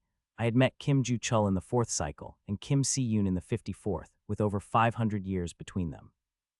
How could I possibly remember events from a time when I hadn't yet mastered complete memory? What's your father like? My father. I first sensed something odd when we were setting up camp that day. Kim Si-yoon frowned as if I had asked him about a mythical beast. I'm not sure. I don't remember. I was mindlessly spreading my sleeping bag when I suddenly became alert. His attitude while answering my question, the way he dragged out his words, was all too familiar to me. Wait a second, this might be a rude question, but I'll ask since I'm also an orphan. Do you not remember anything about your father? Has your mother never mentioned him, or have you never asked her about him? Oh, why, and you've never thought that was strange? Kim Si-yoon looked at me with his round, squirrel-like eyes. There wasn't a hint of doubt on his face. He even seemed to find it odd that I cared. Why? Because not thinking about something that doesn't exist is the most natural thing in the world. Yeah, that's right. I sighed and gazed up at the night sky from our campsite for a long time. Fate is tenacious and terrifying. Si-yoon. Yes, when we get to Busan, let's stop by somewhere with me. Meeting Kim Si-yoon was nothing short of a miracle. I'm not exaggerating or throwing the word around lightly. Like all miracles, this one wasn't a sudden event out of nowhere, rather. It was the product of many conditions coming together seamlessly. We could infer these conditions from the personal information Kim Si-yoon had shared. You worked in Asan before the gate incident. Yeah, I had a relative running a huge supermarket in Asan. I just did some part-time work there. What caught my attention wasn't the work itself, but the region of Asan. Readers who are knowledgeable about Korean geography may already have gotten chills at the mention of Asan. To explain briefly, Asan in South Chungcheong province encompasses an area known as Anyang. Yes, Anyang, location of the abandoned in where the Udambara world tree first bloomed. If I hadn't subjugated the Udambara, the residents of Asan would have inevitably been infected by the virus, given their proximity to the origin. Although I never ran the calculations, when the world tree had fully bloomed, Asan's civilians would have been 99 annihilated, and that death toll would have included Kim Si-yoon. Even if he had miraculously avoided infection, things wouldn't have improved. 10 Legs, the only Michelin guide inspector on the Korean peninsula, would have taken care of him. No matter how much the new Budha virus promised humans immortality, if your head was severed and brain destroyed by 10 Legs, that was the end. Until the Allied guild forces exterminated 10 Legs, all humans in Korea were no more than a chef's choice on 10 Legs' dining table. For Kim Si-yoon to have survived and embarked on this journey from Asan to Changwon to Busan with his homemade spear, certain conditions needed to be met. These conditions could be laid out like a quest list in an RPG. Kim Si-yoon's survival route requirements: 1. Exterminate 10 Legs. If not exterminated, they'll head south from Seoul, and Kim Si-yoon will die. 2. Exterminate the Udambara world tree. Kim Si-yoon was among the early victims of the virus. If not destroyed immediately after the regression, his death can't be prevented. Without me, the regressor, clearing this route would have been impossible. Was Kim Si-yoon the only one in Korea in this position? Many people were in the same boat. Take Dang Seo-rin, for instance. Despite persistently pestering me to be a witch friend, she could only ensure her survival by eliminating 10 Legs. Defeating boss-level monsters was akin to unlocking previously locked regions. Kim Si-yoon was like an NPC that could only be freed by eliminating 10 Legs and Udambara. Of course, this analogy is only a comparison to a game. In reality, the world wasn't a game, and humans weren't NPCs. Thus, humans must bear the responsibility appropriate to their kind. So, after hearing my full explanation, Kim Si-yoon furrowed his brow. You're saying I had a father named Kim Ju-chul and that because of Undertaker's time seal, I've completely forgot everything about him. Yes, more specifically, not just you, but everyone's memory of him has been erased. What kind of power is that? Kim Si-yoon looked incredulous. To a normal person, his reaction made sense, but time seal was quite a reasonable power. In this world, there were even powers that grew stronger based on the amount of trolling you did online. Ordinary people often assumed that awakeners were like RPG characters, but in reality, there were far stranger abilities. Anyway, I might be mistaken, but from my perspective, it seems highly likely that you're Kim Ju-chul's son. I don't really feel. Have you ever shown any interest in football? Kim Si-yoon hesitated. No, I haven't. Kim Ju-chul was a former football player. If you've lost all memory of your father, then it's likely you've lost most memories related to football too. But there are a lot of people who aren't interested in football. True, but having no memory at all is a different story. Have you ever watched the World Cup? Not even once. Or come across any videos or articles about Korean players playing abroad? Kim Si-yoon fell silent. Kim Ju-chul is sealed in a stadium in Busan. If this is all just a misunderstanding, I apologize in advance, but I think it would be worth following me to see the truth. His hesitation didn't last long. We stood in a partially destroyed football stadium in Busan. The outer walls had collapsed due to monsters, leaving behind a maze of steel frames and debris. After a long time away, I returned to this place. The first time I visited, I was with someone's father. The second time, I was with his son. Wow. Kim Si-yoon looked around in wonder like a crane.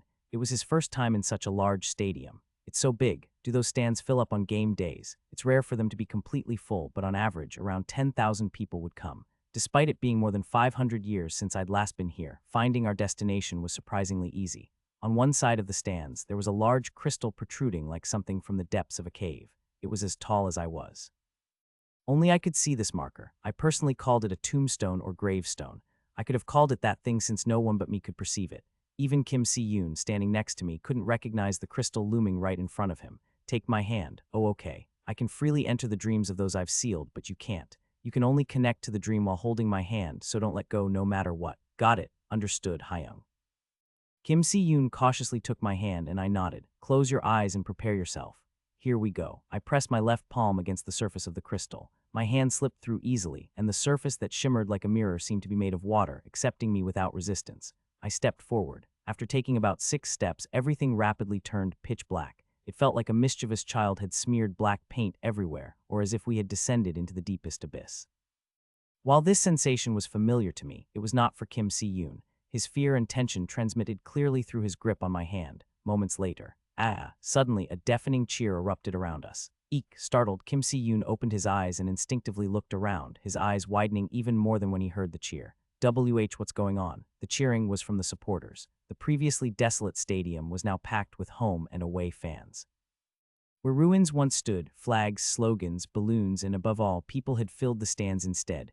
Attack, attack, hurry up, someone who looked like a coach shouted from the sidelines. Players dashed wildly across the green field. With every dribble, incredible pass, and corner kick preparation, the stands roared with earth-shaking cheers. Oh, our club, our eternal home. The kind of passion that could only be experienced 5 years ago by others, and over 500 years ago in my own timeline, before the world fell apart. My love, my home, today we will win again. The club fans waved their smartphones and jumped on the spot. Massive flags fluttered relentlessly at the front of the stands. Kim Si-yoon stood frozen under the red, evening like waves of flags. Look over there, Si-yoon. I pointed at the field, and Kim Si-yoon's gaze followed my finger. A football bounced off the turf. One of the players deftly trapped it with his chest and sprinted forward. Kim Ju-chul. Ooh, the crowd gasped. Kim Ju-chul, who had been buried under the fog of time in my memory, appeared on the field looking younger and fitter. His left foot controlled the ball with ease as he charged ahead. Go, hurry, counterattack. There's no one there, Kim Ju-chul. Although he was a defender, Kim Ju-chul boldly crossed the half line, with teammates and opponents alike desperately chasing him. He lobbed the ball with his left foot, and a teammate just barely managed to head it into the net. Kim Ju-chul earned an assist. His performance didn't end there. In a subsequent corner kick, he leaped and headed the ball directly into the net. The scoreboard changed from 1-1 to 2-1, a comeback goal. A defender had managed 1 assist and 1 goal in no time. Goal, goal, Kim Ju-chul, Kim Ju-chul, Kim Ju-chul. At that moment, Kim Ju-chul skated lightly toward the stands and jumped over the barrier to kiss a woman in the audience. The woman held a child in her arms, and Kim Ju-chul kissed the top of the child's head as well. The stadium scoreboard captured the scene perfectly. Who's that? That's Kim Ju-chul's wife. Ooh, Kim Ju-chul, Kim Ju-chul. Though the excessive celebration earned him a warning from the referee, the players, the crowd, and even Kim Ju-chul himself didn't care. Next to me, Kim Si-yoon murmured softly. Mom, he seemed to recognize the woman who kissed the football player. He couldn't close his gaping mouth. No way, so that really. But Kim Si-yoon's muttering couldn't continue as the supporters' song drowned it out. Kim Ju-chul, our iron wall. No one can break through Kim Ju-chul. Kim Ju-chul, our iron wall. Kim Ju-chul, hugging the child, looked incredibly happy. The child in his arms beamed as well. A past they could never return to, a glory they could never reclaim. That was your father's happiest moment. I spoke quietly. I used aura to create a barrier between us and our surroundings. The cheers of the crowd became a faint echo. As the sound faded, the scene before us shimmered like a dream, and he's reliving it over and over again. That's strange. He looks so happy. Why would he erase himself from this world? Why would he abandon his family and stay trapped in this dream? Because it wouldn't be long before Kim Ju-chul's left foot would be completely destroyed. Because he fell into alcohol and gambling, abandoned his family to wallow in Macau and Gangwon-do, and left his wife to die alone while raising their son. Instead of answering, I asked, do you want to ask your father directly? Kim Si-yoon bit his lip. Yes, although this world had become Kim Ju-chul's domain, I could still influence it as the caster. After finishing his man-of-the-match interview, Kim Ju-chul headed for the locker room. Holding Kim Si-yoon's hand, I followed him, unnoticed by anyone. Only Kim Ju-chul recognized me. He was hopping with his teammates but turned toward us with a bright smile. Who are you? A fan. You're not allowed in here. It's me, Kim Ju-chul. Who are you? Undertaker. I'm the one who trapped you in this time. I looked him in the eye. Don't you recognize me? Kim Ju-chul's smile disappeared. Simultaneously, the colors of the world around us faded to gray. The singing players, the coaches who were about to enter, and the champagne stopped in midair. Only Kim Ju-chul's sigh quietly escaped. That's right, this was a dream. This was all a dream. Kim Ju-chul looked around, gazing at his former teammates with eyes full of emotion. He sighed heavily. This is now a lucid dream, That makes it easier. I might as well go see my wife and son again since I don't have a reason to stay here in this damn locker room. That's not necessary. After this moment ends, you'll forget everything. You'll forget meeting me, this conversation with me. Just as the world has forgotten you, you won't build any more memories of it. Huh, that's tough. Kim Joo-chul slumped onto a bench. Wiping sweat from his body with a towel, he asked, "Why did you come to see me, Undertaker? Is this just a regular visit that I can't remember to watch my amazing highlight reel? It may not mean anything to you, but it could mean something to your family." "Huh, what's that supposed to mean? This young man here with me is your son." What? Kim Joo-chul finally looked at my companion as if only now realizing another presence. He blinked. Si-yoon, is that really you?"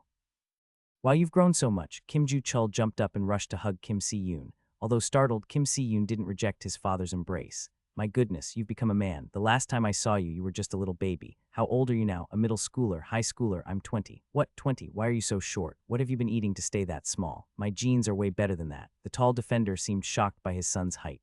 Father, father. "No need to call me that. Just say dad like usual." Kim Joo-chul suddenly fell silent. He studied Kim Si-yoon's face, then looked at me. His face darkened with worry. "Wait a second, I'm sorry, but when did my wife, your mother, pass away?" 7 years ago." A heavy silence fell over the room. After a long while, Kim Joo-chul muttered softly, "I see." His gaze briefly turned to me. "So that's why you warned me." "That's why." I didn't respond, only gave a slight nod. I understood the terrible feeling of being forgotten by the most precious person in one's life, but while I always had the chance to start over, Kim Joo-chul never had that opportunity. Forever. Si-yoon, a father, held his son's shoulders. Kim Joo-chul gently gripped Kim Si-yoon's shoulders, not firmly but more like the delicate touch of willow leaves. "I'm sorry. Your father, your dad was a very weak man, a really weak man. I never expected you'd survive this messed up world. Even before everything fell apart, I was drinking and gambling, a terrible person. I ignored your mother's calls, just got angry, truly." Kim Si-yoon listened to his father's apology with a face that showed he didn't know how to react. It wasn't his fault. To him, Kim Joo-chul was just a stranger he met today. Seeing his son's face, Kim Joo-chul shuddered. This is hell. I'm sorry, Si-yoon. Dad's sorry." The football player, trapped in his prime, repeatedly muttered sorry like a broken music box. I don't want to elaborate too much on the epilogue of this story, but I believe readers now understand why I detested the ability Time Seal so much. Honestly, I never wanted to address Time Seal. It was that much of a dark past for me. However, it feels liberating to finally reveal my power to all of you. Yes, I sealed the time of many people, not just Kim Joo-chul. At the time, I thought it was the right thing to do. But looking back after so many years, both those people and I had given up on the world too quickly and too easily. Time Seal also played a role in my decision to label my life story as a tale of failure. No matter how many times I regressed, too many people could never find a different ending. Something feels strange, yet those who survived still had to make a life out of the connections they had left. After leaving the stadium, Kim Si-yoon kept looking back. The stadium stood precariously in the distance, its outer walls destroyed and exposing its innards. "Do you regret coming?" "No, definitely not. It's just that a man who says he's my family is crying, yet I can't remember him at all. It's a strange feeling." Kim Si-yoon hoisted his backpack and adjusted it. "It makes me feel like I just have to live my life to the fullest." With his spear planted in the ground, he bowed his head toward me. "Where are you going next?" "I'm planning to find a way across to Japan. I've traveled all over Korea already." Japan, nowadays, Japan wasn't an easy place to recommend as a travel destination. If someone asked me to name the two most dangerous places besides the Korean peninsula, I would say without hesitation that it was the Japanese archipelago and the Indian subcontinent. This is because the beings that people treated as gods there loved humans so much that they decided to care for them directly.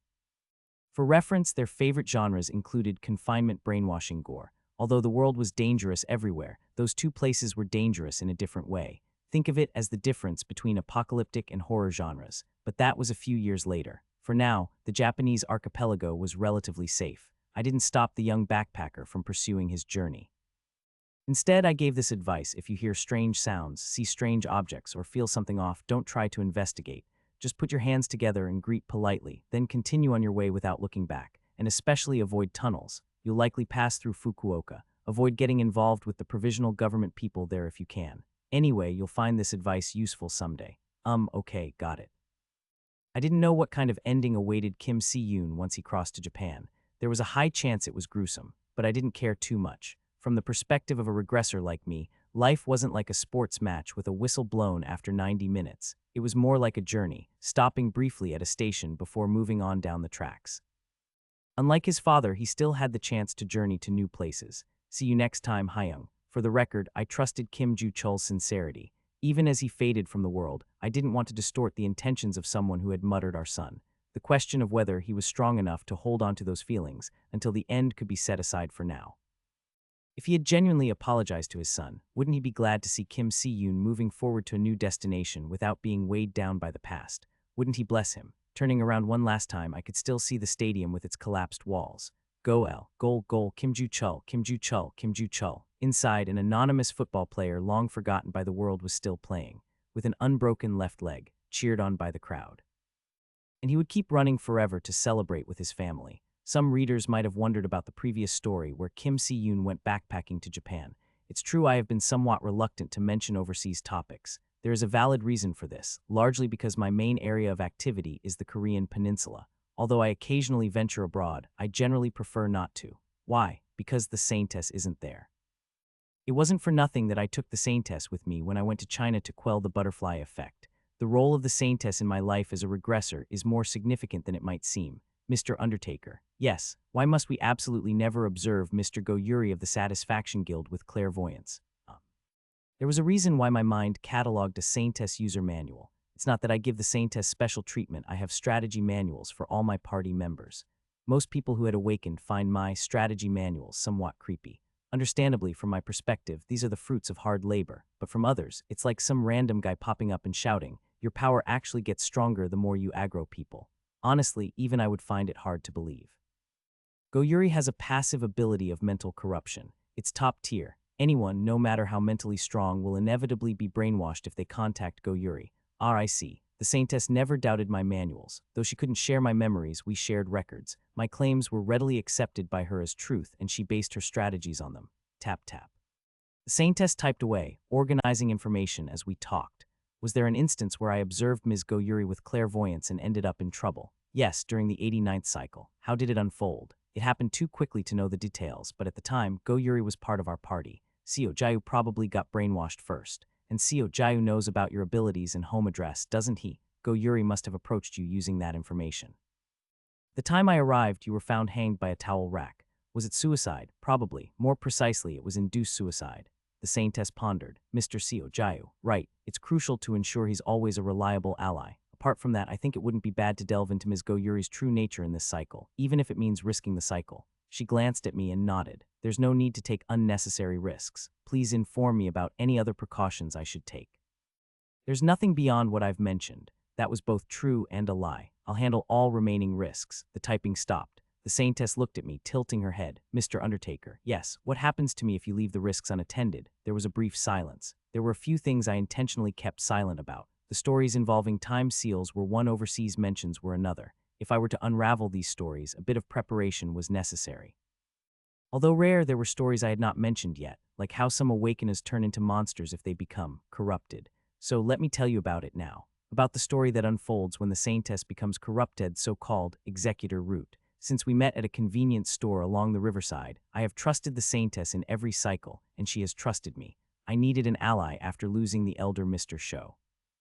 The Saintess needed a warrior to compensate for her lack of physical power. Our alliance was inevitable. Initially, there were no problems. Among those I knew, the Saintess boasted exceptional mental and survival strength. She always survived until the end of the world. Whether from not interacting with others or not relying on force, the Saintess's heart was strong. We safely crossed the critical period of 7 years when the meteor shower was guaranteed to appear. Changes started to be noticed from the 12th year. Mr. Undertaker. What is it? A massacre of civilians has occurred in Nampo, North Korea. The Saintess's clairvoyance reached most of the Korean peninsula. We virtually had unlimited visibility limited to the peninsula. What? A civilian massacre? Where exactly? I'll go check it out. No, I've just found out too. The massacre has almost finished. It is estimated to have occurred from the morning of July 11 to now, July 13.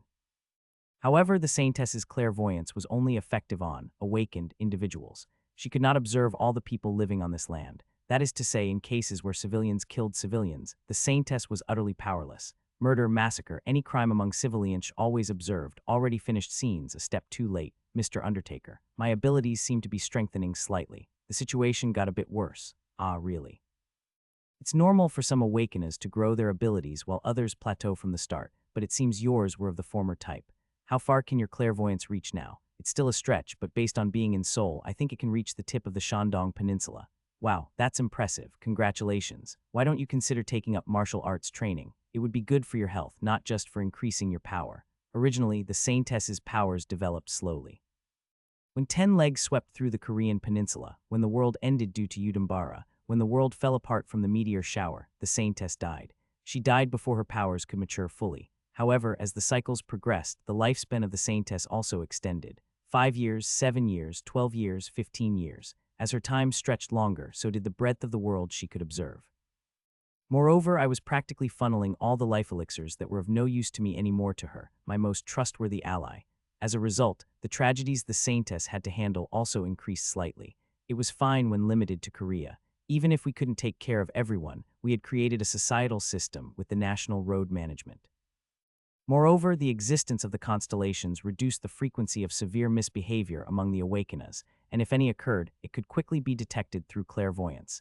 The major guilds in Korea, like the Samcheon world of Dang Seo Rin, were also cooperative with us, but beyond the sea was a different story. We didn't have the capacity to care for those areas. We lacked resources.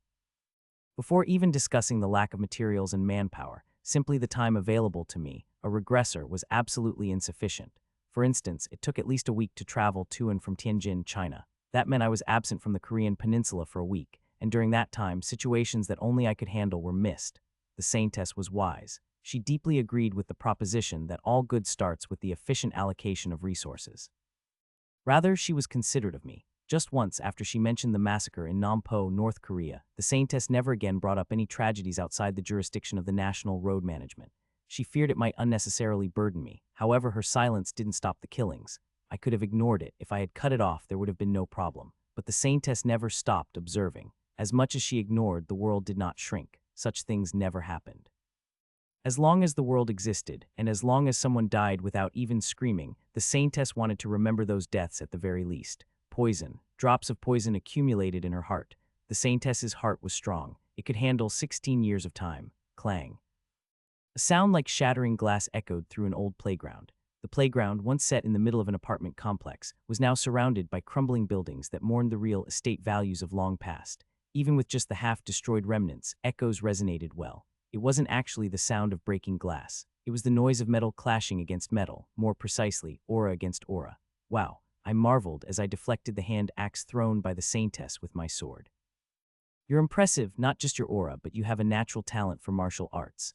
No, you're practically flawless compared to me. I've mastered aura training, but without any natural talent. If I had your martial prowess, I would have saved the world and then some. It wasn't entirely flattery. In truth, I was practically talentless in martial arts. To use a martial arts analogy, I was someone who just kept accumulating internal energy and clumsily crushed others with my power. Even this had only been achieved after my skills persisted across regressions from the 10th cycle onwards. Your aura is also fascinating because it's transparent. Seriously, how do you have transparent colored aura? Above all, the Saintess's aura was imperceptible, literally colorless and odorless, a transparent, clear aura. When clashing, it made sounds like clang hiss as if glass was breaking, suggesting her inner image might be a mirror. It was an aura form that suited her well. Let's call it a day. Well done. If you've achieved this much in just a year, you might as well be running around the battlefield instead of me in 3 to 5 years. Why have you avoided training until now? It's not really a hobby of mine. Has that changed now?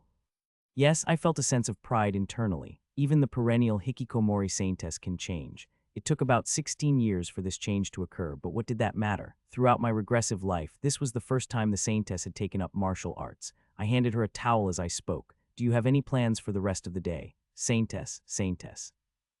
Ah, the Saintess blinked. This had been happening frequently. Originally, the Saintess had a strong vibe of observing the world from one step behind, but recently that aura seemed a bit denser. Like now, during our conversation, she would suddenly stare blankly into space. Are you okay? Her absent-minded expression strangely suited her, making it aesthetically unproblematic, but I was worried she might have a health issue. If the Saintess were to collapse, no do HWA would probably come twisting my wrist immediately. The Saintess's clairvoyance was too crucial for managing the national road. Yes, I'm fine, sorry. What did you just say? Do you have any special plans for today? No, the Saintess answered immediately. I don't, that's good. Safety has been a bit shaky recently, hasn't it? I know you can handle yourself well, but please be careful, especially since you tend to overdo it sometimes, Saintess. Mr. Undertaker, you know me well, of course. I've been observing for years. The Saintess took the towel from me and wiped her face. At that moment, I thought she was just bending down to wipe off sweat. Looking back, perhaps she was using the towel to naturally avoid my gaze. At this time, I had ample reason to worry about the Saintess's well-being. As previously mentioned, the public order was not good. Another one dead. During the regular meeting, no do HWA muttered. Although a considerable amount of time had passed since she took office as the chief of the National Road Management Corps, her uniquely gloomy eyes, which seemed to hate everything in the world, had not changed. Again, is it that murderer? Yes, the wheel murderer. This time the death was reported in Chengju. It just went up on SGNet. Take a look for yourself. It wasn't in his character to fiddle with his smartphone during meetings, but since it was also a break time and no do HWA had recommended it, there was no helping it. When I logged into SGNet, sure enough, chaos had ensued. Anonymous, December 24th, Chengju. The post's title on the bulletin board was nondescript. It was uploaded by an anonymous user. Only the date and location were mentioned. Not only the title, but the content of the post was simple as well. A single video was bluntly attached without any adornment. Upon clicking the video, a man was tied up in an underground parking garage. The underground parking garage was already flooded up to the ankles. Black sewage. An endlessly murky sludge surrounded a chair placed in the middle where the man was tightly bound. I am Lee So-yol, 29, living in Chengju. I until now have killed 6 people. The first murder was a year ago. There was a mother and daughter in my neighborhood. They seemed to have plentiful supplies. Originally, I didn't intend to kill, but during a fight with the father, the daughter stabbed me from behind, so to survive, I had no choice. The man, for some reason, droned on about his crimes. The video did not continue seamlessly. It was unmistakably edited. For instance, the dialogues he just mentioned were cut off in the middle. There were gaps between "I have killed 6 people until now" and "the first murder was a year ago." The reason I could notice this difference was that previously there had been no nail in the man's hand. That is, someone who filmed the video was torturing the man. However, the video of being tortured and video of screaming were thoroughly deleted. Thus, the man's confession seemed to continue smoothly as if nothing had happened. I was angry. I did it because I was angry, but I just killed them. Without torturing or humiliating, a nail was embedded in his right hand. I'm sorry. The man's voice trembled a bit more thinly. Actually, I tortured each one in front of the mother until they died. The second murder happened in Goyun intersection. People often pass by there from Chengju, not those moving with the National Road Management Corps, but alone or maybe 2 or 3 together. I targeted those people. These days, all travelers keep their belongings in their backpacks. Shit, it's the fault of those fuckers who travel alone. Nails were embedded in both his forearms. Where the nails were embedded, blood flowed. However, no matter how much blood dripped, the color of the sewage flooding the parking garage did not change at all. It remained pitch black. I'm sorry. I didn't want to live like this. Isn't it the world's fault? When the gate burst open in Seoul, I was 12 years old. I was a primary school student then. Life, half of my life, no, just life itself, was completely thrown into a cesspool. Shit, at least you all lived happily for half of your lives. You lived well. You went to school. I didn't. I couldn't. It's your fault. Shit, I didn't do anything wrong. If I had been an awakener, I wouldn't have done such things. Filthy bastards. You guys don't even try and just awaken your abilities, huh? Join a guild and live it up. For regular people like me, we're nothing, right? But what? A nail was embedded in his shoulder. The third murder was, some bastard tried to rob my house. Me, a man, the money that an adult earned working his bones off, and he was trying to steal it just like that. Isn't his head rot? I didn't particularly intend to kill him, just wanted him to starve. I planned to keep him tied up for 3 days and then release him, but he died on his own in just 2 days. Really, I was going to release him. I'm sorry. I'm sorry, please save me. Please, no more, please. At that moment, something strange was embedded in the man's head. It was a wheel from a car. Since gasoline had become a relic of ancient civilizations, the countless cars scattered around the world were no more meaningful than megaliths. However, the person who filmed the video had seen new possibilities in the remains of these decommissioned cars. He's dead. Yes, he died cleanly. No, filthy. The serial murderer's trademark. The culprit always nailed his victims to death and then hung a car wheel on the nail, known as the wheel murderer, or simply wheel. Already the 16th, isn't it? Roughly around that number. Actually, if we only count the videos, it's 16, but there are many more murders that weren't recorded. Last time we found a corpse with a wheel on its head that hadn't appeared in any video. The murderer had stolen anonymity from Anonymous. In other words, the community had no choice but to acknowledge and name him. Beak was 6th grader, I'm so scared. Hangul ko yu enus Hangul ko yu enus. Anonymous Kaya as expected from Wheel Opa. Nice shot again today. Yuldaguk Sword Marquis, is this an act of righteousness, or is it a vile self-justification of an evil faction? I find it truly difficult to judge. Old Man Gorieo Yu. Anonymous, a mother-daughter murder in Chengju, and that was from a year ago, right? I think I know what this is about. There were rumors going around inside Chengju because the bodies were brutally mutilated then. Anonymous, I'm rooting for you. Kill more. Dalel Ho Yus neutral. Samshin officer who's managing Chengju. If it weren't for Wheel, this bastard wouldn't have been caught until the end. Can't they manage security properly? The Awakeners affiliated with that guild should feel ashamed. Comments were continuously being posted on the bulletin board. I'm back. Huh, what's going on? Why the atmosphere? Just then, Seo Jayu entered the conference room. The regular meeting members were No Do HWA, me, and the Saintess, although occasionally Seo Jayu also participated. If No Do HWA controlled the above-ground road network, Seo Jayu managed the underground network. Seo Jayu, another post by the Wheel Murderer went up. Seo Jayu made a subtle expression. It was a look that seemed to convey both apology and a lack of face. Should I delete it? No, the public reaction suggests that arbitrarily deleting it could backfire. More importantly, is this anonymous really that difficult to track? Yes, for now he's not a regular member. When I checked the access logs, he only logs into post and doesn't enter SGNet at any other time. So he's not the type who commits crimes for the comments. Yep, he might not even be looking at the comments at all. Or maybe he has some kind of unusual stealth ability that my powers can't detect. That's also a possibility. I nodded. There really are a variety of abilities in this world. Is it about the murderer? The Saintess followed Seo Jayu into the room. Both had stepped out of the conference room during the break and had just returned. Yes, I also just saw the post on SGNet. The Saintess took her seat, speaking as impassively as usual. Even though I keep using my clairvoyance, somehow I just can't catch the criminal in my sight. Then it must be some kind of stealth ability. Truly elusive. After the meeting ended, Seo Jayu was sent away and we three entered another strategy meeting. Of course, the topic was the Wheel Murderer. With public authority collapsed, there's no way to prevent private sanctions. There's neither justification nor reason. The problem is, really, where's the guarantee that this murderer is truly a benevolent being? No Do HWA took over the conversation. So far, he's really only targeted clear villains. But with the same ability, he could kill someone else without anyone knowing. Maybe he already has, just without attaching a wheel to the body. At the very least, we need to understand who this person is from our perspective. Mr. Undertaker, is this the first time such a type of murderer has appeared in your regressions? Yes, this is a first in all my lives. It's the first time a run has proceeded this smoothly up to the 16th year, so it's not that surprising. This run had been unusually fortunate. Normally by this time, beings called the Outer Gods would have interfered in our world, causing utter chaos. However, for some reason, the 107th cycle was quiet. It was almost like a miracle. Therefore, it was all the more precious. Then, Mr. Undertaker, please try to gather more detailed information on the criminal this cycle. That way, we can plan how to handle this going forward, whether we recruit or eliminate. I was planning on that anyway. Some guild leaders suspect the Wheel Murderer might be an assassin we're cultivating. Things would have been much easier if we had such an assassin. We were doing our best. By the 16th year, the National Road Management Corps had successfully connected nearly all major cities with primary roads. Guild leaders holed up in each city like feudal lords, but No Do HWA reigned over these lords as a king. She monopolized the distribution networks from city to city, which was a natural consequence. Most importantly, Busan, the largest city on the Korean peninsula, had fallen into the hands of Dang Seo-rin of Samcheon. As you know, Dang Seo-rin was one of the key figures behind the establishment of the National Road Management Corps, and she was extremely favorable towards us. If necessary, Dang Seo-rin could even reign as the supreme leader of the guild leaders. Such was the strength of his forces. With such a person's cooperation behind us, no one could ignore the National Road Management Corps. It would be like the French royal family securing the loyalty of Burgundy in the Middle Ages. Despite all this, the limits of the National Road Management Corps were clear. We could not take responsibility for the security of the entire Korean peninsula.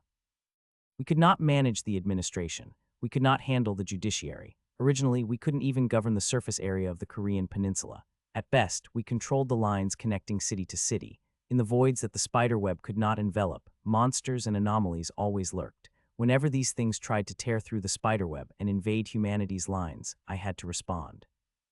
The military power of the National Road Management Corps was formidable, but moving as swiftly as me was inevitably difficult.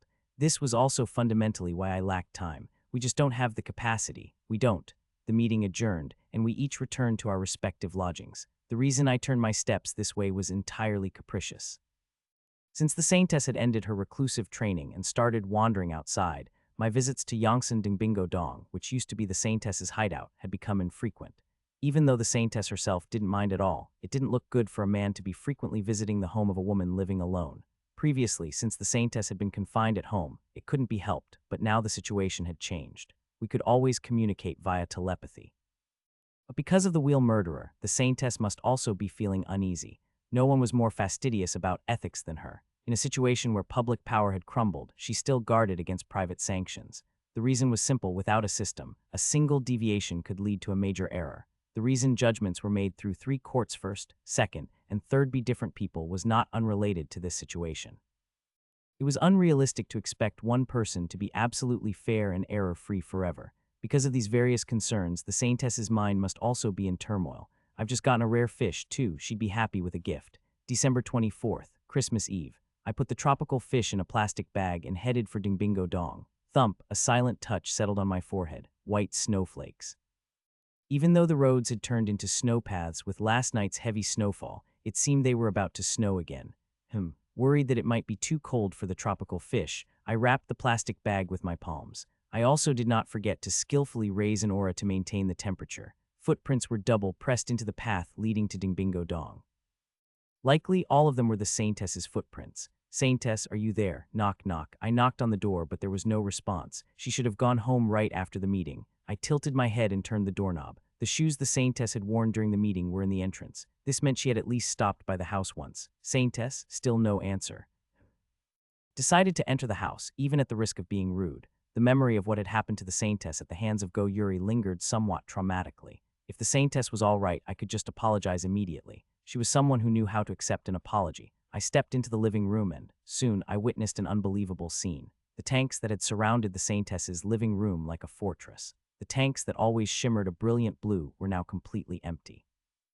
I opened my mouth unwittingly. Raising fish was the Saintess's unique hobby. Even until the end of the world, she would never give up on her fish. That had been proven even back during the 90th cycle when I was running a convenience store. But the tanks were empty.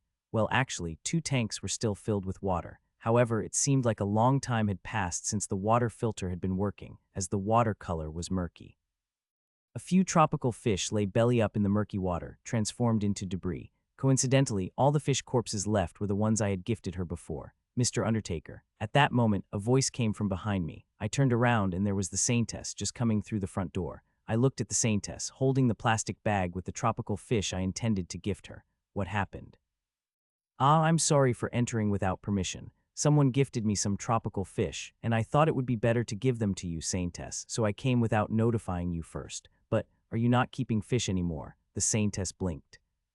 Yes, why you like them so much? I did, but most of the original fish had died, and maintaining the tanks became increasingly burdensome. I plan to clean up the remaining tanks at some point, but I just haven't got around to it yet. I looked over the Saintess's attire. A double coat, not exactly comfortable attire for moving around. It was different from what she had worn at the meeting. It wasn't her usual fashion choice either. I see, were you coming back from a walk? Yes. If I had known you were coming, Mr. Undertaker, I would have prepared some tea. It seems you visited while I was briefly out. In other words, I had returned home once before going out again, and there's nothing much I could do in this outfit except for a simple walk. Outside, it was snowing. Snow clung to her double coat, but it looked somewhat unnatural. As if maybe, if you shook the double coat lightly on snow-covered ground, it would not have such snow marks.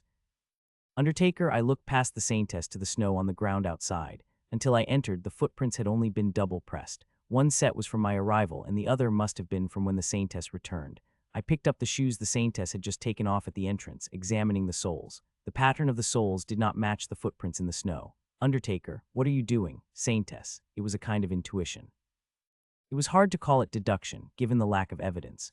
There were no physical proofs, but a kind of flash like a lightning strike flickered in my mind. The fish belly up, the empty tanks, the Saintess occasionally gazing blankly into space, Seo Jayu's apologetic eyes, the double coat, the footprints, an unlikely possibility never before considered, suddenly clicked together like a puzzle and slipped out of my mouth. Could it be, Saintess, that you are the wheel murderer? Silence.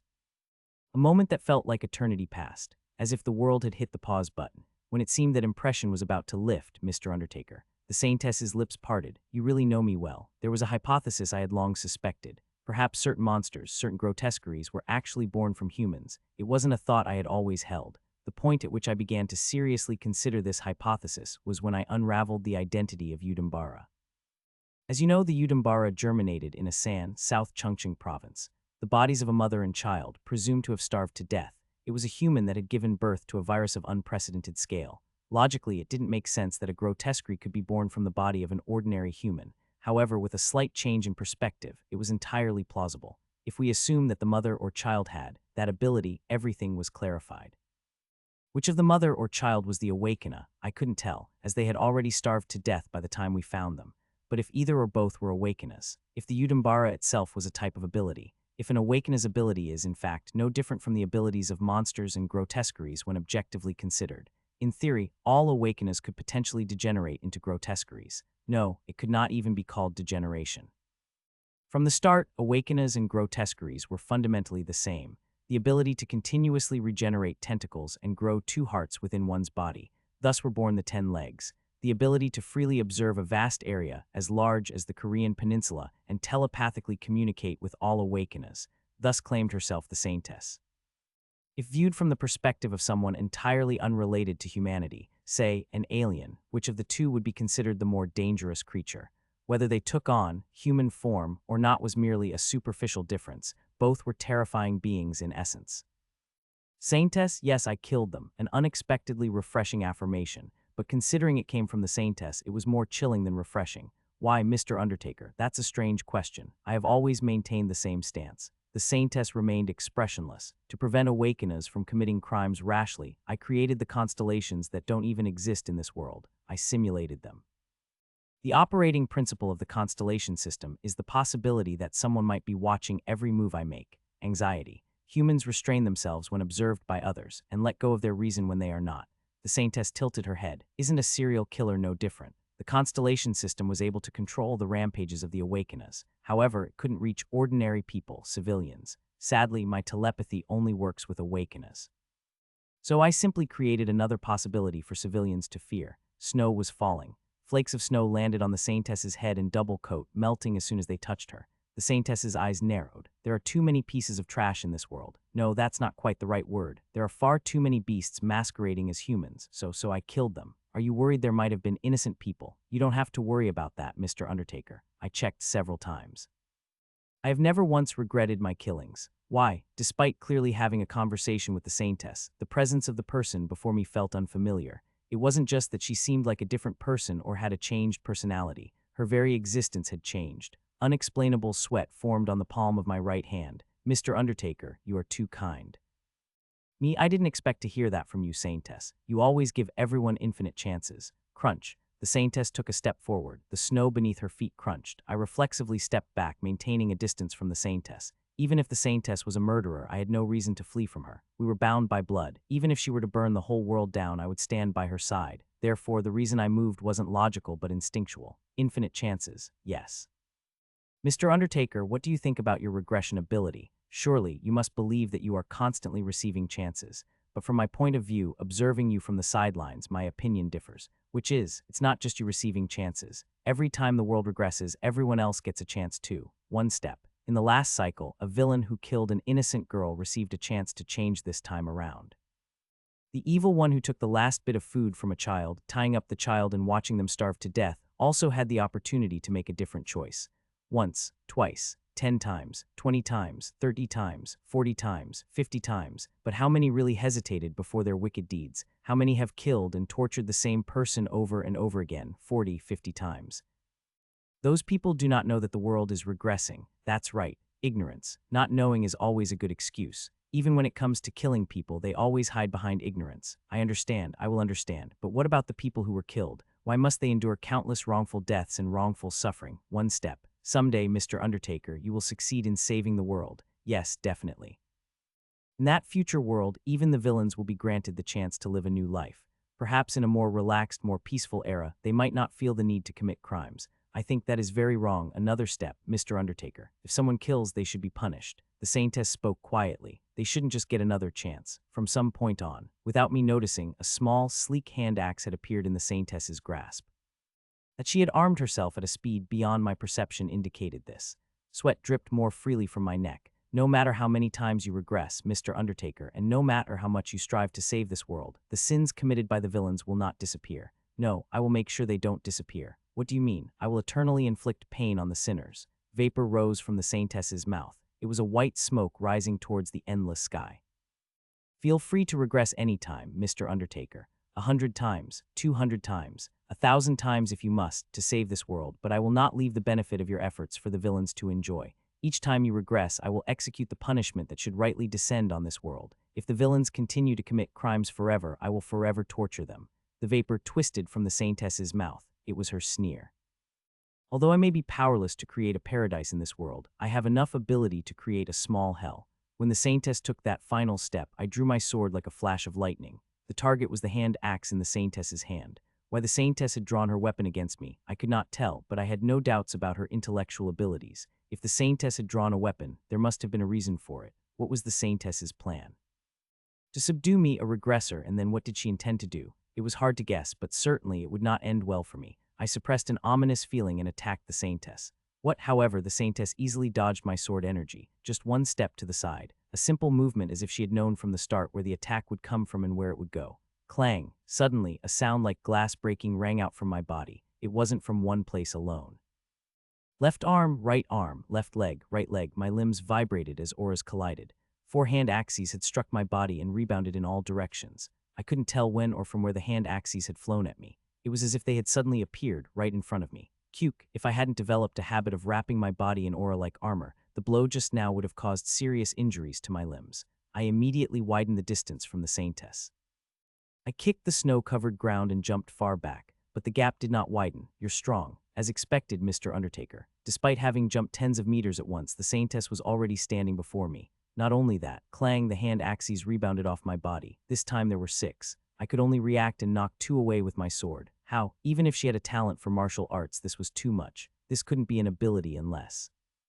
It was then, seeing the saintess easily following my movements, a memory from long ago surfaced. 36th cycle. The first conversation I had with the saintess. "How did you create the sea constellations?" But just with clairvoyance and telepathy, it's impossible to perform the constellations, right? You need to observe multiple people simultaneously and send messages. Don't you have another ability? That's. At that time, the saintess had smiled faintly. "That is a secret. I'll tell you later." An old memory. Now I seem to know what that secret was. Time stop. The saintess hesitated. "Did you know?" I only guessed. It was one of several possibilities. To perform multiple constellations and observe multiple awakeners simultaneously. Anyway, a tremendous ability would be necessary, like multiple perspectives or multiple personalities. But time stop. The least likely Joker card I had thought of. If it was true that she possessed even the time stop ability, then the saintess was essentially the most powerful awakener. I forgot even the predicament I was in and let out a hollow laugh. Clairvoyance, telepathy, and now time stop. That's unbelievable. Even one would be enough to be called a top-tier ability, and you monopolize 3. Please stop cheating, saintess. You flatter me too much. No matter how much I advance, I'm nothing compared to an infinite regressor. At last, everything made sense. The saintess had been using time stop to simultaneously observe so many awakeners and perform the constellations. Avoiding my attack and suddenly throwing hand axes from 4 directions was understandable. After all, if she had stopped time, she could calmly assess from which direction the attack was coming and where she needed to attack. Was that all? If she used clairvoyance on me, the saintess could synchronize her vision with mine, immediately knowing which direction I was looking at and aiming for. If she was cautious, she could be called practically invincible. From the beginning, my ability wasn't this strong. When I stopped time initially, only my consciousness flowed, or at best, my eyes could move, but as time passed, it grew stronger. Now I can stop time and travel across the country to find villains. Amazing. "So what do you intend to do by overpowering me?" Well, the world momentarily stopped. In the blink of an eye, I could only widen my eyes. What had been barely 3 or 4 footsteps in the snowy ground had suddenly blossomed with countless footsteps. There were no footsteps of mine. Only the footprints of the shoes worn by the saintess surrounded me by hundreds, thousands, as if displayed in a kaleidoscope. This meant that my moment was her eternity. The saintess did not waste her time. Now thousands of bullets flying towards me from all directions proved her diligence. Why just bullets? Among them were dozens of hand axes, each meticulously infused with aura. It's a secret. Countless bullets surged towards me. Boss battle. Ocean-class threat level. Awakener. Alias Saintess. Corruptor. Alias Executioner. The battle begins. For reference, the proper nouns I use in the text are mostly of my own creation. I didn't fancy myself a creator afflicted with a delusion that I alone had the right to name everything. Rather, it was simply because I was often the first to witness these wondrous phenomena. Think about it. Who else but me has watched in real time as an awakener transformed into a grotesquerie? Thus, I alone had to come up with terms for phenomena like corruption and for entities known as corruptors. What I had to create wasn't limited to terminology. Every time a formidable boss-level grotesquerie appeared, I had to write the strategy guide for defeating it. I hope others will not have to make the same mistakes I did. Therefore, here and now, I will write down a strategy guide to prepare for the executioner the grotesquerie that the saintess, one of the strongest awakeners, turned into upon her corruption. Saintess corruption. Executioner root activation conditions 1. At least 15 years have passed while the saintess is still alive. 2. The number of civilian casualties the saintess has witnessed exceeds at least 1 million, especially if she has observed powerless elders and children dying or being tortured over 100,000 times. 3. When the saintess masters the use of aura. This is known as the executioner root. None of these conditions being met means the executioner root does not activate. This is knowledge I've gained through numerous regressions. In fact, conditions 1 and 2 are almost identical, so it is fine to consider them as one. The existence of SGNet is irrelevant here. Even if SGNet, which allows the spreading of videos, disappears, the saintess does not stop her executions. Only the locations of the executions change. If the pathway to disseminate videos online is blocked, the saintess would not just use underground parking lots, she would hang the bodies of villains directly in city squares. If she managed to obtain a cassette of the villain confessing their sins, she would play it, or if that wasn't feasible, she would use paper, attaching it to the corpse's body as if posting a notice. Has anyone ever witnessed bodies being hung simultaneously in 12 cities across the nation on the same day and at the same hour? Let me reiterate, the saintess is a multi-ability awakener almost to the point of cheating. She should never be underestimated. The best strategy is never to enter the executioner route in the first place, but if you do enter it, you must subdue the saintess as quickly as possible. Executioner's abilities 1. Time stop 2. Telepathy 3. Clairvoyance. Let's start with an explanation of time stop. Our time is not the same as the saintess's time. From my perspective, I might have only delayed a day, but to the saintess, it could have been 2 days, a week, a month, or perhaps even a year. Each second that passes might give the saintess an opportunity close to eternity. Take, for example, right now, damn it. It was impossible to dodge thousands of bullets and dozens of axes. I ran with all my might, but like a light drizzle soaking clothes, or rather a torrential downpour during the monsoon, I was barraged. I surrounded my body with aura to block the damage, but aura is not infinite. My mental energy was continuously depleted in real time. I think Mr. Undertaker's combat prowess is impressive. As the battle continued, hundreds of footprints appeared on the snow-covered ground, in front of me, behind me, all around. Footprints I hadn't stepped in or seen tightened around me. But how long can you hold out? The saintess's aura was infinite. Despite having just unleashed countless attacks, the saintess seemed not to tire, sending dozens of axes, each meticulously infused with aura, flying towards me again. It was an absurd manipulation of aura. You're not telling me you're charging up aura while stopping time. Yes, the saintess's indifferent tone pierced directly into my mind. Though her tone was the same as usual, for some reason, it sounded annoying to my ears. I took a 10-day break and recharged. While Mr. Undertaker was standing still, I rested. I cursed internally. It was as if I was fighting someone with an infinite HP and MP cheat code. Is this how 10 legs felt when it faced me? I might not remember 10 legs, but from its perspective, I must have seemed like a being who, no matter how many times they killed me, would always come back to life and demand a rematch. They probably wanted to complain about me cheating. Right now, I felt exactly like that. Involuntarily, my monster empathy was flourishing. However, like my regressions, the executioner's time stop was not a perfect ability. There was definitely a weakness. If she had kept attacking me while stopping time, she could have subdued me easily, but she didn't. Her not doing so meant she couldn't. Above all, the saintess used hand axes as throwing weapons rather than swords or spears that could strike an opponent directly. She stubbornly persisted in long-range combat rather than close combat. This clearly meant something. Executioner's abilities 1. Time stop, an ability that allows for an almost infinite number of attacks while always being able to dodge an opponent's attacks. However, it is presumed that time stop is cancelled in cases of direct contact with an opponent. 2. Telepathy 3. Clairvoyance. This might be the flaw in the time stop ability, and while the saintess casually mentioned she had rested for 10 days, it was likely an exaggeration. In this era, firearms and ammunition were not abundantly stocked. Gathering those rare resources to bring here and fire at me would have consumed a significant amount of time. For me, it was merely a moment, but during that time, the saintess had likely traveled the nation preparing her attack. Of course, it wouldn't matter if she could stop time for a year, or even 10 years, but even for the saintess, that would be difficult. Living alone for years in a world where no one else moves or speaks would be challenging. At least every 10 days, if she didn't release time, the saintess's mental energy would rapidly deteriorate. Thus, battling the saintess resembled playing a shooting game, or perhaps more accurately, a bullet hell game. Even just closing my eyes for a moment, countless bullet curtains obscured my vision. Somehow I had to dodge the barrage of bullets and axes and finally approach the Saintess and touch her. It seemed an excessively difficult victory condition, but unfortunately the Saintess's gimmick wasn't over yet. Roar, I flinched.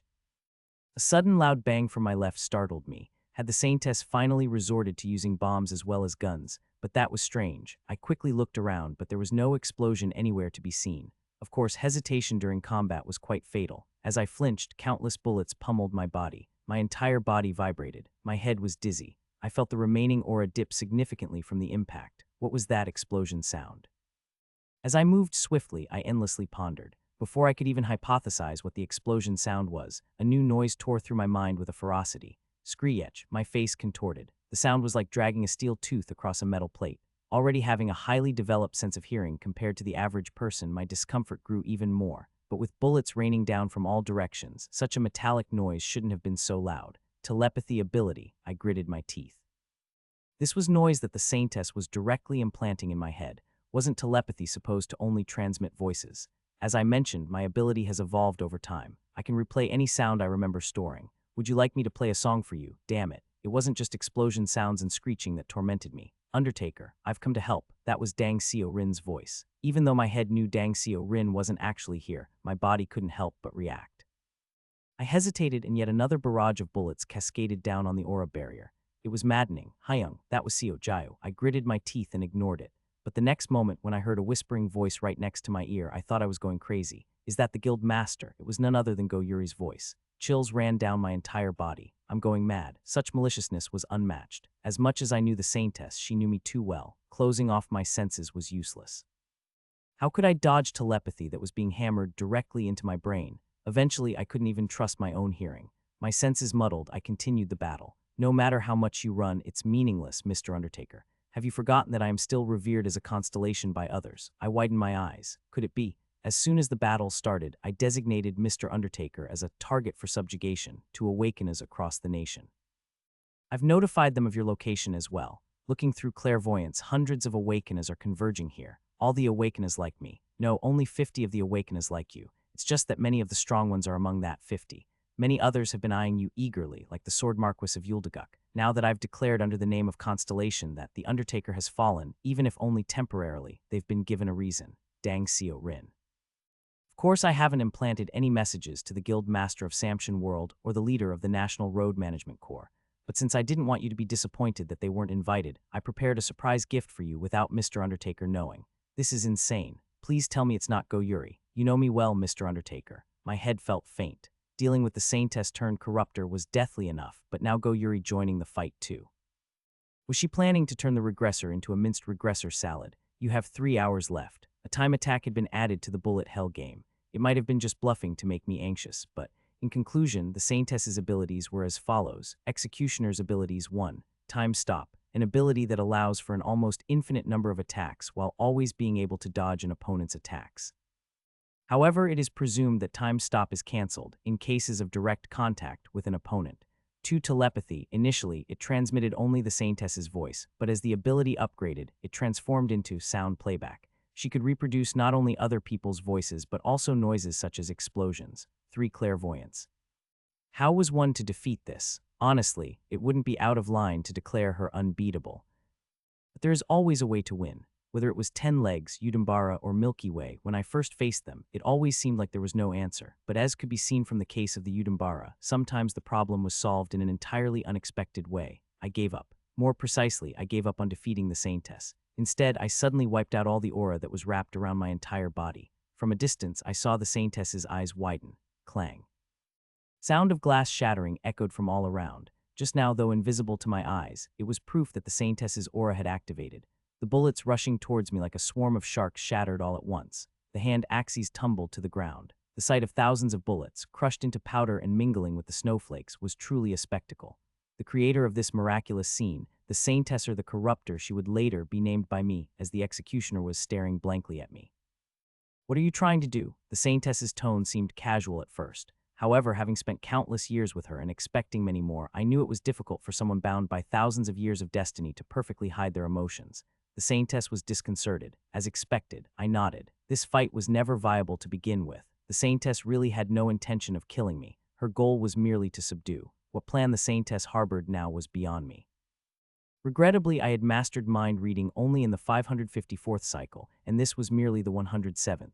Yet there were clues for speculation. Saintess, yes, please stop using time stop. Send back the awakeners you called as well. Otherwise, I will commit suicide immediately without any delay. The saintess looked into my eyes, for a moment, perhaps for eternity, or maybe she was looking at herself through my eyes. Eyes within eyes met. Thunk. The axe the saintess had been holding buried itself in the snow. Snowflakes continued to fall from the sky. Snow settled on the thousands, tens of thousands of footprints that marked the ground. Time passed. It has stopped. That was how the saintess chose to describe it. I suddenly felt an overwhelming emotion. We both lived in a twisted flow of time, making us kin in that aspect. Typically, one who has lived in a familiar space is called a compatriot, and one who lives in an unknown space a stranger. What about time then? To ordinary people, weren't we both helpless foreigners? Snow fell. I thought of this place as an exile from any world, a place abandoned by the universe. Coincidentally, exile originally stemmed from returning home. At some point, returning home had become a punishment. Then perhaps this flaw in the world was our true homeland. Very well. Since you do not wish for my death, and I do not wish for yours, we should be able to have a conversation. I agree. The distance between us was just over 6 meters. Let's first establish each other's demands. I wish that you do not suppress my freedom. I likewise hope that you do not interfere with my executions. The saintess spoke. If another regression occurs and the 108th cycle begins, Mr. Undertaker will certainly try to prevent me from becoming this way. You wouldn't want me to become a murderer. You always want to place me in a position that is just and beyond reproach. But this decision to personally inflict pain on those who have Sinetti's a conclusion I have reached myself. So you intend to subdue me? Yes. I plan to detain Mr. Undertaker until I found a way to erase only specific memories. The world is vast and there are many awakeners, so surely somewhere there is a power to manipulate memories. In the worst case, I could rely on Goyuri. Goyuri is not an option. Speaking of which, you mentioned earlier that you had summoned Goyuri. Is she on her way here? That was a lie. The saintess said indifferently, her expression unchanging. The claim that I had summoned other awakeners in the name of the constellation was also a lie. It was a strategy to make Mr. Undertaker anxious and force a mistake. No one else is coming here but us, I see, so it was all a bluff. One really could never let their guard down around her. I took a deep breath, then sheathed my sword. Saintess, I assure you that I will never hide from you the fact that you have decided to punish the villains yourself, not in the next cycle, nor in the one after that, no matter how many regressions I undergo. I promise, so please calm your uneasy mind. I am on your side, even if you were to set the world ablaze. Silence fell. As snowflakes landed on the saintess's shoulders, a tiny, almost imperceptible sound of glass cracking could be heard. Only the sounds of snow falling and glass shattering softly echoed in the entire world. I am distressed. The saintess's voice seeped in like a shadow among the pale, transparent sounds, that this memory, this conversation, might be completely forgotten by me in the next cycle. That memories of the 16 years I spent with Mr. Undertaker might melt away like snow. I will remember. Yes, the saintess slightly lowered her eyes. That makes it all the more regrettable. It's embarrassing. You will probably be sadder than me, but I couldn't bear it. The possibility that all things, all memories, the meaning of someone's death might disappear, that I should bear all that on my shoulders. It's okay. I can handle it, and so can you. Snow fell. With a tinkling sound, the saintess's lips parted. When an awakener's power reaches its peak, it becomes no different from a grotesquerie. This was the first time in my regressions, and perhaps the first time in human history that the phenomenon known as corruption was elucidated through a human's mouth.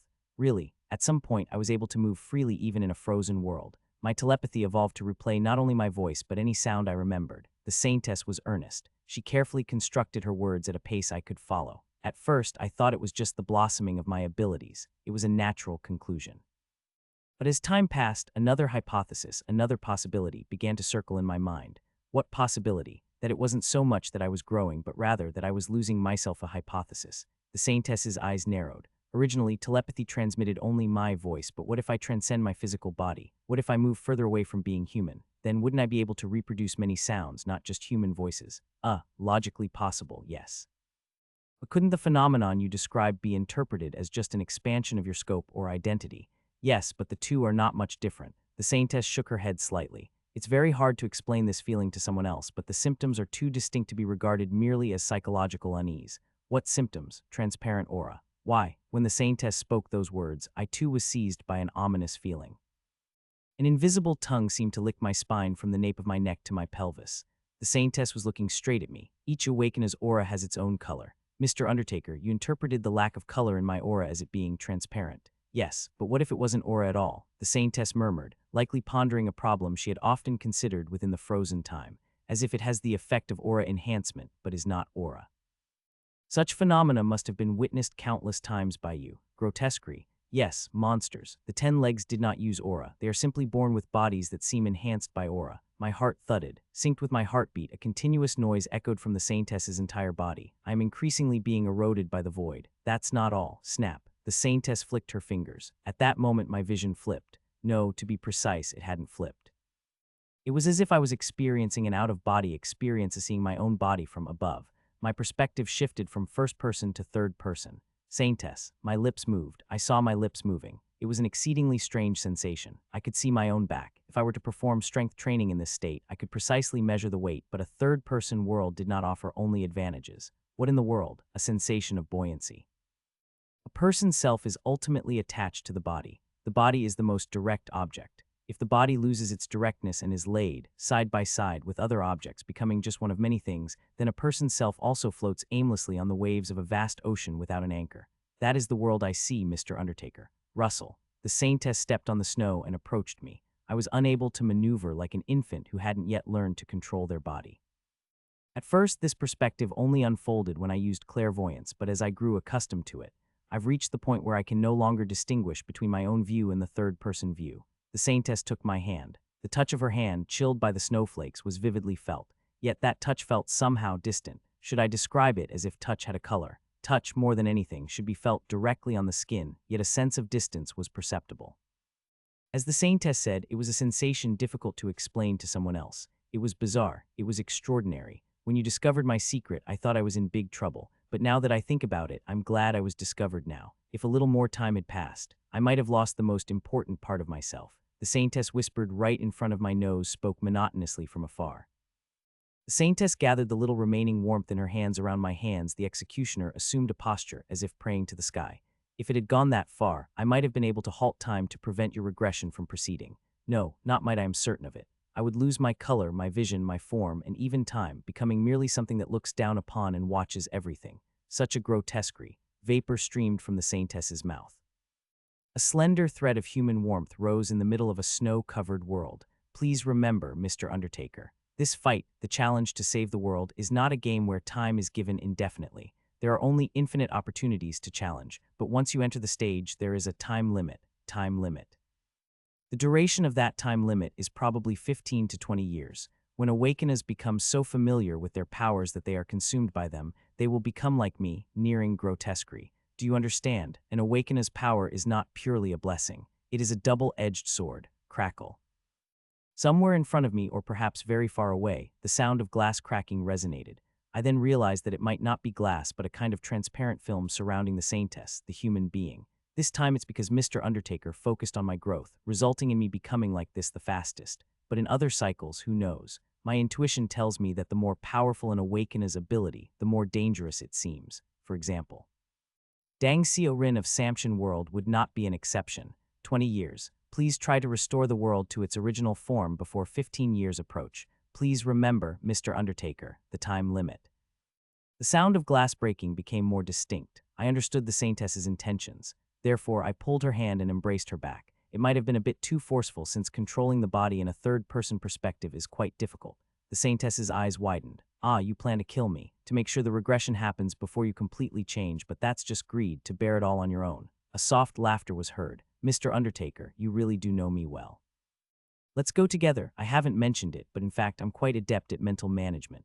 I once traveled around the country for 3 cycles and even worked as a convenience store owner. Convenience store owner. Yes, you saintess might also need to learn to let go a little. I pulled up the aura from my entire body. As the glass-like barrier began to shatter in earnest crackle, countless bursting sounds echoed as my aura enveloped us both. Snow fell. Glass broke.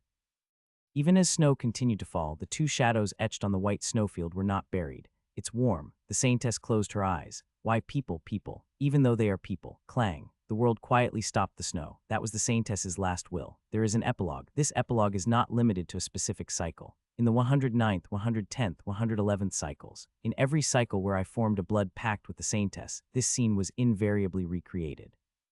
That happened after listening to my entire story. The saintess quietly propped her chin. She seemed deep in thought, occasionally tilting her head on her own. It doesn't feel like my story, even though it is about me. Is that so? The saintess looked at my face. Her expression was seriously intense. It's unlike you to be wandering outside so energetically. That was it. The saintess stood up and fed the fish in the aquarium.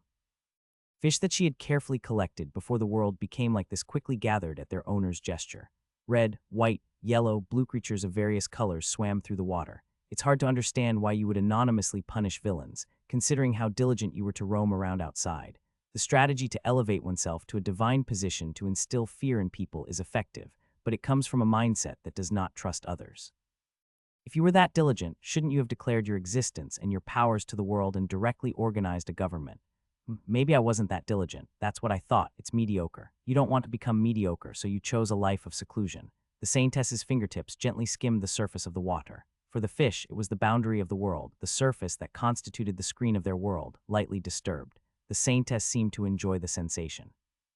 More than anything, in the 107th cycle, I depicted that the phenomenon of corruption automatically occurs as an awakener's powers awaken, but that's a flawed analysis. There's clear proof against it. Proof, Mr. Undertaker, the saintess spoke. You have regressed for countless ages and continued to develop your powers. If my theory were correct, you should have experienced corruption before anyone else. However, since no such phenomenon has occurred for you, it's likely that corruption is merely a psychological issue, just a psychological issue. The saintess was still very strict with herself. But I do understand the meaning of your last words. What do you think it means? That a person kills another person. Even though they are people they kill, it's always a painful truth. And the saintess glanced back slightly. I blinked. It was as if I was a crab in the aquarium, clicking my claws and blinking my eyes. Then something truly rare happened. The saintess faintly smiled. It's a secret.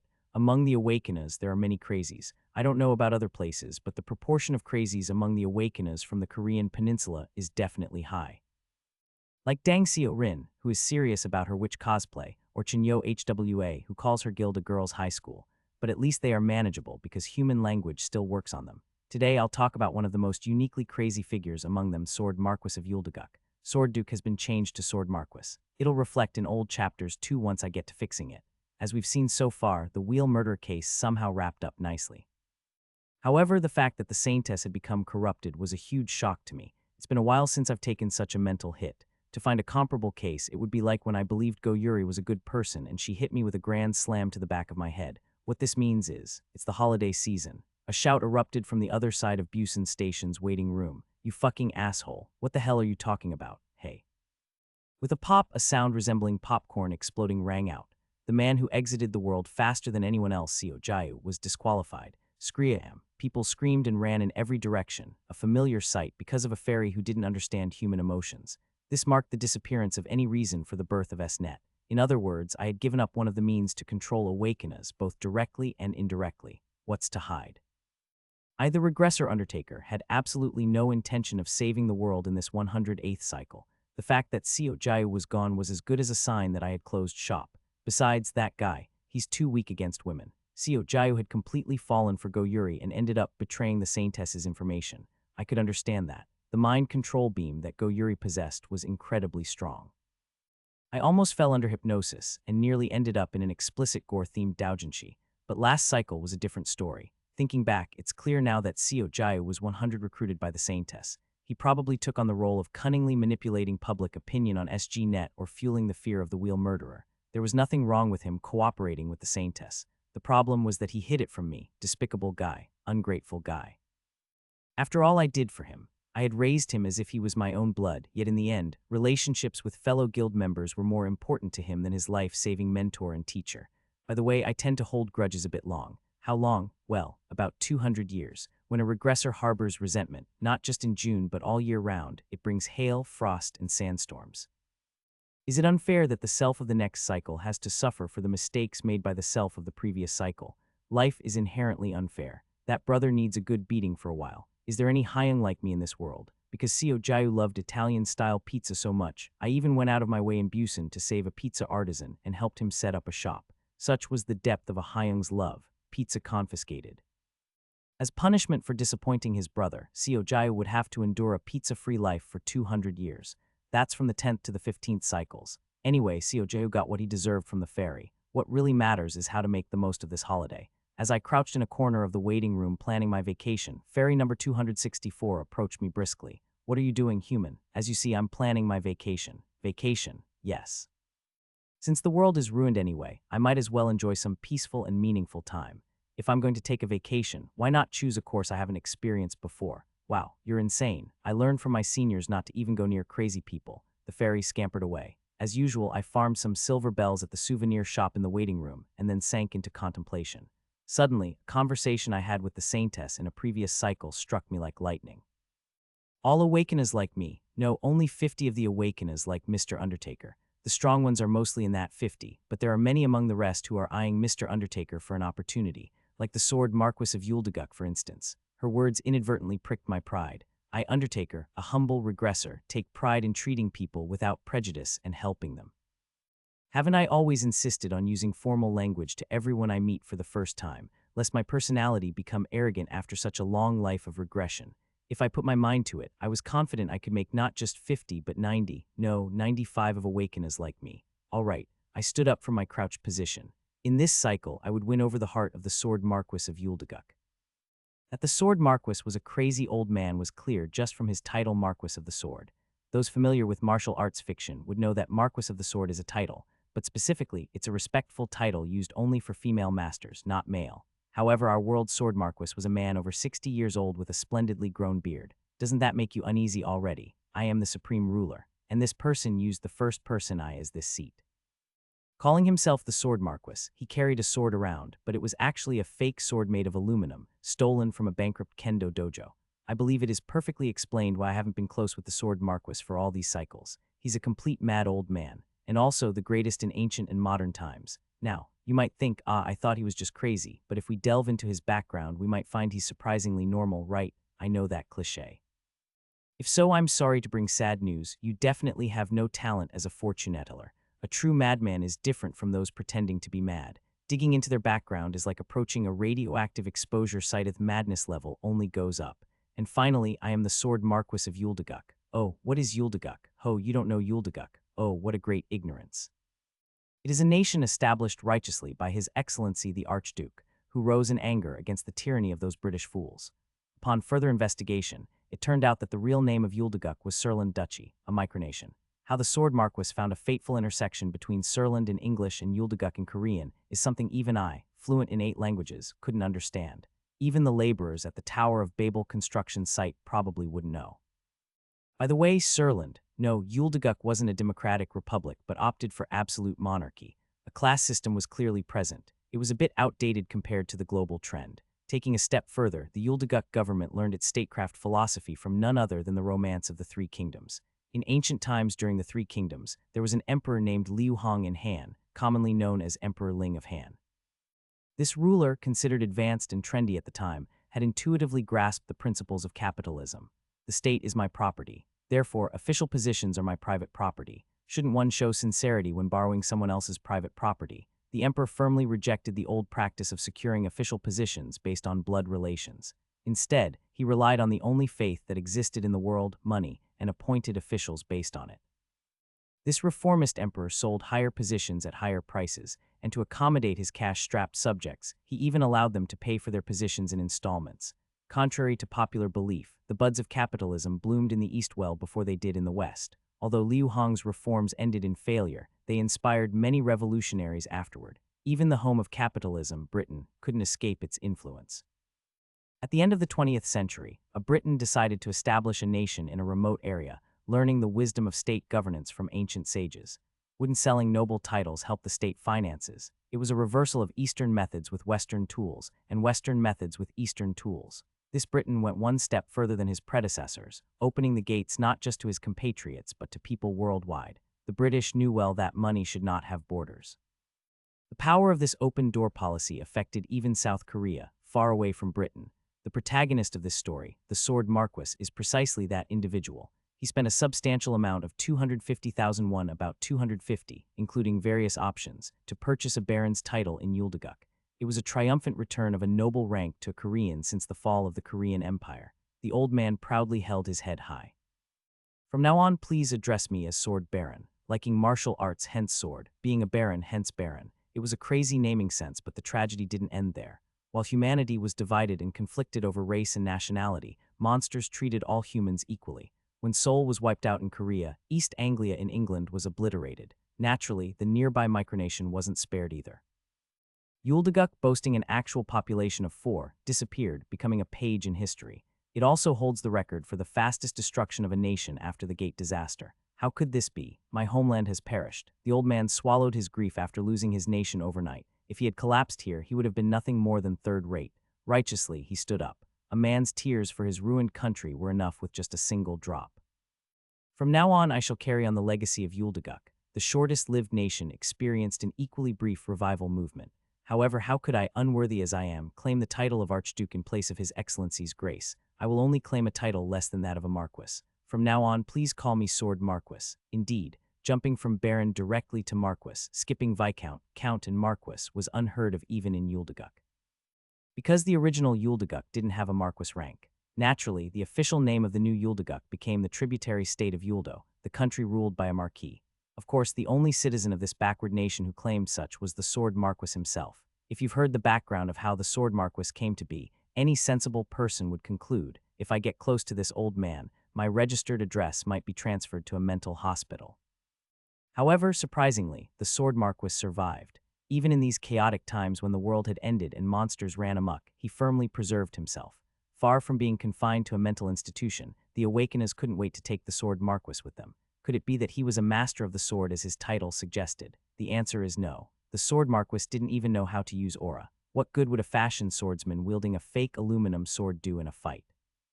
I guarantee that even a primary school student who just received a yellow belt in Heidong Gumdo would show more mastery than the Sword Marquis. The Sword Marquis's survival strategy was established in a completely unexpected field. Sir, Elder.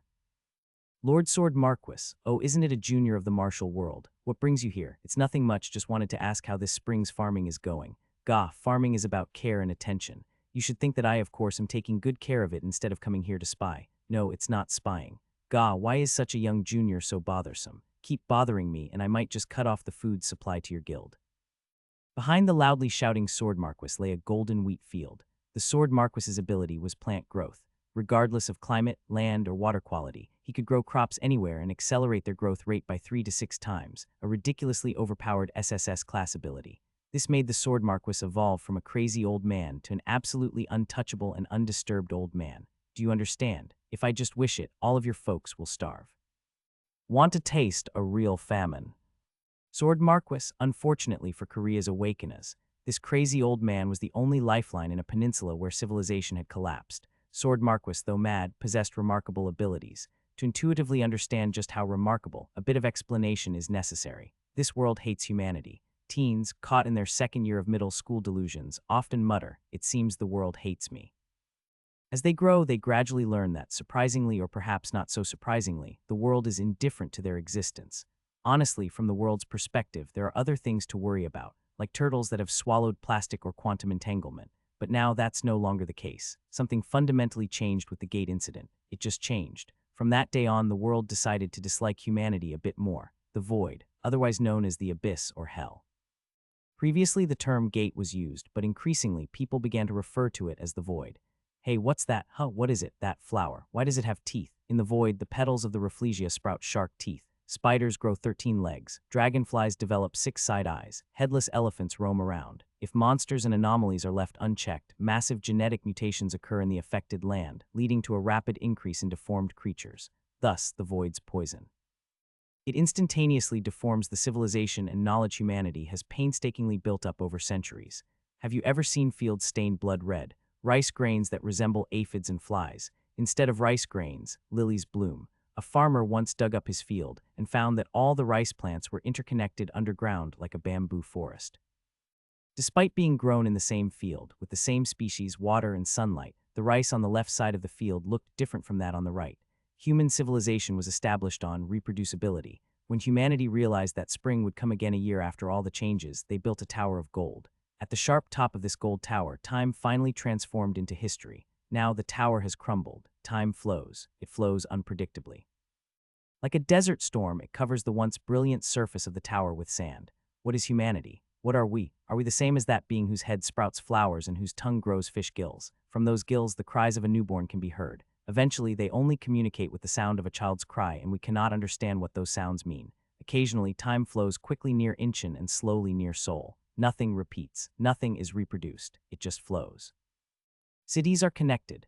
Thus, the Saintess, the Nomads, the Samson Guild Alliance have declared war against the void devouring our world. Humanity needs to return to the times when it was overwhelmed by nature. Isn't that regression? The Nomads shook their heads. Like evolution and regression are merely human distinctions, this too is merely an adaptation to the environment, giving up the rule of areas for the rule of lines, from area to line, from line to area.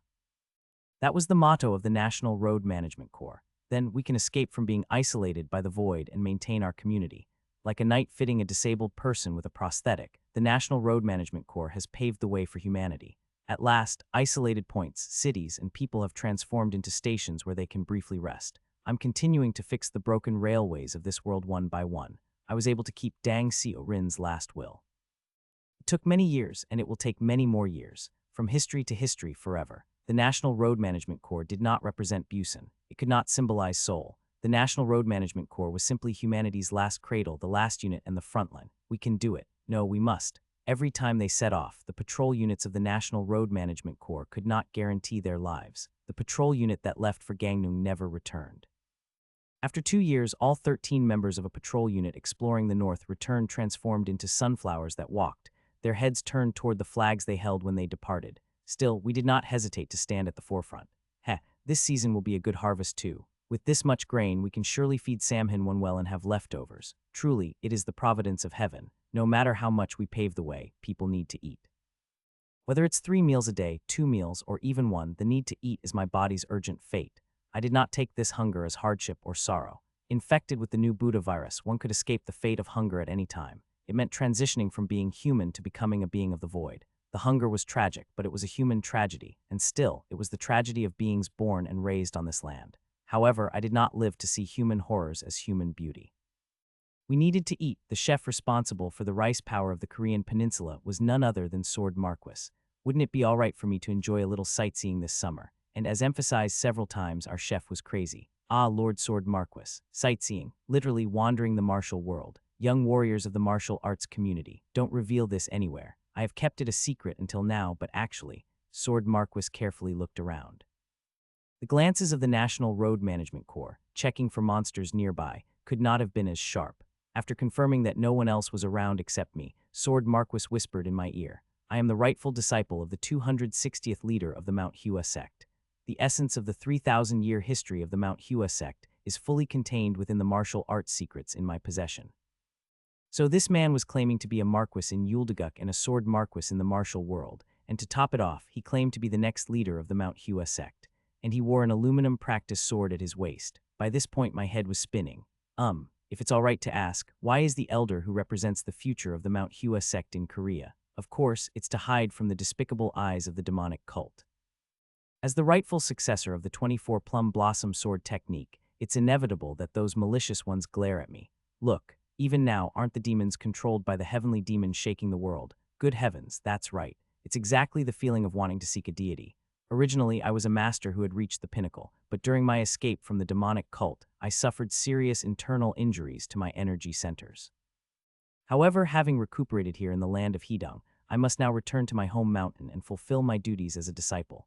You mean to go to Mount Hua in China right now? Exactly so. I looked up at the sky and sighed deeply. Lord Sword Marquis, are you mad? Kim Ju-chul and Kim Si-yoon father and son's tale hinted briefly that in this era, overseas travel was just a fancier term for suicide. At my straightforward remark, Sword Marquis merely tilted his head. I am perfectly sane. After all, asking a madman if he's mad would never yield a meaningful response. Why ask a dolphin if it's a dolphin unless one's eyes are crossed? The truth is evident. I changed tactics. If you're talking about the 24 plum blossom sword technique, is it the one where, if perfected, the scent of plum blossoms pervades 10,000 li tu from the sword? Oh, it seems the young martial artist has also heard of its great reputation. That's correct. Does the Mount Hua you know of bloom with many plum blossoms? Indeed it does. That's a setting made up in Korea. My knowledge of martial arts was limited to a few novels I read as a child, but even I knew this, Mount Hua was not particularly famous for plum blossoms. One could guess as much from the photos alone. Mount Hua was a mountain as bare as its leaves, with rocks starkly exposed, presenting many challenges for plum blossoms to flourish luxuriantly. The same goes for the scent. Evolving an olfactory system that interprets the smell of rocks as plum blossoms was genetically impossible. What am I saying? The self-proclaimed Sword Marquis and prospective 261st sect leader of the Mount Hua sect, holder of a practiced sword, a native Korean from Alundo, and a non-speaker of Chinese, was spouting nonsense. This old man was a liar through and through. Ag, the Sword Marquis roared like a lion. How dare a junior mock me? The scent of plum blossoms I once encountered while learning from my master still lingers in my nose. If you intend to insult my master and me, I will not sit idly by. Then why not demonstrate the plum blossom sword technique yourself, if you are its inheritor? Had I not been attacked by the beasts of the demonic cult and my energy centers remained intact, I would demonstrate it right away. I'm going mad. Hey, you're supposed to be a 60-year-old man, but you're younger than me. Plus, back when civilization was intact, 60 wasn't even considered old. How old am I this year? No, let's drop this strategy. Even if I win the battle, I feel like I'd lose the war. Anyway, Sword Marquis was a type of person I couldn't handle. Fortunately, we had the ultimate weapon for dealing with elders. No do HWA, help, a 60-year-old grandpa, easy. The most beloved woman among the elderly in the Korean peninsula, the greatest protective gear knight and head of the National Road Management Corps, no do HWA, smirked mischievously. TLN, yes, the classic late gender reveal in Korean web novels. No do HWA is female. I'll use she her pronouns from now and fix old chapters.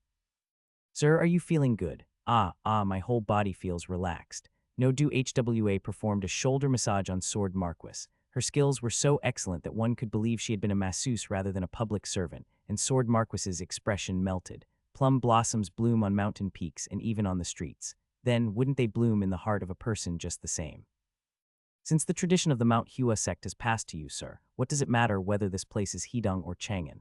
But my sworn brothers. No, your master has already passed away, hasn't he? Then you're the eldest in the Mount Hua sect, and there's a tradition of juniors visiting their seniors, not the other way around. They should come to you, why should you move? Oh, that is indeed a wise saying. If you entrust me with a letter, I'll send it to China on your behalf.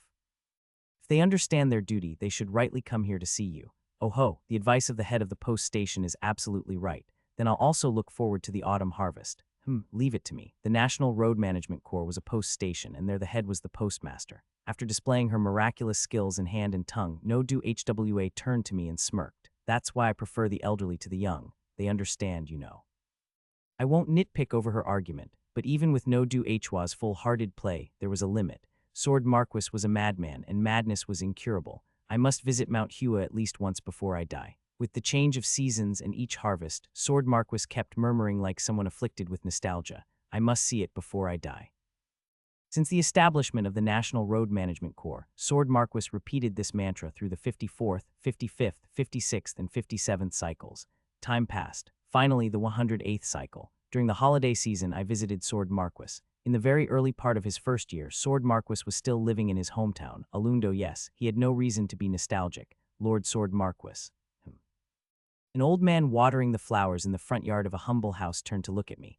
Water trickled from his watering can. Who might you be, young one? I am a knight bestowed with a title from Yuldaguk. What? A normal person would have called the police or at least swung a broom if a foreigner suddenly walked into their front yard claiming a title from a micronation. This one is my compatriot. Welcome. But true to his nature, Sword Marquis was extraordinary. I had suspected he had been playing nobility since coming to Alundo, but it seems he had lost his mind even before that. But your honorifics are strange. I am not Sword Marquis, but Sword Man. Why have you come seeking me? I made the saddest face possible. Method acting wasn't particularly hard. It was easy to recall the scene when Dang Seo Rin died. Sadly, I must report that Yuldaguk has fallen. What? The wicked reach of the demonic cult has extended even across the sea to Yeonggil-rai. Not only Yuldaguk, but also the eastern region of Yeonggil-rai has been devastated, and the Archduke himself did not escape harm. No, how could such a thing happen? Lord Sword Marquis. Thud, I knelt in the courtyard. Then, with a solemnity unmatched in the world, I cried out, though the court of Yuldaguk has fallen, how could we accept that the people should bear the grief of a ruined nation? Is it not loyalty to continue the nation with the remaining people? As you are now the only remaining noble of Yuldaguk, it is only fitting that you establish a new court on this land. But as a person, I cannot forget the grace of the Archduke. Please ascend to the title of Duke and revive Duke's nation. Incidentally, Sword Marquis's house was humble. And a humble house was in a humble neighborhood. And a feature of a humble neighborhood is that it's quite easy to peek over the fence when something unusual is happening next door. All the neighbors were looking this way. Their gaze in a nutshell was like, staring at a dick. Heaven has not yet abandoned me. Sword Marquis paid no mind to the neighbor's stares. Get up. How well you've understood my will. I apologize. You are indeed like my eldest son. Basically, that meant best friends. The 108th cycle. That day I became best friends with the prospective sect leader of the manhwa sect. Tu Li Chinese, Chinese letter, Lai or Chinese letter, Shili, also known as the Chinese mile, is a traditional Chinese unit of distance. The li has varied considerably over time, but was usually about 1/3 of an English mile, and now has a standardized length of a half kilometer, 500 meters, or 1,640 feet, or 0.311 miles. David Hume once said that true friendship is not about the age of the individuals, but about the free exchange of souls. From a young friend, one learns vitality, and from an old friend, wisdom. Immanuel Kant stated that it's not right to choose friends based on their age. The most important thing to note here is that they never actually made these quotes, but the nuance is conveyed, isn't it? Perhaps that's enough. I too followed the nuance in my friendship with Sword Marquis, Undertaker brother, Sword Marquis elder. That day, we emptied 4 bottles of manhwaedit and became sworn brothers. It was a connection so profound that even if the 3 brothers of the Yu family had witnessed it, they would have been engulfed in jealousy and gone into fits of peach-chewing anger 500 times. What am I talking about? Just understand it through the nuance. Our manhwaedit pact did not end as merely a night's amusement. Elder brother, I have something to confess. The next morning, I deeply bowed to Sword Marquis, who had checked the temperature of the grand hall with his own cheek, being utterly drunk. Confess? What are you talking about? You revealed to me last night that you were a disciple directly taught by the leader of the manhwa sect. In truth, he was not. However, Sword Marquis nodded as if it were the most natural thing. Ah, right. How could someone destined to be the leader of manhwa sect merely seclude himself forever in a humble thatched cottage? You must return to manhwa, restore the pillars of the sect, though you seek tranquility, the world is in turmoil. What? Sword Marquis opened his mouth wide. His surprise was palpable. For a while, Sword Marquis gave his stomach some fresh morning air in the front yard. More precisely, he let the dawn taste his stomach's air. I could have described this scene in detail, but for the reader's sake, I will spare any visual or auditory imagery. Such is my boundless goodwill towards you. Who?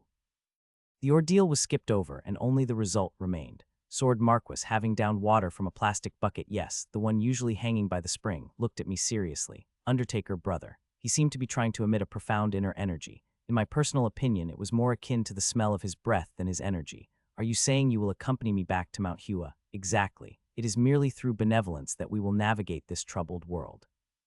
Do you understand what I'm saying? I don't.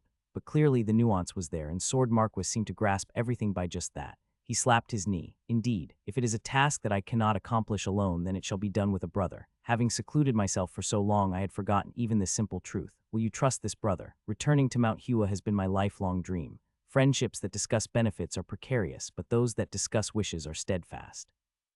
I trust only in you, brother. What followed was a blur of action. We left the island immediately. Sword Marquis had lived on Alundo his entire life, but the belongings he had prepared were minimal. We were ready to set off within 40 minutes of deciding to leave. What stood out about Sword Marquis's attire was a pouch tied around his waist. Elder brother, what is that? Sword Marquis stroked his beard magnanimously. The essence of the manhwa sect. It was the usual nonsense. I shrugged and stepped onto the deck of the boat. Uiek.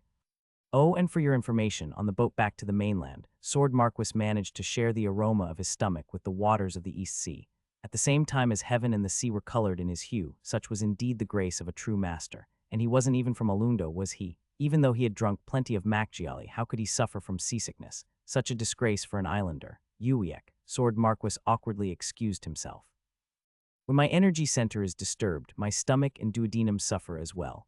Ahaha. It's embarrassing, I wasn't like this before. Was the energy center connected to the stomach? Astonishing anatomical knowledge, as profound as researching what material makes up a unicorn's horn.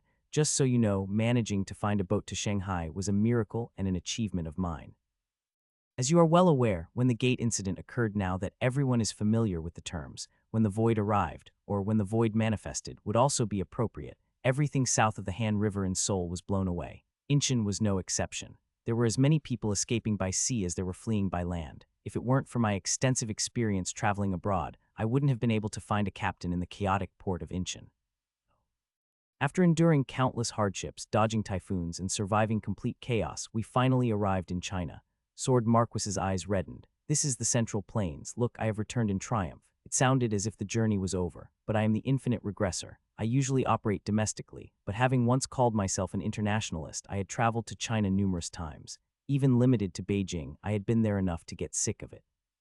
So I knew very well that the real hardship was just beginning. Have you ever read Greek or Norse mythology? You might have found yourself lamenting while exploring the myths of other nations, wondering, why don't we have a well-structured mythology?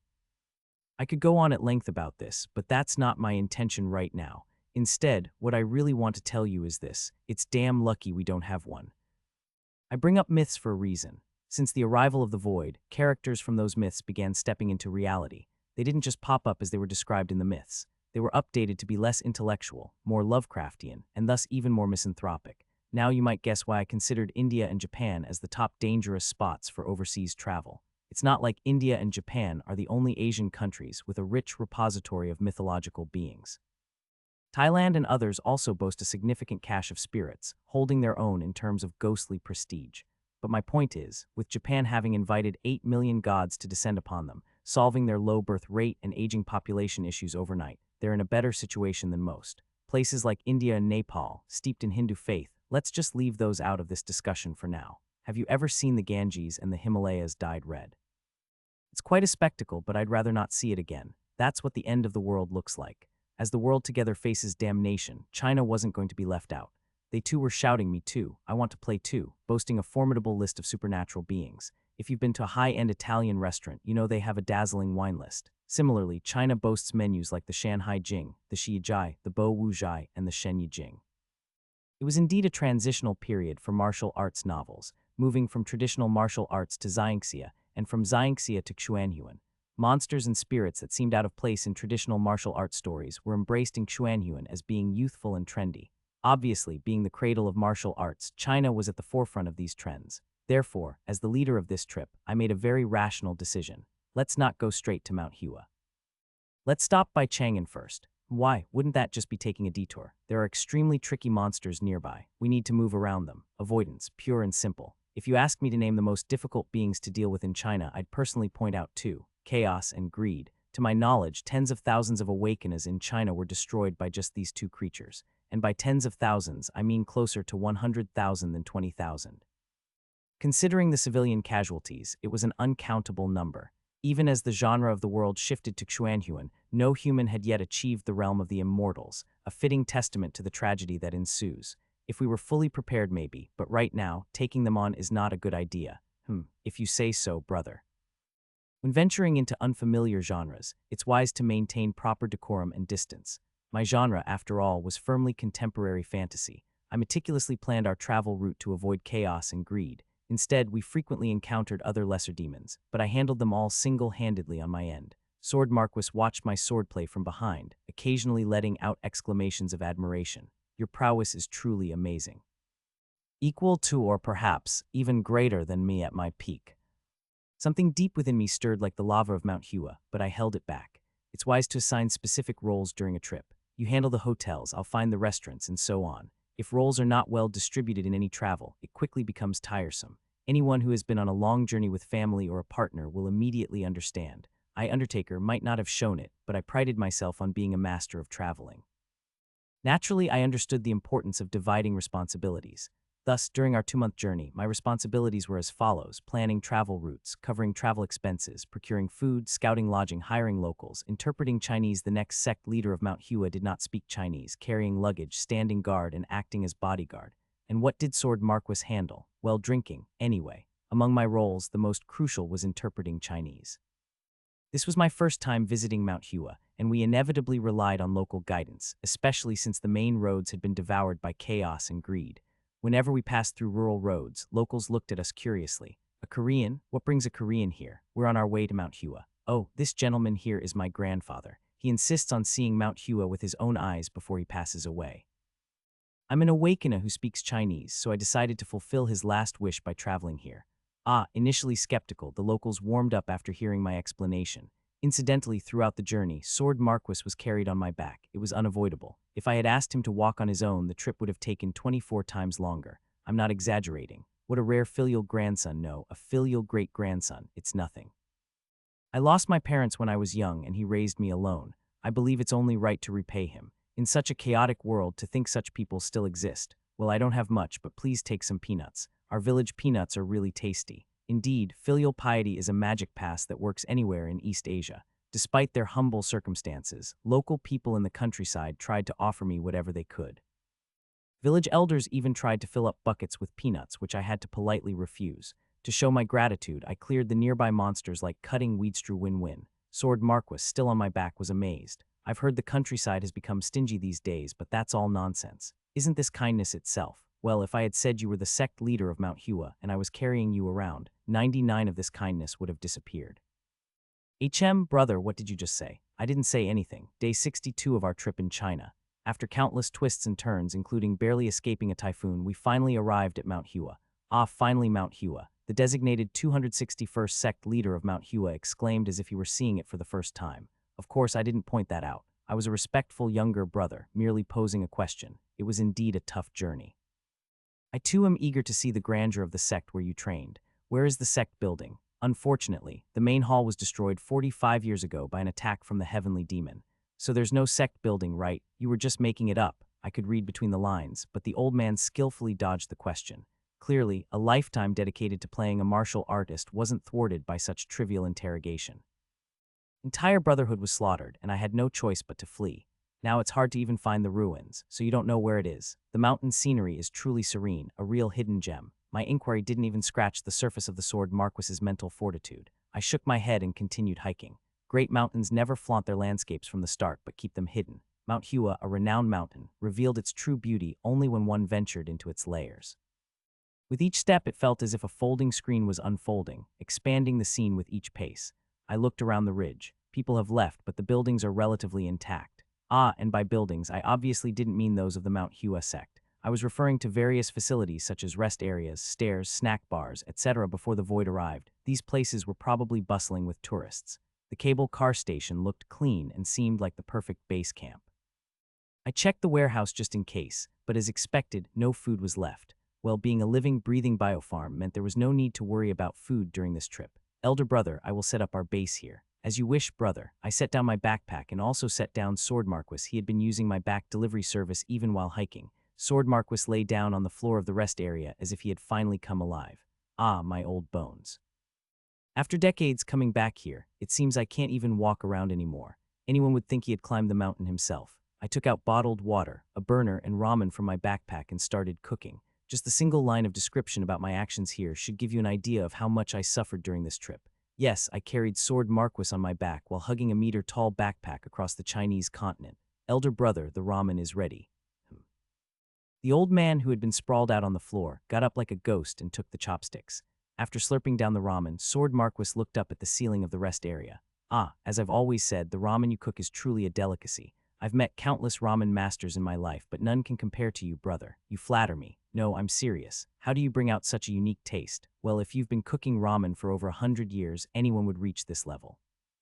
In fact, during the 45th cycle, I even became a chef. While I may not be the world's greatest chef, I was certainly the best at cooking with ingredients from the void. Such is the seasoning of an infinite regressor. Truly a useless skill. I shifted my thoughts. Anyway, what mattered now was not my ramen cooking skills, but how Sword Marquis would react from this point forward. Throughout our journey, Sword Marquis had always murmured about how he had no other wish but to visit Mount Hua. In the past cycles, he always longed for Mount Hua. A wish consistently held across time signifies the intensity of one's heart. It represents conviction.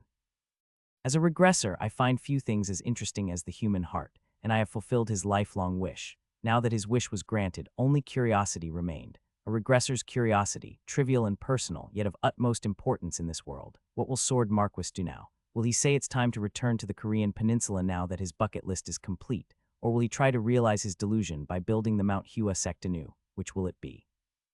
I quietly observed Sword Marquis. After patting his full belly, he stood up and stretched. Now that I'm full, it's time to get to work. Let me mention in advance that all my predictions were wrong. Work? What are you talking about? Hee hee. I have plans of my own. Just watch, brother. Sword Marquis then suddenly walked out of the rest area.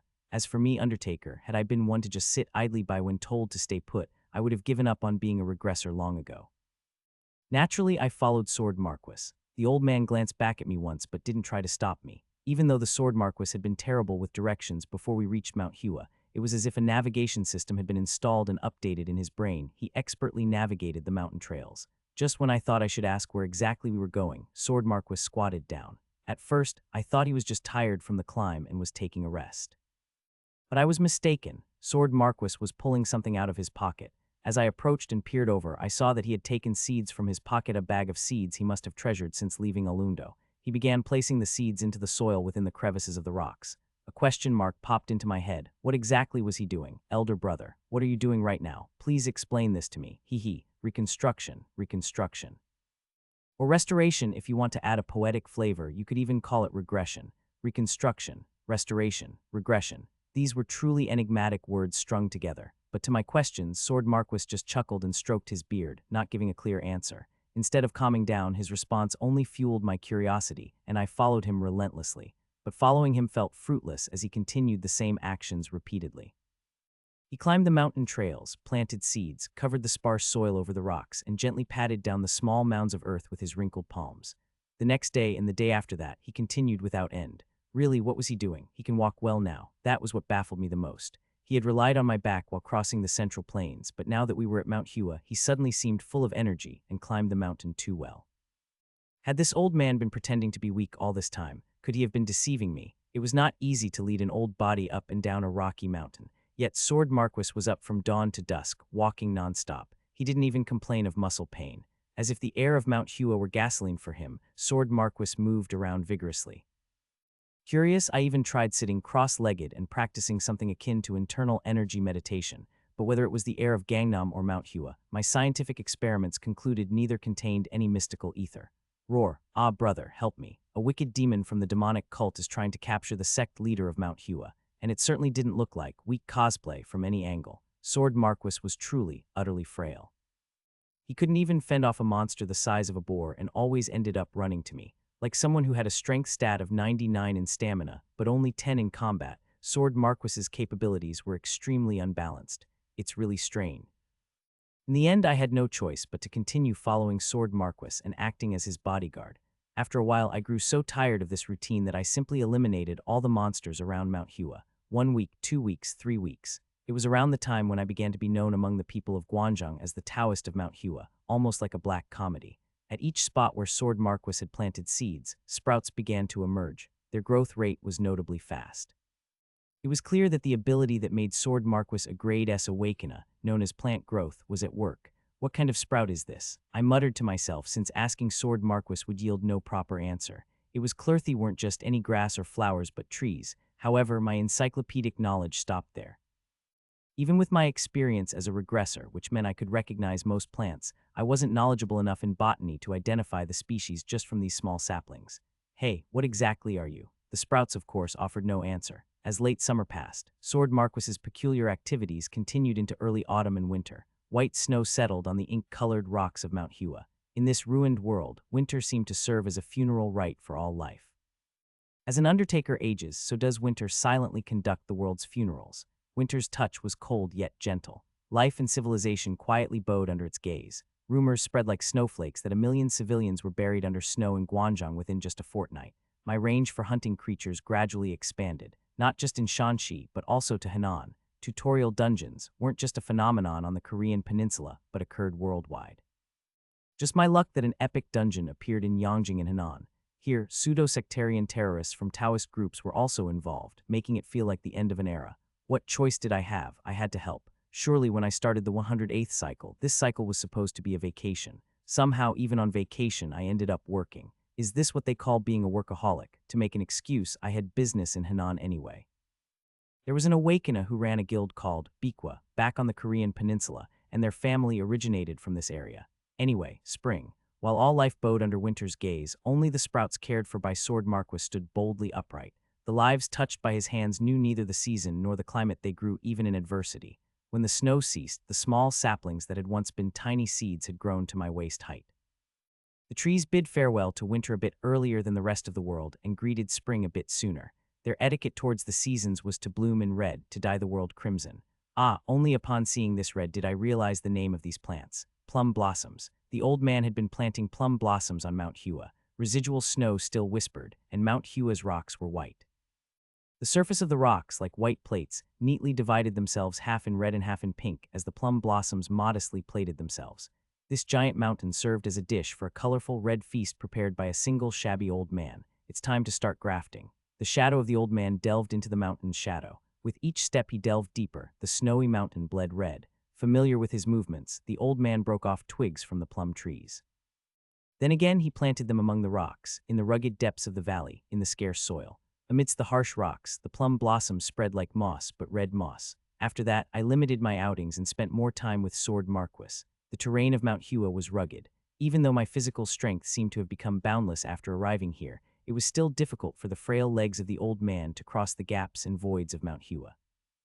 I willingly lent my back to Sword Marquis. Crossing from cliff to cliff, Sword Marquis planted trees. In the first spring, plum blossoms bloomed near the rest area. The following year, red blossoms dyed the western peak of Mount Hua. The giant was massive. The time it took for him to die, and thus the time it took for his blood to fully blossom, was endlessly slow compared to a human life. Sword Marquis regulated the giant's time. He dictated not only his death but also the manner of his dying. Sword Marquis did not permit even nature's law of living in spring and dying in winter. The blood shed by the giant flowed over 3 years, passing Jinshaiguan to the northern peak. His wounds bled for 4 years toward the central peak, and then surged to the eastern peak the following year. All the directions of death and life were determined by Sword Marquis's footsteps and handprints. Our 6th year on the mountain. I stood on the roof of a pavilion on the southern peak of Mount Hua, looking down.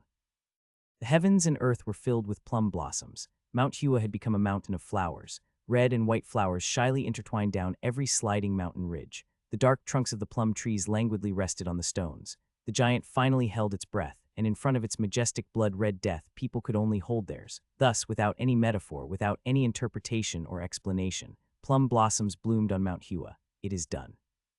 A single human had turned a proposition into truth. To make a proposition bloom, it took 6 years of an old man's life and several hundred years of a regressor's. And that proposition was beautiful. It is now done. It was a foggy day. When fog descended on Mount Hua, the rocks vanished from sight. The fog lived and moved. Only the bright red flowers barely managed to poke their heads above that opaque surface. I too woke up and lifted my head.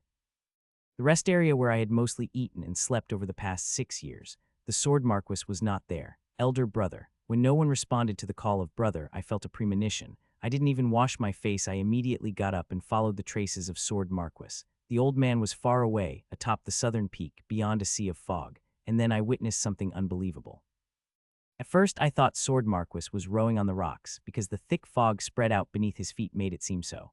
But it was impossible for a man to row on a mountain. Looking closer, I saw that what Sword Marquis was stirring was not an oar but a wooden practice sword. The old man was dancing a sword dance. It was a sword dance because of the dance-like movements with the sword, and also a sword mist because the mountain's fog twisted and whirled with every movement of the sword. The dull blade of the practice sword, like the old man's wrinkled hands once dyed the giant red, seemed to control all the mountain's fog.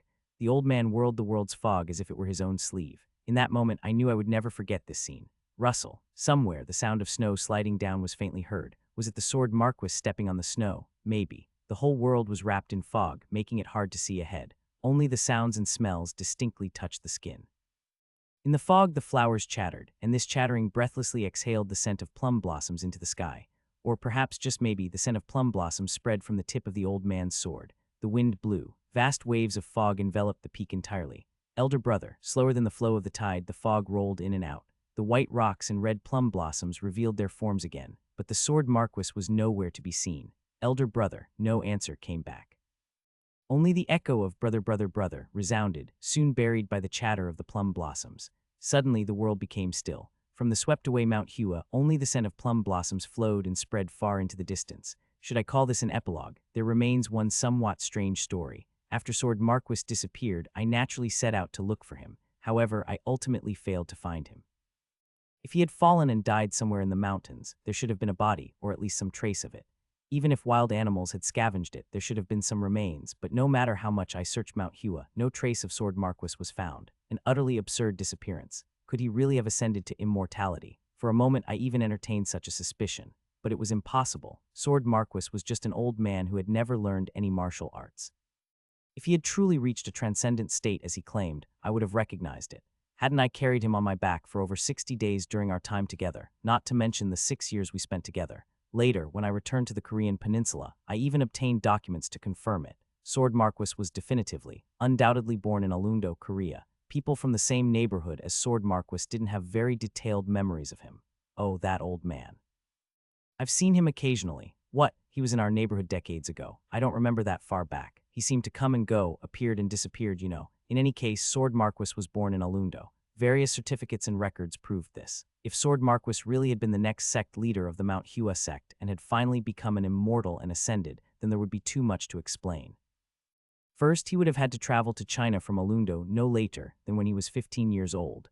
Then, during his childhood, he would have become a direct disciple of the sect leader of Mount Hua. Sword Marquis was over 65 at the time of his disappearance. He had testified before we crossed over to China that Mount Hua sect was attacked by the Heavenly Demon 45 years ago. At the time of the demonic cult's attack on Mount Hua sect, Sword Marquis had to have been maintaining his status as a direct disciple of the sect leader. So, by no later than 15 years of age, he must have been receiving the expectations of the sect's disciples as the next sect leader. Was that even possible? What percentage of probability would one have to defy for such a miracle to occur?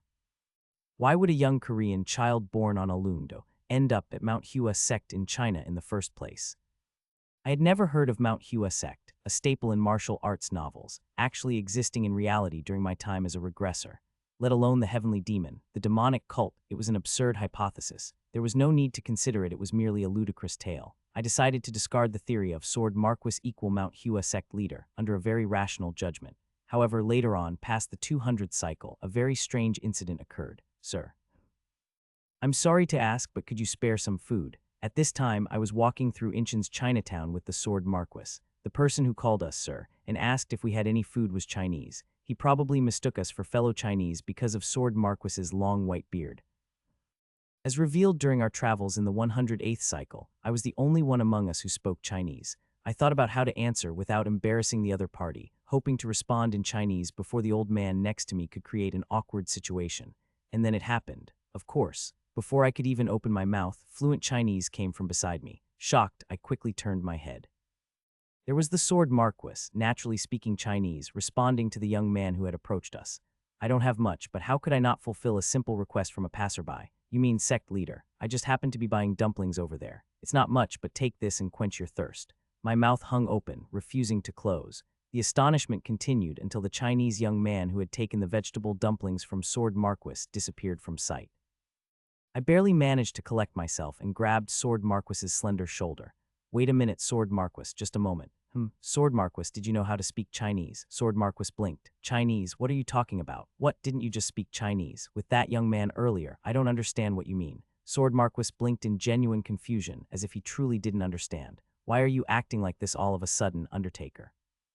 I didn't say anything. I just handed him the dumplings. No, wow, no. As if Undertaker would fall for such a trick. I immediately dragged Sword Marquis around Chinatown, trying to find the young man we had just seen or to strike up a conversation with other Chinese people, but it was all in vain. Sword Marquis seemed genuinely unable to understand Chinese, complaining loudly. Ah, to think that a young martial brother would oppress me like this. There is no nationality in chivalry. Even if my language skills are lacking, my level is higher than anyone else's. In the end, not a single word of Chinese came from Sword Marquis's mouth. He wasn't lying. Really, wasn't it enough to drive a ghost to despair? To this day, I am not sure whether Sword Marquis really became an immortal and left this world in the fog of Mount Hua, whether he fluently conversed with a Chinese man in Incheon's Chinatown, or whether it was all just my illusion and hallucination. I only learned one fact. The martial world is indeed full of extraordinary and eccentric characters. Excuse me, but what do you feel when you hear words like student council or student council president in creative works? You might wonder why I'm asking such an abrupt question. It's because it's relevant to this story. As mentioned at the end of the last story, the martial world is full of eccentrics. The person I will introduce today is also an eccentric, proudly placing his name among the great figures who illuminated the Korean peninsula. In the distant past, South Korea used to boast about having certain football players and idols. However, even if civilization collapses, history tends to progress. Now, nations compare their pride based on how spectacular their awakeners are, and the Korean peninsula has never been left behind. From the grand witch who forces her subordinates to wear conical hats 365 days a year on a train, to the marquis who turns Mount Hua into a mountain of flowers, and so on. It was a lineup that could not help but make one's heart swell with pride. Is this really the state of the Korean peninsula? This land, which could even be described as a haven for lunatics, or rather, great figures, has not ceased to be blessed. There was yet another figure I had not had a chance to introduce. Name, Chinyo HWA. Occupation, reflecting the trend that it's tough to get by on just one job these days, a multi-awakener juggling multiple jobs. First job, high school student. As the nation collapsed, so did public education, reducing children who register on internet communities to unemployed, unable to select elementary middle high school student as their occupation. In that sense, Chinyo HWA was one of the last high school students left in the Korean peninsula, roughly equivalent to a high school sixth grader. This alone would be considered a rare occupation of SSR grade in games, but their other job was a bit more unique. Second job, necromancer. Chinyo HWA was the only necromancer on the Korean peninsula. Since we're on the topic of high school, the Korean peninsula no longer had school ties. It was inevitable. What good does a fancy university degree do if monsters don't care about your education when they eat you? However, human systems don't change easily. If there's no bread, eat cake. If there are no football players, suck up to awakeners instead of athletes, and in place of school ties, a new form of connection was quickly installed. One day, as I was making my rounds in the guild, I witnessed a shocking scene. Wow, really? Yes, really. Ahaha. It was Seo Jae and Sim Arion, the villain old man Gorieo, laughing together while having lunch in a restaurant. As everyone knows, Seo Jae had anger management issues, and Sim Arion was a serious social media addict. Both of them had a bit of a flaw in their DNA that made establishing close relationships with other Homo sapiens a bit of a challenge.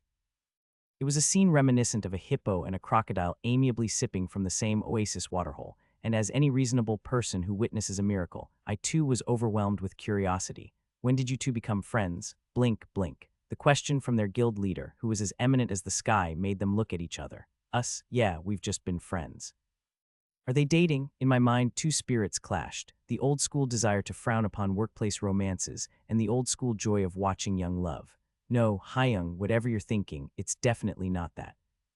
So how did you become friends? How we became friends? Seo Jae spoke as if it were obvious. Well, we're both from Busan Station. What, indeed? Nowadays, instead of school ties, awakeners sized each other up by which void they were in when they awakened. If we had to give it a name, maybe void connection. It was a connection related to place, so it was still a form of connection. Seo Jae, Sim Arion, and I, we all awakened at Busan Station.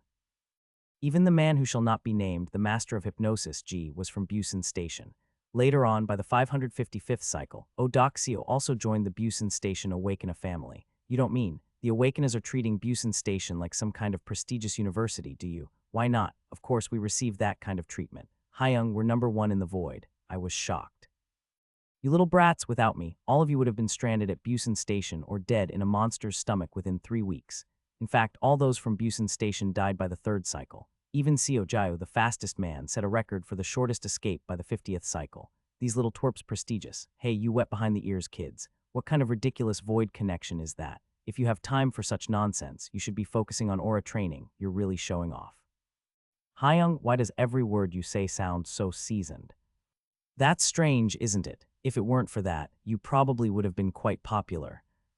Even as their guild leader lectured them, their faces remained nonchalant. Ah, the old man is at it again, their expressions seemed to say. My head spun and I struggled to breathe. I'm the infinite regressor, destined or not to save the world. Should I really be treated like this? Guild leader, I think it's natural to consider the void connection. What are you talking about, Arion? Sim Arion's expression changed to, the old man is trying to follow old trends again, but he quickly shrank back under my gaze. Well, it's terrifying when you first drop into the void. Phones don't work, bizarre creatures keep popping up, people are dying left and right. The void connection is about comrades who have struggled through the same hellish ordeal together. Wouldn't that make you feel a deep bond? It's not just our guild, I think all guilds would feel the same way. Upon hearing it again, Sim Arion's logic didn't seem so absurd. I didn't struggle though. Why, got something to say, Arion? No, guild leader. I spoke jokingly, but I was actually serious. This was the decisive reason why I could not sympathize with the latest trend of void connections. Yes, I didn't feel like I suffered in the same place at the same time as these guys. I struggled alongside Old Man Sko. To me, the void was less Busan Station and more this world itself. Challenge, die, regress, and challenge again. A dungeon striving for completion through countless cycles. Therefore, I could only feel a strong camaraderie with Old Man Sko, who had a regressor's skill just like me. Of course, now there was no such thing as camaraderie. When the hell was this no-show old-timer going to return from his leave? I might as well smack him dead. Just out of curiosity, which is the most famous connection spot among Awakeners? Busan Station. No, not that one. Not that one, Sim Arion grunted before responding.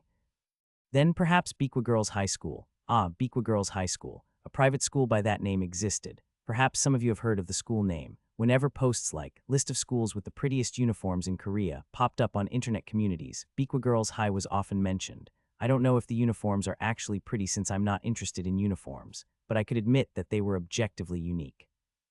Our uniforms here feature traditional sailor outfits, rare in Korea. Our uniform's ribbon is the pride of Beekwa. Such a ridiculous phrase was passed down among students through generations, a truly curious tradition. In the neighboring Japan, this style of uniform was still actively flaunted, but the trend of sailor suits, despite their naval inspirations, never crossed the Korea Strait.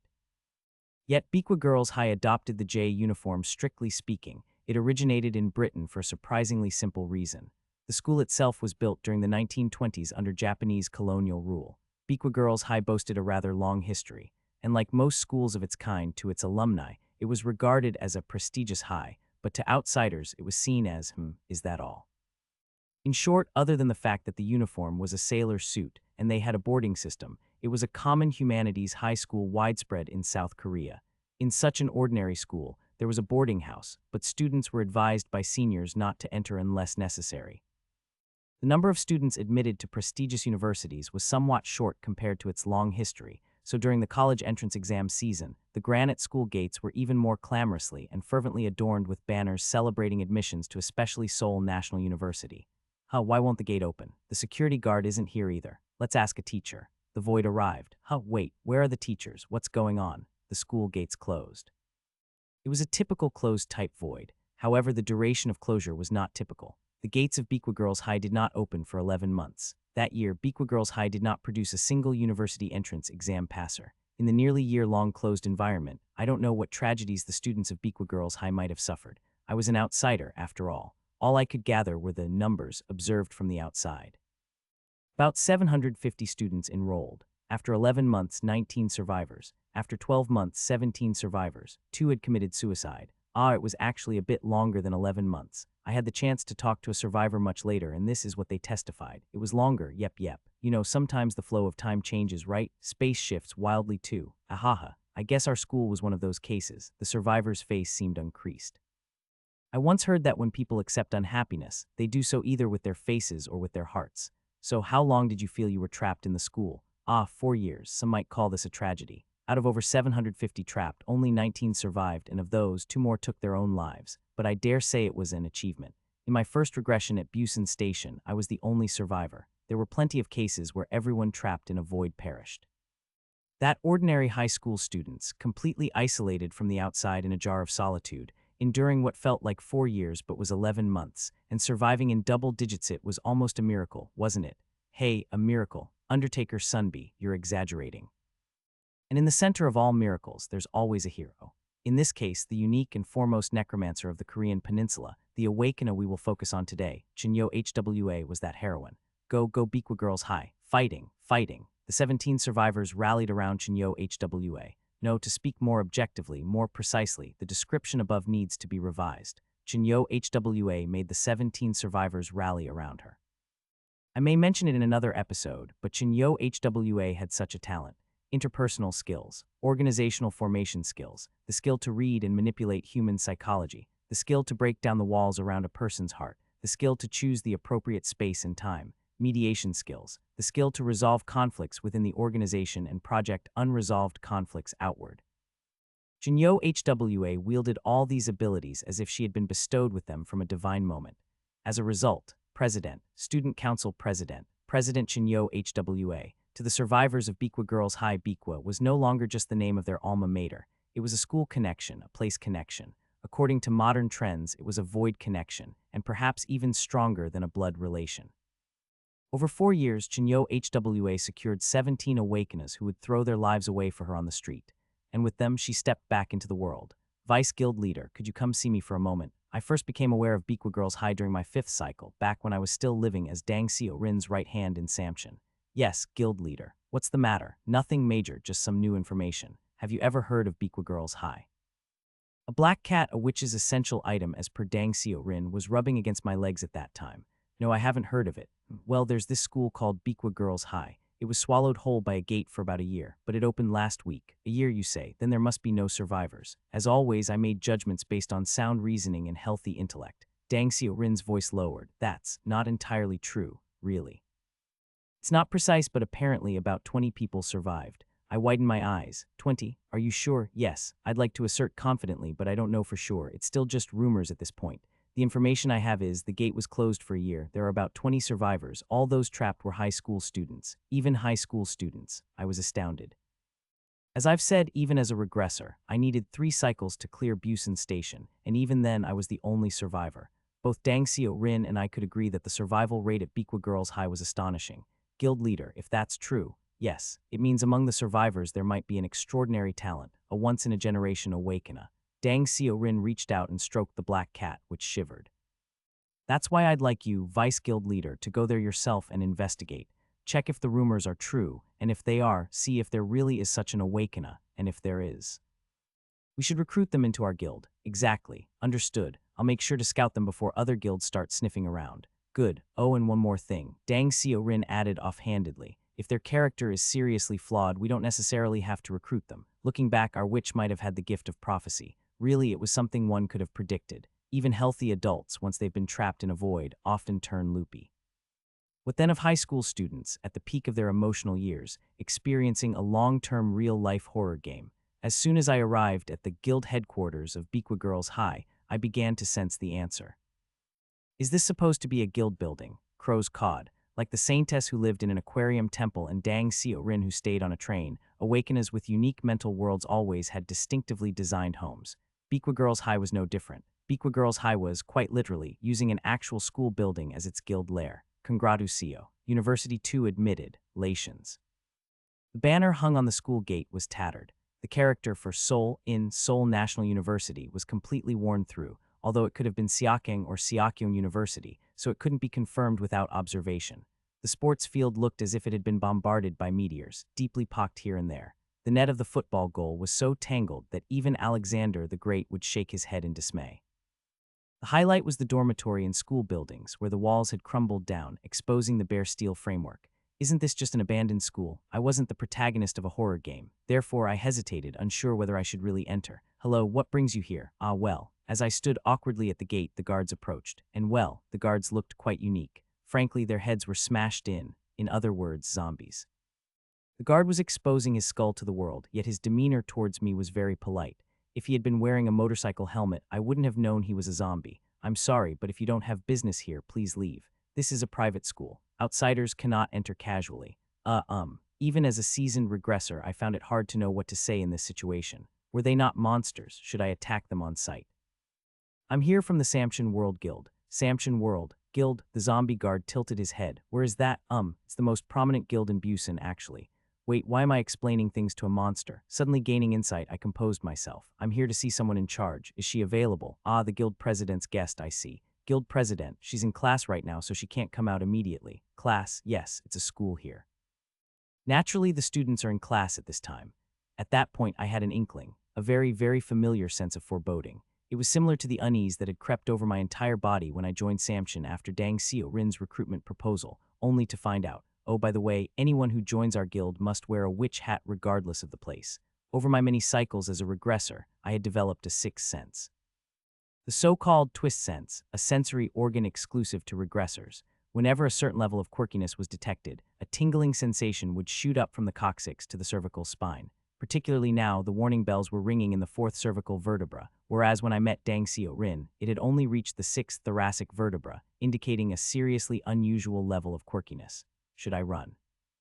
If I had been just a bit more experienced, I would have definitely retreated following my body's alarm. But in my 5th cycle, I was foolishly upright, clinging to a pointless justification that I couldn't just abandon a mission entrusted with full authority by Dang Xiao Rin.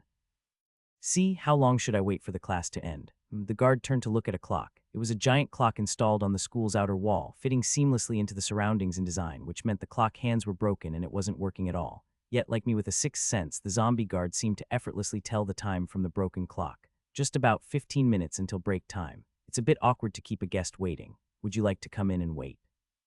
I'll just stay here, I responded immediately. I didn't want to step beyond this gate if I could avoid it.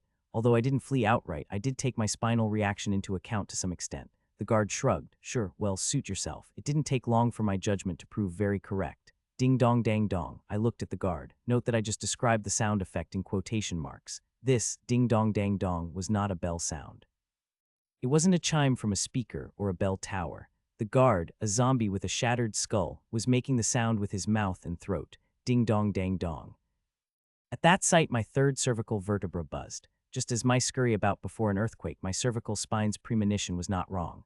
From the school building, more accurately the abandoned school building, zombies swarmed out. Ding dong dang dong, ding dong dang dong. The zombies, all in uniforms, specifically Beekwa Girls' high uniforms, were moving their lips and chanting, ding dong dang dong. I shuddered. Run, but it was too late. Did you say you were looking for me? Among the hundreds of zombies, a perfectly alive human walked out, dressed in the same white uniform as the zombies.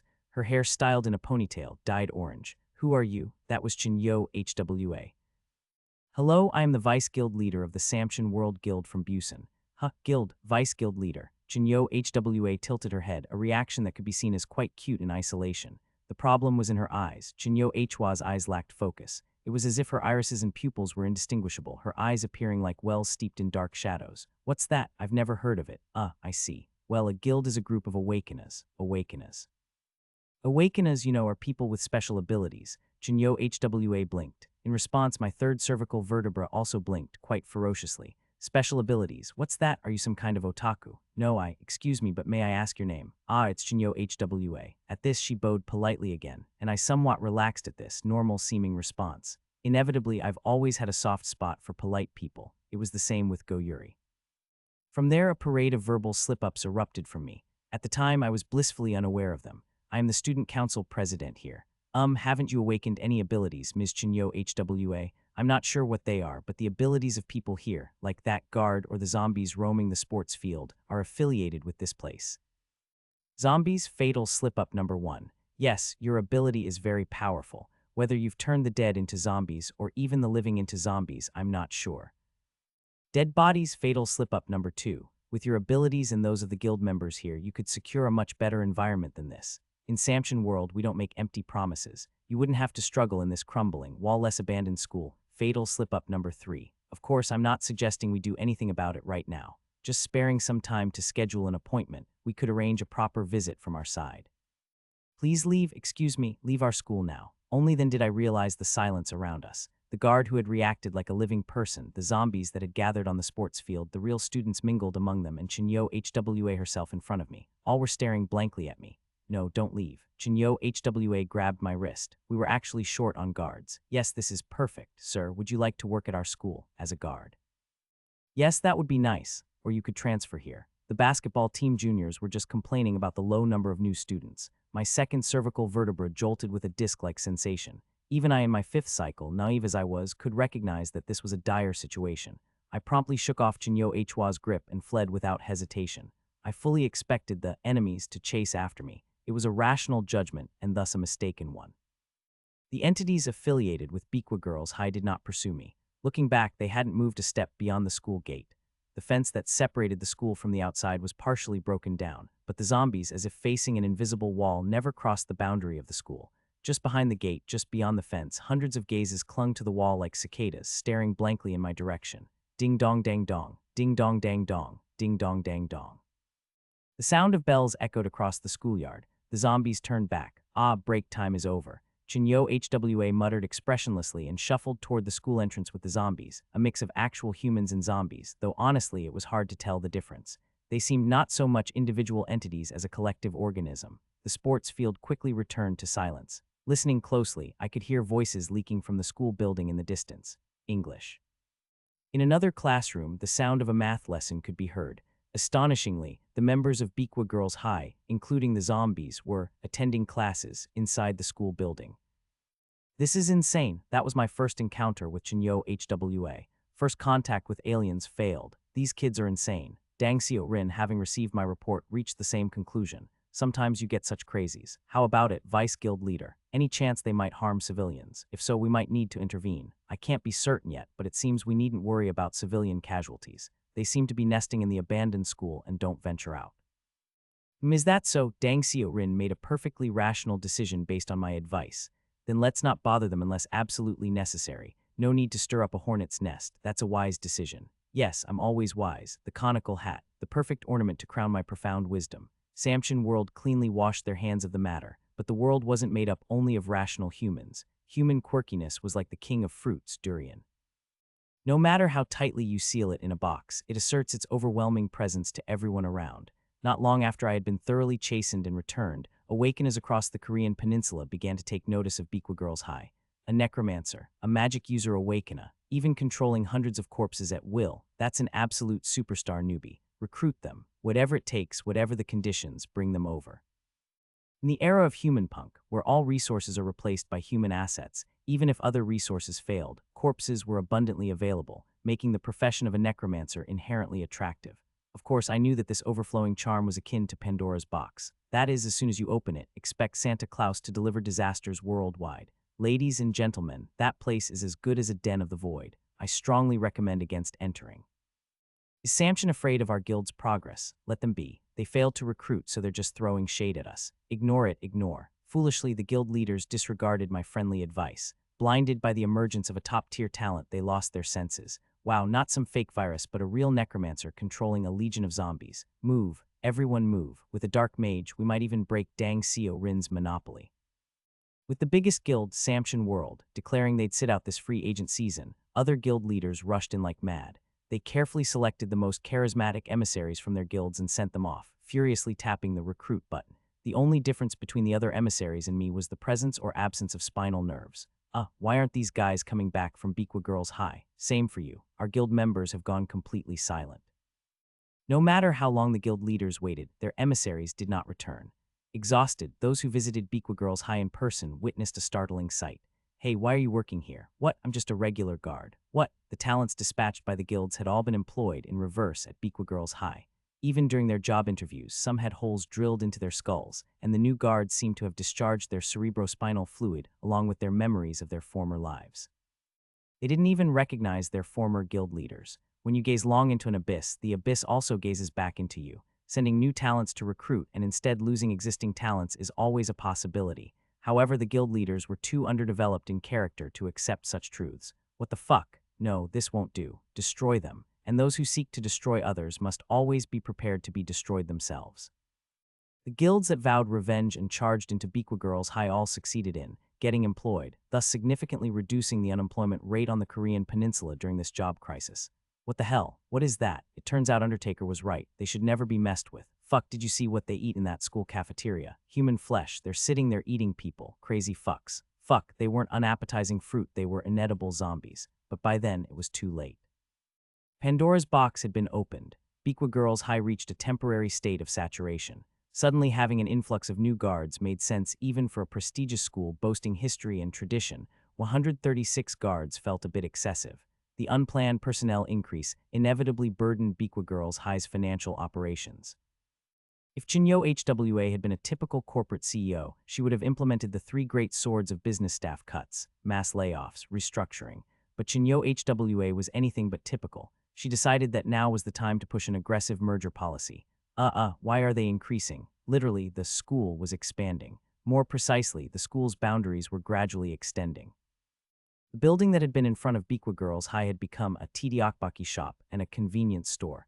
Not that they really sold tteokbokki there. Hello, boss, please give me 2 servings of tteokbokki and 3 dumplings, a zombie student would say. Since our student is so pretty, I added an extra dumpling. The zombie boss would reply. No actual goods were exchanged. The zombie student handed over invisible money, and the zombie boss handed over invisible tteokbokki. And both were happily smiling. At least that was relatively normal. Sometimes, after handing over invisible money, they would receive human flesh tteokbokki. The snack bar in front of the school was always filled with the laughter of students. During lunch and after school, the shops thrived. This was truly creative economics. Hello, I'm Chinyo HWA, the student council president of Beekwa Girls High. Eek, save me. Wait a moment. Our students are very interested in off-campus experiential learning lately. Aren't you interested in working with our school? I'm not interested. Go away. The guilds that had settled around Beekwa Girls High were gradually subdued by the school's educational fervor. Within less than a year, the Korean peninsula saw the birth of an unprecedented academy city. The academy city was both dead and alive. It grew voraciously like a gigantic zombie. In the past, I criticized the idea of an academy city in creative works as being utterly unrealistic. Now, I realize I was wrong. I had no choice but to deeply reflect on how narrow-minded I had been. Indeed, as unbelievable as it might sound, the academy city was real. Its economic power surpassed that of any other city, equipped with transcendental technology that could create something from nothing. At its helm was none other than the student council president of the academy.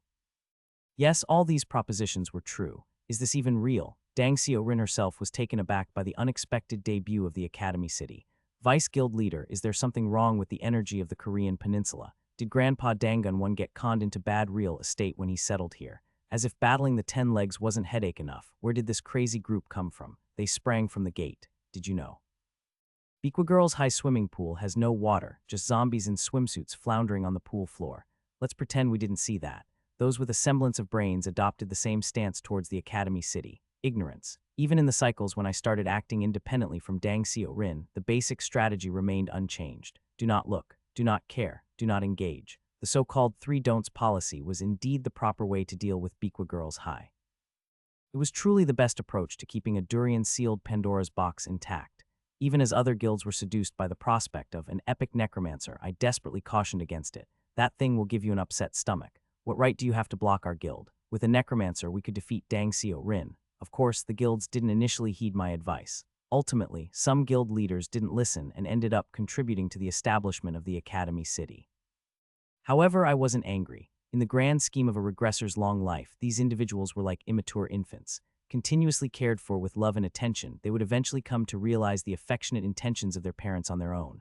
Well, if it's from Undertaker, think about it, a necromancer, right? Messing with corpses, what's that all about? Ah, do you want to know how to subdue proud awakeners? It's simple. Become a regressor, defeat the 10 legs. Even the steeliest tsundere melts before me. Thus, from the 10th cycle, when the subjugation of the 10 legs began, the guild leaders also started to comply with my regulatory measures. Tapes crisscrossed the gate of Bequa Girls high like a spider web. No entry, safety first, danger, cannibalism, alert, controlled area. It was a simple solution, but astonishingly, these yellow tapes performed almost like absolute barriers. As long as no one from outside stirred things up, Bequa Girls high was safe. It made one wonder what Chinyo HWA and her student council were subsisting on behind those closed doors. Truly, very occasionally, when Chinyo HWA herself went out to gather supplies, the saintess would whisper in my ear, "The student council president has been spotted." Yet significant incidents were rare, even as the 30th cycle passed. The 40th cycle flowed by, and even beyond the 50th cycle, yellow tapes still crisscrossed the gate of Bequa Girls high. I assure you, unless I was on vacation during those cycles, the seal here was never broken. In other words, during the cycles when I took a break and vacationed, a very high probability existed that the Academy City would emerge. After returning from a tour of Mount Hua with Sword Marquis in the 108th cycle, the same was true. The Korean peninsula was proving once again why this land had historically been called Hell Joseon, instilling fear in everyone. Ding di o umlaut letter 1e4bg dang durng, immortal life. Radiant immortality. Sir, here's your order, 2 servings of Tdiokbaki, lonely gourmet of the 10 legs, the pseudo-religious cult of New Buddha. And now, added to that, the largest academy city in history, Bequa Girls high. Such familiar old friends warmly welcomed me. I'm so touched by the nostalgia that tears almost come. If a meteor shower were to fall now, the 4 kings of the peninsula would truly be complete. It was better to regress quietly than to directly face this mess, which I did. Upon returning to Busan Station after one vacation season, a moment of enlightenment arrived. Indeed, the performance of a vacation was unmatched. It cured the unique occupational diseases of infinite regressors. Why only me syndrome? I'm tired of this syndrome. No one remembers me syndrome, and so forth. Instead, it reignited the typical chronic conditions of regressors still. I must solve this syndrome. I'm perfectly fine syndrome. Even if everyone forgets, I will remember forever syndrome. Oh well. After all, isn't human life merely a record of struggling with diseases called happiness or misery? A regressor is nothing more than a long-term patient who experiences and manages the same diseases as everyone else, just more deeply and adeptly. I readmitted myself to the hospital. I've long wed this world and observed the political state of the Korean peninsula from an angle I hadn't considered before. Compared to Sword Marquis, maybe Chinyo HWA is a very rational conversational partner. What a paradigm shift in thought. Only after serving Sword Marquis, an epical lunatic, for 6 years, could such enlightenment have been possible. Indeed, compared to a dog smeared with feces, a dog with mustard stains was practically a cute Shih Tzu.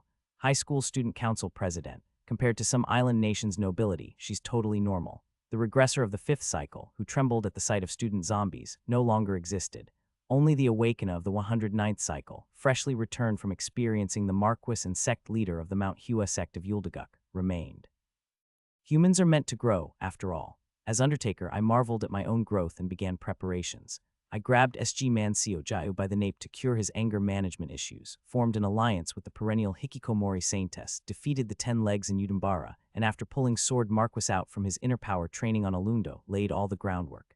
Then, months later, I alone headed to Biqua Girls High. What brings you here? An NPC stood at the gate. A familiar face among the guards. Like the inscription on Dante's Gate to Hell, abandon all hope, ye who enter here. This NPC manned the entrance to a terrifying dungeon. I'm sorry, but if you have no business, please leave. This is a private school. Outsiders cannot just walk in. After clearing the entity known as Sword Marquis, to me, the guard was just another insignificant monster. What doesn't kill me only makes me stronger. I'm someone like this. What is this? I politely handed over a printout. The printout was kindly stamped with the seal of the Board of Education. Biqua Girls High School 99th Alumni Meeting Notice. Oh, the guard's pupils wavered. I smiled. Hello, I'm a graduate visiting for the alumni meeting. I look forward to your cooperation. The zombie guard stuttered, frozen like an NPC that had encountered an unexpected player action. Of course, the document was forged. I had never studied education, nor had I ever heard of an actual teacher carrying such a document. But what did it matter? Who would call the Board of Education or a university to check if this was real? They had long migrated to Mars when half of Seoul had been blown away. But this is a girls' school, isn't it? Ah, my gender transitioned. It's called TS disease, you see. I've awakened this ability. The zombie guard, unsure whether to react as if such a ridiculous ability could exist or whether he was committing gender discrimination, was caught in a cruel situation for a pattern-following NPC. No, well, could you come in and wait? I'll call the manager. I had called earlier today to say I'd be visiting for the alumni gathering, but it seems the message didn't reach you. Let's go in and wait then. I entered Biqua Girls High far too easily. See, this is the experience of a 109th cycle regressor. Is this really the best way? I ignored the Saintess's sigh in my ear. You're an alumnus of our school. Blink. Chinyo HWA, meeting me in the student council room, blinked incessantly as she watched my every move. Even the world's necromancer couldn't hide her confusion in front of a self-proclaimed graduate claiming to have TS disease. Yes, I heard a lot about you from the kids. You're Chinyo HWA, right?